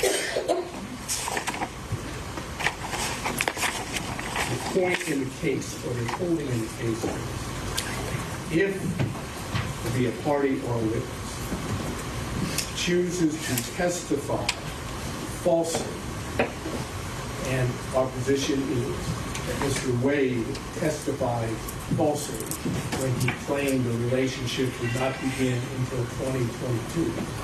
That if there are attorney-client communications in which the same individual witness has told his attorney something contrary to that, inconsistent with that, here that the relationship, the personal romantic relationship between Mr. Wade and Ms. Willis began prior to November 1st of 2021, which would be the day that he was hired.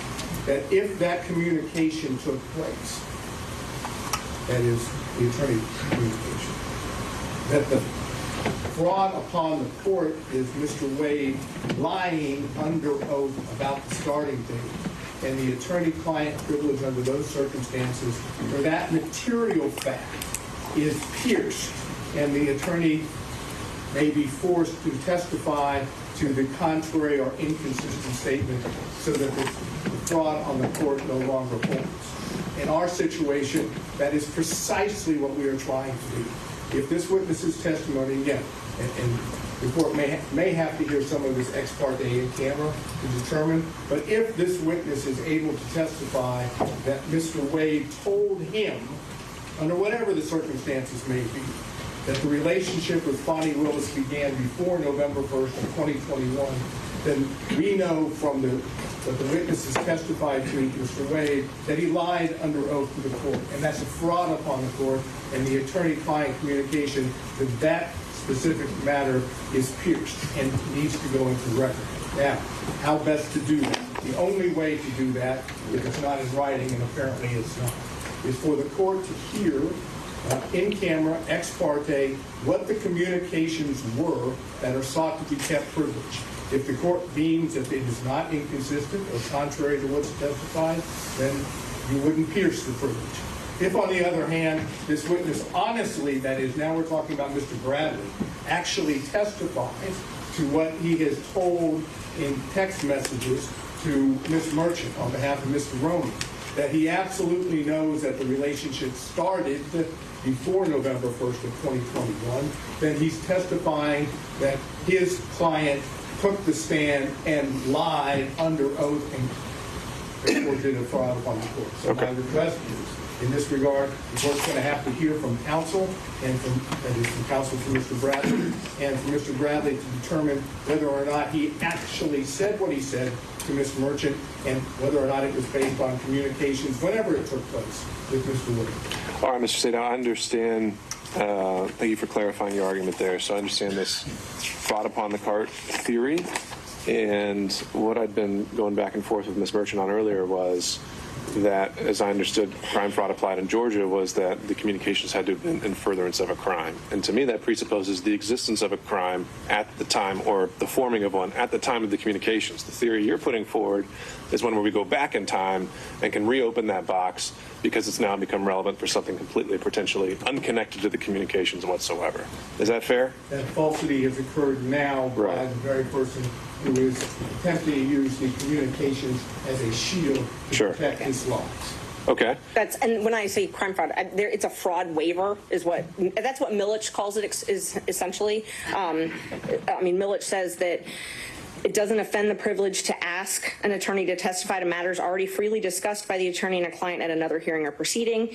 Allowing a client to selectively waive and reassert the privilege as tactics dictates suggests that the client is using the privilege as a sword and not merely a shield. So I think it was quite explicit that Mr. Wade never waived anything regarding to communications between him and Mr. Bradley. He was willing to discuss the subject matter, but he was never willing to get into communications that occurred between him and Mr. Bradley. So as to Mr. Sadow's point of this fraud upon the court theory, my question is going to be, has that ever been applied in Georgia? And the answer to that is, it's not appears to have been applied in Georgia.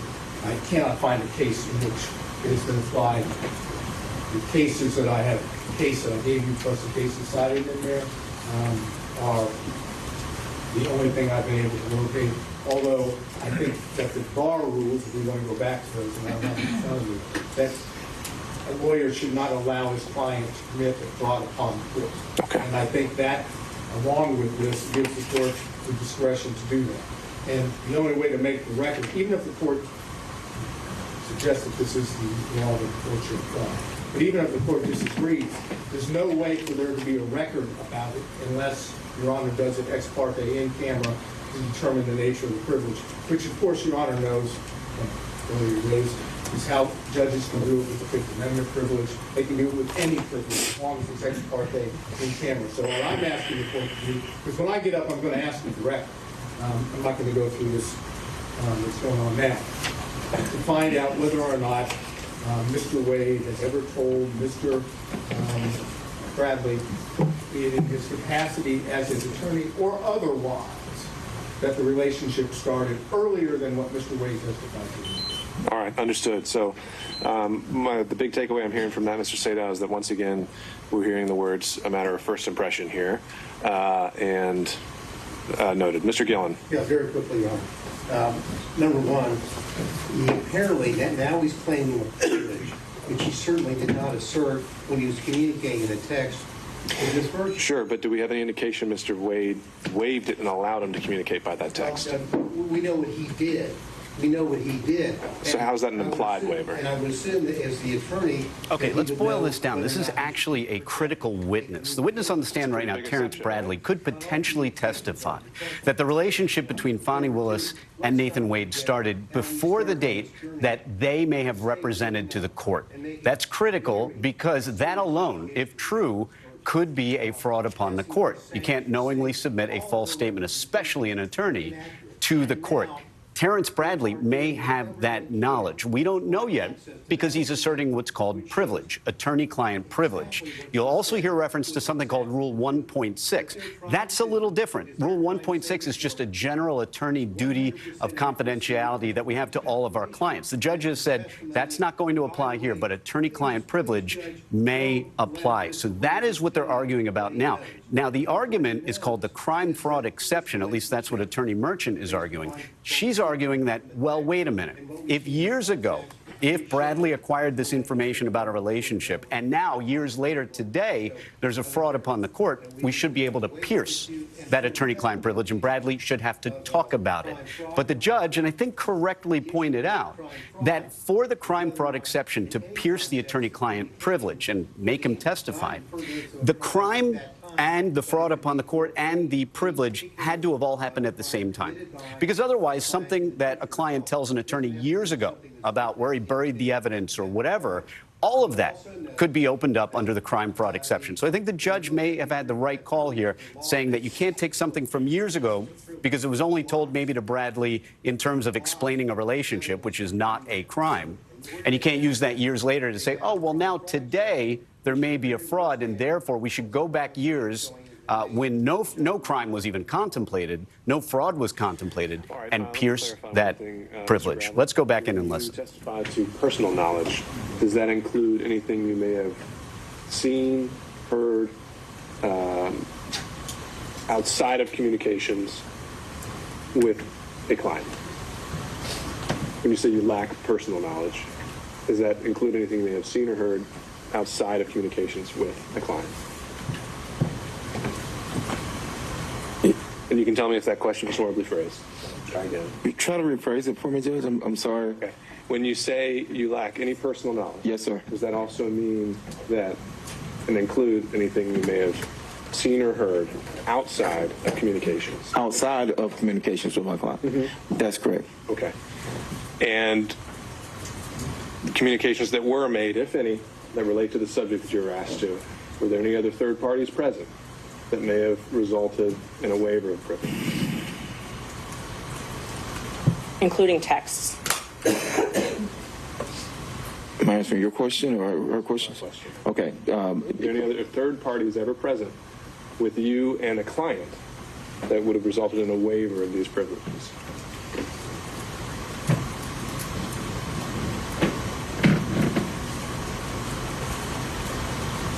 No, Judge. I can't recall anybody being present. I mean, we ran an office. We had people around our office, but no, I can't say that there were other people present. All right. And did you ever receive any kind of a waiver from your client at any point? I have not received a waiver. And anything that you learned regarding the subject matter at all, if anything, was it in the course of legal advice, of receiving or giving legal advice?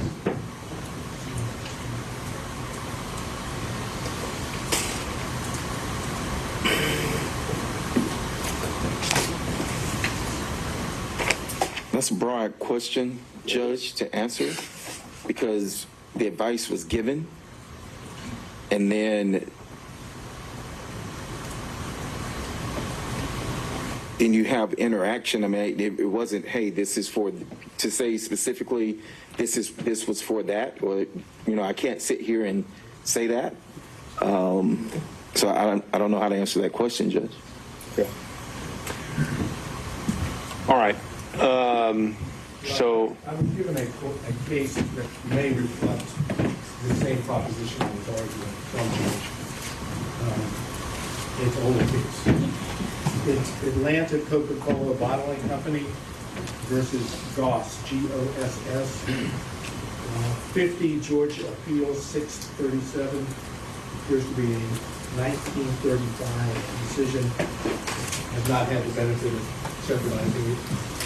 So I can't say that certainly hasn't been limited or overruled. And looks like it's in reference to maybe head note number 2, at least the one I'm looking at on the computer. And language that is in the case, okay, is as to violations of law or commission of fraud, the protection extends only to communications after the act or transaction is finished. It does not cover communications respecting proposed infractions of the law in the commission of a crime or perpetration of a fraud. And then it cites some cases.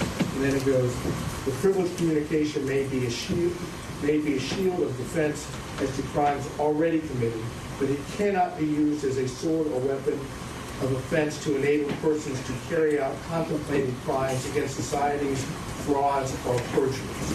So our position, as I indicated before, is the witness, Mr. Wade, has committed perjury on the witness stand and called into question the statement. All right, understood, Mr. State. Mr. McDougall. Your Honor, this is adjacent Georgia law, perhaps not controlling, and I'll explain that in just a second. And that's Rule of Professional Conduct 3.3 A2.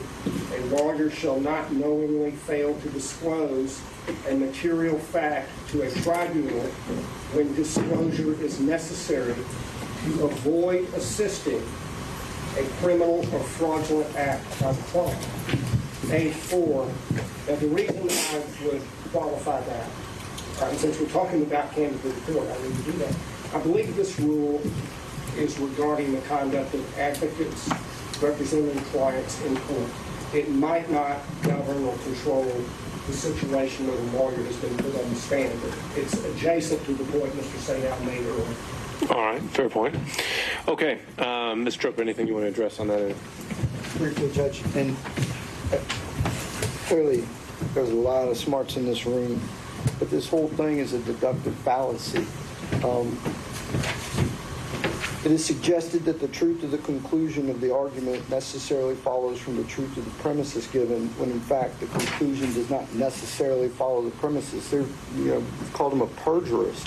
He has officially succeeded in saying the thing itself is true. Therefore, we must ask these other questions. And Judge, it's a fallacy. It does not exist as such, and the privilege should still apply. All right. Thank you all. So I think here is what we need to do, as I understand the law. As I find it, the crime fraud exception only applies when, by preponderance, we found that communications made in the existence of a relationship were in furtherance of a crime, or the client at the time knew or reasonably should have known that a crime, that the attorney was being used to further a crime. I don't think that's been established here. Maybe something happened afterwards, and that's something that can be argued during closings, essentially. So I don't think the crime fraud exception covers this. The objection is preserved for the record. Mr. Bradley has indicated also that anything he learned about this subject occurred during those communications. There's some uncertainty on that point, and so in order to preserve the record, at the conclusion of the hearing, I think I can go in camera with Mr. Chopra and Mr. Bradley, and we can put in a sealed filing exactly what the extent of those communications were, if any were relevant. Or excuse me, not relevant, but just what they were, and those would remain sealed until some time, if we're ever directed otherwise. However, at this point, the question, getting back to the question asked by Ms. Merchant, as asked, would be sustained on the issue of privilege, the premise. He may have told you something, but it does not appear that there's any evidence that the client ever waived and allowed that information to be conveyed to you. Next question.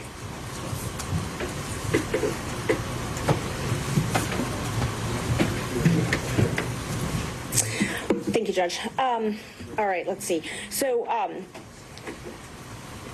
we talked about Ms. Willis and Mr. Wade coming to and from your office and security details following them. Do you recall that?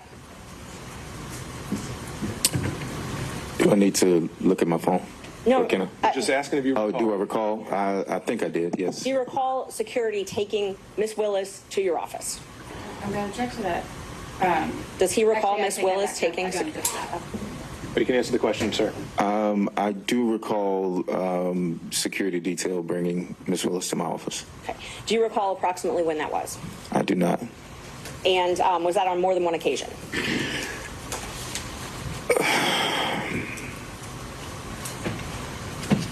I remember 2 occasions. Okay.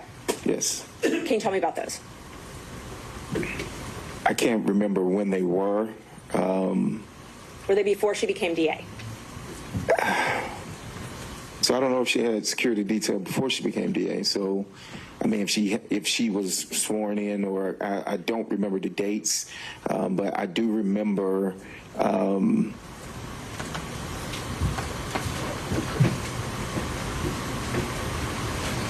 I think she was DA. Maybe during her transition team period? Was that? No, it wasn't. Trying to remember.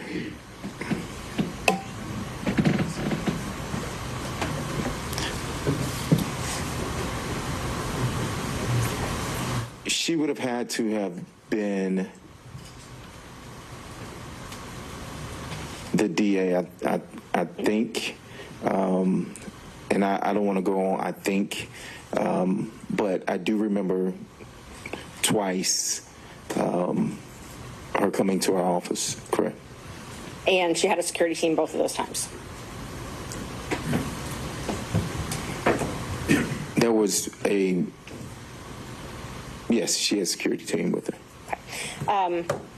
And do you believe that it's a different security team than she has now?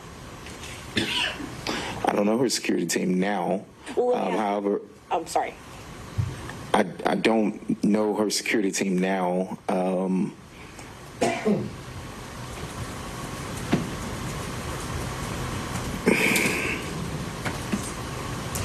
I don't know her security team now. Do you remember telling me that it changed at some point, her security team?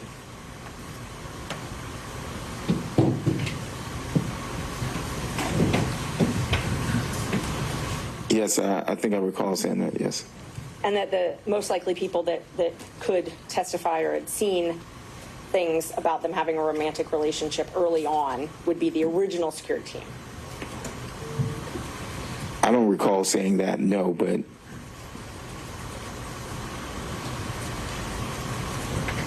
do you recall talking to me about other people that might have known about their romantic relationship?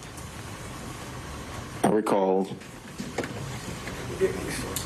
Yeah, objection based on we don't know the source. I mean, this is either based on privileged information or it's hearsay. Neither one is. It's neither. I asked if you recall. You need to clarify it. If you're actually going to if you think that this draws on information from outside the relationship that he's already testified to, then you need to lay that foundation. Sustained.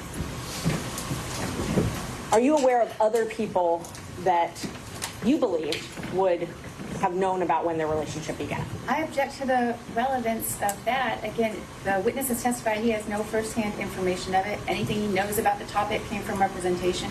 Who he thinks might have been able to say something else is speculation, not relevant to anything, and a backdoor to get in the gossip and innuendo that has been pretty much this entire. All right. Okay, Ms. Merchant, I think we're getting to the point where, you know, the reason I thought this line of questioning was appropriate was to rebut certain inferences about why we were here in the first place. Right. But to go into it at the granular level, I'm not as wild about. So if maybe you can ask more overarching questions, and if you have anything else you think that's relevant, then you can get to those as well. Isn't it true that I gave you a copy of the motion to disqualify in this case? I emailed it to you, and you read it, reviewed it, and emailed me back that everything in it was accurate, to your knowledge. You emailed me, and Okay. All right. So there are things contained within that, Ms. Merchant, in which he has now said fell within the privilege and that he did not have the ability to waive. Okay. So I think that's where we have to leave it there. And I believe I still have to ask the questions, and then if he wants to assert the privilege. I think he's pretty much already established the privilege, and the objection has been made, and I think it's a valid one at this point based on the record. So the answer was he did acknowledge that you sent him the motion, and I think we leave it at that. Let's see.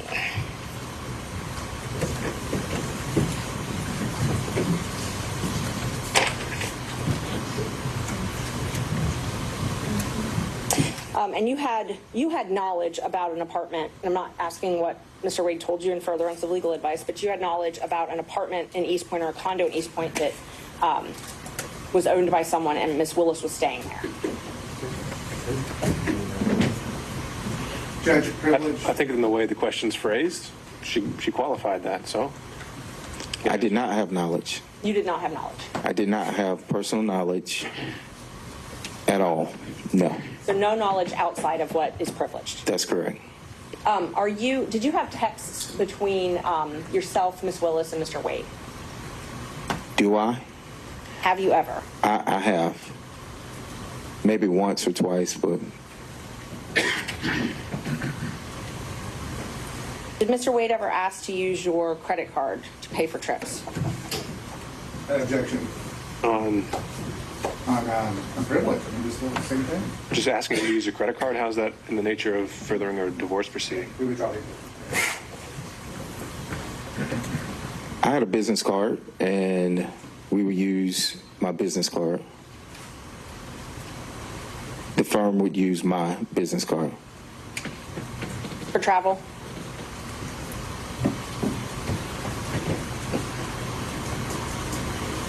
Are you asking if I use my business card for travel? Would Mr. Wade use your business card for travel?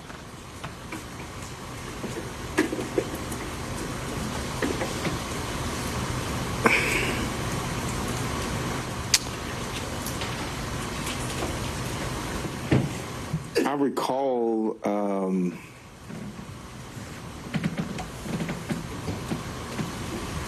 I recall a trip, but I don't know if that trip has anything to do with this case. So I do recall him using my card once. When was that? I don't even know when that was, and that sounds true. I recall him using my card once,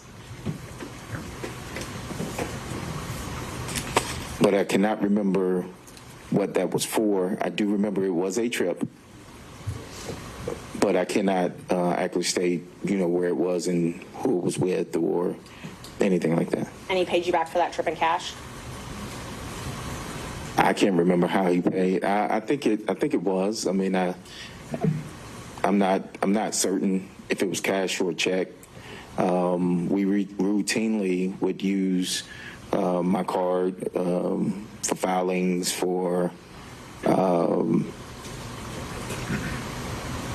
paper, for whatever stuff with the office. And so. Oh, I'm sorry. You're done. Sorry. And so he would, whether he paid me back in cash or whether he wrote a check, it was paid back to the business card. But this was the only time he had used it for travel?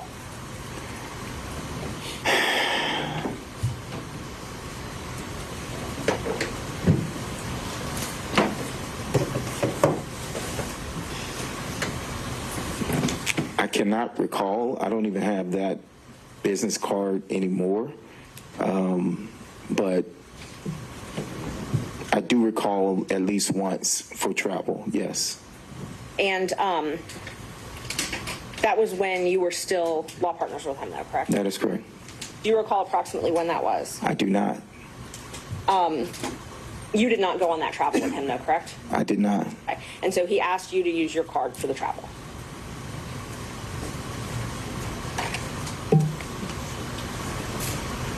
Yes, I'm assuming.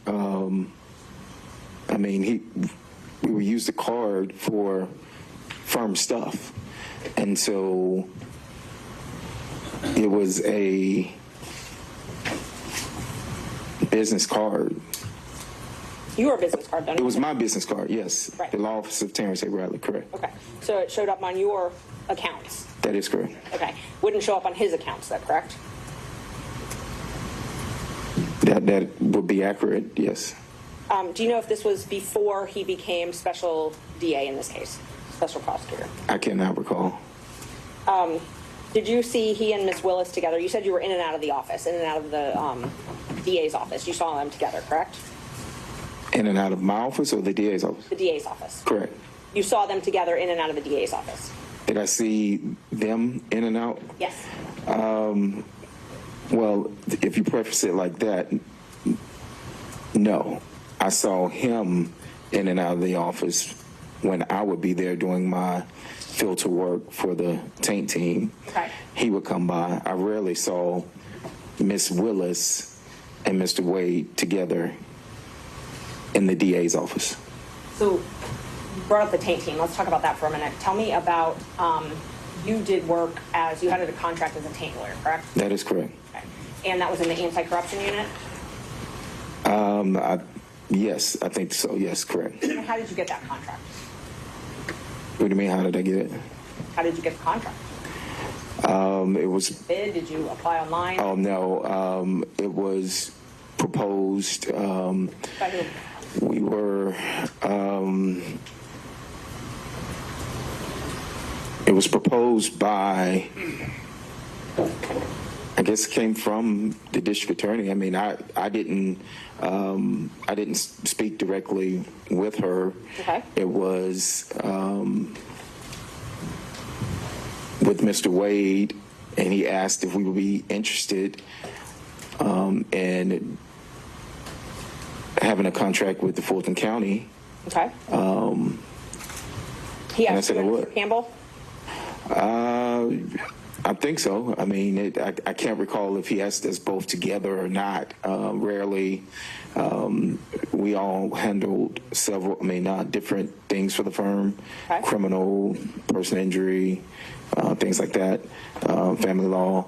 And so rarely were we together there at the same time, like for an abundance of time. So he may have called me, and then he may have called Chris. I can't remember. I can't recall how we got the contract, but. Was Mr. Wade, to your knowledge, part of the transition team for Ms. Willis? To my knowledge, he was part of the transition team. Did he spend a lot of time at that office during this transition period? He did. So from when Ms. Willis took office to when you left the firm, did Mr. Wade spend most of his time at the DA's office? When you say most of his time, are you saying just working business hours or? Working business hours. I would say he spent,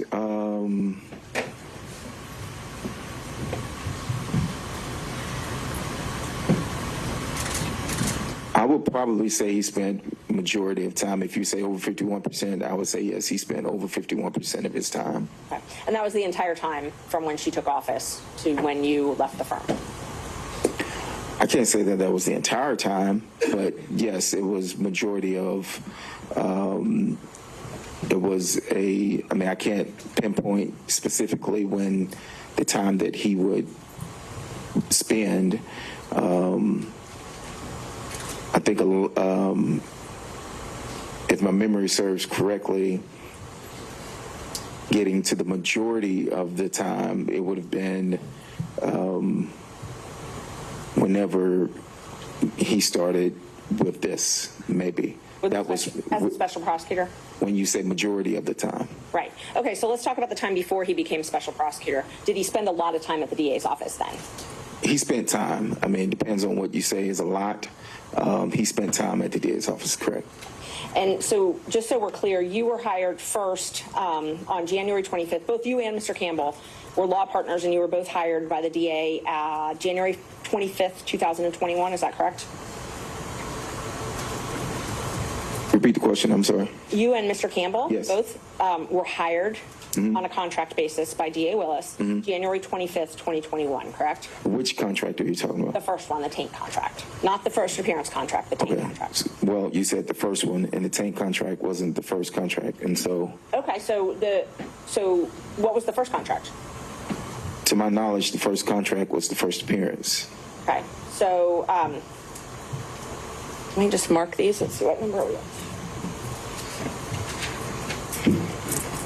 23, 24, 25 for his contract.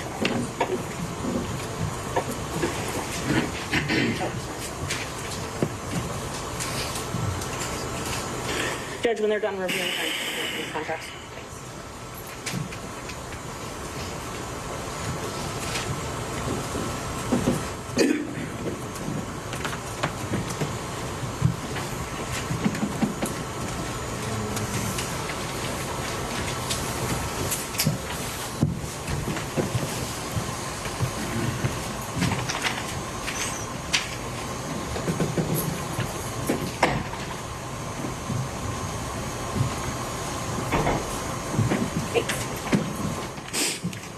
currently showing you it's been marked Defense Exhibit 23, 24, and 25. If you could just take a look at those.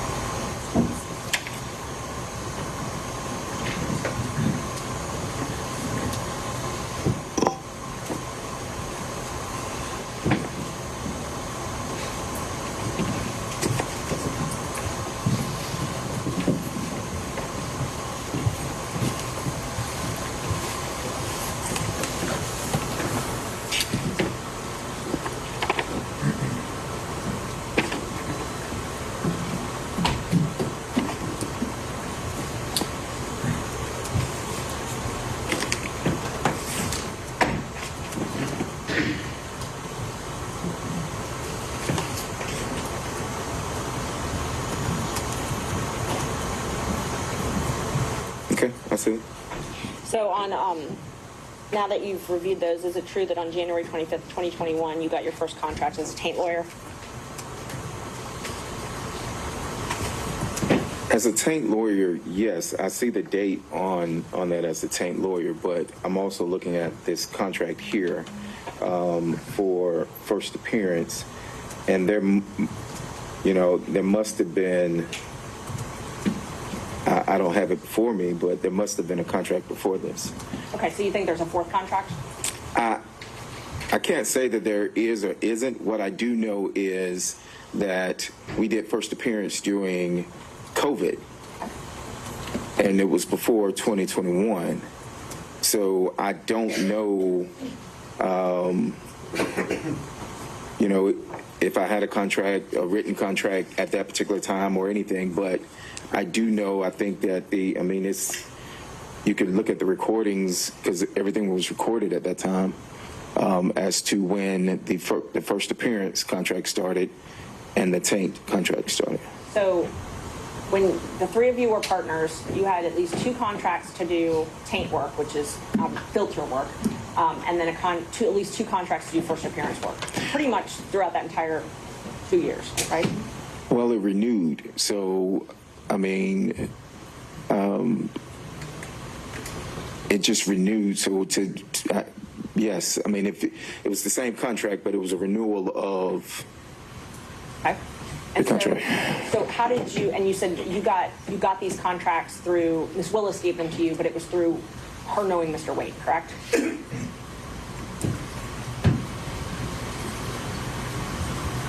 Yes. I didn't have a meeting with Ms. Willis or anything. It was brought to the attention that a contract was going to be needed or awarded, and if I was interested, because this was off of mine, and I said yes, and so Mr. Wade brought that to your attention? He asked if I was interested in doing the contract, correct, and then after that is when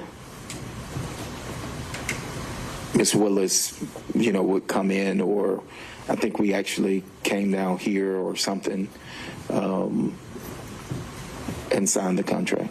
Okay. And so that is how you were paid from Fulton County, these contracts? From Fulton County government? Yes, ma'am. And you shared, your partnership, you shared 1/3 of all your profits with Mr. Wade? At that time, yes. And so his contracts, he got a contract that same year, 2021, and he shared 1/3 of all his profits with you, correct? Yes, that should be fairly accurate. Okay. So during 2021, 2022, you all had 2 filter taint contracts. You had 2 first appearance contracts, and you had Mr. Wade's special counsel contracts, correct? My firm had what I have here, correct? But Mr. Campbell and Mr. Wade were part of your firm, correct? So we didn't, I don't think at this time we had established WBC. Okay. At this time, I think it was, I had mine, Chris had his, Nathan had his, and we operated in the same building. But if you ask me, did we fee share or, without everything that came in, yes, that is correct. So you weren't actually partners, you just fee shared? At this time, well, yes, at this time, we were not. If we were, at this time, I had Law Officer Terrence Bradley, Chris Campbell, PC, and whatever Nathan's was, if I'm not mistaken. I'm just... And all these, the taint contracts and the Nathan's special counsel contracts, all of those were under the anti-corruption unit, correct? You can look. First appearance was not under that. The taint contract, if I recall, was under the. I don't think they called it. What are you calling it? You can take a look at your contract if you need. Okay. And I'm not asking about the first appearance. I'm asking about the taint contracts and then Mr. Wade's contract, which has already been admitted in evidence. If you need to look at that.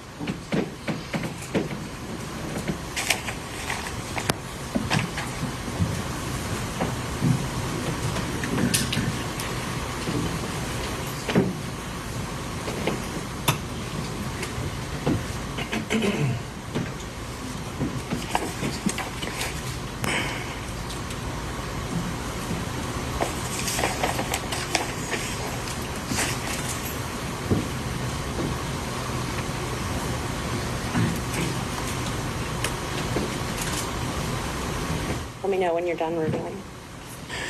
Well, I see on the first page where it says taint attorney, and I'm trying to go through and I see where it continues says taint attorney, but it always says Fulton County District Attorney's Office. Your question was specific as to the anti-corruption unit, and I'm looking for the verbiage of anti-corruption unit, so I apologize. No, take your time.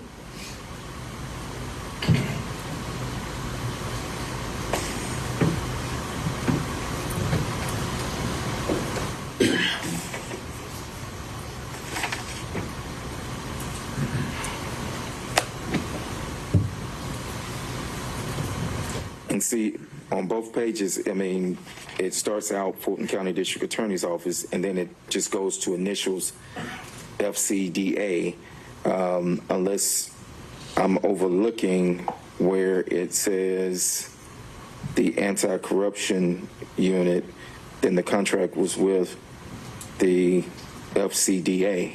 I mean, unless you want to show me something. I'm just asking you, and I didn't know if that would refresh your memory. Those contracts were for the anti-corruption unit, right? Well, they were for the district. I worked for the DA. Okay. I worked for the DA. Okay, so just in general, the DA.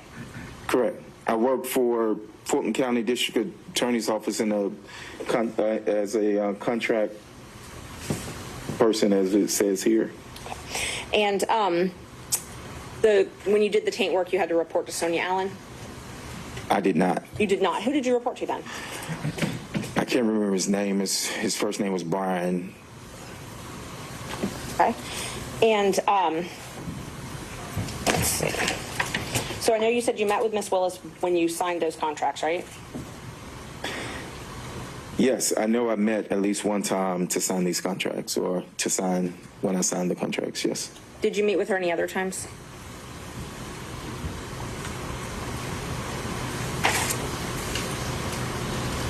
I did not personally meet with Ms. Willis any other time. When you say meet with, what do you mean meet with? Talk with her, meet with her. I mean, I would see Ms. Willis in passing if I'm walking through the office and something like that. But no, I didn't have any meetings with Ms. Willis. Okay, so the only times you met with her were when you signed those contracts. Clarify meet with. I mean, sat down and had a conversation with her. signed these contracts. So when I signed these, I met with her to say that I sat down and spoke with Ms. Willis. Are you saying in life, and you saying during this time? What are you asking me? I mean, if it's voluminous, I can narrow down the times, but I wasn't in. Ms. Merchant, I haven't really heard a point in a while. Can we get along to something, or we're going to have to wrap it up? So I had one more question about your text. Have you ever been in any group text with anybody other than, with me, and somebody other than Mr. Chopra and Mr. Merchant? You got to narrow that down. I'm sure you sent many texts. I can look at my phone. With him, if there have been any other texts. And I think that the state had some thing in rebuttal they mentioned, so I was just trying to clean that up before it got there. Can you try the question one more time for me? Isn't it true that the only texts that you and I have ever had have been between me, you and Mr. Chopra, or me, you and John Merchant, correct? Can I look at my phone? Sure.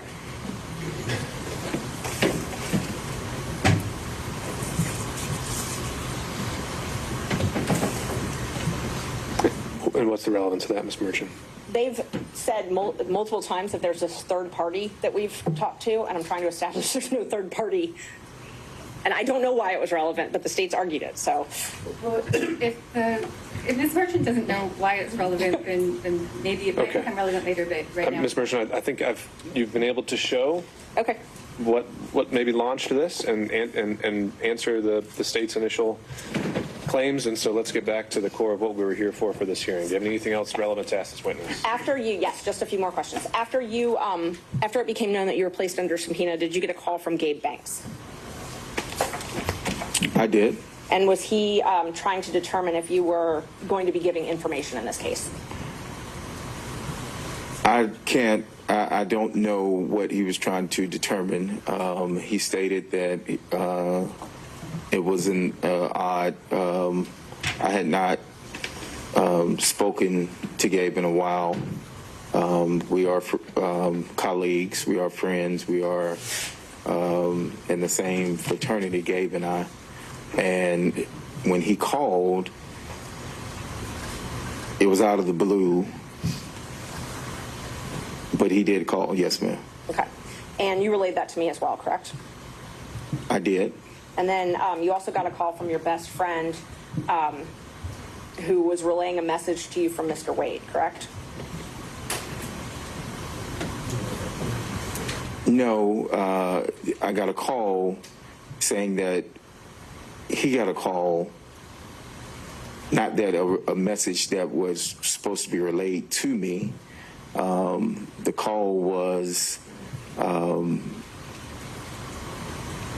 going to check if there's a hearsay, if the response of public hearsay. Thus far, it hasn't. But Sure. So hearsay objection as to the contents of the call, Ms. Merchant. I believe the contents of the call were to remember your privilege. I took that as a threat. I think Mr. Bradley took it as a threat, and I think he would testify to that. And hasn't testified to it. And he also said there wasn't any message relayed by Mr. Wade or any other party. well, no, he didn't say it was by any party. Mr. Wade. So assuming he did hear something from a party, what's the hearsay exception for that, Ms. Merchant? I believe that it was a threat, so it's a statement against interest. I'm sorry, it's a, if he took it as a threat to influence his testimony, then it's not hearsay, then it would be admissible. All right, so. I did not take it as a threat.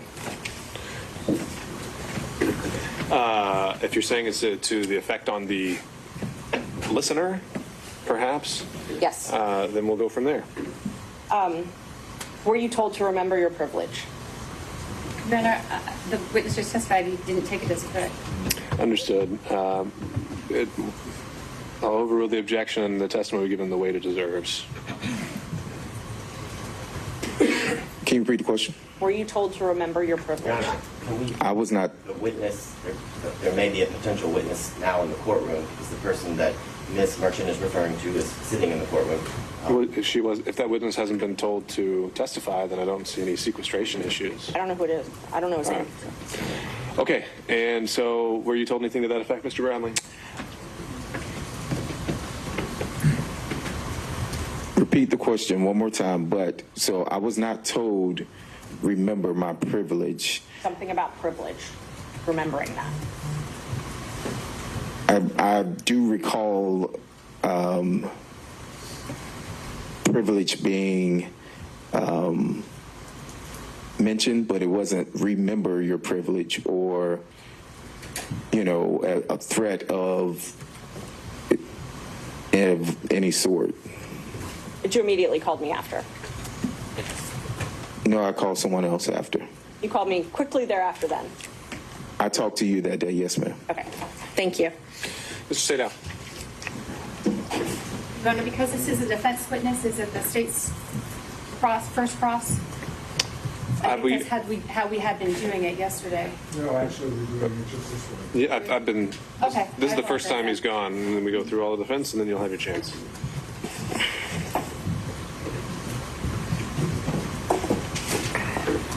Some foundation questions to begin with, please.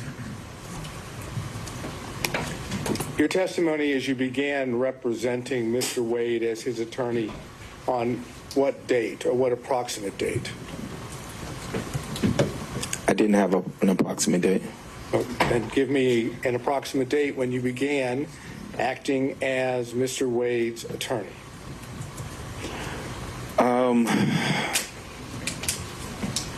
I would say it was, you know, if I'm speculating. I really don't want you to speculate. I mean, you're the one that was the attorney, and Mr. Wade was the client. Correct. So give us the ballpark figure of when it was that you began acting as his attorney. Maybe 2017, 2018, I think, maybe. And the purpose for which you were retained? His divorce. So, according to you, from that time period, your communications with Mr. Wade with regard to the divorce or any matters related to the divorce, it's your position are confidential, are privileged, correct? Yes. Yes. Okay, good. Now, did you ever meet with Ms. Willis and Mr. Wade prior to, and everything I'm asking you is prior to November of 2021, okay? Okay. Keep that in mind. That's. Why are you yelling? I don't think he's yelling, Mr. Bradley. He's just speaking up. All right, Mr. Sadell, let's go. Okay, thank you.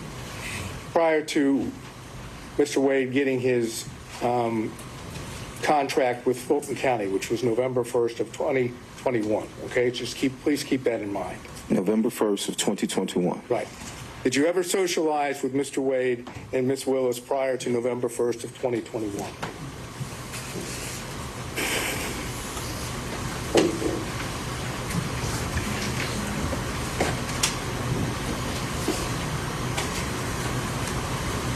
I've never socialized with Mr. Wade or Ms. Willis in any setting. If you're asking, have I ever met with them, then I would say yes. But when you say socialize, what do you mean socialize? Have you ever gone out to eat with both of them?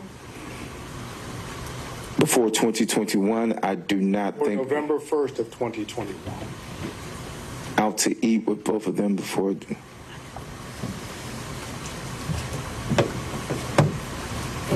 When was she sworn in? I'm sorry. When was she sworn in? There was a dinner before. When she was sworn in that I attended. Shaquille O'Neal was there, so it was like her inauguration dinner. So I'm thinking that's before 2021. So I would say yes. Let's assume for purposes of my question that yes, that's sir. In early January of 2021. That is early January 2021. So yes, it will be before November. So if it was January, yes, that dinner would have been in, I'm assuming, January. Okay. And any other time that you socialized, went out to eat, went to anyone's home, you know what socialized is? Exactly. So no, I did not socialize with Mr. Willis. With Miss Willis and Mr. Wade. So prior to November 1st of 2021, did Miss Willis come to your offices? Your offices, the offices that you shared with Mr. Wade. I think she came once or twice to our office, correct. And the purpose for which she came? I don't know. We had separate offices. I do recall.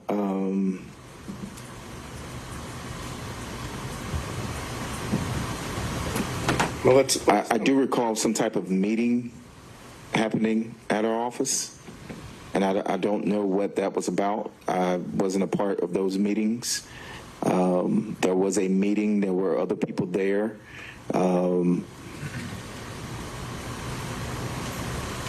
There were other people from the,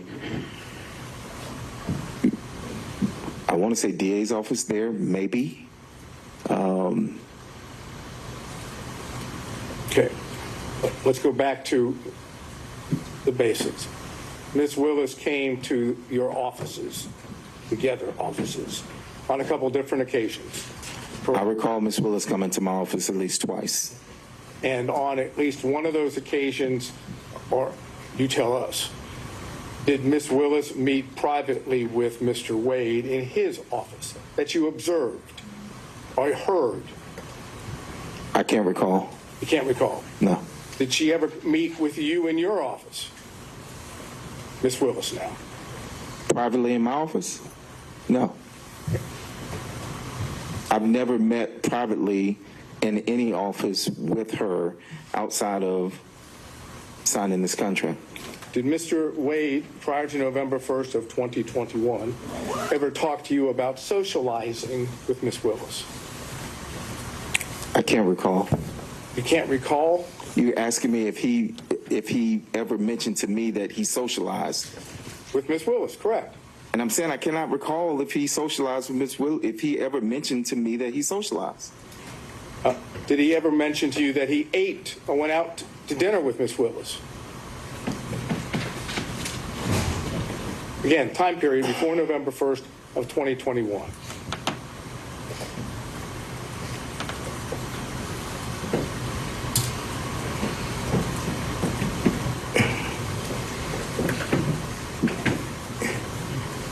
Did he, repeat your question?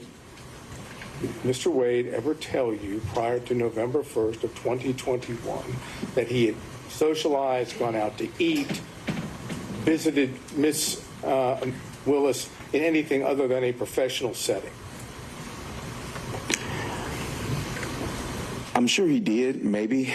I don't recall any specifics of any dinners, any specific places. I mean, it's been 3 years ago, the time frame, but I do not recall at this time whether or not he ever mentioned any dinners or socializing. Did Mr. Wade mention to you that he visited Ms. Willis at Ms. Willis's then current abode, which would have been a place, not her original house, but a place she was staying in the period of 2021 before November 1 of 2021? That is, the question is, did Mr. Wade ever tell you that he visited Ms. Willis at her house? I don't think I can answer that. Yeah, privilege based on communication with my client. All right. Mr. State, if you want to try and rephrase the question, you can, but otherwise that would be sustained. On both grounds or just on the privilege ground? Just, I didn't hear a second ground. The hearsay ground. Oh, that would be on privilege alone. Did you talk to Mr. Wade at all about his relationship with Ms. Willis prior to November 1st of 2021? I think he's just laying a record, Mr. Wade. It's okay. And so on those same grounds, Mr. State Allen, all subsequent grounds, apparently the relationship with Ms. Willis in any way is covered by privilege according to this witness. Well, I think the key words, respectfully, Your Honor, are according to this witness. So I'm trying to drill down to see if there are communications that are not within the privilege. Sure.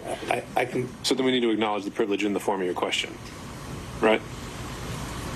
You're asking me to ask it as in a way saying, are there any non-privileged? Essentially. Okay.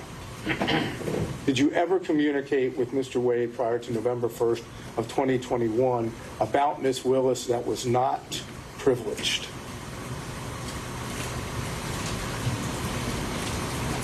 I mean, we discussed this contract, but This contract doesn't help. You have to give me a exhibit number, please. you said before November 2021? Yeah, November 1st of 2021. Before November, this contract for 1/25/21 is before that. So I mean, we discussed this contract. Okay. And if I remember correctly, again, just give me that exhibit number so we can reference it. Exhibit 23. Okay, hold on 1 second. 1 second. On Exhibit 23, did I understand you to say that it was Mr. Wade that effect brought you and Ms. Willis together for the contract?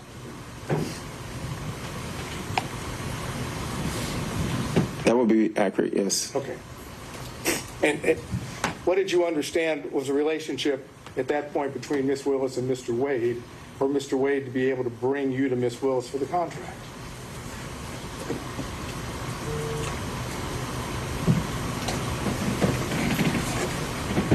It's not a hard question. No, I'm just, state that again. Mr. Wade is the one that basically says to you, go see Ms. Willis about this contract, right? Mm-hmm. That's a yes, correct? Yeah, yes. So Mr. Wade had to have some knowledge, you would assume. Yes. Right? That you going to Ms. Willis might bring you the contract. I never went to Ms. Willis.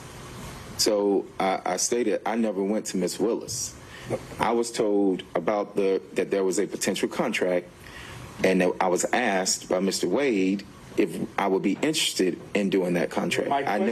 Okay, my question to you is, what was the basis that you understood Mr. Wade being able to potentially offer you that contract on Ms. Willis's behalf? I'm going to object to that. That's a mischaracterization. Mr. Wade offered it to him. I think he said he expressed interest.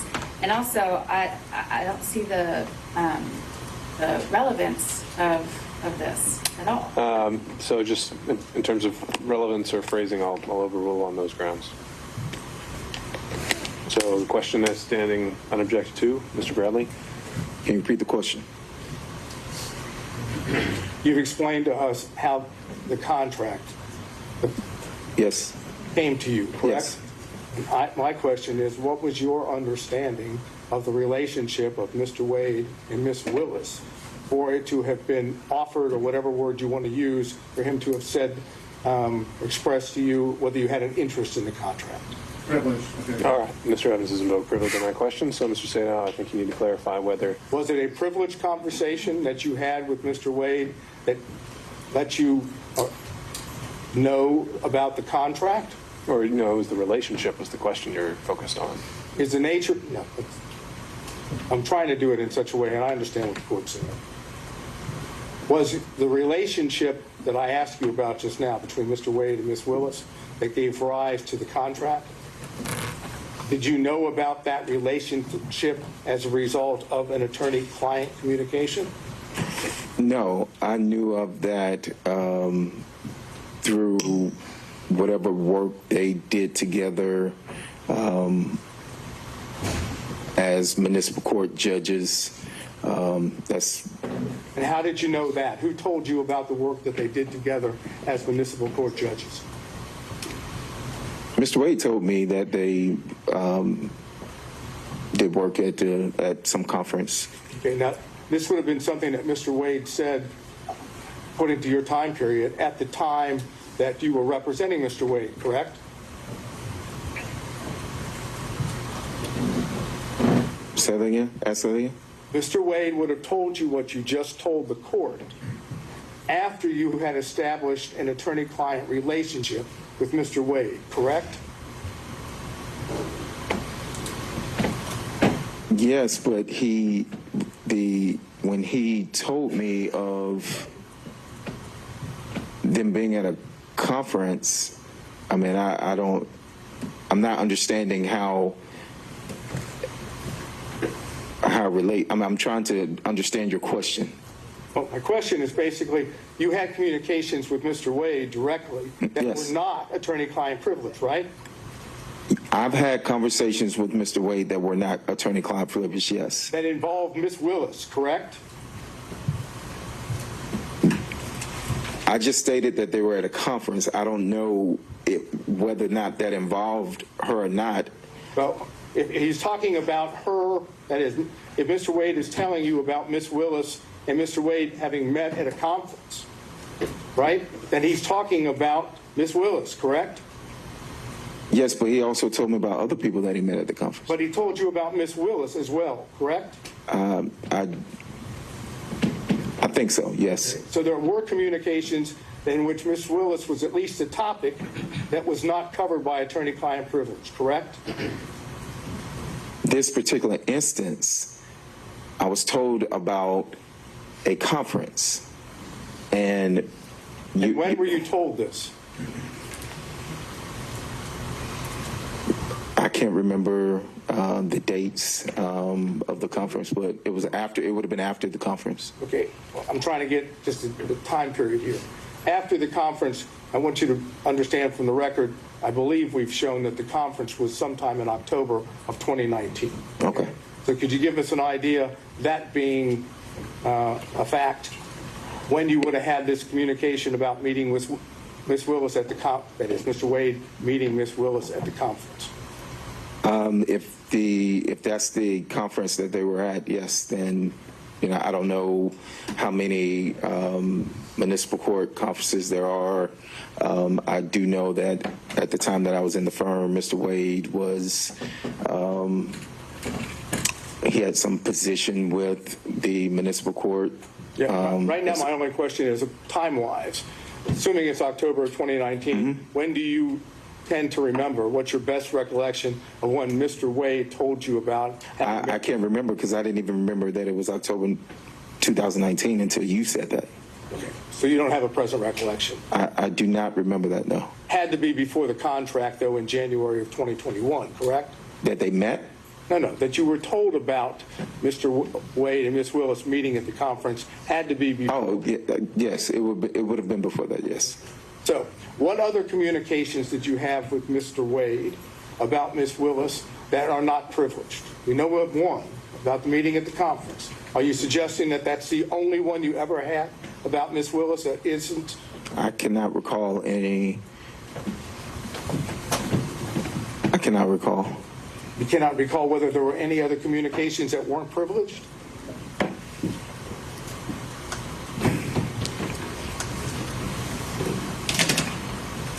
No. Well, I'll be specific, and I understand there's probably going to be objections, but I want the record to reflect. Did you have a conversation with Mr. Wade prior to November 1st of 2021 about Mr. Wade dating Miss Willis? Mr. Wade has risen. An objection is sustained for the record. Excuse me, Mr. Evans. Say that again. You don't have to answer the question, Mr. Bradley. Next question, Mr. St. Well, I understand it's been objected to and the court has sustained the objection. Can you tell us the circumstances in which, that is, under which Mr. Wade may have told you about dating? What I want to do is try to figure out if we can. You tell me if you want me, if I can do this. I'd like to know how the communications themselves took place, where they took place, how they took place, under what circumstance, whether he was at the time providing advice or seeking advice. So those are the basics. If I can ask as to all those, but if the court's going to sustain the objection to those, then I don't want to waste your time. And that's something I'll cover in camera. So I'll note the question and the your question for the record, and I'll sustain the privilege objection to that. Okay. All of this prior to November 1st, 2021. Okay? I'm going to show you two text messages. I don't have hard copy of anything. Text message? This is one. What's that one?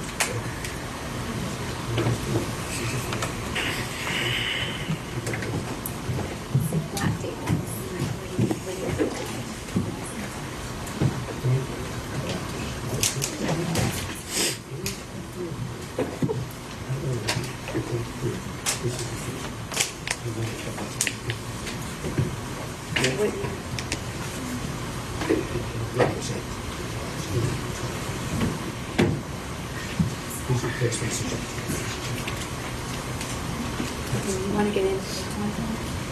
I'm going to set up a question.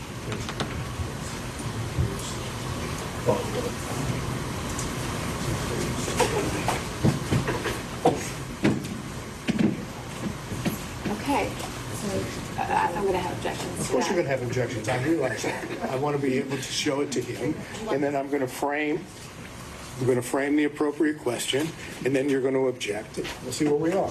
May I approach? You may, sir.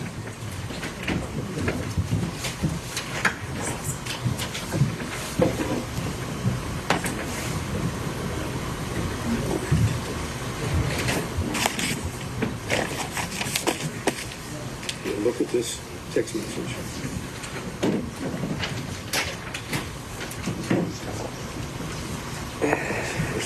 All right, can I read it first? Of course, of course.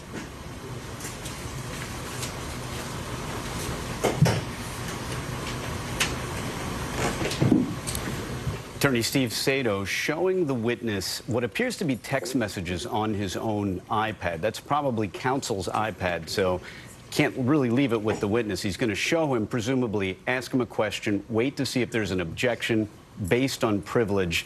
That is a lot of the area we're in right now, determining whether or not this witness's knowledge, if any, of a relationship between Nathan Wade and the district attorney, Fonnie Willis, whether or not that knowledge is covered by attorney-client privilege, or he had that knowledge outside of privilege. He's going back up to the podium. Steve Sato, let's see what he says. Mr.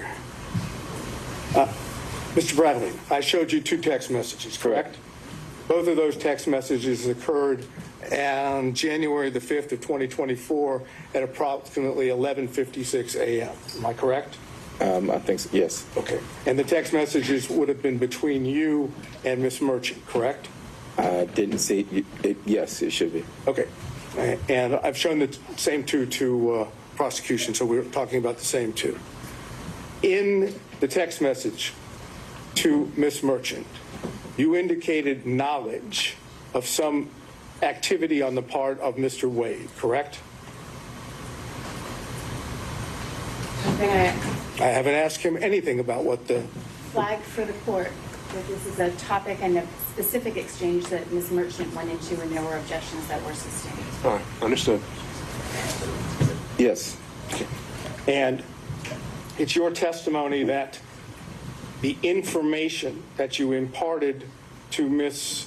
Merchant in these two text messages is based entirely on confidential communications between you and Mr. Wade, correct? Objection. He's referencing specific knowledge. The specific knowledge comes from Mr. Wade, which we've already established. Well, no, the question, he didn't get into anything. He just said, are these two text messages about privileged communications? We haven't actually, I don't see an issue there. Yes. And is it your testimony that the knowledge that you have, which you imparted in these two text messages, came from Mr. Wade and Mr. Wade alone? Yes. Is that correct? Yes. Okay. Can you tell us when it was that Mr. Wade imparted this information to you? Objection.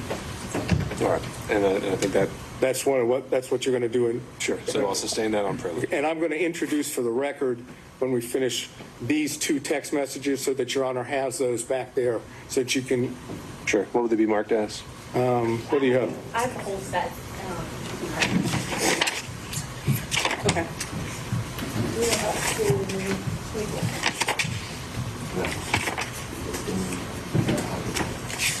I'm going to go ahead and... The contract. I think you were the new one will be 26. Once I put a staple in it, I think it'll be Defense Exhibit 26. All right. You have to give me a real pen that works. All right, so this is marked and made part of the record as Defense Exhibit 26, but not necessarily for its This is not a committed evidentiary 26. value. This is for purposes of the court conducting the in-camera review. Right.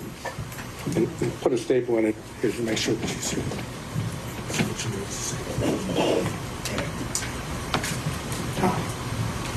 No charge? Nope, it's free.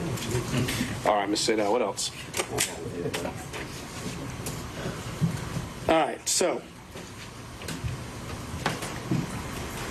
there was also reference, if I remember correctly, to some email correspondence in which Ms. Merchant sent you the motion that she was going to file to disqualify Ms. Willis and Mr. Wade for your review. Is that correct? That's correct. Okay. And that was sent to you in an email? That was correct. And did you respond to it in an email?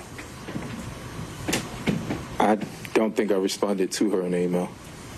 Ashley, do we know? He responded by text. You responded by text. I'm sorry, I mischaracterized it. You responded by text? If I can look at my text, I can, but I'm assuming I did, but... Okay, I'm going to get it for you because I don't want there to be any assumption. As soon as we have it. Let me show you. This is an email.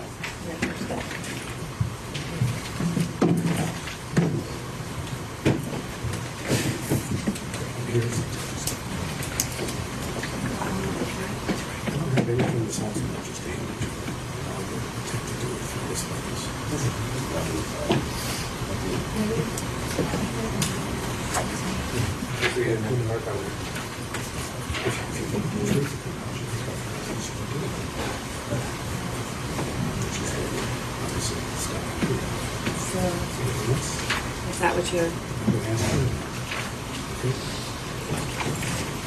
I'm going to show you if I might approach.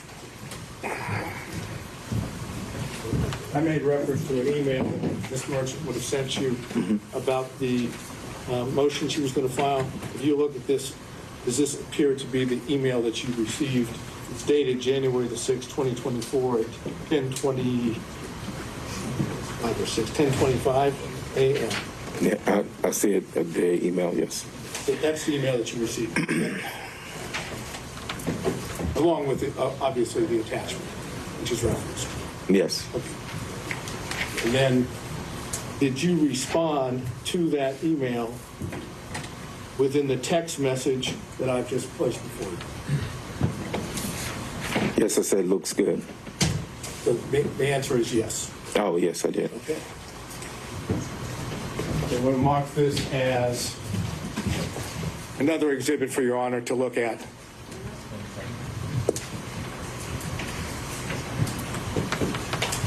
Since you love my tone, can I have a seat? Oh, sorry, I didn't catch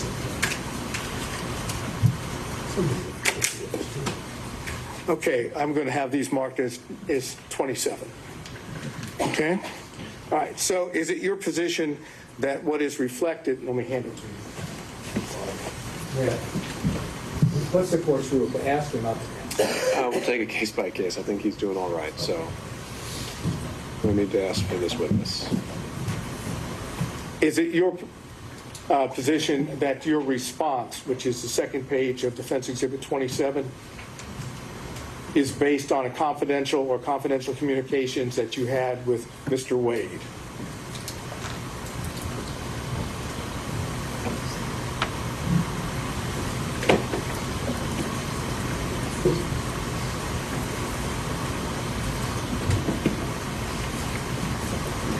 Do you want me to read the response? No, I'm only asking you whether or not the response, you actually already said what it said. I don't want you to read it again. Is that response, based on confidential communications that you had with Mr. Wade? Objection, this is privileged and cumulative. All right, so now we're talking about the email, essentially referencing the motion as a whole. He hasn't been asked to actually confirm or deny any specifics, just to say whether his response is privileged. So I think we're just laying the foundation, just like we did with the text message. So you can answer that question, sir. Was my response privileged? No. Was your response to the email of Ms. Merchant, which is on page 1, is your response, which is on page 2, is that based on knowledge that you received from Mr. Wade pursuant to confidential communications? Yes.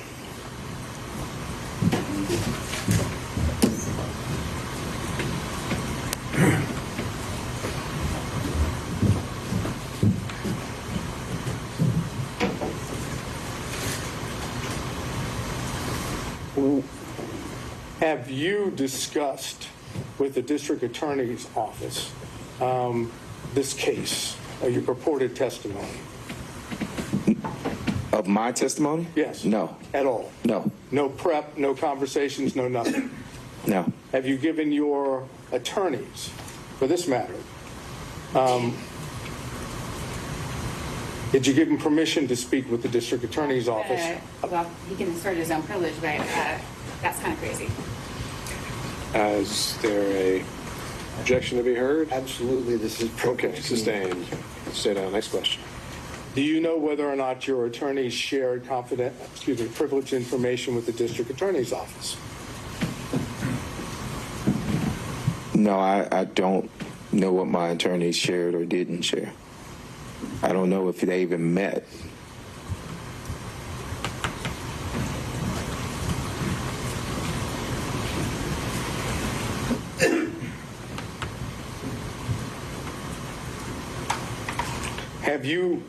Last question. Have you spoken to Mr. Wade prior to today? No, actually, withdraw that. You're no longer in the same partnership or fee-sharing arrangement with Mr. Wade, correct? That's correct. When did you leave that fee-sharing partnership, pseudo-partnership arrangement?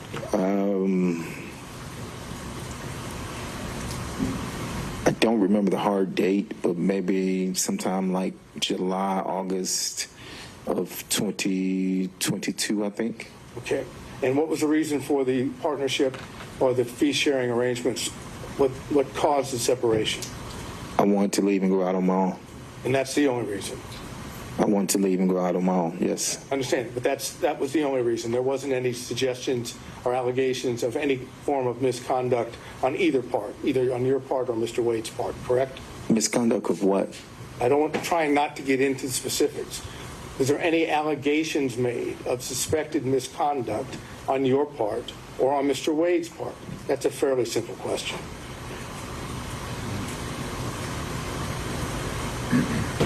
Did he accuse you of doing anything? Did you accuse him of doing anything? Without getting into what it is, were there any accusations made by you or him against each other? We had a disagreement, yes. And did that disagreement have anything to do with Ms. Willis? Oh, no. Okay. Did it have anything to do with your conduct? No. Did it have anything to do with his conduct? Hold on, wait. So we had a disagreement. Whether the disagreement was, we disagreed, and so we dissolved. I left the firm. And was the disagreement having anything to do with alleged or supposed misconduct by either one of you? If you define misconduct, I'm telling you we had a disagreement and we... Then just tell me what the disagreement was then. The disagreement is mine to know. I mean, I don't see the relevance of the disagreement that I had. It had nothing to do with this Trump case or any other case. I'm simply getting a question asked, what was the disagreement? It's not privileged, correct? No, that is privileged. Oh, it is privileged. Why is that privileged? Because it's privileged. I can tell the court in camera, but it was privileged. Ask a few questions further to see if this is actually something that does fall within. This is an NBC News special report. Here's Lester Holt. Good day, everyone. We're coming on the air with breaking news about former President Donald Trump. A judge in New York just ordered him to pay about $187 million in penalties after he was found liable for fraudulent business practices. At issue in the trial, the fate of Mr. Trump's business empire and fortune, and whether he and other defendants, including the Trump Organization and his eldest sons, Eric and Don Jr., inflated the value of his properties to get better loan terms. Trump has repeatedly denied any wrongdoing in the case, and his legal team has said it would appeal the decision. Senior legal correspondent Laura Jarrett is with me. There's more than just the dollar amount he's facing. That's right, Lester, but still the dollar amount staggering. $187 million as a civil fine, a penalty for having inflated his assets to try to get banks and lenders to give him better loans, to give him better deals on all of the properties that we know so well. Some of his most famous real estate holdings, including Trump Tower, Mar-a-Lago, 40 Wall Street, all of those properties, the judge having already determined were falsely and fraudulently inflated. And the whole crux of this trial was to determine the bottom line number, along with a couple of other straggler remaining terms, such as falsifying business records, insurance fraud. We're going to go through the entire decision, but that top line number, $187 million, falling short of what the Attorney General in New York had asked for. $370 million is what she asked for. She also wanted a lifetime ban, preventing Mr. Trump from effectively doing business in the state of New York. And instead, the judge deciding to put on a ban for a period of 3 years so that he could not get loans, and a period of 2 years for his sons, Eric and Don Jr. Okay, we're getting word the number may be up to $364 million, which would put it very close to what the state had asked. Yes, we're still working our way through the decision. Our team is obviously compiling the numbers here, Lester, but 370 was what the state had asked for, and the judge was completely within his discretion to decide what number, where on the scale this should fall. Remember, this was a bench trial. There was no jury here. It was completely up to Judge Engoron to decide what, in fact, the penalty should be for this fraud. All right, Laura, let's bring in our colleague, Danny Savalos, NBC News legal analyst. Danny, you've been looking this over. What is standing out to you? Of course, in addition to the $364 million, there are bans. And of course, we already knew that Alan Weisselberg might be on the hook. He had already been the subject of some alleged fraudulent conduct. So you have overwhelming evidence by the judge, found by the judge, that Alan Weisselberg and Jeffrey McConney cannot be entrusted with controlling the finances of any business. They were permanently enjoined, that means banned from serving in the financial control function of any New York corporation. Similar bans on Donald Trump, Alan Weisselberg, and Jeffrey McConney for a period of 3 years, and that's serving as an officer or director of any New York corporation or any other legal entity, which really leaves in limbo what is to be done with the Trump entities, because not only are these business organizations, they also have substantial assets. So the question now arises, who steps in or what steps in to control those companies and control those assets. But a very significant finding, $364 million is pretty close to the asking dollar amount of the plaintiff in this case, the plaintiff, of course, being the state of New York through New York's Attorney General. And Laura, what happens in the intervening period? He obviously will appeal this decision. Does this ruling, is it stayed? He's already signaled that he's going to do that. And remember, because the judge already had bulk of this decision already determined pre-trial on the fraud, Mr. Trump had already appealed that. Remember, the judge had tried to cancel his business certificate, so he couldn't even operate in the state of New York. That was already a part of a decision that was on hold and appealed. So this will, again, wind up in the courts, appealed for many, many years to come, perhaps, if it goes that road. But at the same time, now that there's a judgment, typically you do have to put up a portion of the judgment in order to appeal at all, or to at least try to get a bond, something we haven't seen him able to procure in his other civil judgments this year. And how does the state, what's the mechanism for the state to collect this or any other money? They're going to have to go through additional litigation, and certainly they'll be able to secure some of this money. There's already an independent monitor in place.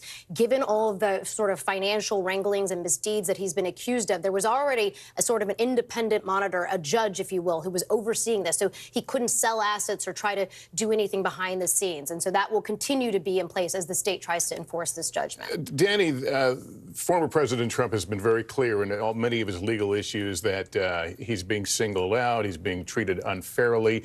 When you compare this judgment today to others, how does it stack up? Does it seem within the realm or out of the realm?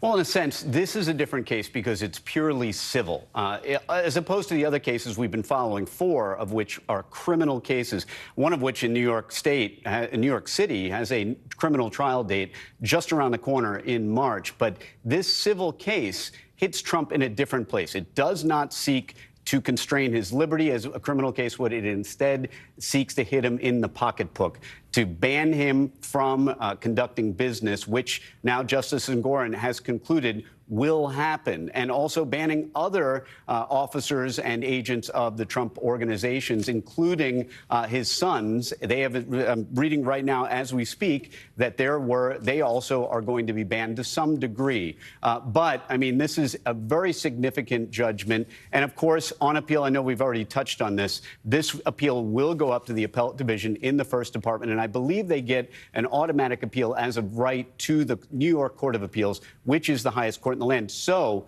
don't look for any immediate consequences in terms of someone having to write a check. And after all, Donald Trump may not have the liquid to even write a check, because if you go back, one of the original reasons for bringing this case was supposedly a loan that he had taken out and secured in order to pay on the Trump University case, which is going back several years, I believe, to 2016. So this is a situation where Trump et al. May not have the liquid to pay it, but they may not have to if they're able to secure a stay pending appeal, first to the appellate division and then surely to New York's highest court, state court, the Court of Appeals. But correct me if I'm wrong, he's also facing judgment and a potential payout in the E. Jean Carroll case. Absolutely, yes. Yes, and, you know, procedurally, what happens there is a little different because that's in federal court. And in federal court, the process for getting that stay pending appeal is a little different. But, you know, procedurally, they're going to be seeking the same things, just in separate courts, separate sovereigns. E. Jean Carroll being in federal court, and then, of course, this case being a judgment by a New York State Supreme Court, which somewhat confusingly, New York Supreme Court is the lowest, the trial court, whereas the Court of Appeals is the highest court in the state of New York. All right, I want to bring in Catherine Christian. She's a former Manhattan assistant district attorney and an NBC News legal analyst. Let me ask you your take on what you've seen here, the level of the penalties that have been announced. Well, what first jumps out at me, and I've, of course, read all 92 pages, is that the judge did not give the AG James, everything she requested. So she requested a permanent ban. It's a 3-year ban. A permanent ban being as being an officer or director of any corporation in New York State. The judge has said 3 years. She requested $370 million.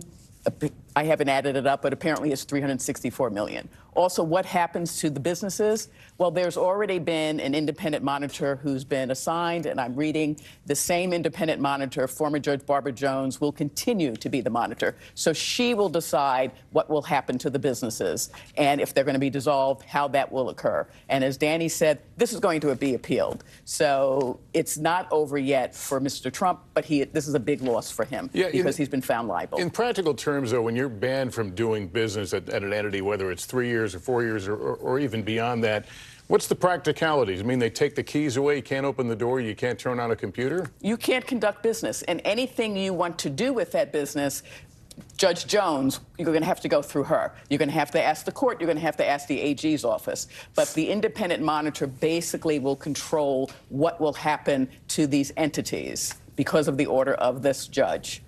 All right, let me turn to Meet the Press moderator Kristen Welker. Kristen, at the end of all the sentences, politics. And it's certainly something the former president has called out loudly during his legal journeys. How will this be viewed going forward?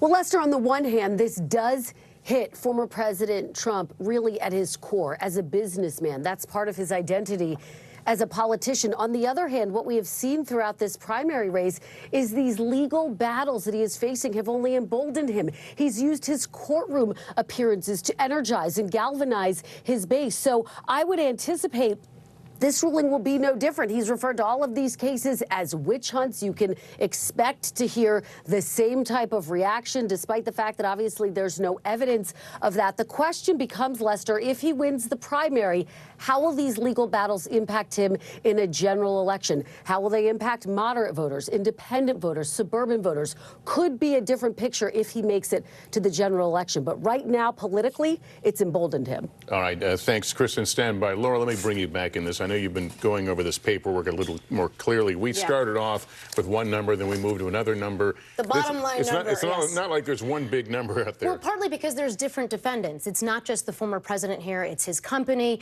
It's his longtime CFO. It's his sons. But the bottom line top line number is a little bit over $364 million. That's the penalty. But you can see there the breakdown for defendant Donald Trump, a little over $168 million. You can also see the breakdown for his sons, all of them laid out there. But again, there are several different defendants with different liabilities, different culpability here, but the bottom line number, 364. I also think it's worth pointing out here, the main defense offered by the former president, Lester, was that the banks were always repaid. There was no harm. This was a victimless crime. And on that score, the judge takes this face on. He says, timely and total repayment of loans does not extinguish the harm that false statements inflict on the marketplace. In other words, the marketplace needs to operate on honesty. And so even if Deutsche Bank didn't complain and say we've been harmed, there was still a harm. And the ill-gotten gains from being able to take advantage of these false statements and these inflated assets on your financial statements, that's what he's having to pay for here. Even if Deutsche Bank didn't complain, that's the heart of what the judge says the penalty is for. Danny Savalas, let me turn back to you. How long typically would an appeal process take in a case like this? Yeah, we can give you the ordinary appeal process for mere mortals who appeal to the appellate division, then up to the Supreme Court. But as with all things Trump, timelines seem to get compressed when it comes to appeals. But then again, at the same time, this is not a case that's dependent on an election, an upcoming election, like, say, Trump's immunity claim, which may need to be resolved in advance of, or in Trump's view, after an election. This is a case that doesn't really need to be fast-tracked when it comes to appeals. And of course, we're reading this as we go, but it may be the case that in terms of the business organizations, the cancellation of those business licenses, I was just talking about this with Catherine, may not be going forward. Instead, it's going to be referred to the independent monitor, retired Judge Barbara Jones. So the business licenses may not be subject to the death penalty, at least in the way that was contemplated or sought, in a sense, by the Attorney General in this case. You use the term death penalty. I've heard it a lot with relation to this. Was this judgment, in effect, a death penalty if it's upheld at the appellate level? It's a death penalty in a sense for people like Alan Weisselberg and other individuals who are banned permanently from doing any kind of business. And you asked that question earlier. I mean, you can imagine a situation where someone attempts to do business in a sly way, maybe with a straw man or through another person in some other way. That's the kind of thing that independent monitor Barbara Jones and others are going to be keeping their eyes on. It's not something that someone's going to be able to play games with. At least in terms of the business licenses, those appear to be, and I'm reading from this, the cancellation appears to be no longer necessary. So it remains to be seen. The restructuring and potential dissolution of the LLCs shall be subject to individual review by the court-appointed independent director of compliance in consultation with retired Judge Jones. So to be continued on that issue. Okay, Danny, NBC's Von Hilliard has been covering the former president. He joins me now outside his Mar-a-Lago home. Is there any word coming from the former president's camp? Right. Donald Trump is here at Mar-a-Lago right now, Lester, as this decision from Judge Engoron comes down. And one of his attorneys in the case, Alina Habba, who you'll, of course, recall, not only spoke on Donald Trump's behalf inside of the courtroom, but also frequently came out to the courthouse steps following the 3-month trial to address reporters. She just issued a statement here in the last 2 minutes in which she says, in part, quote, given the grave stakes, we trust that the appellate division will overturn this egregious verdict and end this relentless persecution against my client. Now, Alina Habba said just in the last 2 hours that she and the legal team for Donald Trump intend to appeal this within the next 30 days. Of course, this was an investigation from Letitia James, the New York Attorney General, that began almost 4 years ago, March of 2019. And you'll recall this last November, at the beginning of this trial, that Donald Trump himself testified for more than 3.5 hours, Lester. At one point, the judge overseeing this case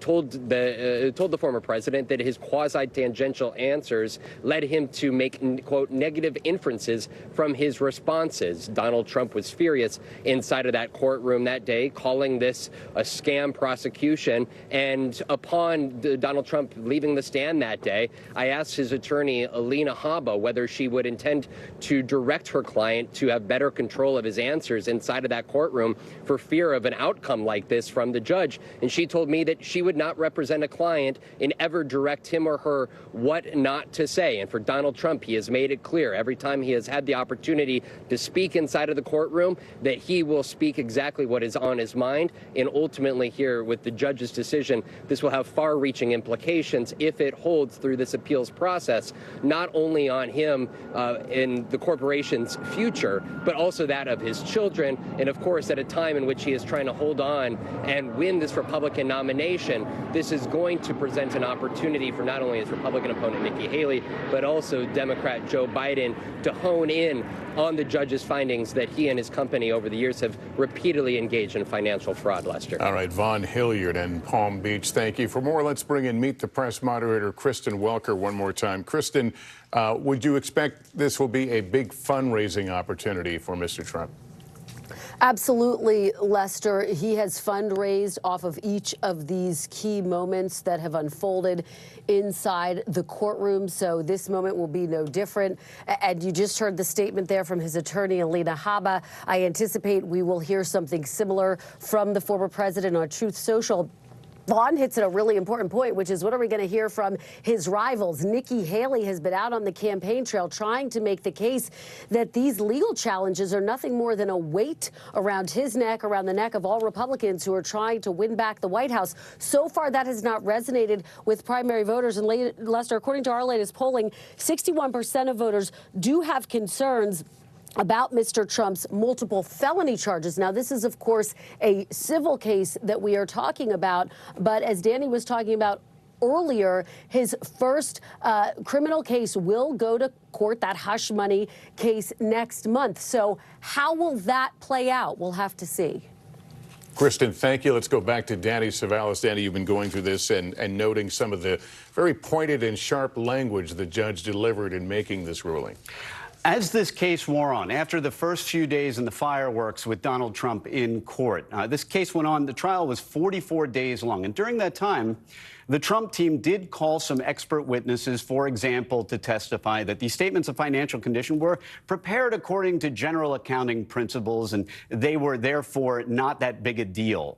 So there was a possibility throughout this trial that Justice Engoron could have been persuaded. And of course, he kept his own counsel, and we didn't know until this ruling came out. But this puts to bed any idea that Justice Engoron was persuaded towards the defense view of the case throughout this trial. It's pretty clear that Justice Engoron has some pretty harsh words, quoting the English poet Alexander Pope, saying, "To err is human, to forgive is divine." But Justice Engoron goes on to say, that's not the situation. He says, and I quote, the defendant's complete lack of contrition and remorse borders on pathological. And he closes with some more quotes saying the defendants are incapable of admitting the error of their ways. Instead, they adopt a, quote, see no evil, hear no evil, speak no evil posture that the evidence belies. So for those of us that were wondering, had Justice Engoron kept an open mind, was he maybe being persuaded by the expert witnesses called by the defense? I think the answer is pretty much a resounding no. I think he is consistent with the same tone he had in his original summary judgment opinion, which very much lambasted the defense, probably in even harsher tones. But this new opinion, same general tones of disbelief of the defendant's position. Let me turn back to Laura in that same vein with some of the things you've been noting and highlighting with your pen there. What stands out? Well, one of the things is there's a long discussion about Michael Cohen, the former president's former lawyer, former fixer. He was sort of described by the former president as a linchpin to this case. And given the fact that he has been an admitted perjurer, the former president wanted Michael Cohen to really be the heart of the state's case. They had disputed that, but the judge takes this on in an interesting way, saying that certainly Donald Trump essentially acted through a mob voice in directing Michael Cohen indirectly as opposed to directly, to falsely reverse engineer the financials, to make them look better so that the banks would lend them money. And it's interesting, he credits Michael Cohen's testimony, saying even though he admits that he did perjure himself in the past, This fact finder doesn't believe that pleading guilty to perjury means that you can never tell the truth. The judge saying here, Michael Cohen told the truth. Why is that important, Lester? Because next month, Donald Trump is going to trial here in New York City in a completely different case where Michael Cohen is going to figure very prominently. So that'll be in front of a jury, however. That will be in front of a jury. The credibility test may be different. It will, but it's interesting to at least see for this case, for this judge, he was able to find Cohen credible, even though he went through a lengthy cross-examination and a very tough one at that. All right, I think Catherine Christian is standing by. Catherine? Yeah, to follow up on Laura said, Michael Cohen is the main witness on the Manhattan DA's office case, which is going to trial at the end of March, on March 25th. And to have this judge basically say, just because he's a convicted perjurer, that does not mean he's telling the truth. He's telling the truth. So that is bringing smiles over at One Hogan Place, where the Manhattan DA's office is now, because they are going to have to make those same arguments to a jury, why the jury will have to believe Michael Cohen and why they should believe Michael Cohen. Danny, let me ask you about this appeals process. Will the appeal be on the judgment here, the dollar amount and the remedy here, or will it be on the actual finding of liability? It'll likely be on everything, a global appeal on all issues. And really, if you want to go through a bullet point list, it would probably be best found in the decision, the earlier decision by Justice Engoron on summary judgment, where Justice Engoron addressed a number of the defense's issues that they had raised and rejected almost all of them, if not all of them. And then, so in a case like this, it won't just be the legal issues or the conclusions that we read in this opinion, but it might be something that we're not even yet aware of, which might be evidence that came in that shouldn't have come in, although that's always an uphill battle on appeal. So there are any number of issues that the defense may raise, and of course they will attack not everything from the findings to the final judgment, the dollar amount, the findings of liability, even going back to summary judgment. Everything they can possibly raise, they will raise on appeal. In the meantime, back to Catherine's point, what do you think that the prosecution in the upcoming hush money case will be able to glean from this ruling? Quite a bit, to the extent they don't already know it. I mean, obviously, in any criminal case, the prosecution isn't going to reveal what they already know or show all their cards in advance of trial. But if, to the extent there's a finding about Michael Cohen, I do think the Manhattan DA's office will find that very interesting, because the Manhattan DA's office case against Trump is almost completely financial, and it relates very closely to some of the issues that are raised here, which is the internal business activities of Trump entities. And that includes people like Michael Cohen, who is a character in the New York AG's case against Trump, but a central figure in the Manhattan DA's criminal case against Trump based on the hush money payments made to an adult film star. So, of course, the Manhattan DA's office has been watching this closely the entire time. There's plenty in here for them to use. If they didn't already know it, which I expect they probably had a few hints, they would have had access to the same discovery tools as the Attorney General. But they are reading this with great interest right now as they look forward to a March trial date in this, which may be one of the first Trump criminal case to actually get to a jury trial. Laura, you've been digging through this, but there's a lot here. This could get ugly and messy. It could, and I think for folks at home that might sort of be wondering, if the banks didn't complain and the banks were not the ones that brought this suit, instead it was the New York Attorney General's office bringing this on behalf of the people, on behalf of the state, where does all of this money go? And so the answer to that is it will go back to the state. The banks will not see a dime of this money. It's not as if Deutsche Bank is going to be made whole by this nearly over $300 million penalty we have here. This will go back to the state. It will go in a state fund. Obviously, it will be tied up in appeal for a long time. But just so folks at home understand, this is not money that is going back into the coffers of Deutsche Bank. All right, let's go to Rahima Ellis. She's standing by outside Trump Tower in Midtown Manhattan, and you're here to remind us that this case goes beyond Donald Trump. It's the organization and it's his family.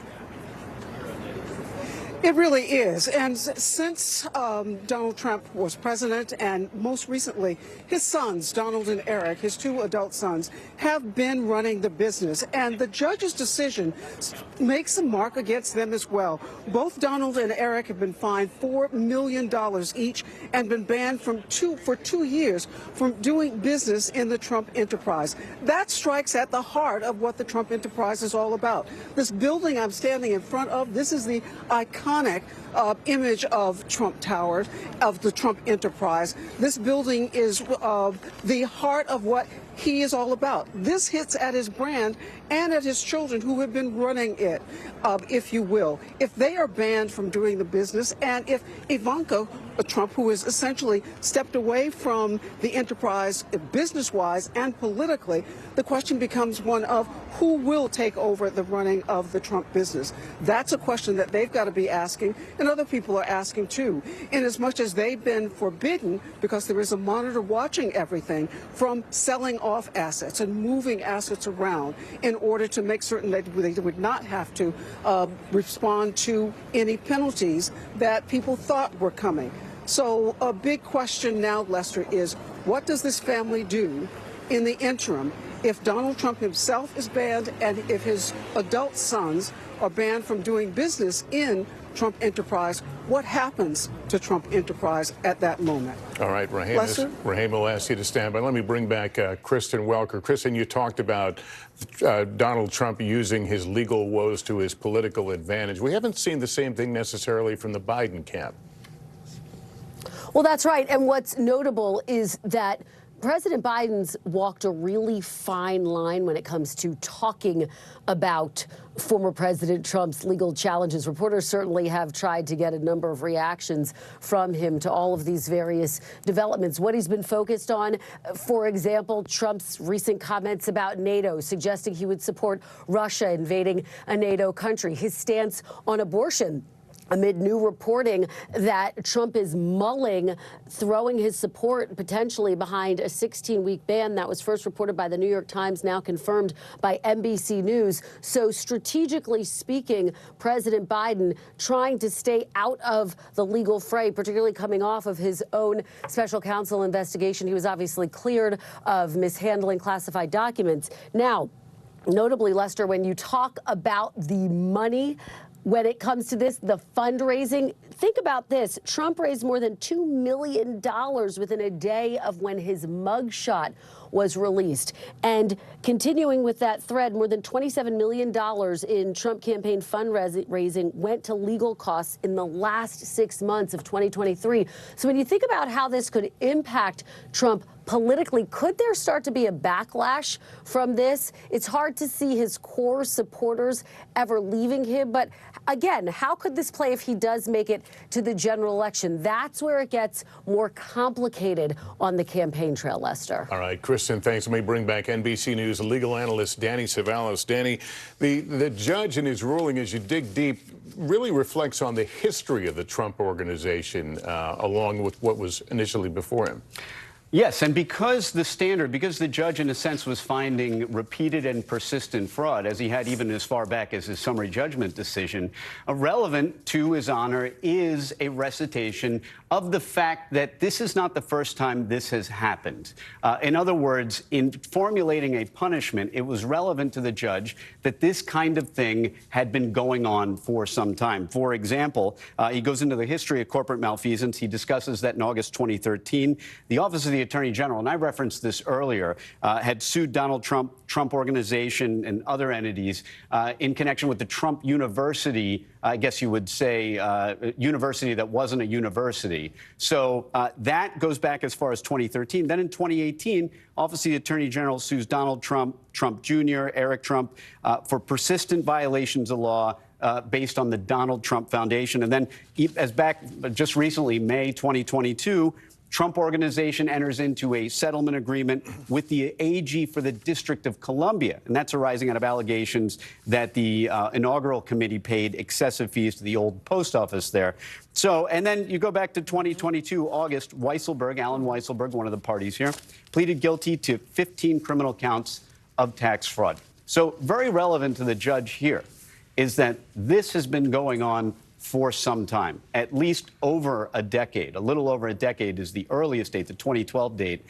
So that was very relevant to Justice Engoron in arriving at a dollar amount and the appropriate punishment. So this is a situation, much as it is in criminal sentencing, a criminal history is relevant in formulating a sentence. For Justice Engoron here, the history of bad behavior was relevant in arriving at a final punishment for these defendants in this civil case. All right, Catherine Christian, let me turn back to you. Donald Trump, if I get this right, has really downplayed his day-to-day involvement in the Trump organization.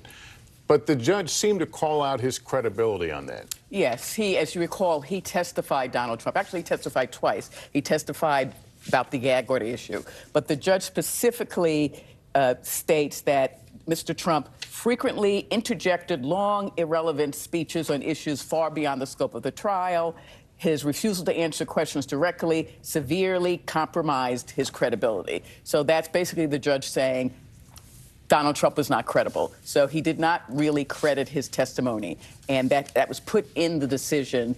It was the basis for the verdict. It was very important just to keep a record for when it goes to the appellate division, which will probably take 5 months to a year, and then on to the Court of Appeals.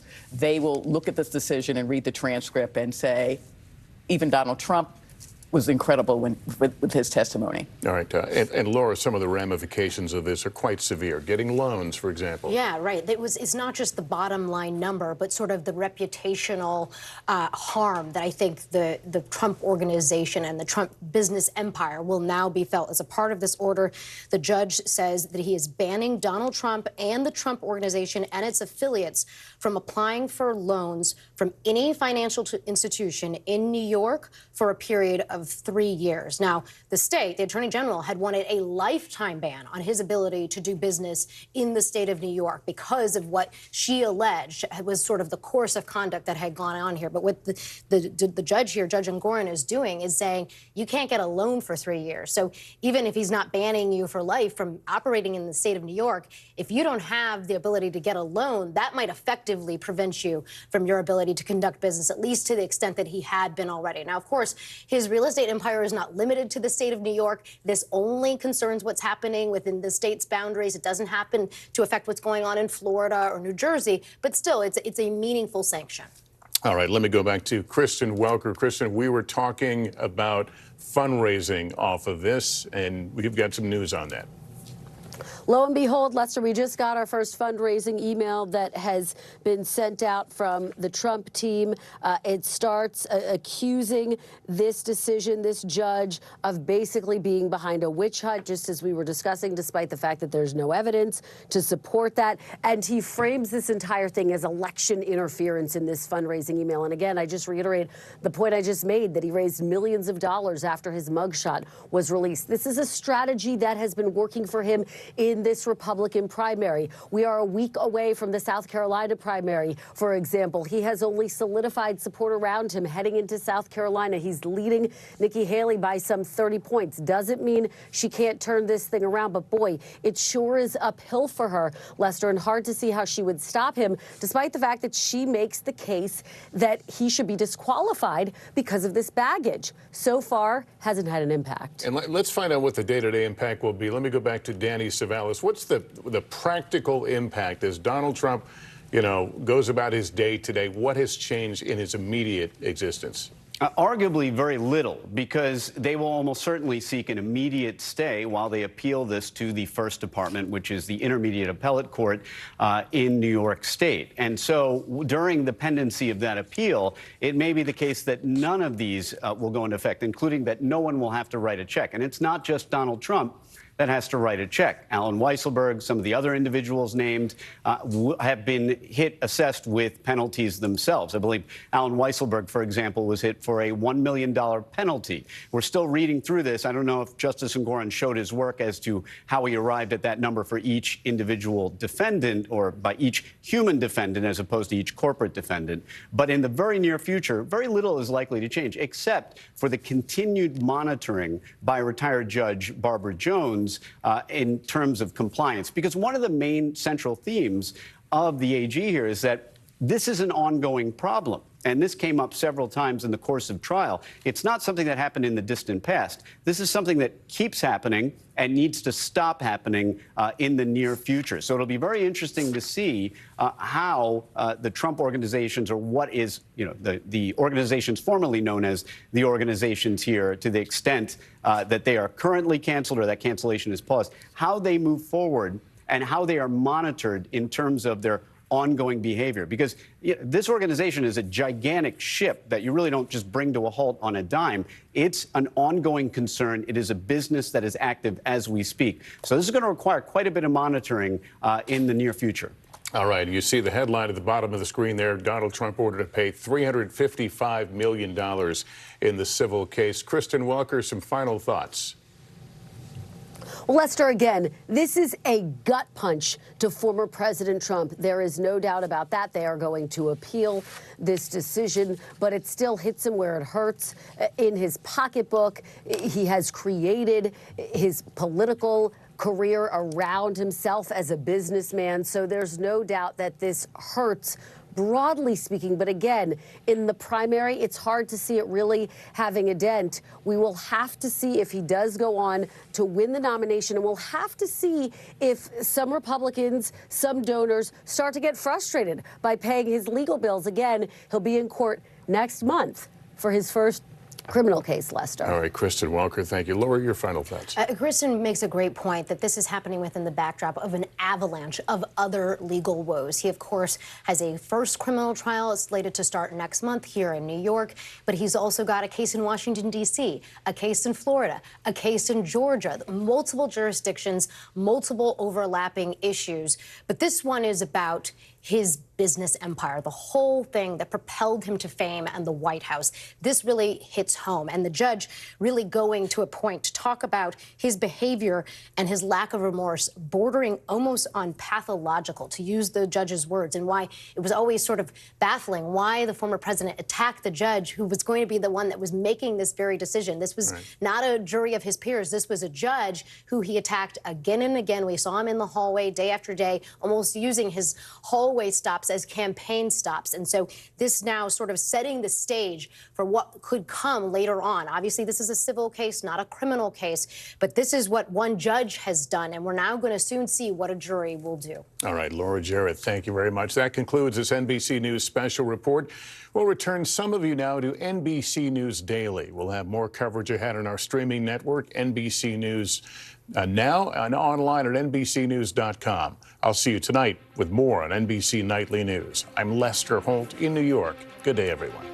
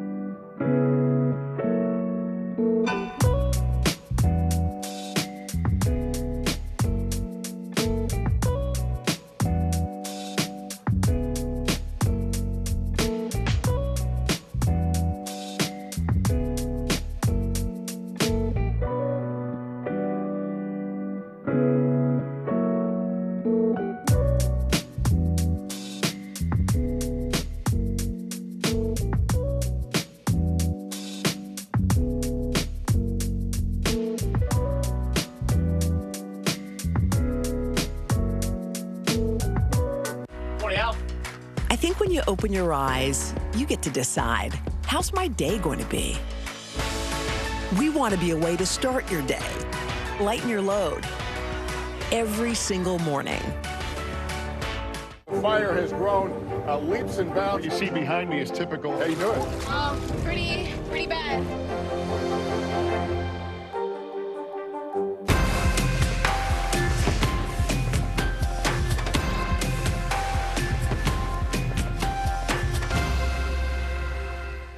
An NBC News special report, and we're back on NBC News Daily to continue with the breaking coverage regarding the decision for the New York civil fraud trial against former President Donald Trump and his family business. The former president has been ordered to pay more than $354 million in fines. He's also been banned from doing business in New York State for 3 years. His sons, Donald Trump Jr. and Eric Trump, have been fined as well and are also banned for 2 years. Joining me now to break down this breaking news, NBC News correspondent Rahima Ellis outside Trump Tower in Manhattan, NBC News investigative correspondent Tom Winter here in studio with me, and former prosecutor David Henderson. Thank you all for being here. Tom, let's start with you. This decision was just released. There are not a lot of numbers being thrown around. Can you just break down for us what it means for Trump, his company, and his family? Well, not often that I break out the Excel spreadsheet, but I've got it here in front of me so we can go through it and we can be specific. It's $354,868,768 to the former president and his entities that he controls himself. So that's what's on the line for Donald J. Trump.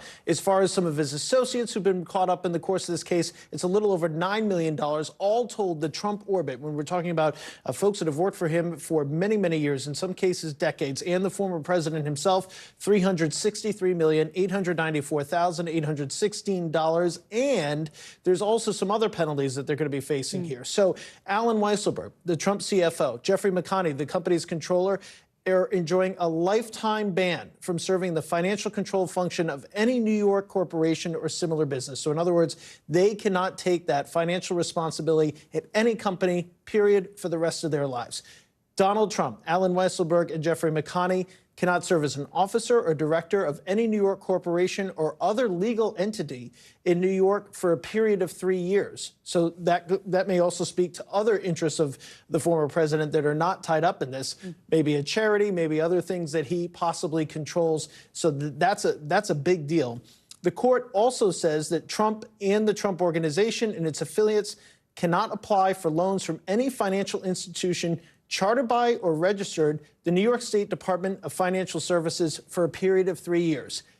I am having a hard time thinking of any banking institution whatsoever that does not fit that criteria. So it is possible that he could go to Zinkley and Tom, silly example, I understand, and get a personal loan from us or loan to him because we're not chartered and private investors can invest in these things all the time. But he can't, for instance, go to Bank of America, JP Morgan Chase, et cetera, and get a loan from them for the period of 3 years. Why does this matter? Yeah. Well, obviously it's a big number, but Trump says I'm worth billions of dollars. I'm a successful real estate person. It's a huge part of his entire entity.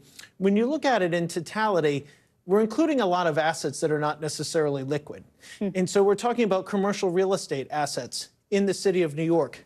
About as bad a marketplace as anybody can remember as the pandemic shifted people out of the office, more work from home. There's a lot of problems pushing through deals in commercial real estate. He might have to sell those assets, but at a depressed price.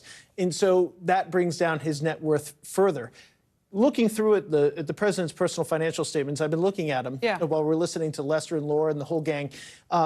He's got a lot of liquid cash or liquid investments, things that he could sell off. But between this, the E. Jean Carroll suit, looking at everything he's facing, even if all of his legal bills are paid out of political contributions and donations, the former president has some serious cash responsibilities whenever the appeals portion of this is over. And obviously, with respect to the E. Jean Carroll case, and his attorney's already signaling today that they're going to appeal this, he doesn't have to pay this bill tomorrow, but he does potentially have to pay it down the line. And I think when you look at this, when the reality of this hits home, even if Trump hasn't been doing business with banks for a long time, he's been using private investment groups, we've reported, I think you look at this and you say, this is somebody who's got some tough financial decisions ahead. as he's the front runner of the 2024 exactly. GOP nomination. And of course, this is really hitting him as a businessman specifically. Rahima, I do want to bring you in. You're outside one of those businesses, Trump Towers. What's the reaction we're hearing from the Trump team right now? From the Trump team, let me read to you some of what his attorney, Alina Habba, mentioned. She said she calls the verdict, it's a manifest injustice, plain and simple, saying it's a culmination of a multi-year politically fueled witch hunt that was designed to take down Donald Trump. This is language that we have heard from Donald Trump himself over and over again. She said, given the grave stakes, we trust that the appellate division will overturn this egregious verdict and end this relentless persecution against Donald Trump. And let me make it perfectly clear, she says, this is not about Trump. This decision stands. It will serve as a signal to every single American that New York is no longer open for business. This, in some ways, is somewhat of the campaign message that Donald Trump has issued every single time that he comes out of a court proceeding, that it is not about him, but he stands in the way of illegal justice and illegal prosecutions being filed against the rest of us, if you will. What I want to mention to you is that Letitia James, the state attorney general, who filed these charges against Trump and the Trump enterprise, is expected to make a statement about all of this coming up maybe in less than 2 hours from now, and we'll hear what she has to say. You know, she was looking for a judgment of something like $370 million against the Trump organization. This judgment in total of something about $364 million comes close to that. And also, we want to mention something that we heard from the judge about all of this. He said that the documents prove over and over again that there was fraud in this case. He said the defendants did not commit murder or arson. They didn't rob a bank at gunpoint. But Donald Trump is not Bernie Madoff. You know that he was someone who was accused of stealing millions of dollars from investors. He said, yet defendants are incapable of admitting the error of their ways. Instead, they adopt a see no evil, hear no evil, speak no evil posture that the evidence belies. The judge, when he had found them liable in this case, he said that the way that Trump was doing business, it was like in a fantasy world, not the real world. And the real world has come crashing in on this business that identifies who Donald Trump is altogether. And that is that he was a powerful businessman, that he rose to fame, that his claim to fame was that he was a powerful businessman. This tower behind me, the Trump Tower, is the only entity here that he owns outright, worth about $156 million. It's got about $100 million in debt against it. But this is the core of who he is, and that people said that this is the businessman who has done successful. He could do that for the country as well. Now this judge's case strikes right at the core of that, and it'll become a question of what they do. As Tom was mentioning, there is no longer the ability for his sons, his adult sons who are running the business, they will be banned from doing business here for 2 years. Donald Trump will be banned for 3 years. The interesting thing, I think, in all of this is that Letitia James had been seeking a lifetime ban against Donald Trump from doing business. This stops way short of that and banning him for 3 years. But it is a blow, Zen Clay, against the Trump enterprise and the Trump business. They were not hoping for. They were hoping for something a lot less than this. They say they're going to appeal within 30 days. Zen Clay? Yeah, those appeals likely at this point. David, let's bring you in. You're a former prosecutor. What do you make of today's decision? We heard Rahima say it. This was pretty close to the asking price of New York AG Letitia James, but she didn't get everything she asked for, right? She did not. But typically, and here's a secret, dealing with lawyers, we never expect to get everything we ask for. In my world, she basically got everything she wanted because it is so incredibly close. What I think you have to do, in addition to everything else we've discussed so far, is consider where this fits into all of the Trump trials that are going on. And it is part of an ongoing theme. When they go to court, they lose, and they lose huge, which is what this reflects. Normally, as a former prosecutor, whenever you have a finding of having committed fraud, that is huge when you still have litigation ongoing.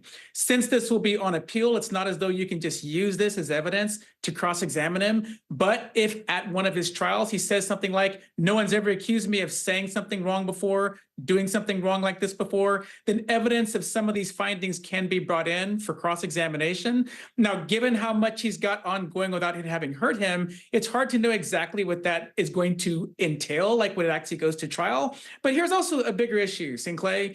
At some point, this isn't simply what it says about former President Trump. It's also what it says about us. The statement that you just heard that his lawyer released, clarifying this as a witch hunt, really puts in perspective the hypocrisy of what is currently going on down in Georgia with Fani Willis. She's being accused of saying one false thing. He's about to go to trial for 34 false things in addition to this current finding, and thus far, it hasn't slowed his momentum. You mentioned that statement from a Trump spokeswoman. We also have some reaction from Donald Trump Jr. on X, formerly known as Twitter. He wrote, quote, "We've reached the point where your political beliefs combined with what venue your case is heard are the primary determinants of the outcome, not the facts of the case. It's truly sad what's happened to our country, and I hope others see it before it's too late to correct course." Tom, I want to go to you. What's the impact going to be on the Trump children? But also, you talked about Trump as a businessman, right? He has established himself specifically in New York. So what might this ruling mean for Trump, his businesses at large? So to be clear, because he is running as a presidential candidate, he has to file a statement of his own personal financial condition with the FEC. It's not completely detailed. You have these wide ranges that you can say. So he has cash and assets that are apart from his business. And we talked earlier about what that might all mean as far as his future. I think there are lines in this ruling that might stick out to folks. The judge quoting Alexander Pope, an English poet, saying, "To err is human, to forgive is divine." He says, quote, "Defendants apparently are of a different mind. After some 4 years of investigation and litigation, the only error," in parentheses, he says inadvertent, "is that they acknowledge the tripling of the size of their penthouse." He really attacks and uses a number of examples of things that have come up over the past years as a result of this investigation. All right, Rahima, let's go back to you at Trump Tower. Look, we're hearing this reaction now. We're expecting an appeal, right, at this point? Oh, absolutely. They were prepared for this. The judge had already found them liable of civil fraud in this case. This was all about what kind of penalties this judge would decide he would level against them. So, yes, they knew it was coming. They're preparing for it. Their attorneys have said that they will move forward with it in 30 days. This is just piling up in terms of what they have to do.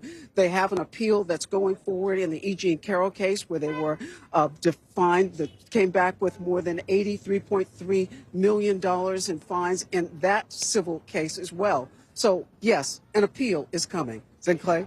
Okay. Rahima, thank you so much. David, I want to go back to you. This is a big number that Trump, his company, his family owes. But what's the process like for actually collecting it? You, of course, mentioned E. Jean Carroll earlier, right? New York is not the only institution that Trump owes money to. That's true. And any trial lawyer worth their salt will tell you there's a world of difference between getting a verdict and actually getting a check in your hand. And I always like to refer back to movie references because people know them.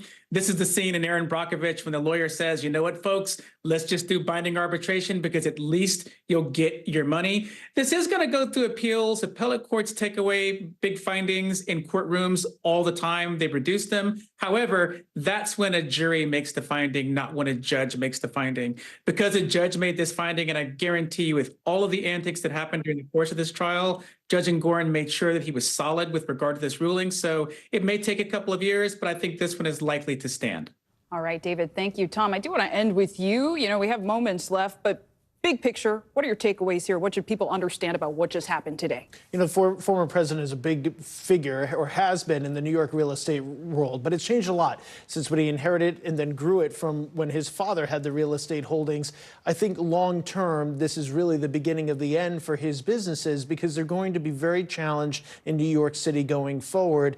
That is something that'll be part of the former president's lasting legacy, and that's something he'll have to contend with on top of all the other legal headaches, the rest of them criminal, by the way, right, going forward. This was a civil case. That's exactly right. That's an important distinction. Tom Winter, thanks as always for your analysis. David Henderson, thank you for your time. We really appreciate it. And thank you all for watching NBC News Daily. I'm Zincle Asamoah, and of course you can keep watching us streaming free 24/7 right here on NBC News Now. So don't go anywhere. The news continues right after this.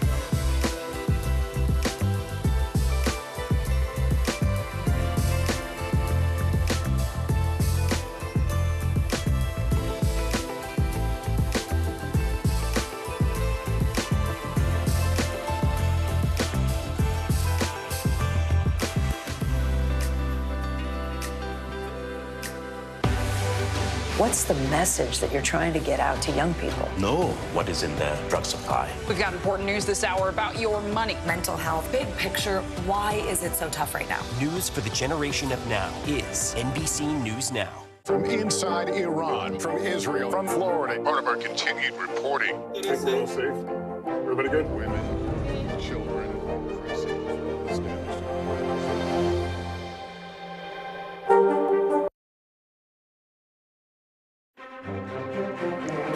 If it's Friday, breaking news. A judge in New York has ordered former President Trump to pay a staggering $355 million due to business fraud, while barring him from doing business in the state for 3 years. Plus, President Biden expressing outrage about the reported death of Russian opposition leader Alexei Navalny, saying there is no doubt that Russian President Vladimir Putin is responsible and that his administration is weighing a response. And a setback in House Republicans' impeachment inquiry into the president, as the Justice Department indicts a once trusted FBI informant for allegedly lying about President Biden, his son, and that alleged bribery scheme.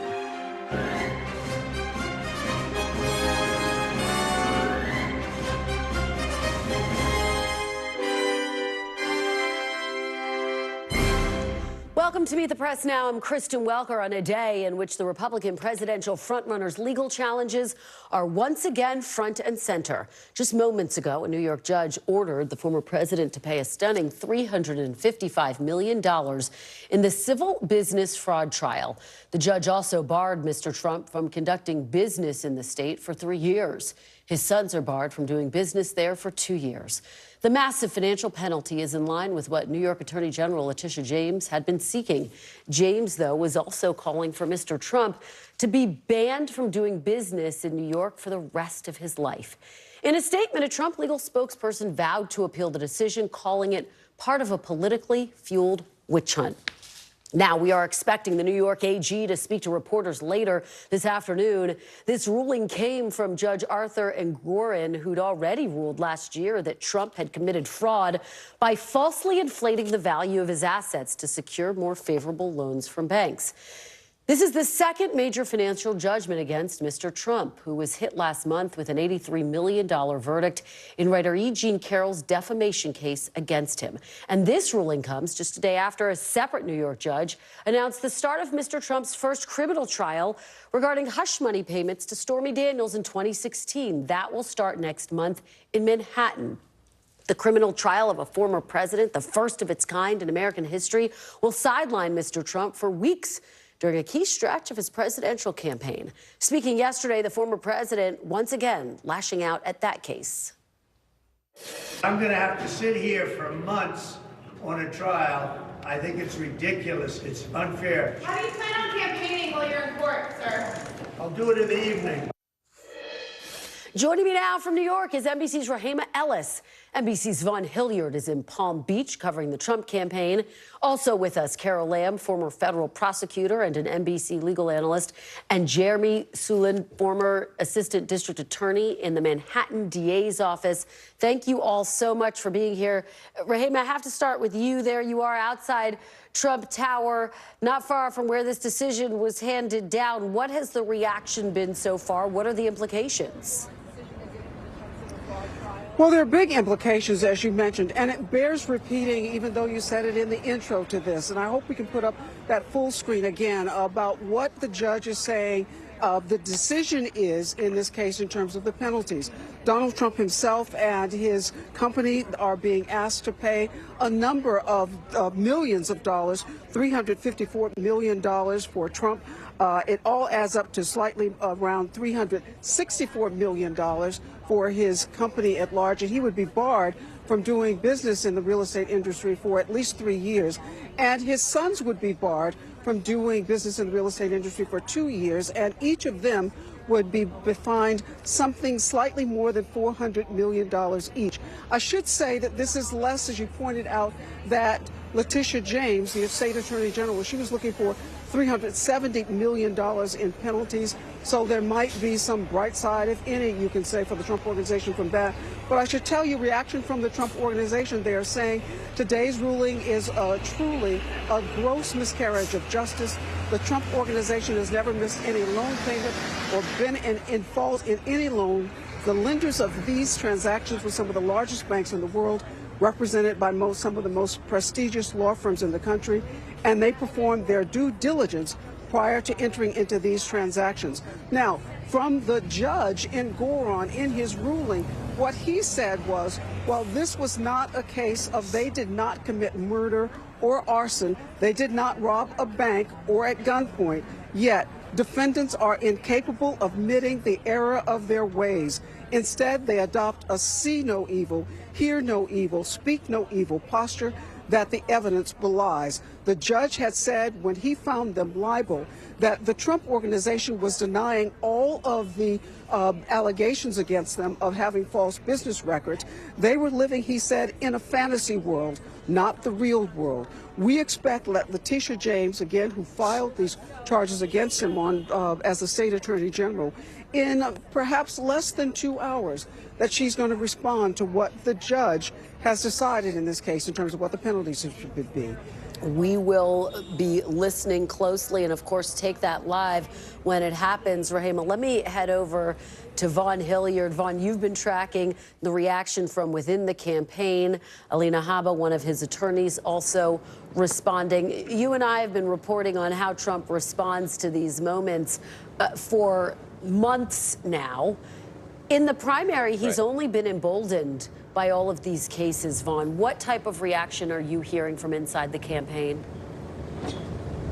Right. The hard part, Kristen, for Donald Trump right now and his campaign is that it's no longer about the actual trials and about being able to walk outside of a courthouse. We're now at the point where actual consequential decisions are coming down. Of course, it was just 1 month ago that in the E. Jean Carroll case, a judge found Donald Trump liable for defamation and for sexual abuse.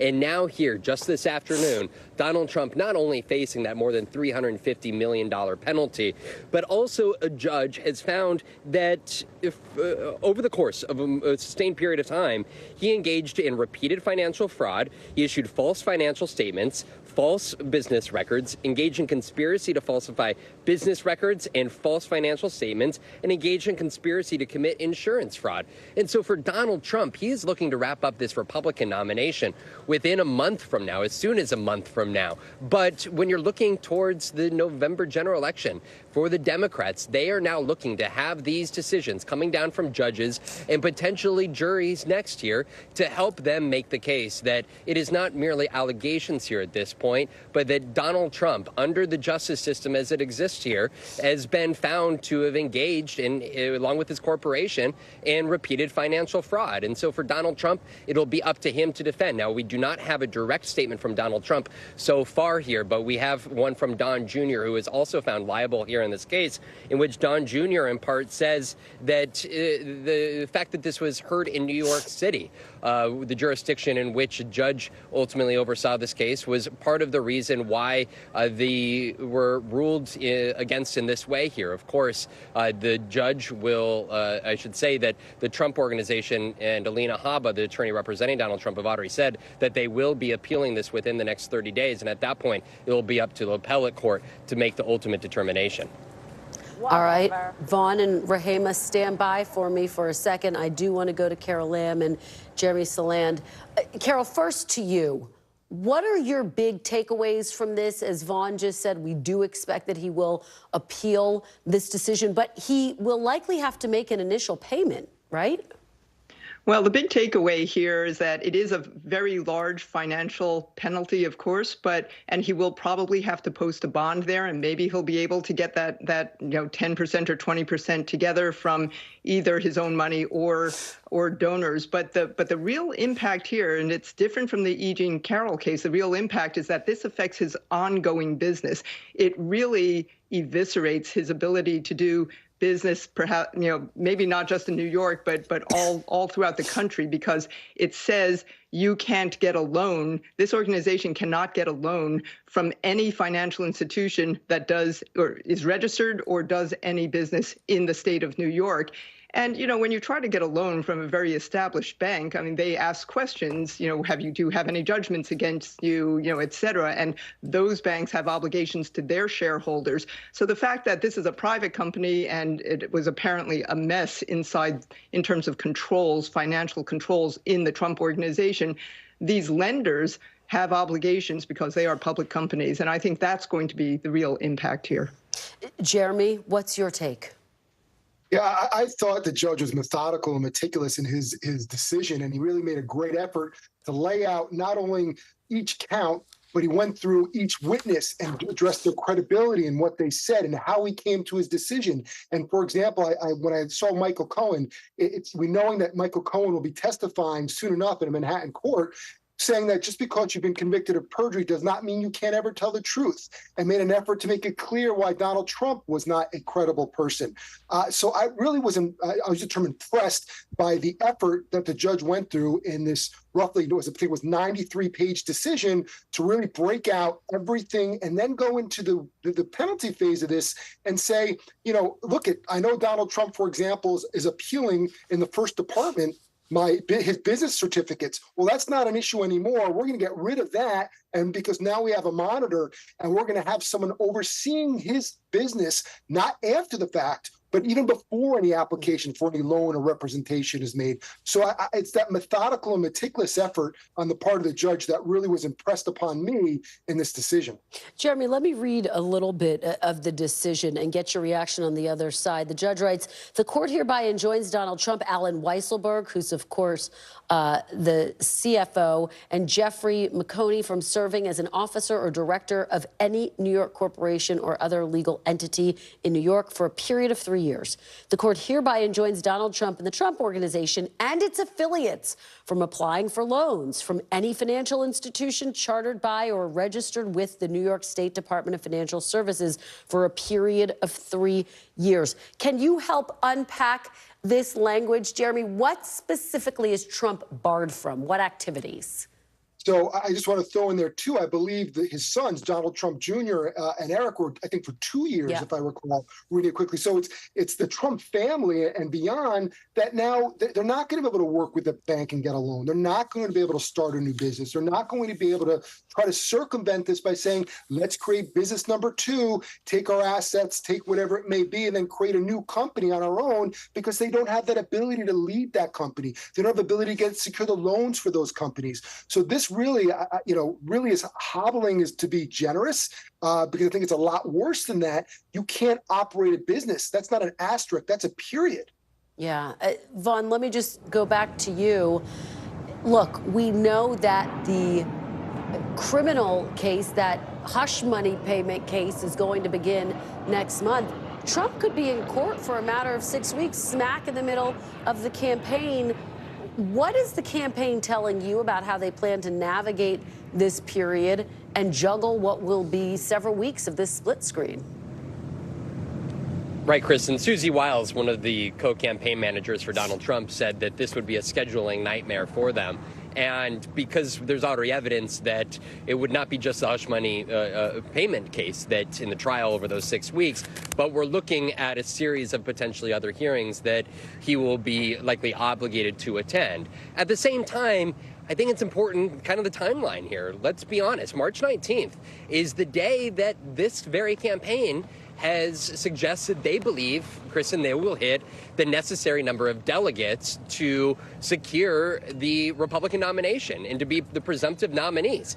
That court trial in New York for the hush money payment trial is slated to begin 6 days later, so on March 25th. So the timing for at least the Republican primary part may be in their favor here. Of course, Nikki Haley is yet to leave the race. And if we're looking at 6-week trial, that would leave them to the beginning of May. And if you go back to 2016, the day that Ted Cruz dropped out of the Republican race and essentially made Donald Trump the presumptive nominee, was May 3rd, which was the first week of May here. So I think the question then after the hush money payment trial is, when would the federal election interference case begins? Of course, we're waiting to hear whether the Supreme Court will ultimately hear whether they will hear oral arguments themselves to determine whether Donald Trump should be granted presidential immunity and have this case all but tossed out against him here. But for Donald Trump, again, this is now about a matter of actual trials and actual decisions with consequences, ones that the Democrats will undoubtedly continue to use against him because it's concrete and coming out of the justice system. Yeah, absolutely. Von Hilliard, thank you so much for your great reporting. Really appreciate it. Rahima, let me have you pick up on something that Vaughn said, which is this split screen moment, which is going to be a pure spectacle in New York. I was outside of the courthouse when these charges were brought, and there was extra, police presence, extra security, concern about the sheer volume of protesters who were gathered outside of the courthouse. What is New York bracing for? For heavy, heavy security when the former president comes here starting on March 25th to face these criminal charges. You had to go through 2 magnetometers to get into the courthouse yesterday when he was here. Streets were blocked off when he came in to the courthouse area. But I have to say this to you, Kristen, and that is the novelty of a former president appearing in court here in New York is no longer novel anymore because he's been here so many times. When this case was originally brought, the case of the criminal case that Alan Bragg brought last year, there were hundreds of people outside of that courthouse on both sides voicing their opinion. Yesterday, there were 4 who were outside. It was cold, but again, it says something about the novelty of the case. This is becoming a standard operation, if you will, here in New York, of people seeing the former president in a cavalcade of cars going down the highway and the streets of New York and heading to a courthouse. He has said yesterday that he is going to be here for this trial every day. And he said afterwards he will get on his plane and he will campaign in the evening.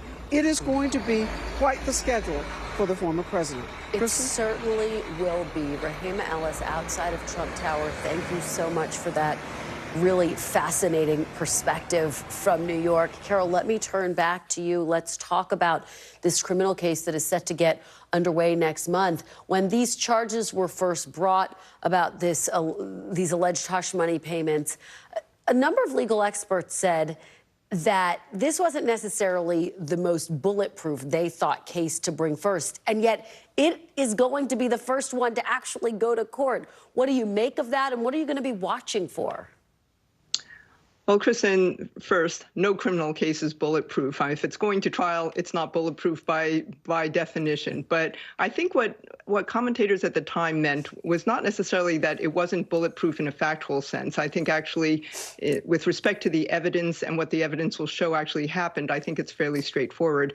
I think when people say it's not the most bulletproof case, they're talking about the legal framework. You've probably heard by now that these business records allegations are usually misdemeanors. That is not felonies. But what makes them into felonies is that the business errors or problems with the business records were done intentionally and in furtherance of another crime. And what we believe that other crime is here is interference with federal election laws, that Donald Trump was trying to cover up the fact that he had had an affair with a porn star by making payments to the porn star indirectly through Michael Cohen and calling them legal expenses. And so that is a somewhat untested theory in the New York State courts. So I think that's what people mean when they say it's not really the strongest case. But it was an early case that was brought. It is a legitimate case. It will be tried in front of a jury, and they will decide the way they are going to decide. As you've seen, litigation is very unpredictable, and the timing of litigation is very unpredictable, and that's very different from the political process, which has firm dates, generally speaking, for caucuses and primaries and elections. And that's why we're in the confusing situation we are, because there are trial courts, there are appellate courts, there's the Supreme Court, and they all have their own thoughts and ideas about scheduling. Jeremy, let me turn to you and another legal matter, if you will, that has been under the microscope. The district attorney in Georgia testified in her own defense because the Trump team is arguing she and her team should be taken off of the case amid revelations that she was having a relationship with one of the prosecutors. She took the stand despite the fact that her own attorneys weren't exactly planning for her to do that. She offered this very fiery defense, and she made two key points. One, she says the relationship started after the investigation started, and two, she says she did not financially benefit from this. That was backed up by the testimony provided by the person she had this relationship with. What do you make of what we saw yesterday, and when do you think we'll get a decision about whether or not she and her team can remain on this case? You know, I thought, unfortunately, it devolved into a little bit of a fishing expedition. And as she pointed out, and I think absolutely correctly, I'm not on trial. I'm not the defendant. They're the defendants. And I thought she did a really good job of putting herself out there. I thought initially when I heard Mr. Wade testify, you know, about the cash and no receipts, keeping 6 months of cash, you know, that was a little bit sort of, it made me ask questions, because I think naturally people say, well, cash, and she's paying you back in cash. But that's really not the issue. The issue, as you pointed out, was when did this relationship start? Did it start prior to? And did she benefit by paying Mr. Wade all this money, or the county paying Mr. Wade all this money, and pocket it by way of vacation and gifts, whatever it may be? But I thought she did very well. I thought she came across very credible and honest.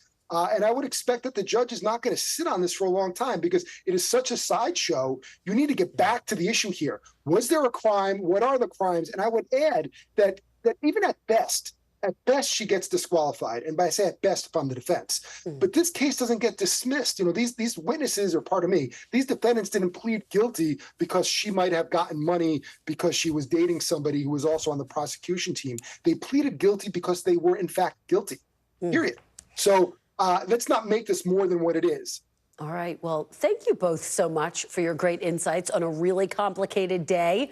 We appreciate it so much. Carol Lamb, as well as Jeremy Sulin. We really appreciate it. Thank you very much. We are going to dive more into the potential political fallout from this ruling with our panel. But first, assassination accusations and calls for justice. President Biden rebukes Russian President Vladimir Putin hours after opposition leader Alexei Navalny reportedly died in prison. Plus, new details on the national security threat warning from the chairman of the House Intel Committee. He'll be on Meet the Press this Sunday. What we know and don't know about Russia's development of a new weapon. You're watching Meet the Press now.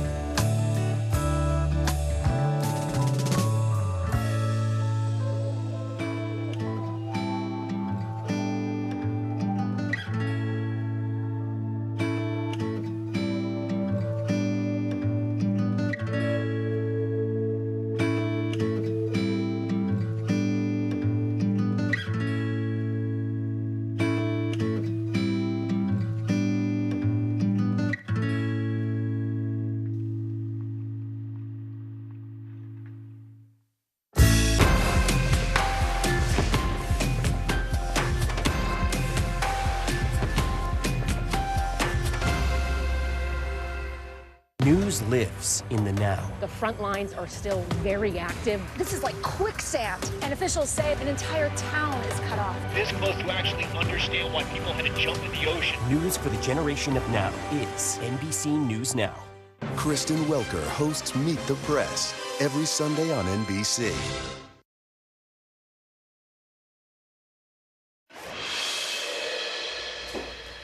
Welcome back. Russian opposition leader Alexei Navalny, a staunch Putin critic who led a years-long anti-corruption campaign, died in a Russian prison today. That's according to the country's prison service. He was just 47 years old. Russia says Navalny died during a walk after falling unconscious, but provided no additional details. Now, you're looking at video here. This shows Navalny just yesterday in a court appearance. His team saying they have been unable to confirm his death. But hours after reports of Navalny's death, his wife made a dramatic and surprise appearance speaking before a gathering of national security officials in Munich, vowing that Putin will be brought to justice. Listen. But if it is the truth, I would like Putin and all his staff, everybody around him, his government, his friends, I want them know that they will be punished for what they have done with our country, with my family, and with my husband. They will be brought to justice. Navalny's death also drew swift reaction from top U.S. officials, including President Biden, who addressed the situation from the White House today. Reports of his death, if they're true, and I have no reason to believe they're not, Russian authorities are going to tell their own story. But make no mistake, Putin is responsible for Navalny's death. Putin is responsible. What has happened to Navalny is yet more proof of Putin's brutality. We don't know exactly what happened, but there is no doubt that the death of Navalny was the consequence of something that Putin and his thugs did. Navalny's death comes as President Biden continues to urge Congress to pass Ukraine aid as soldiers on the front lines try to repel Putin's brutal invasion. Is there anything you can do to get ammunition to the Ukrainians without a supplemental from Congress? No, but it's about time they step up, don't you think? Instead of going on a 2-week vacation. 2 weeks, they're walking away. 2 weeks. What are they thinking? My God, this is bizarre. And it's just reinforcing all the concern and almost, I won't say panic, but real concern about the United States being a reliable ally. This is outrageous. Joining me now is Richard Engel in Kyiv, Ukraine, former U.S. ambassador to Russia and NBC News International Affairs analyst Michael McFaul, who is in Munich for the annual security conference, and NBC News global security reporter Dan DeLuce, who joins me here on set. Richard, let me start with you. I've been watching your incredible reporting throughout the day on this. What can you tell us? What's the latest information that you have about the events surrounding his death and frankly, the legacy that he now leaves behind? So about his death, there's a lot of controversy, and Navalny's supporters and his inner circle, part of his staff, they're all blaming Vladimir Putin, and they say that Navalny was apparently healthy, that he seemed healthy in that video court appearance just yesterday. His mother saw him at the penal colony on Monday and said he was in good spirits and seemed to be in good health. And then suddenly he drops dead. And according to the prison account, he took this walk, fell unconscious, and that they worked on him for 30 minutes and that they were unable to revive him and pronounced him dead. So Navalny's supporters haven't confirmed his death, but they certainly don't believe Russia's version of events. They don't know if he was poisoned again. They don't know if he suffered some sort of blood clot online. There's a lot of rumors, unconfirmed reports that he had some sort of blood clot, which could cause a death as like the one described by the prison officials. But right now, we only know that one official account, and there are many questions of it. Just looking at the way he was acting as early as yesterday, didn't seem like someone who was on death's door when he was joking with the judge, sort of trying to make the best of his situation, which was horrible. He was very thin while in prison since he returned to Russia after he was poisoned. He'd gone on a hunger strike, but he certainly didn't look like someone on death's door, at least yesterday. He certainly didn't, Richard, and it just adds to the mystery surrounding his tragic death.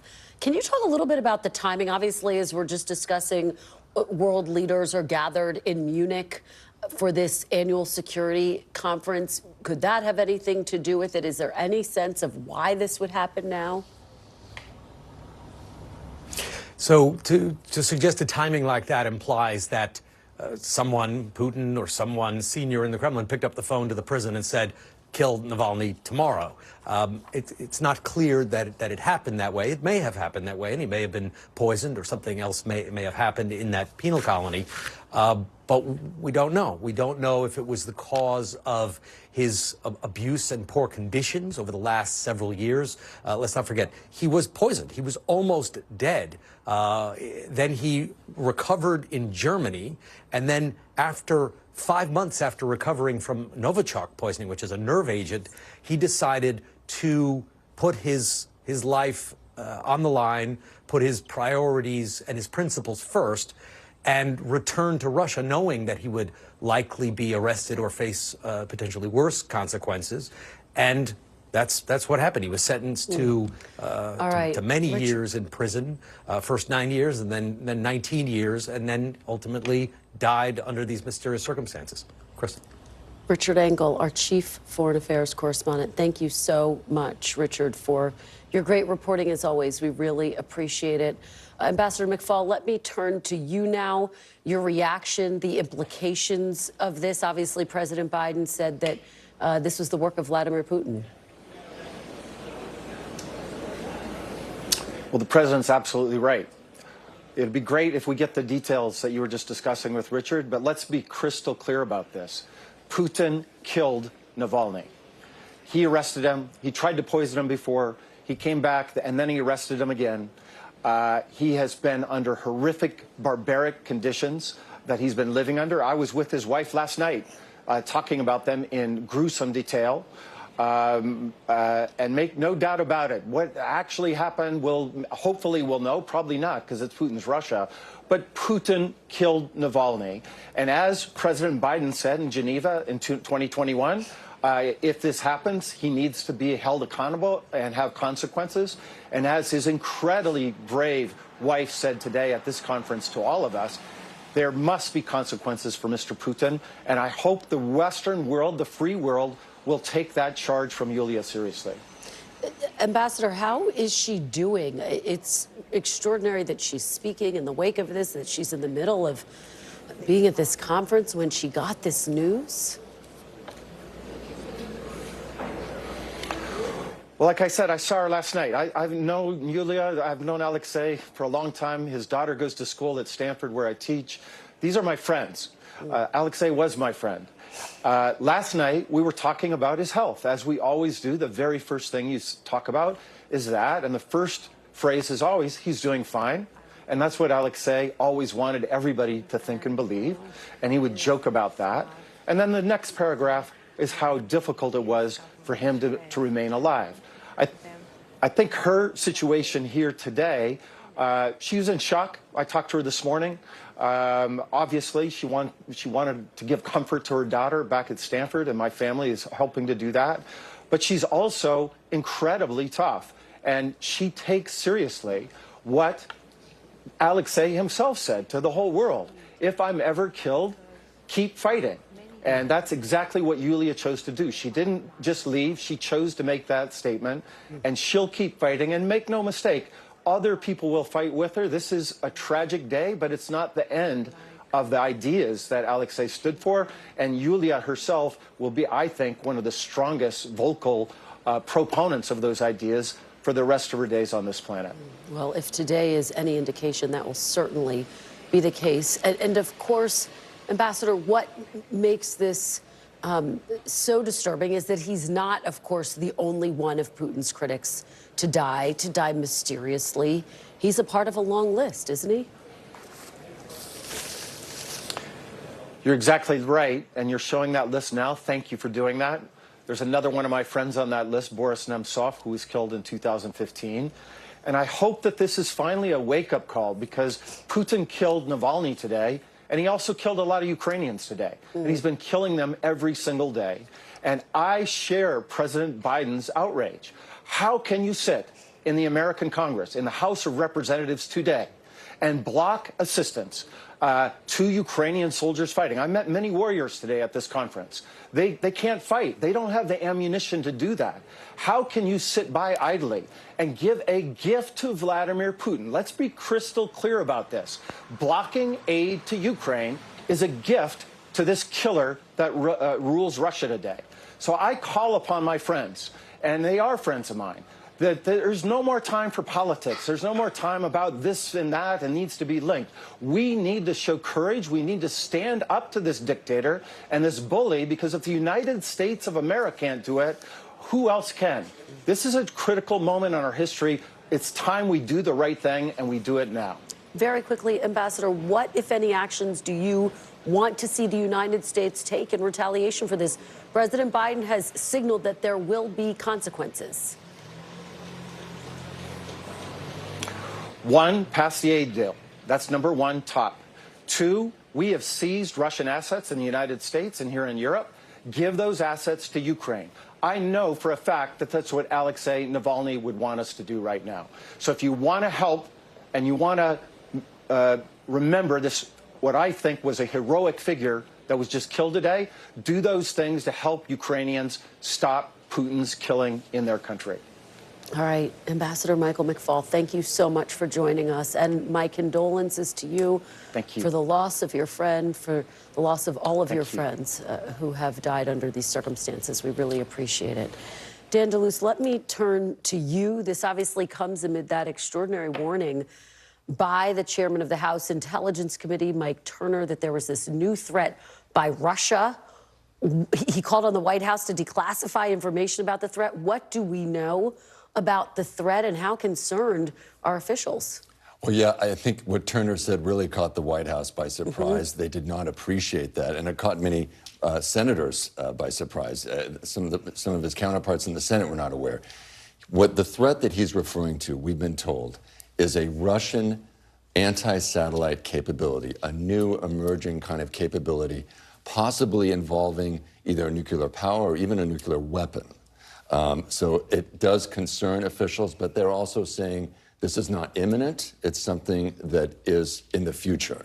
But it does, again, underscore this concern about space and satellites and how much we depend on those satellites, both for our own lives and for our military. And it's a concern that's been building and building, both with China and Russia. And Congressman Turner, for whatever reason, we can talk about that, decided to say, okay, we need to talk about this, and you need to declassify information about this. Now, the White House really hasn't declassified much. They've just kind of acknowledged it. He is going to be on Meet the Press. I'm going to ask him directly why he decided to do that. Why do you think he decided to do that, and how advanced are these capabilities? Well, these capabilities, I think, really do challenge the U.S., and that's what the concern is. You know, yes, we have been trying to develop our own ability to defend all these satellites. One tactic is to have lots of small satellites, commercial satellites, not to have really big satellites and you knock one out and you're vulnerable. But this concern is maybe this Russian anti-satellite capability puts at risk so many of our satellite networks. So that's the concern. And why he did it, it's not clear. There's some people say that he's frustrated with his own party, with Speaker Johnson. And this is a way to underscore the threat posed by Russia. Other people say, listen, he really cares about this issue, and he just wanted to put it on the table. And very quickly, do you think this will impact the broader discussion around Russia? Because obviously there is a lot of division about whether to send more aid to Ukraine. I mean, how much has this penetrated into what's happening on Capitol Hill? I think the jury's out. It's an open question. You heard Ambassador McFaul saying, you know, this is the moment. No more delays. We've got to move on this. Navalny's death should move the Congress. But as you know, their calculations aren't always purely on policy. Yeah, okay, Dan DeLuce, thank you so much. Really appreciate it. And again, we will be talking to Chairman Turner on Meet the Press on Sunday. He will be my exclusive guest, along with Senator Amy Klobuchar. Coming up next, an FBI informant crucial to the Biden impeachment inquiry was just charged with making false and derogatory statements about the president, his son, and their business dealings. Stay with us. We'll unpack that. You're watching Meet the Press now.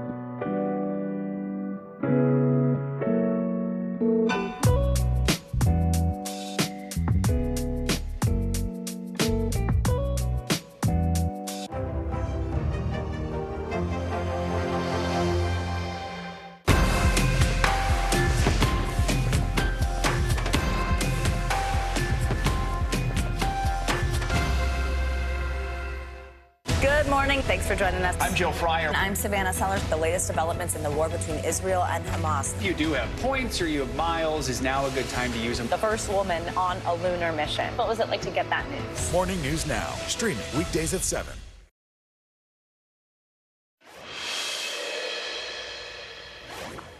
Welcome back. An FBI informant linked to special counsel David Weiss's investigation into Hunter Biden is facing charges for allegedly providing false information about President Biden, his son Hunter, including lying about the allegations that the Bidens took millions of dollars in bribes. Now, the Justice Department says Alexander Smirnov, who has been a confidential source for the FBI for over a decade, was arrested yesterday after returning from a trip abroad. The 37-page indictment alleges Smirnov provided false and derogatory information to the FBI about the Bidens' ties to the Ukrainian energy company Burisma. The Burisma allegations are a key part of House Republicans' push to impeach President Biden. The president reacted this afternoon saying the impeachment inquiry should be dropped, calling it a, quote, outrageous effort from the very beginning. Joining me now on set is NBC News Justice reporter Ryan Riley. Ryan, thanks for being here. So what do we know about this informant, and what do we know about how these charges came about? Yeah, so he's a 43-year-old, and he has been an informant for the FBI since about 2010. So he's about when he was 30 is when he joined. And what happened is in the middle of the 2020 campaign, as then former Vice President Biden is running, he makes this false allegation to the FBI and about Hunter Biden and Joe Biden. So really set off this chain of events with that false allegation in the middle of the campaign. So, you know, Ryan, I'd spoken to a number of Republicans prior to this impeachment inquiry really getting underway, and they said, look, the challenge is there's no smoking gun.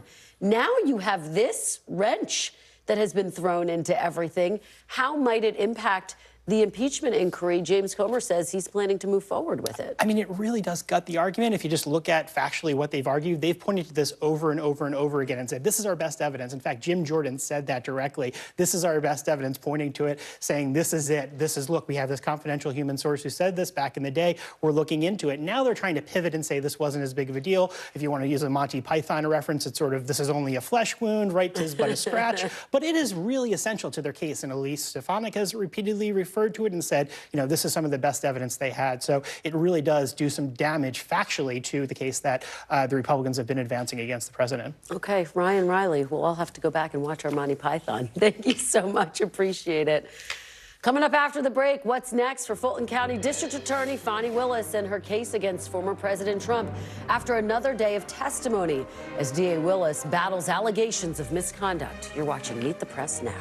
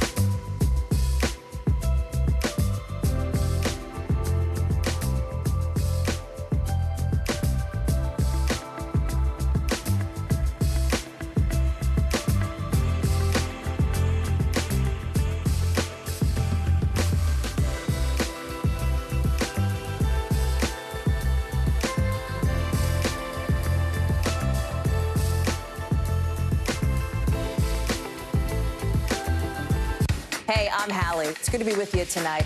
What do we know that voters care about? The economy, right? You are seeing that firsthand yourself on the ground there today. This is two things. It is pretty big medical news. It is also a pretty big mystery. And oh, by the way, it's driven by one of the most controversial people in the United States. What's happening? They have tweaked my monitor, and I can see now you are, in fact, soaking wet. I am deeply sorry. My I commitment to apologize Hallie for the many Jackson now questions. will never be questioned.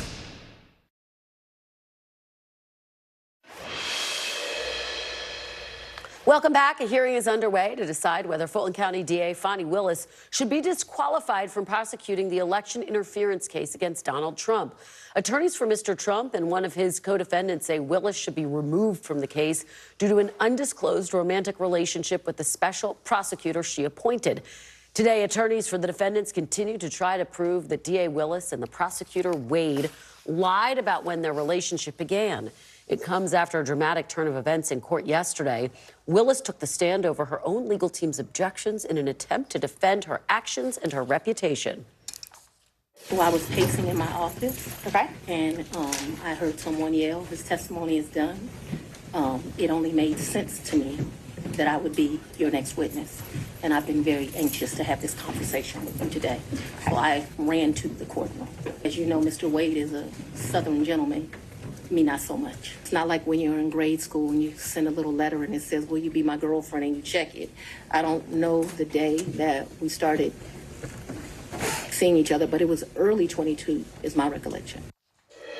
Joining me now is Greg Bluestein, political reporter for the Atlanta Journal-Constitution and an NBC News political contributor. Thank you so much for joining us on this day. Look, all eyes have been on this Georgia courtroom. I mean, these developments have just been extraordinary. Fani Willis's testimony was extraordinary yesterday. She was defiant.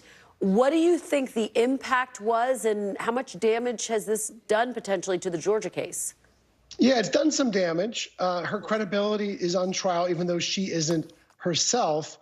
And there's been a lot of just really raw emotional details that have been exposed. Her pangs of loneliness, the details of her sex life, the intimate parts of her relationship with Nathan Wade. The timing of that relationship is under question right now. And that's the key part of this hearing, which is, by the way, has been extended into next week. So now we're going to go into a third day of this extraordinary evidentiary hearing, all about whether or not there was a potential misconduct when Fani Willis hired special counsel Nathan Wade to oversee this trial.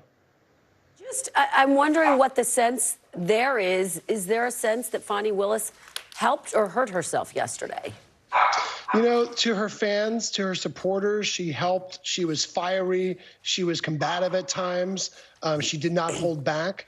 We've seen Democrats who had held back, who sort of stayed on the sidelines, start now to more aggressively support her publicly. But of course, to Republicans and to some people who are also on the sidelines, who have no stake in the game, they thought that she didn't do herself many favors by not just defending herself, but also at sometimes kind of editorializing, going into extemporaneously long answers.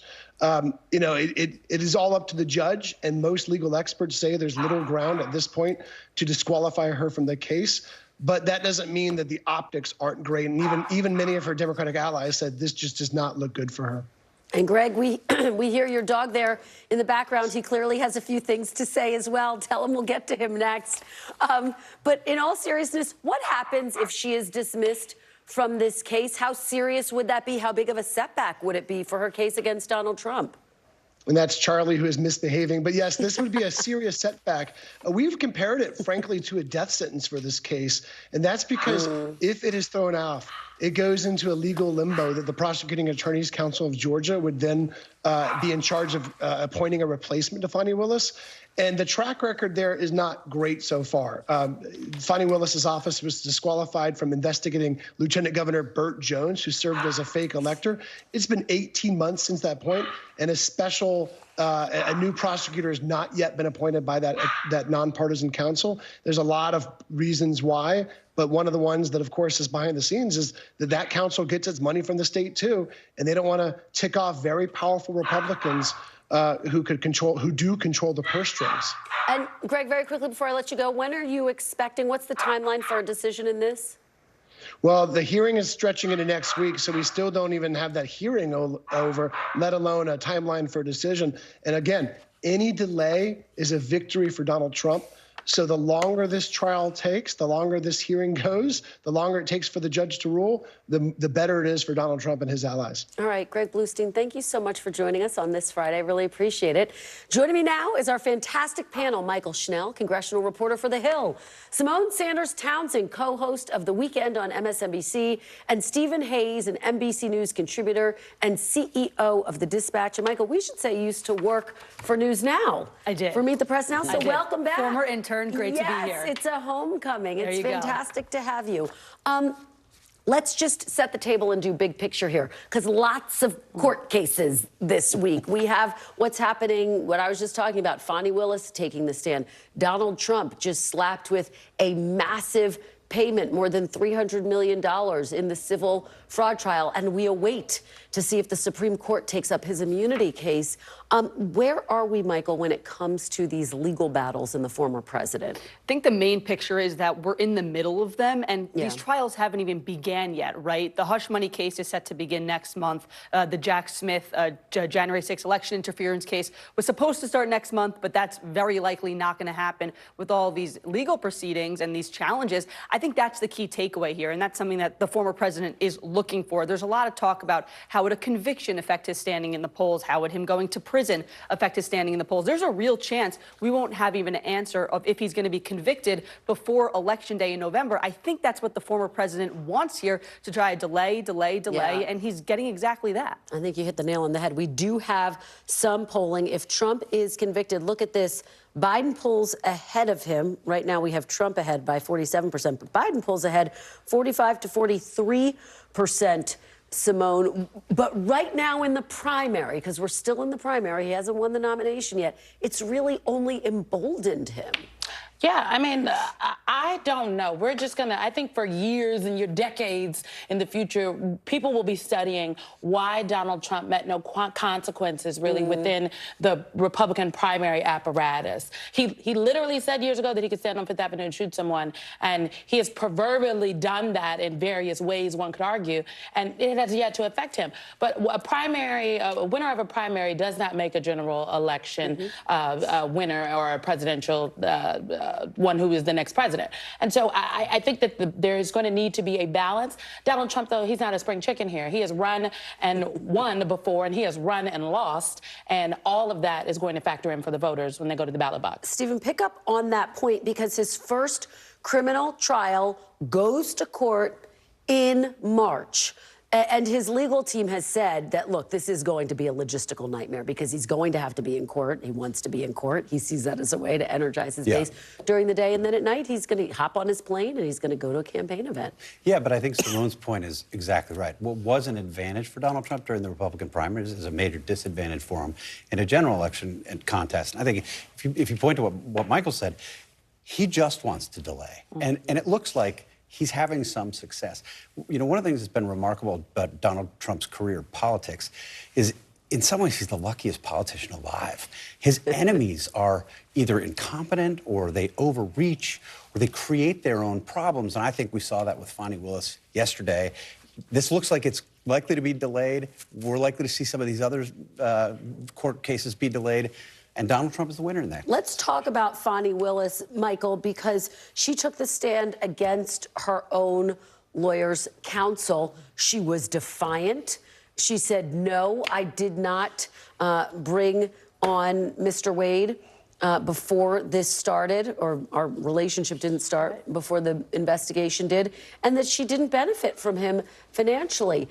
And yet there's a question about whether she helped herself or hurt herself. Bottom line, this is what Donald Trump wants. You give him an inch, and he takes the whole mile. Yeah, and there are two things there. First off, when we talk about this conversation about Fani Willis and whether or not she should remain the prosecutor on this case, remember, this case was brought by somebody in former President Trump's orbit who found this improper relationship and brought this. And now, and it's what Greg said, that if Fani Willis is taken off of this case, he said would throw the whole thing into limbo, right? And again, that is what the former president wants. He wants uncertainty. He wants there to be more time to have to figure out what the path forward is. And again, this all plays into the fact that there are questions about what happens if he's convicted and all things like that. But we may not get there. And that's exactly what he's looking for here. You're absolutely right about that. Simone, what did you make of what you saw in court yesterday? You know, I was surprised when I saw Fani Willis come to the side, and I was shocked. And then she took the stand, and I said, oh, my goodness. And then you sat down and watched the whole thing. And I watched the entire thing from front to from the rooter to the tutor, as my grandmother used to say. Look, I think that, first of all, I also watched Nathan Wade, the special prosecutor's testimony, and his testimony seemed weak. He did not, in my opinion, give a forceful defense of Fani Willis. Many legal analysts for NBC News have noted that he is also dealing with a divorce proceeding, so that probably factored into how measured he was. But Fani Willis, I thought it was important that she went up there and defended herself, and defend she did. It seemed as though the first lawyer, Ms. Merchant, who was questioning her, she seemed kind of, I don't think she was prepared for Fani Willis to take the stand either. I don't think anyone was prepared for that. But she did have, I thought, command of the issue. She thoroughly answered the questions, and at the end of the day, it's my understanding that this was all about, was there a financial benefit to DA Fani Willis by her being in a relationship with Nathan Wade? And I learned yesterday that Nathan Wade made less money working in the special prosecutor's office. I don't know someone that wants their man to make less, and how that makes Fani Willis getting more. So I think that they've struggled to make the case, but it's given us lots of fodder, if you will, for the political, verbal arena in terms of the optics. Yeah, Stephen? That's the problem with it, right? I mean, the fact that, you know, observers found it entertaining, the fact that, as Greg pointed out, Democratic partisans loved it, that's a problem for the administration of justice. We don't want justice to be that way. We want it to be impartial. We want it to be calm and dispassionate. And her performance yesterday, whether you liked it or not, was anything but calm and dispassionate. Yeah. One of the things that has been notable is that President Biden has really tried to walk a fine line when it comes to Trump's legal problems. He is out with a new ad. I believe we have this ad, and it really focuses on Trump's comments, basically suggesting that he would support Russia invading a NATO ally. Let's look. Trump wants to walk away from NATO. He's even given Putin and Russia the green light to attack America's allies. I would encourage them to do whatever the hell they want. No president has ever said anything like it. It's shameful. It's weak. It's dangerous. It's un-American. Stephen, in a general election, if Trump is the nominee, how damaging is an ad like that? I think it's very bad for persuadable voters. I think Trump's base won't care, but for persuadable voters, that's a very persuasive ad. Simone, what do you think? This is all taking place against the backdrop of the Munich Security Conference. Yes, and a place where President Zelensky of Ukraine will be tomorrow. It was 2 years ago, yes, today, that Zelensky went prior to Russia invading Ukraine and begging for the world to rally behind him. Vice President Harris was there also at that time and was there today. Donald Trump's comments should not be taken in a vacuum. Alexei Navalny died in prison, we found out today. Yeah. Vladimir Putin killed him. This is all happening together. Yeah, President Biden wasted no time placing the blame squarely on President Biden. Michael, last thoughts? I mean, let's look at this in the context of Capitol Hill, right? I cover Congress. We're in a very heated conversation right now about aid for Ukraine, something that time and time again has been thwarted to the side because of former President Trump's supporters. These comments and Alexei Navalny's death is going to put an increased focus on aid for Ukraine and ratchet up that pressure. But with former President Trump continuing with his firm grip on the party, it's really questionable if Republicans will support that. Great conversation. Thank you all so much, Michael, Simone, and Stephen. We appreciate it. We're back Monday with more Meet the Press Now, and if it's Sunday, it is Meet the Press on your local NBC News station. I'll have exclusive interviews with Senator Amy Klobuchar and Congressman Mike Turner. Do not miss it. The news continues with Tom Costello in for Hallie Jackson right now.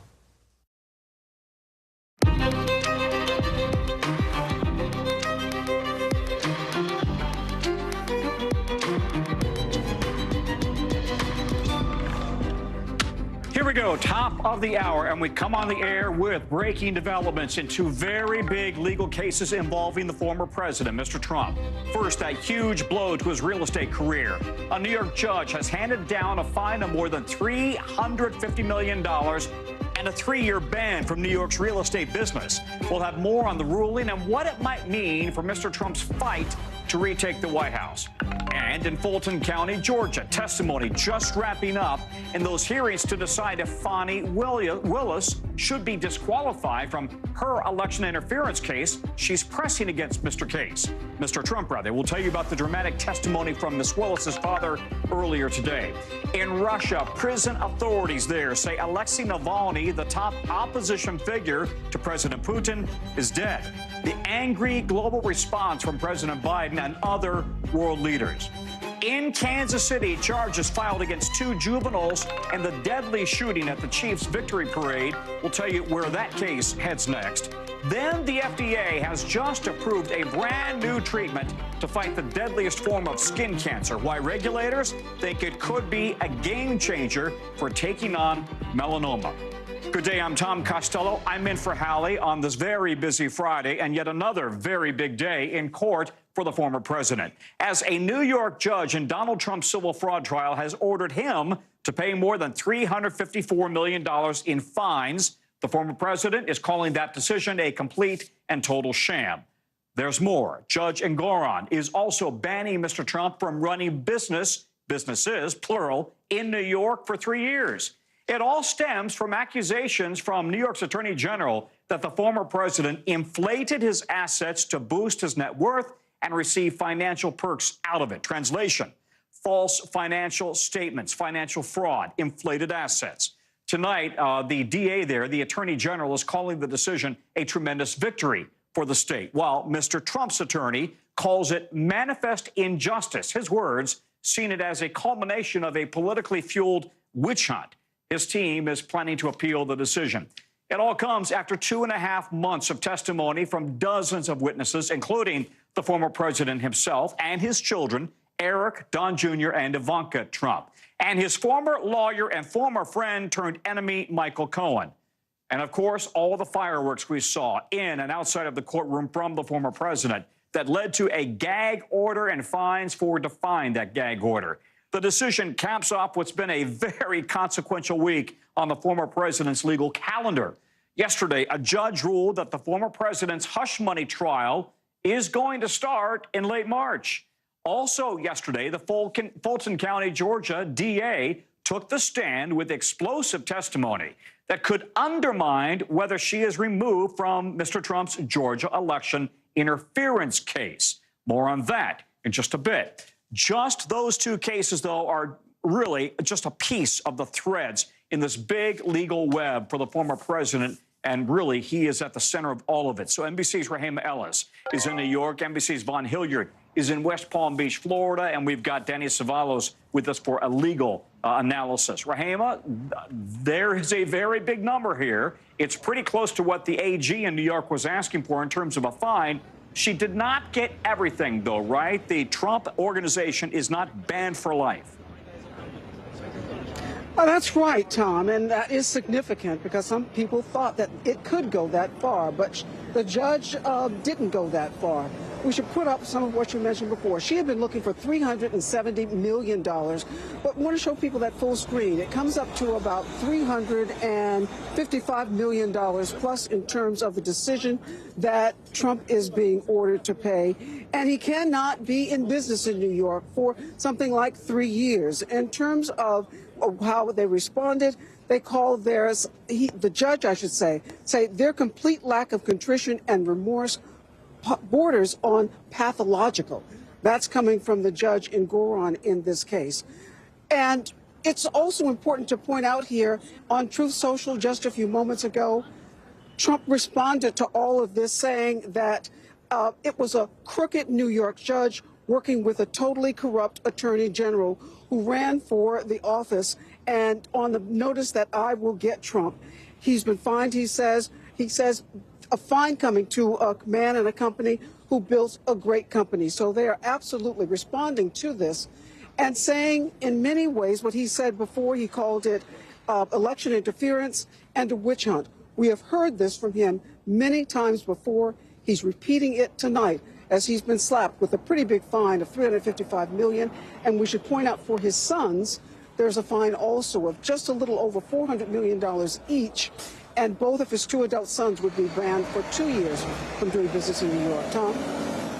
We know that the former president and his legal team are planning on appealing this, and this is the second multi-million-dollar judgment this year that the former president has been hit with. He's also, of course, been forced to pay a very big fine to E. Jean Carroll. Talk about how much of a gut punch this really might be for him, Rahema, if you don't mind. And we would remind the audience, he is the author of Art of the Deal, but there's now quite a bit of speculation, and the AG herself is saying, in fact, it is the art of the steal.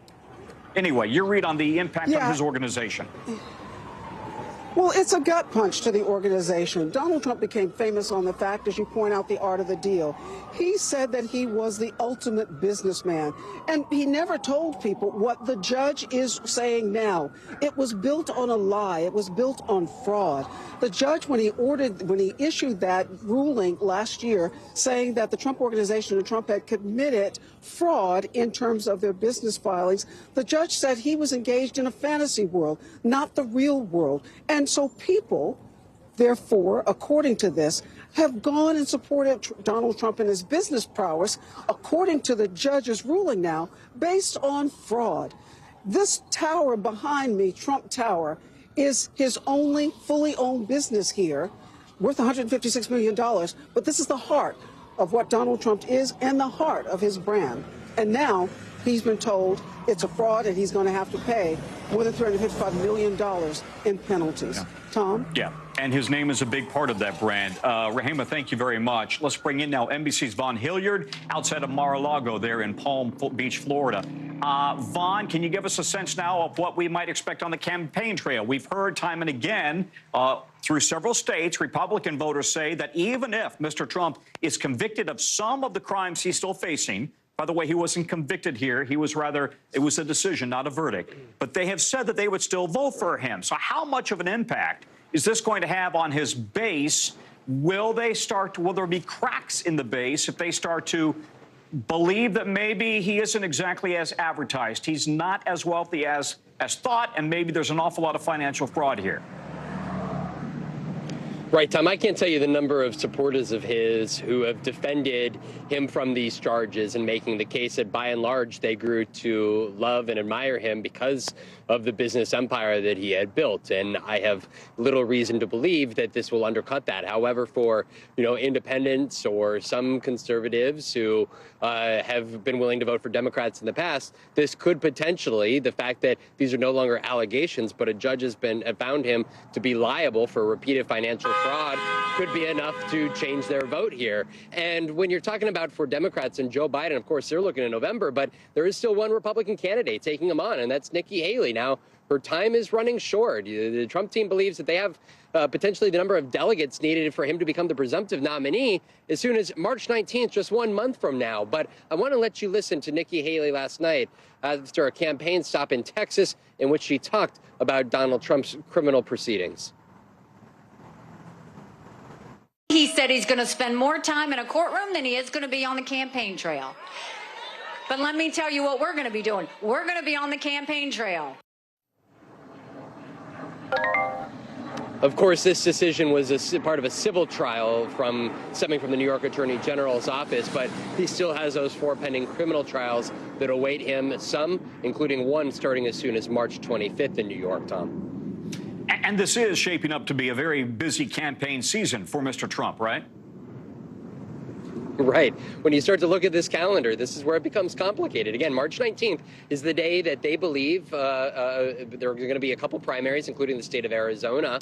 And they believe if they have big wins in some of these states, including Super Tuesday, places like California on March 5th, that they're going to be able to declare themselves the Republican nominees after gaining the threshold of the number of delegates needed. But you see what happens just 6 days after March 19th.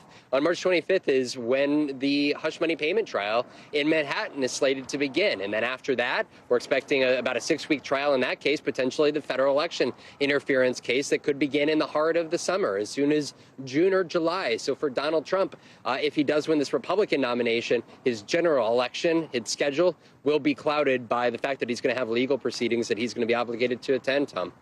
Yeah, Vaughn, thank you very much. Vaughn Hilliard down in Florida. Let's go now to Danny Ceballos for a legal analysis. And I've been watching you all day, Danny. We know that this will be tied up for years on appeal.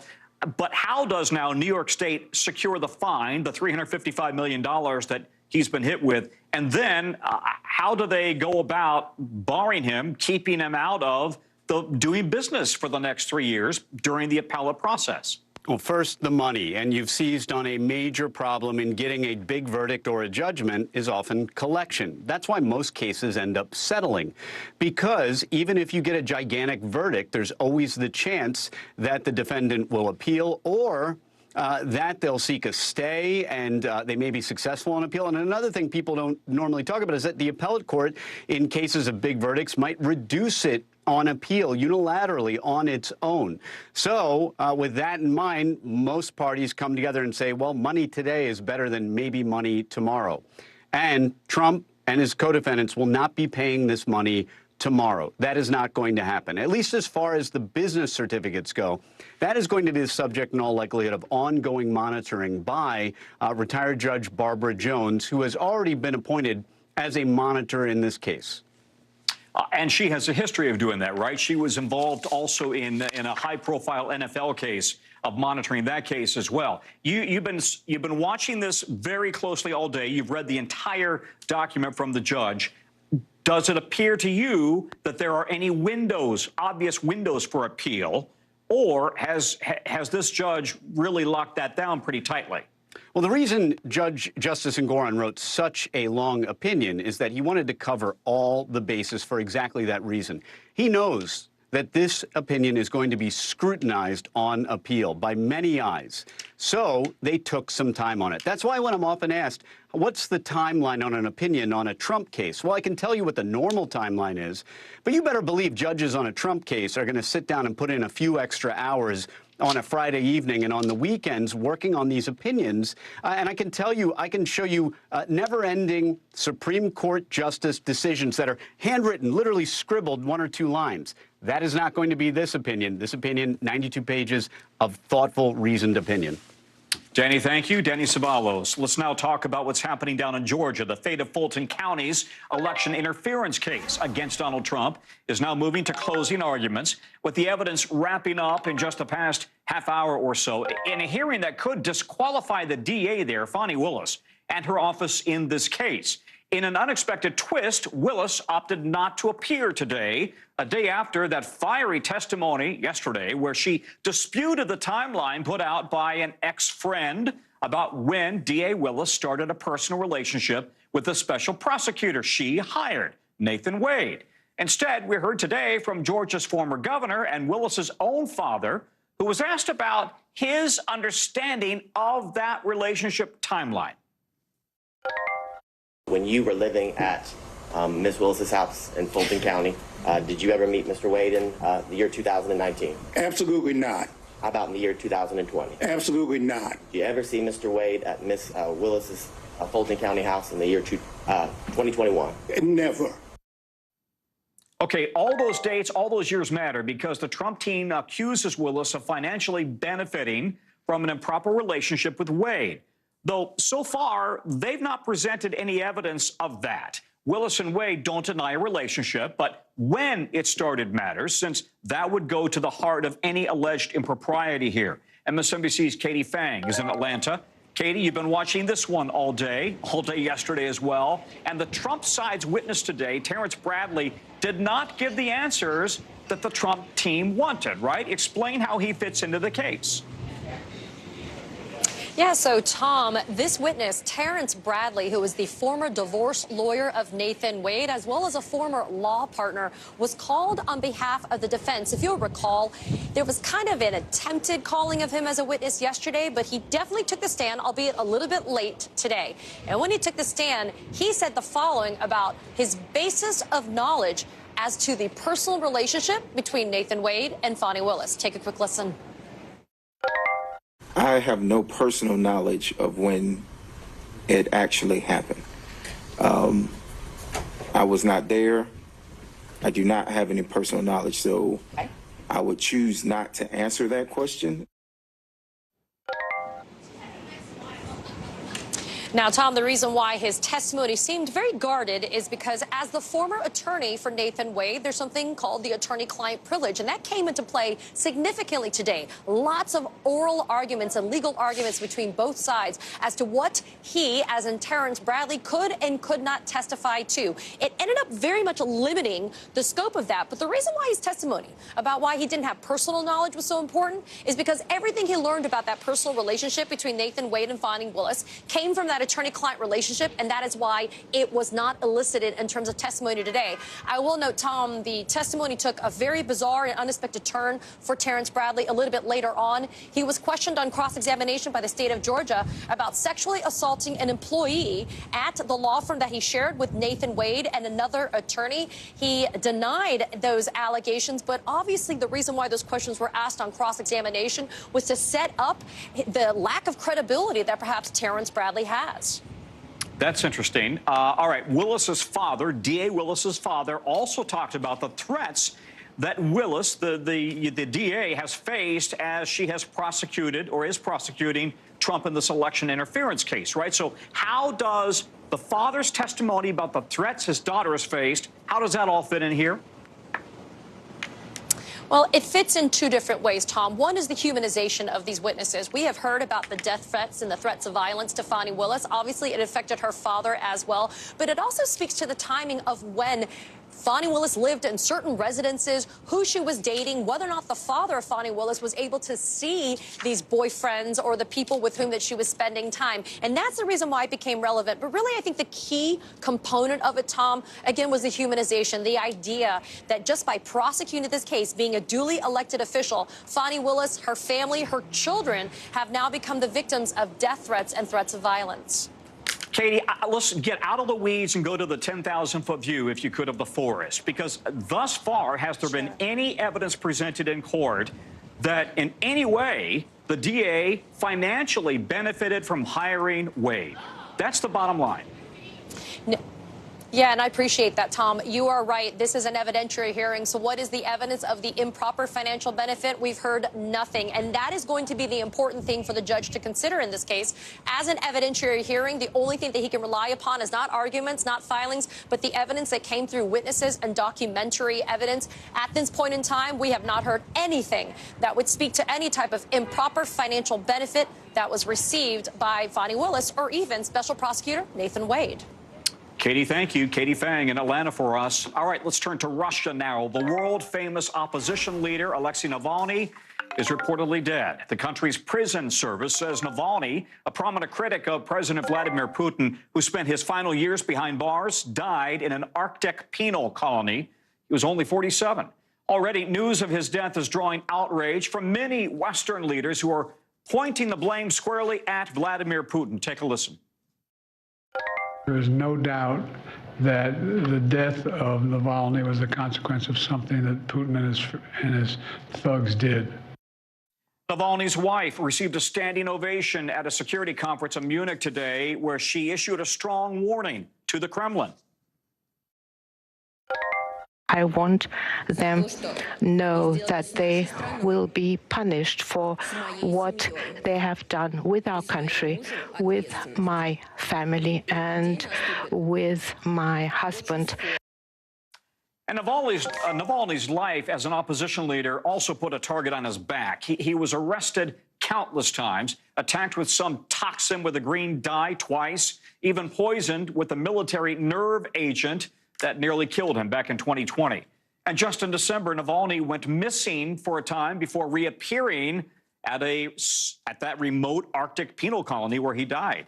And we've got team coverage of this. Josh Letterman is in London, and Ali Rafa is right across the street from the White House. Josh, can we start with you? Talk about Navalny's legacy and how global leaders are now reacting to this news tonight. And is there anything the outside world can do?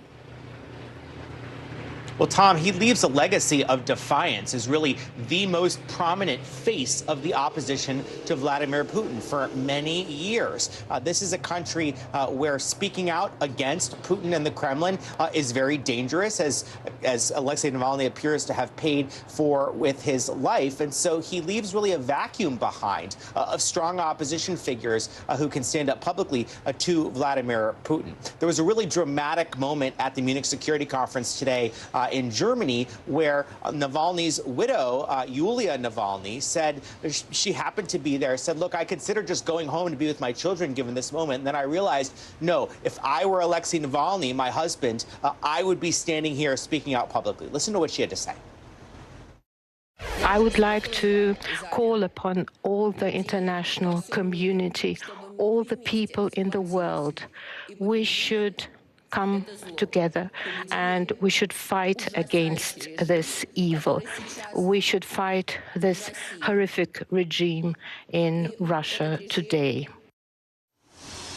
And Tom, you asked what the world can do. Aside from strong condemnations, there may not be that much because Western nations have kind of tapped out their economic penalties, sanctions against Russia during the war in Ukraine over the last couple of years. President Biden has talked about some options. And today, just in the last few minutes, we heard from the British Foreign Ministry saying they have summoned the Russian embassy to answer for what happened to Navalny.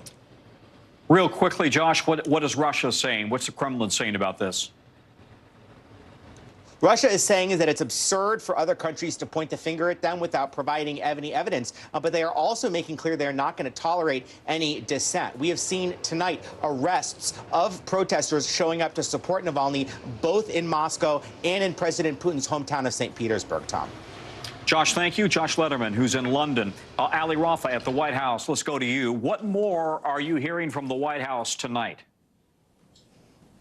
Yeah, Tom, well, we've already heard Vice President Kamala Harris come out at that security conference that you mentioned, where NATO allies, among other things, were actually discussing how to counter Russia's aggression.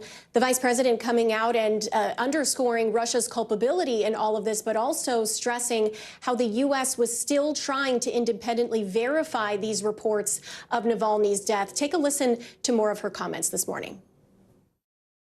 My prayers are with his family, including his wife, Yulia, who is with us today. And if confirmed, this would be a further sign of Putin's brutality. Whatever story they tell, let us be clear, Russia is responsible. Harris and Secretary of State Antony Blinken both meeting with Navalny's widow after she delivered those remarks you heard Josh talk about. And then, of course, we heard from President Biden at the White House earlier, a world leader with an enormous amount of respect for Navalny, and that was very evident in his remarks, where he said that Navalny was everything that Russian President Putin wasn't, and he laid the blame for his death squarely at President Putin's feet. As far as what happens now, though, Tom, you heard Josh talking about any options to be able to, any consequences that Russia could face because of this. That is something that President Biden warned about after a high-stakes meeting that he had with President Putin in 2021. He was asked what would happen if Navalny were to die in prison, and he said that the consequences for Russia would be, quote, devastating. He was again asked about that today and said Russia, in the years since he made that comment, has faced consequences, but he said his administration is considering an additional list of options, whether that could be seizing of Russian assets in the United States, more sanctions. That is still unclear, Tom. Ali, thank you. Ali Rafa at the White House for us. All right, in just the last few hours, the DA has filed charges against 2 teenagers who police say were involved in Wednesday's shooting at the Kansas City Chiefs victory parade that left 1 person dead, 22 others injured or wounded. 2 juvenile suspects now facing firearm and resisting arrest charges, with more charges likely. Police say that the 2 were part of an argument that then turned violent. Meanwhile, survivors today got their first chance to go back to retrieve personal belongings left behind when that shooting started, as the tributes to the victims continue, including the woman who was killed, 43-year-old Lisa Lopez Galvan, a popular local radio DJ. A GoFundMe set up by her family has already blown through its goal of raising $75,000 for the family, thanks to Taylor Swift, who donated $100,000, writing, quote, sending my deepest sympathies and condolences in the wake of your devastating loss. NBC's Maggie Vespa is in Kansas City for us. Maggie, more charges likely against these 2 teenagers, we understand. And in the meantime, the victims, the wounded, still recovering. They are. And Tom, we also should know more charges likely, but also quite possibly more suspects. Police say they haven't closed the door on that. So again, the investigation continues. But yeah, the pain, as you talked about, I mean, these victims are still recovering. Many of them will be recovering for some time. And again, just the emotional turmoil, as we see time and time again in these mass shootings, is immense. Earlier today, speaking of, I talked to one of the youngest wounded, 10-year-old Samuel Ariano. He was at the rally on Wednesday with his family. He loves Patrick Mahomes. He wanted to see his favorite player on the stage. When he heard the gunshots, this is incredibly heartbreaking. His active shooter training from school kicked in, and he hid behind a garbage can. At one point, though, he says he had to put his hand up over his eyes to shield his eyes from the sun, and that's when he felt a stinging near his rib cage, later realizing that he had indeed been shot. Here's part of our conversation. What did you think when they told you that it was centimeters away from your lungs? I started crying. Why? But like, I was kind of happy because if it hit my lungs, it would have been a different situation. A whole like bad one, because I would have started bleeding. Thank God I wasn't bleeding, like I wasn't bleeding. Again, he's 10 years old. He's in the 5th grade. I asked what he wants to do when he gets older. He says he wants to play football, maybe be a quarterback. In the meantime, I asked him about his thoughts on the fact that, again, that bullet was just centimeters away from his lungs. And he said the fact that it didn't hit his lungs, Tom, is a miracle. So an incredible kid. But again, the youngest among the wounded, 8 years old, Sam close to it. And it's just incredible and heartbreaking to see them impacted like this, obviously.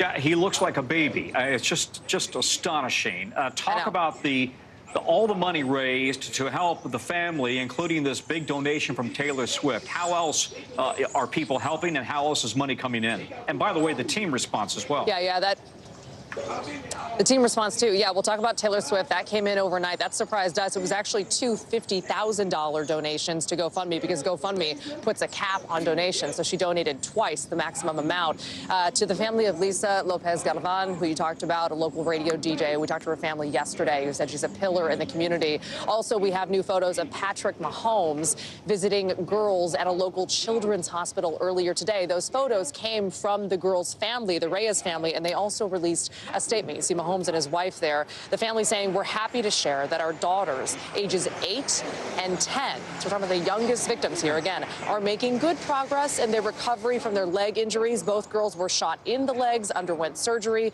and are currently in cast for several months. The girls were celebrating with many family members when they were senselessly injured. So again, the number of kids injured in this is really what gets you. We had 22 people wounded. More than half of them, Tom, were younger than 16 years old. That says it all. I've got two daughters. It resonates. Maggie, thank you very much. Maggie Vespa. Coming up from us, what a bunch of big tech companies are pledging to do to prevent their AI software from interfering with elections this year. Plus, why NASA is saying Martians wanted and you can apply. Stay tuned.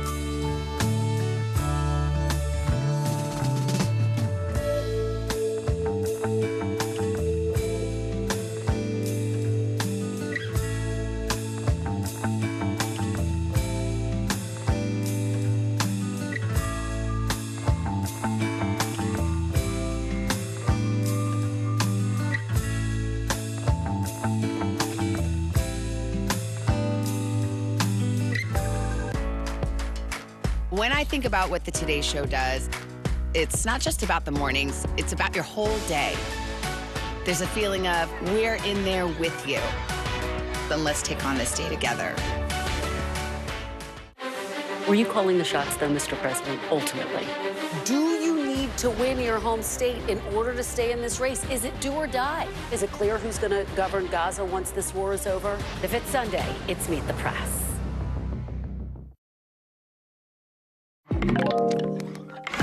Bottom of the hour, and this is really big for some cancer patients. The FDA today approving a groundbreaking cancer therapy that could be a lifesaver for patients with an advanced form of skin cancer.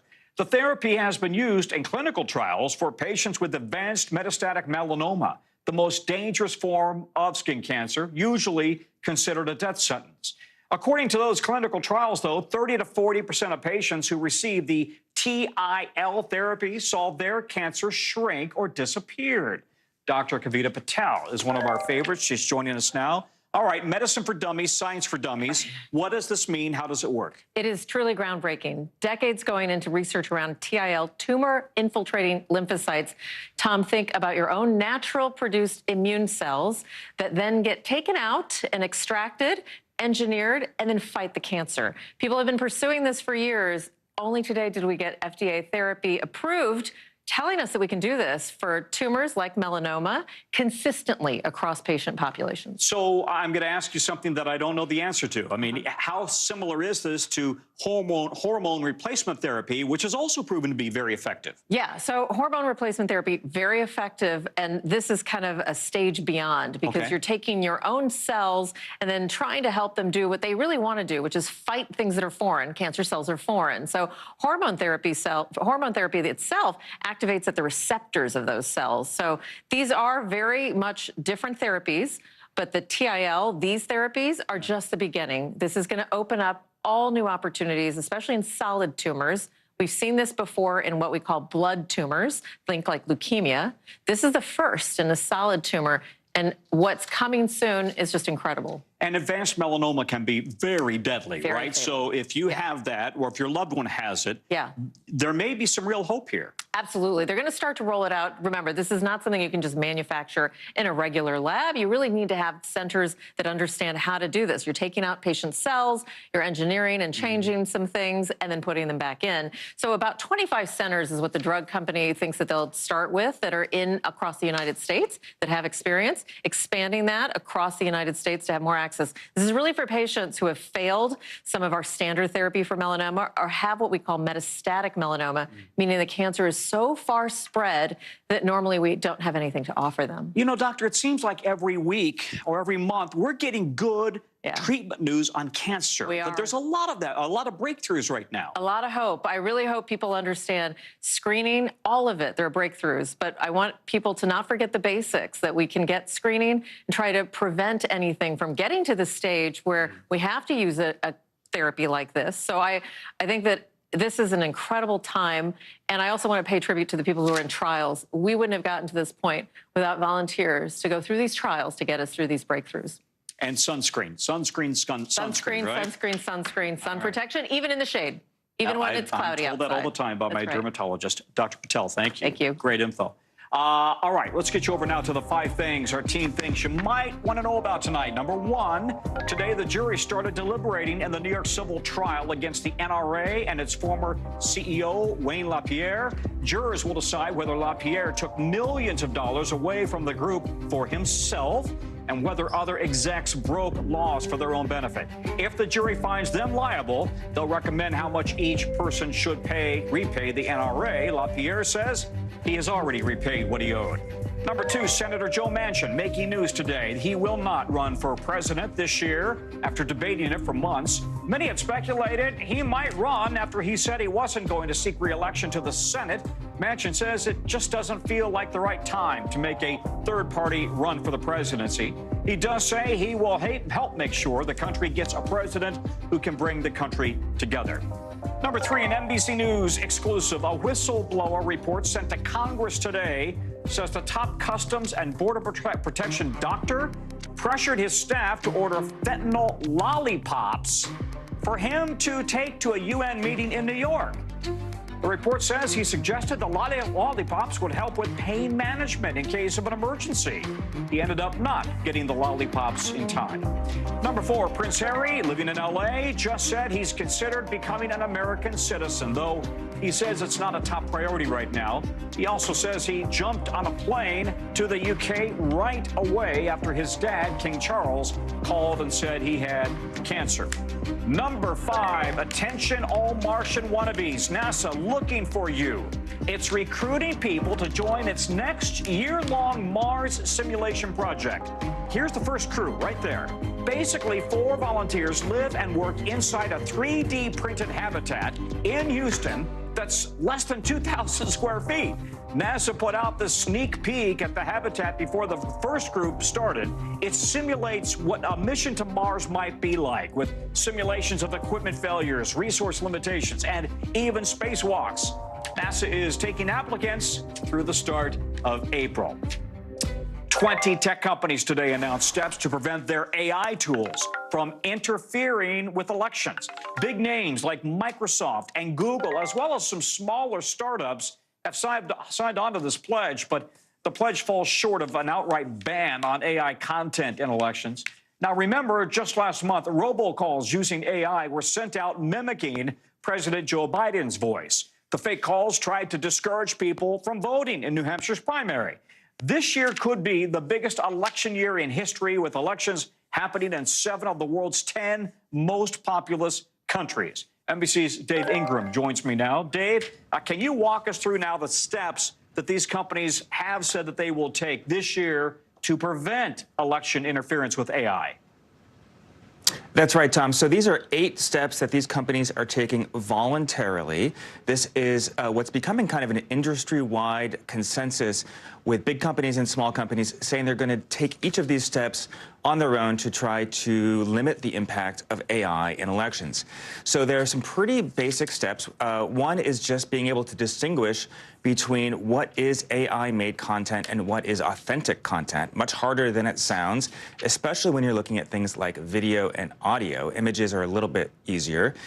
Responding to events as they come up is very important. I mean, as you mentioned with the Biden tape, the U.S. government and a lot of other people are just being reactive at this point because we don't know what is going to be coming down the pike from campaigns and from other actors to use this content. And then just being transparent with the public. Companies don't always have the best reputation, especially in the tech industry, to say what is happening behind the scenes. And so hopefully we're going to be seeing more of that. And then there are about 5 other steps that they laid out as well. But the rate of AI development has just really taken off. I mean, ChatGPT was launched in 2022, and just yesterday, we had OpenAI roll out this text-to-video generative AI model. It's developing so fast. How are election systems ever going to keep up with AI?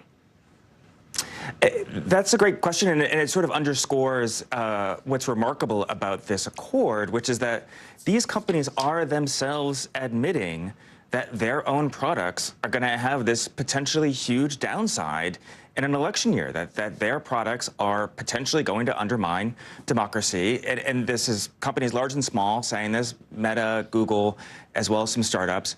And so I think what we're going to have to see is civil society, governments around the world beginning to look through these steps, integrate these steps into their own regulations and laws, and there'll be some kind of consensus. All right, Dave Ingram, thank you very much. Good story there. When we come back, the latest on where the ceasefire talks stand right now in the war between Israel and Hamas. Plus, new satellite images show a big construction effort on the Egyptian side of the border with Gaza. Why?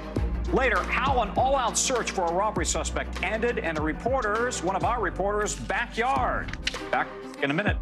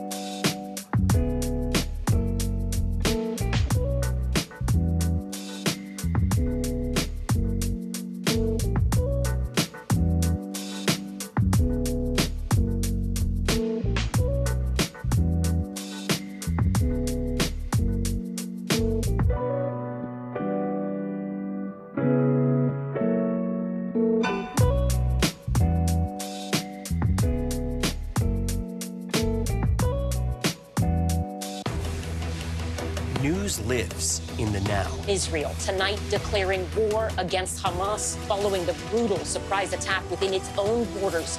Now is raw. We are in the West Bank city of Ramallah. Protesters are on the streets here to denounce Israel. Now is real. Most of the time, the Iron Dome works, but there are rare occasions that a few get through, like here in Ashkelon. News for the generation of now is NBC News Now, streaming free everywhere. We're back, and late today, a top United Nations court denied South Africa's request for urgent measures to safeguard the southern Gaza city of Rafah. This, as we're also getting new satellite images, take a look right there, that appear to show the construction of a wall and other facilities on Egypt's side of the border near Rafah. You see the land has been cleared and graded. The photo on the left and the one on the right were taken just days apart, so something's happening there. It corresponds to a video posted on by a nonprofit, I should say, just a few days ago that shows big construction equipment appearing to build a wall of some sort. NBC News cannot independently verify when or where that video was recorded. All of this ahead of a possible ground invasion by Israeli forces in Rafah, where more than 1 million people have taken refuge since Israel's ground invasion started. NBC's Molly Hunter is in Jerusalem. Molly, what else can you tell us? Yeah, Tom, and just to be very clear, NBC News has not confirmed the intention or the purpose of this construction that we are seeing on the Egyptian side of the border. And Egyptian officials are being really tight-lipped. These images have now been circulating for a few days, and the satellite images and video appeared to show that Egypt is fortifying its border, basically building a wall, and then clearing a huge amount of space, as you can see in these pictures. And the suggestion by observers is that they are preparing for Palestinian refugees if Israel moves into Rafah. Now, on the Rafah side of the border, and we're talking really within miles, because this huge population of 1.4 million displaced Palestinians are shoved right up against that Egyptian border. They are just miles away. There's a statement late tonight, though, Tom, because we've been asking all day. We've been asking for the last couple of days for any explanation of this construction. And Egyptian state information now doubles down on Egypt's previously stated position. They do not support Israel's threatened incursion into Rafah, and they don't want to be seen, and they say they're not doing this, as preparing for the forced displacement of 1.4 million Palestinian people. They call them their Palestinian brothers in this statement. They've also said that Israeli tanks coming close in any kind of ground invasion or incursion that involves troops coming close to their border really threatens the 1979 peace treaty, which stabilizes the region, but also that border, Tom. Yeah, well, something's going on that side of the border. Molly, what is President Biden's response to this potential invasion we're expecting from Israel? He spoke to Netanyahu recently, we know.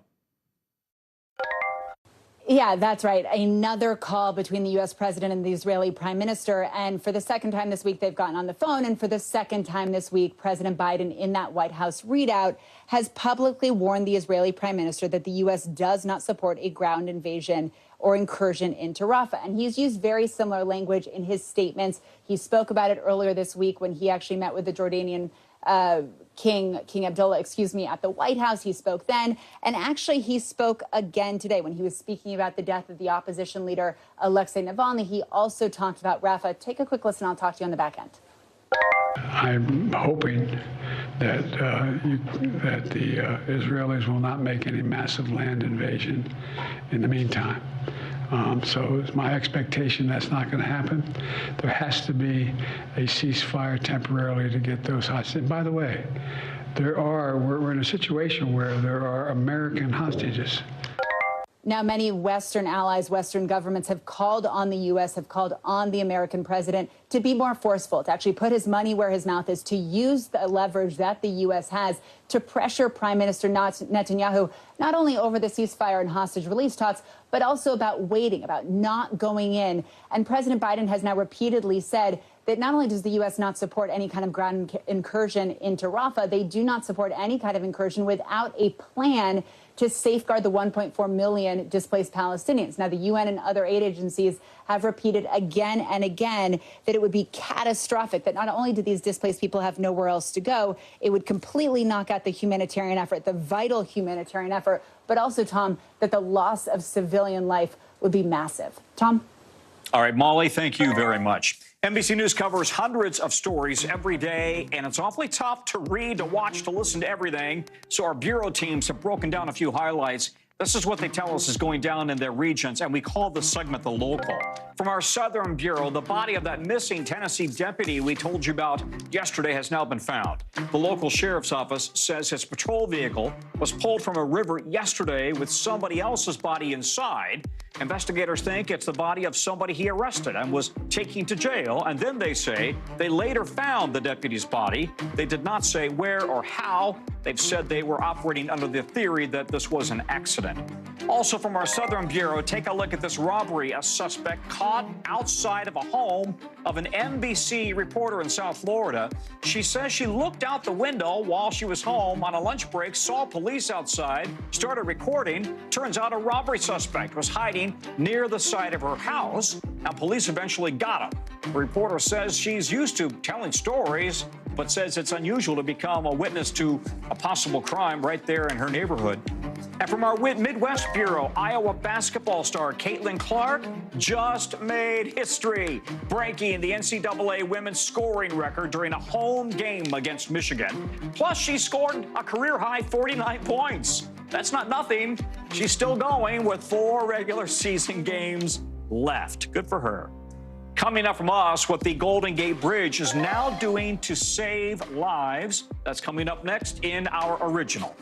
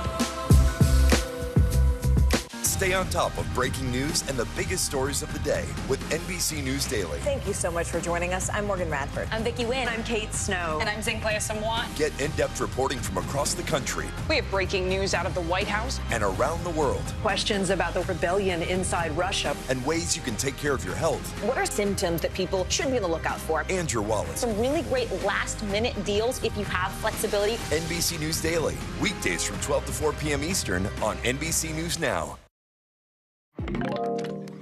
Okay, you know what we do here, original reporting with in-depth reporting on topics we keep an eye on. So the Golden Gate Bridge has finished adding nets along the sides. You can see them right there. They're meant to deter people from trying to jump off the bridge. And bridge managers say they're already helping. The bridge once saw an average of 30 confirmed suicides a year, but in 2023, while the nets were under construction, there were 14. And now that all nets are in place, the hope is that they might save even more lives. Here's NBC's Jake Ward. The Golden Gate Bridge is an American icon of strength and perseverance, but for too many people, it symbolizes something else. I drove myself here because I felt like I needed to get myself out of pain. I remember seeing him when I stopped and getting off of my motorcycle. He appeared to look my direction, and that's when he just went and jumped. So I had yelled something to him. Whatever he yelled was enough to distract me enough and pull me out of that dark place that I was in. I thought he was gone.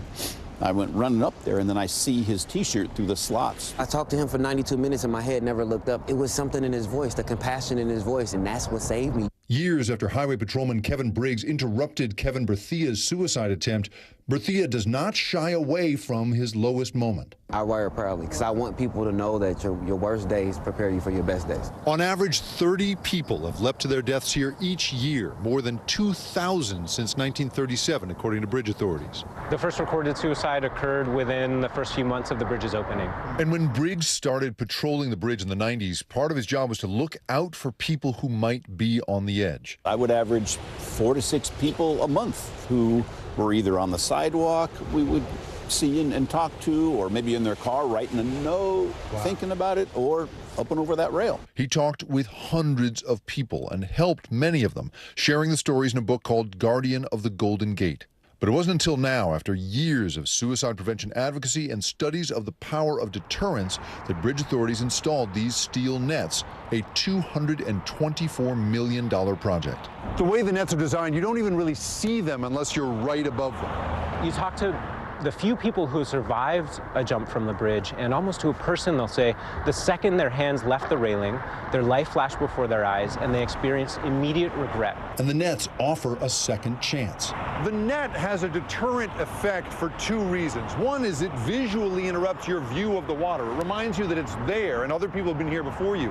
And two, it's designed to hurt.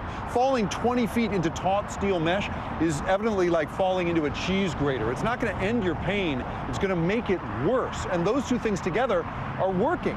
In the first year they put this in, before it was even finished, suicides at this bridge fell by half. There's research and study that shows if you're able to get people through the peak of their pain, that often they do not go on to attempt and go on to live long and productive lives. That's true for Kevin Berthel.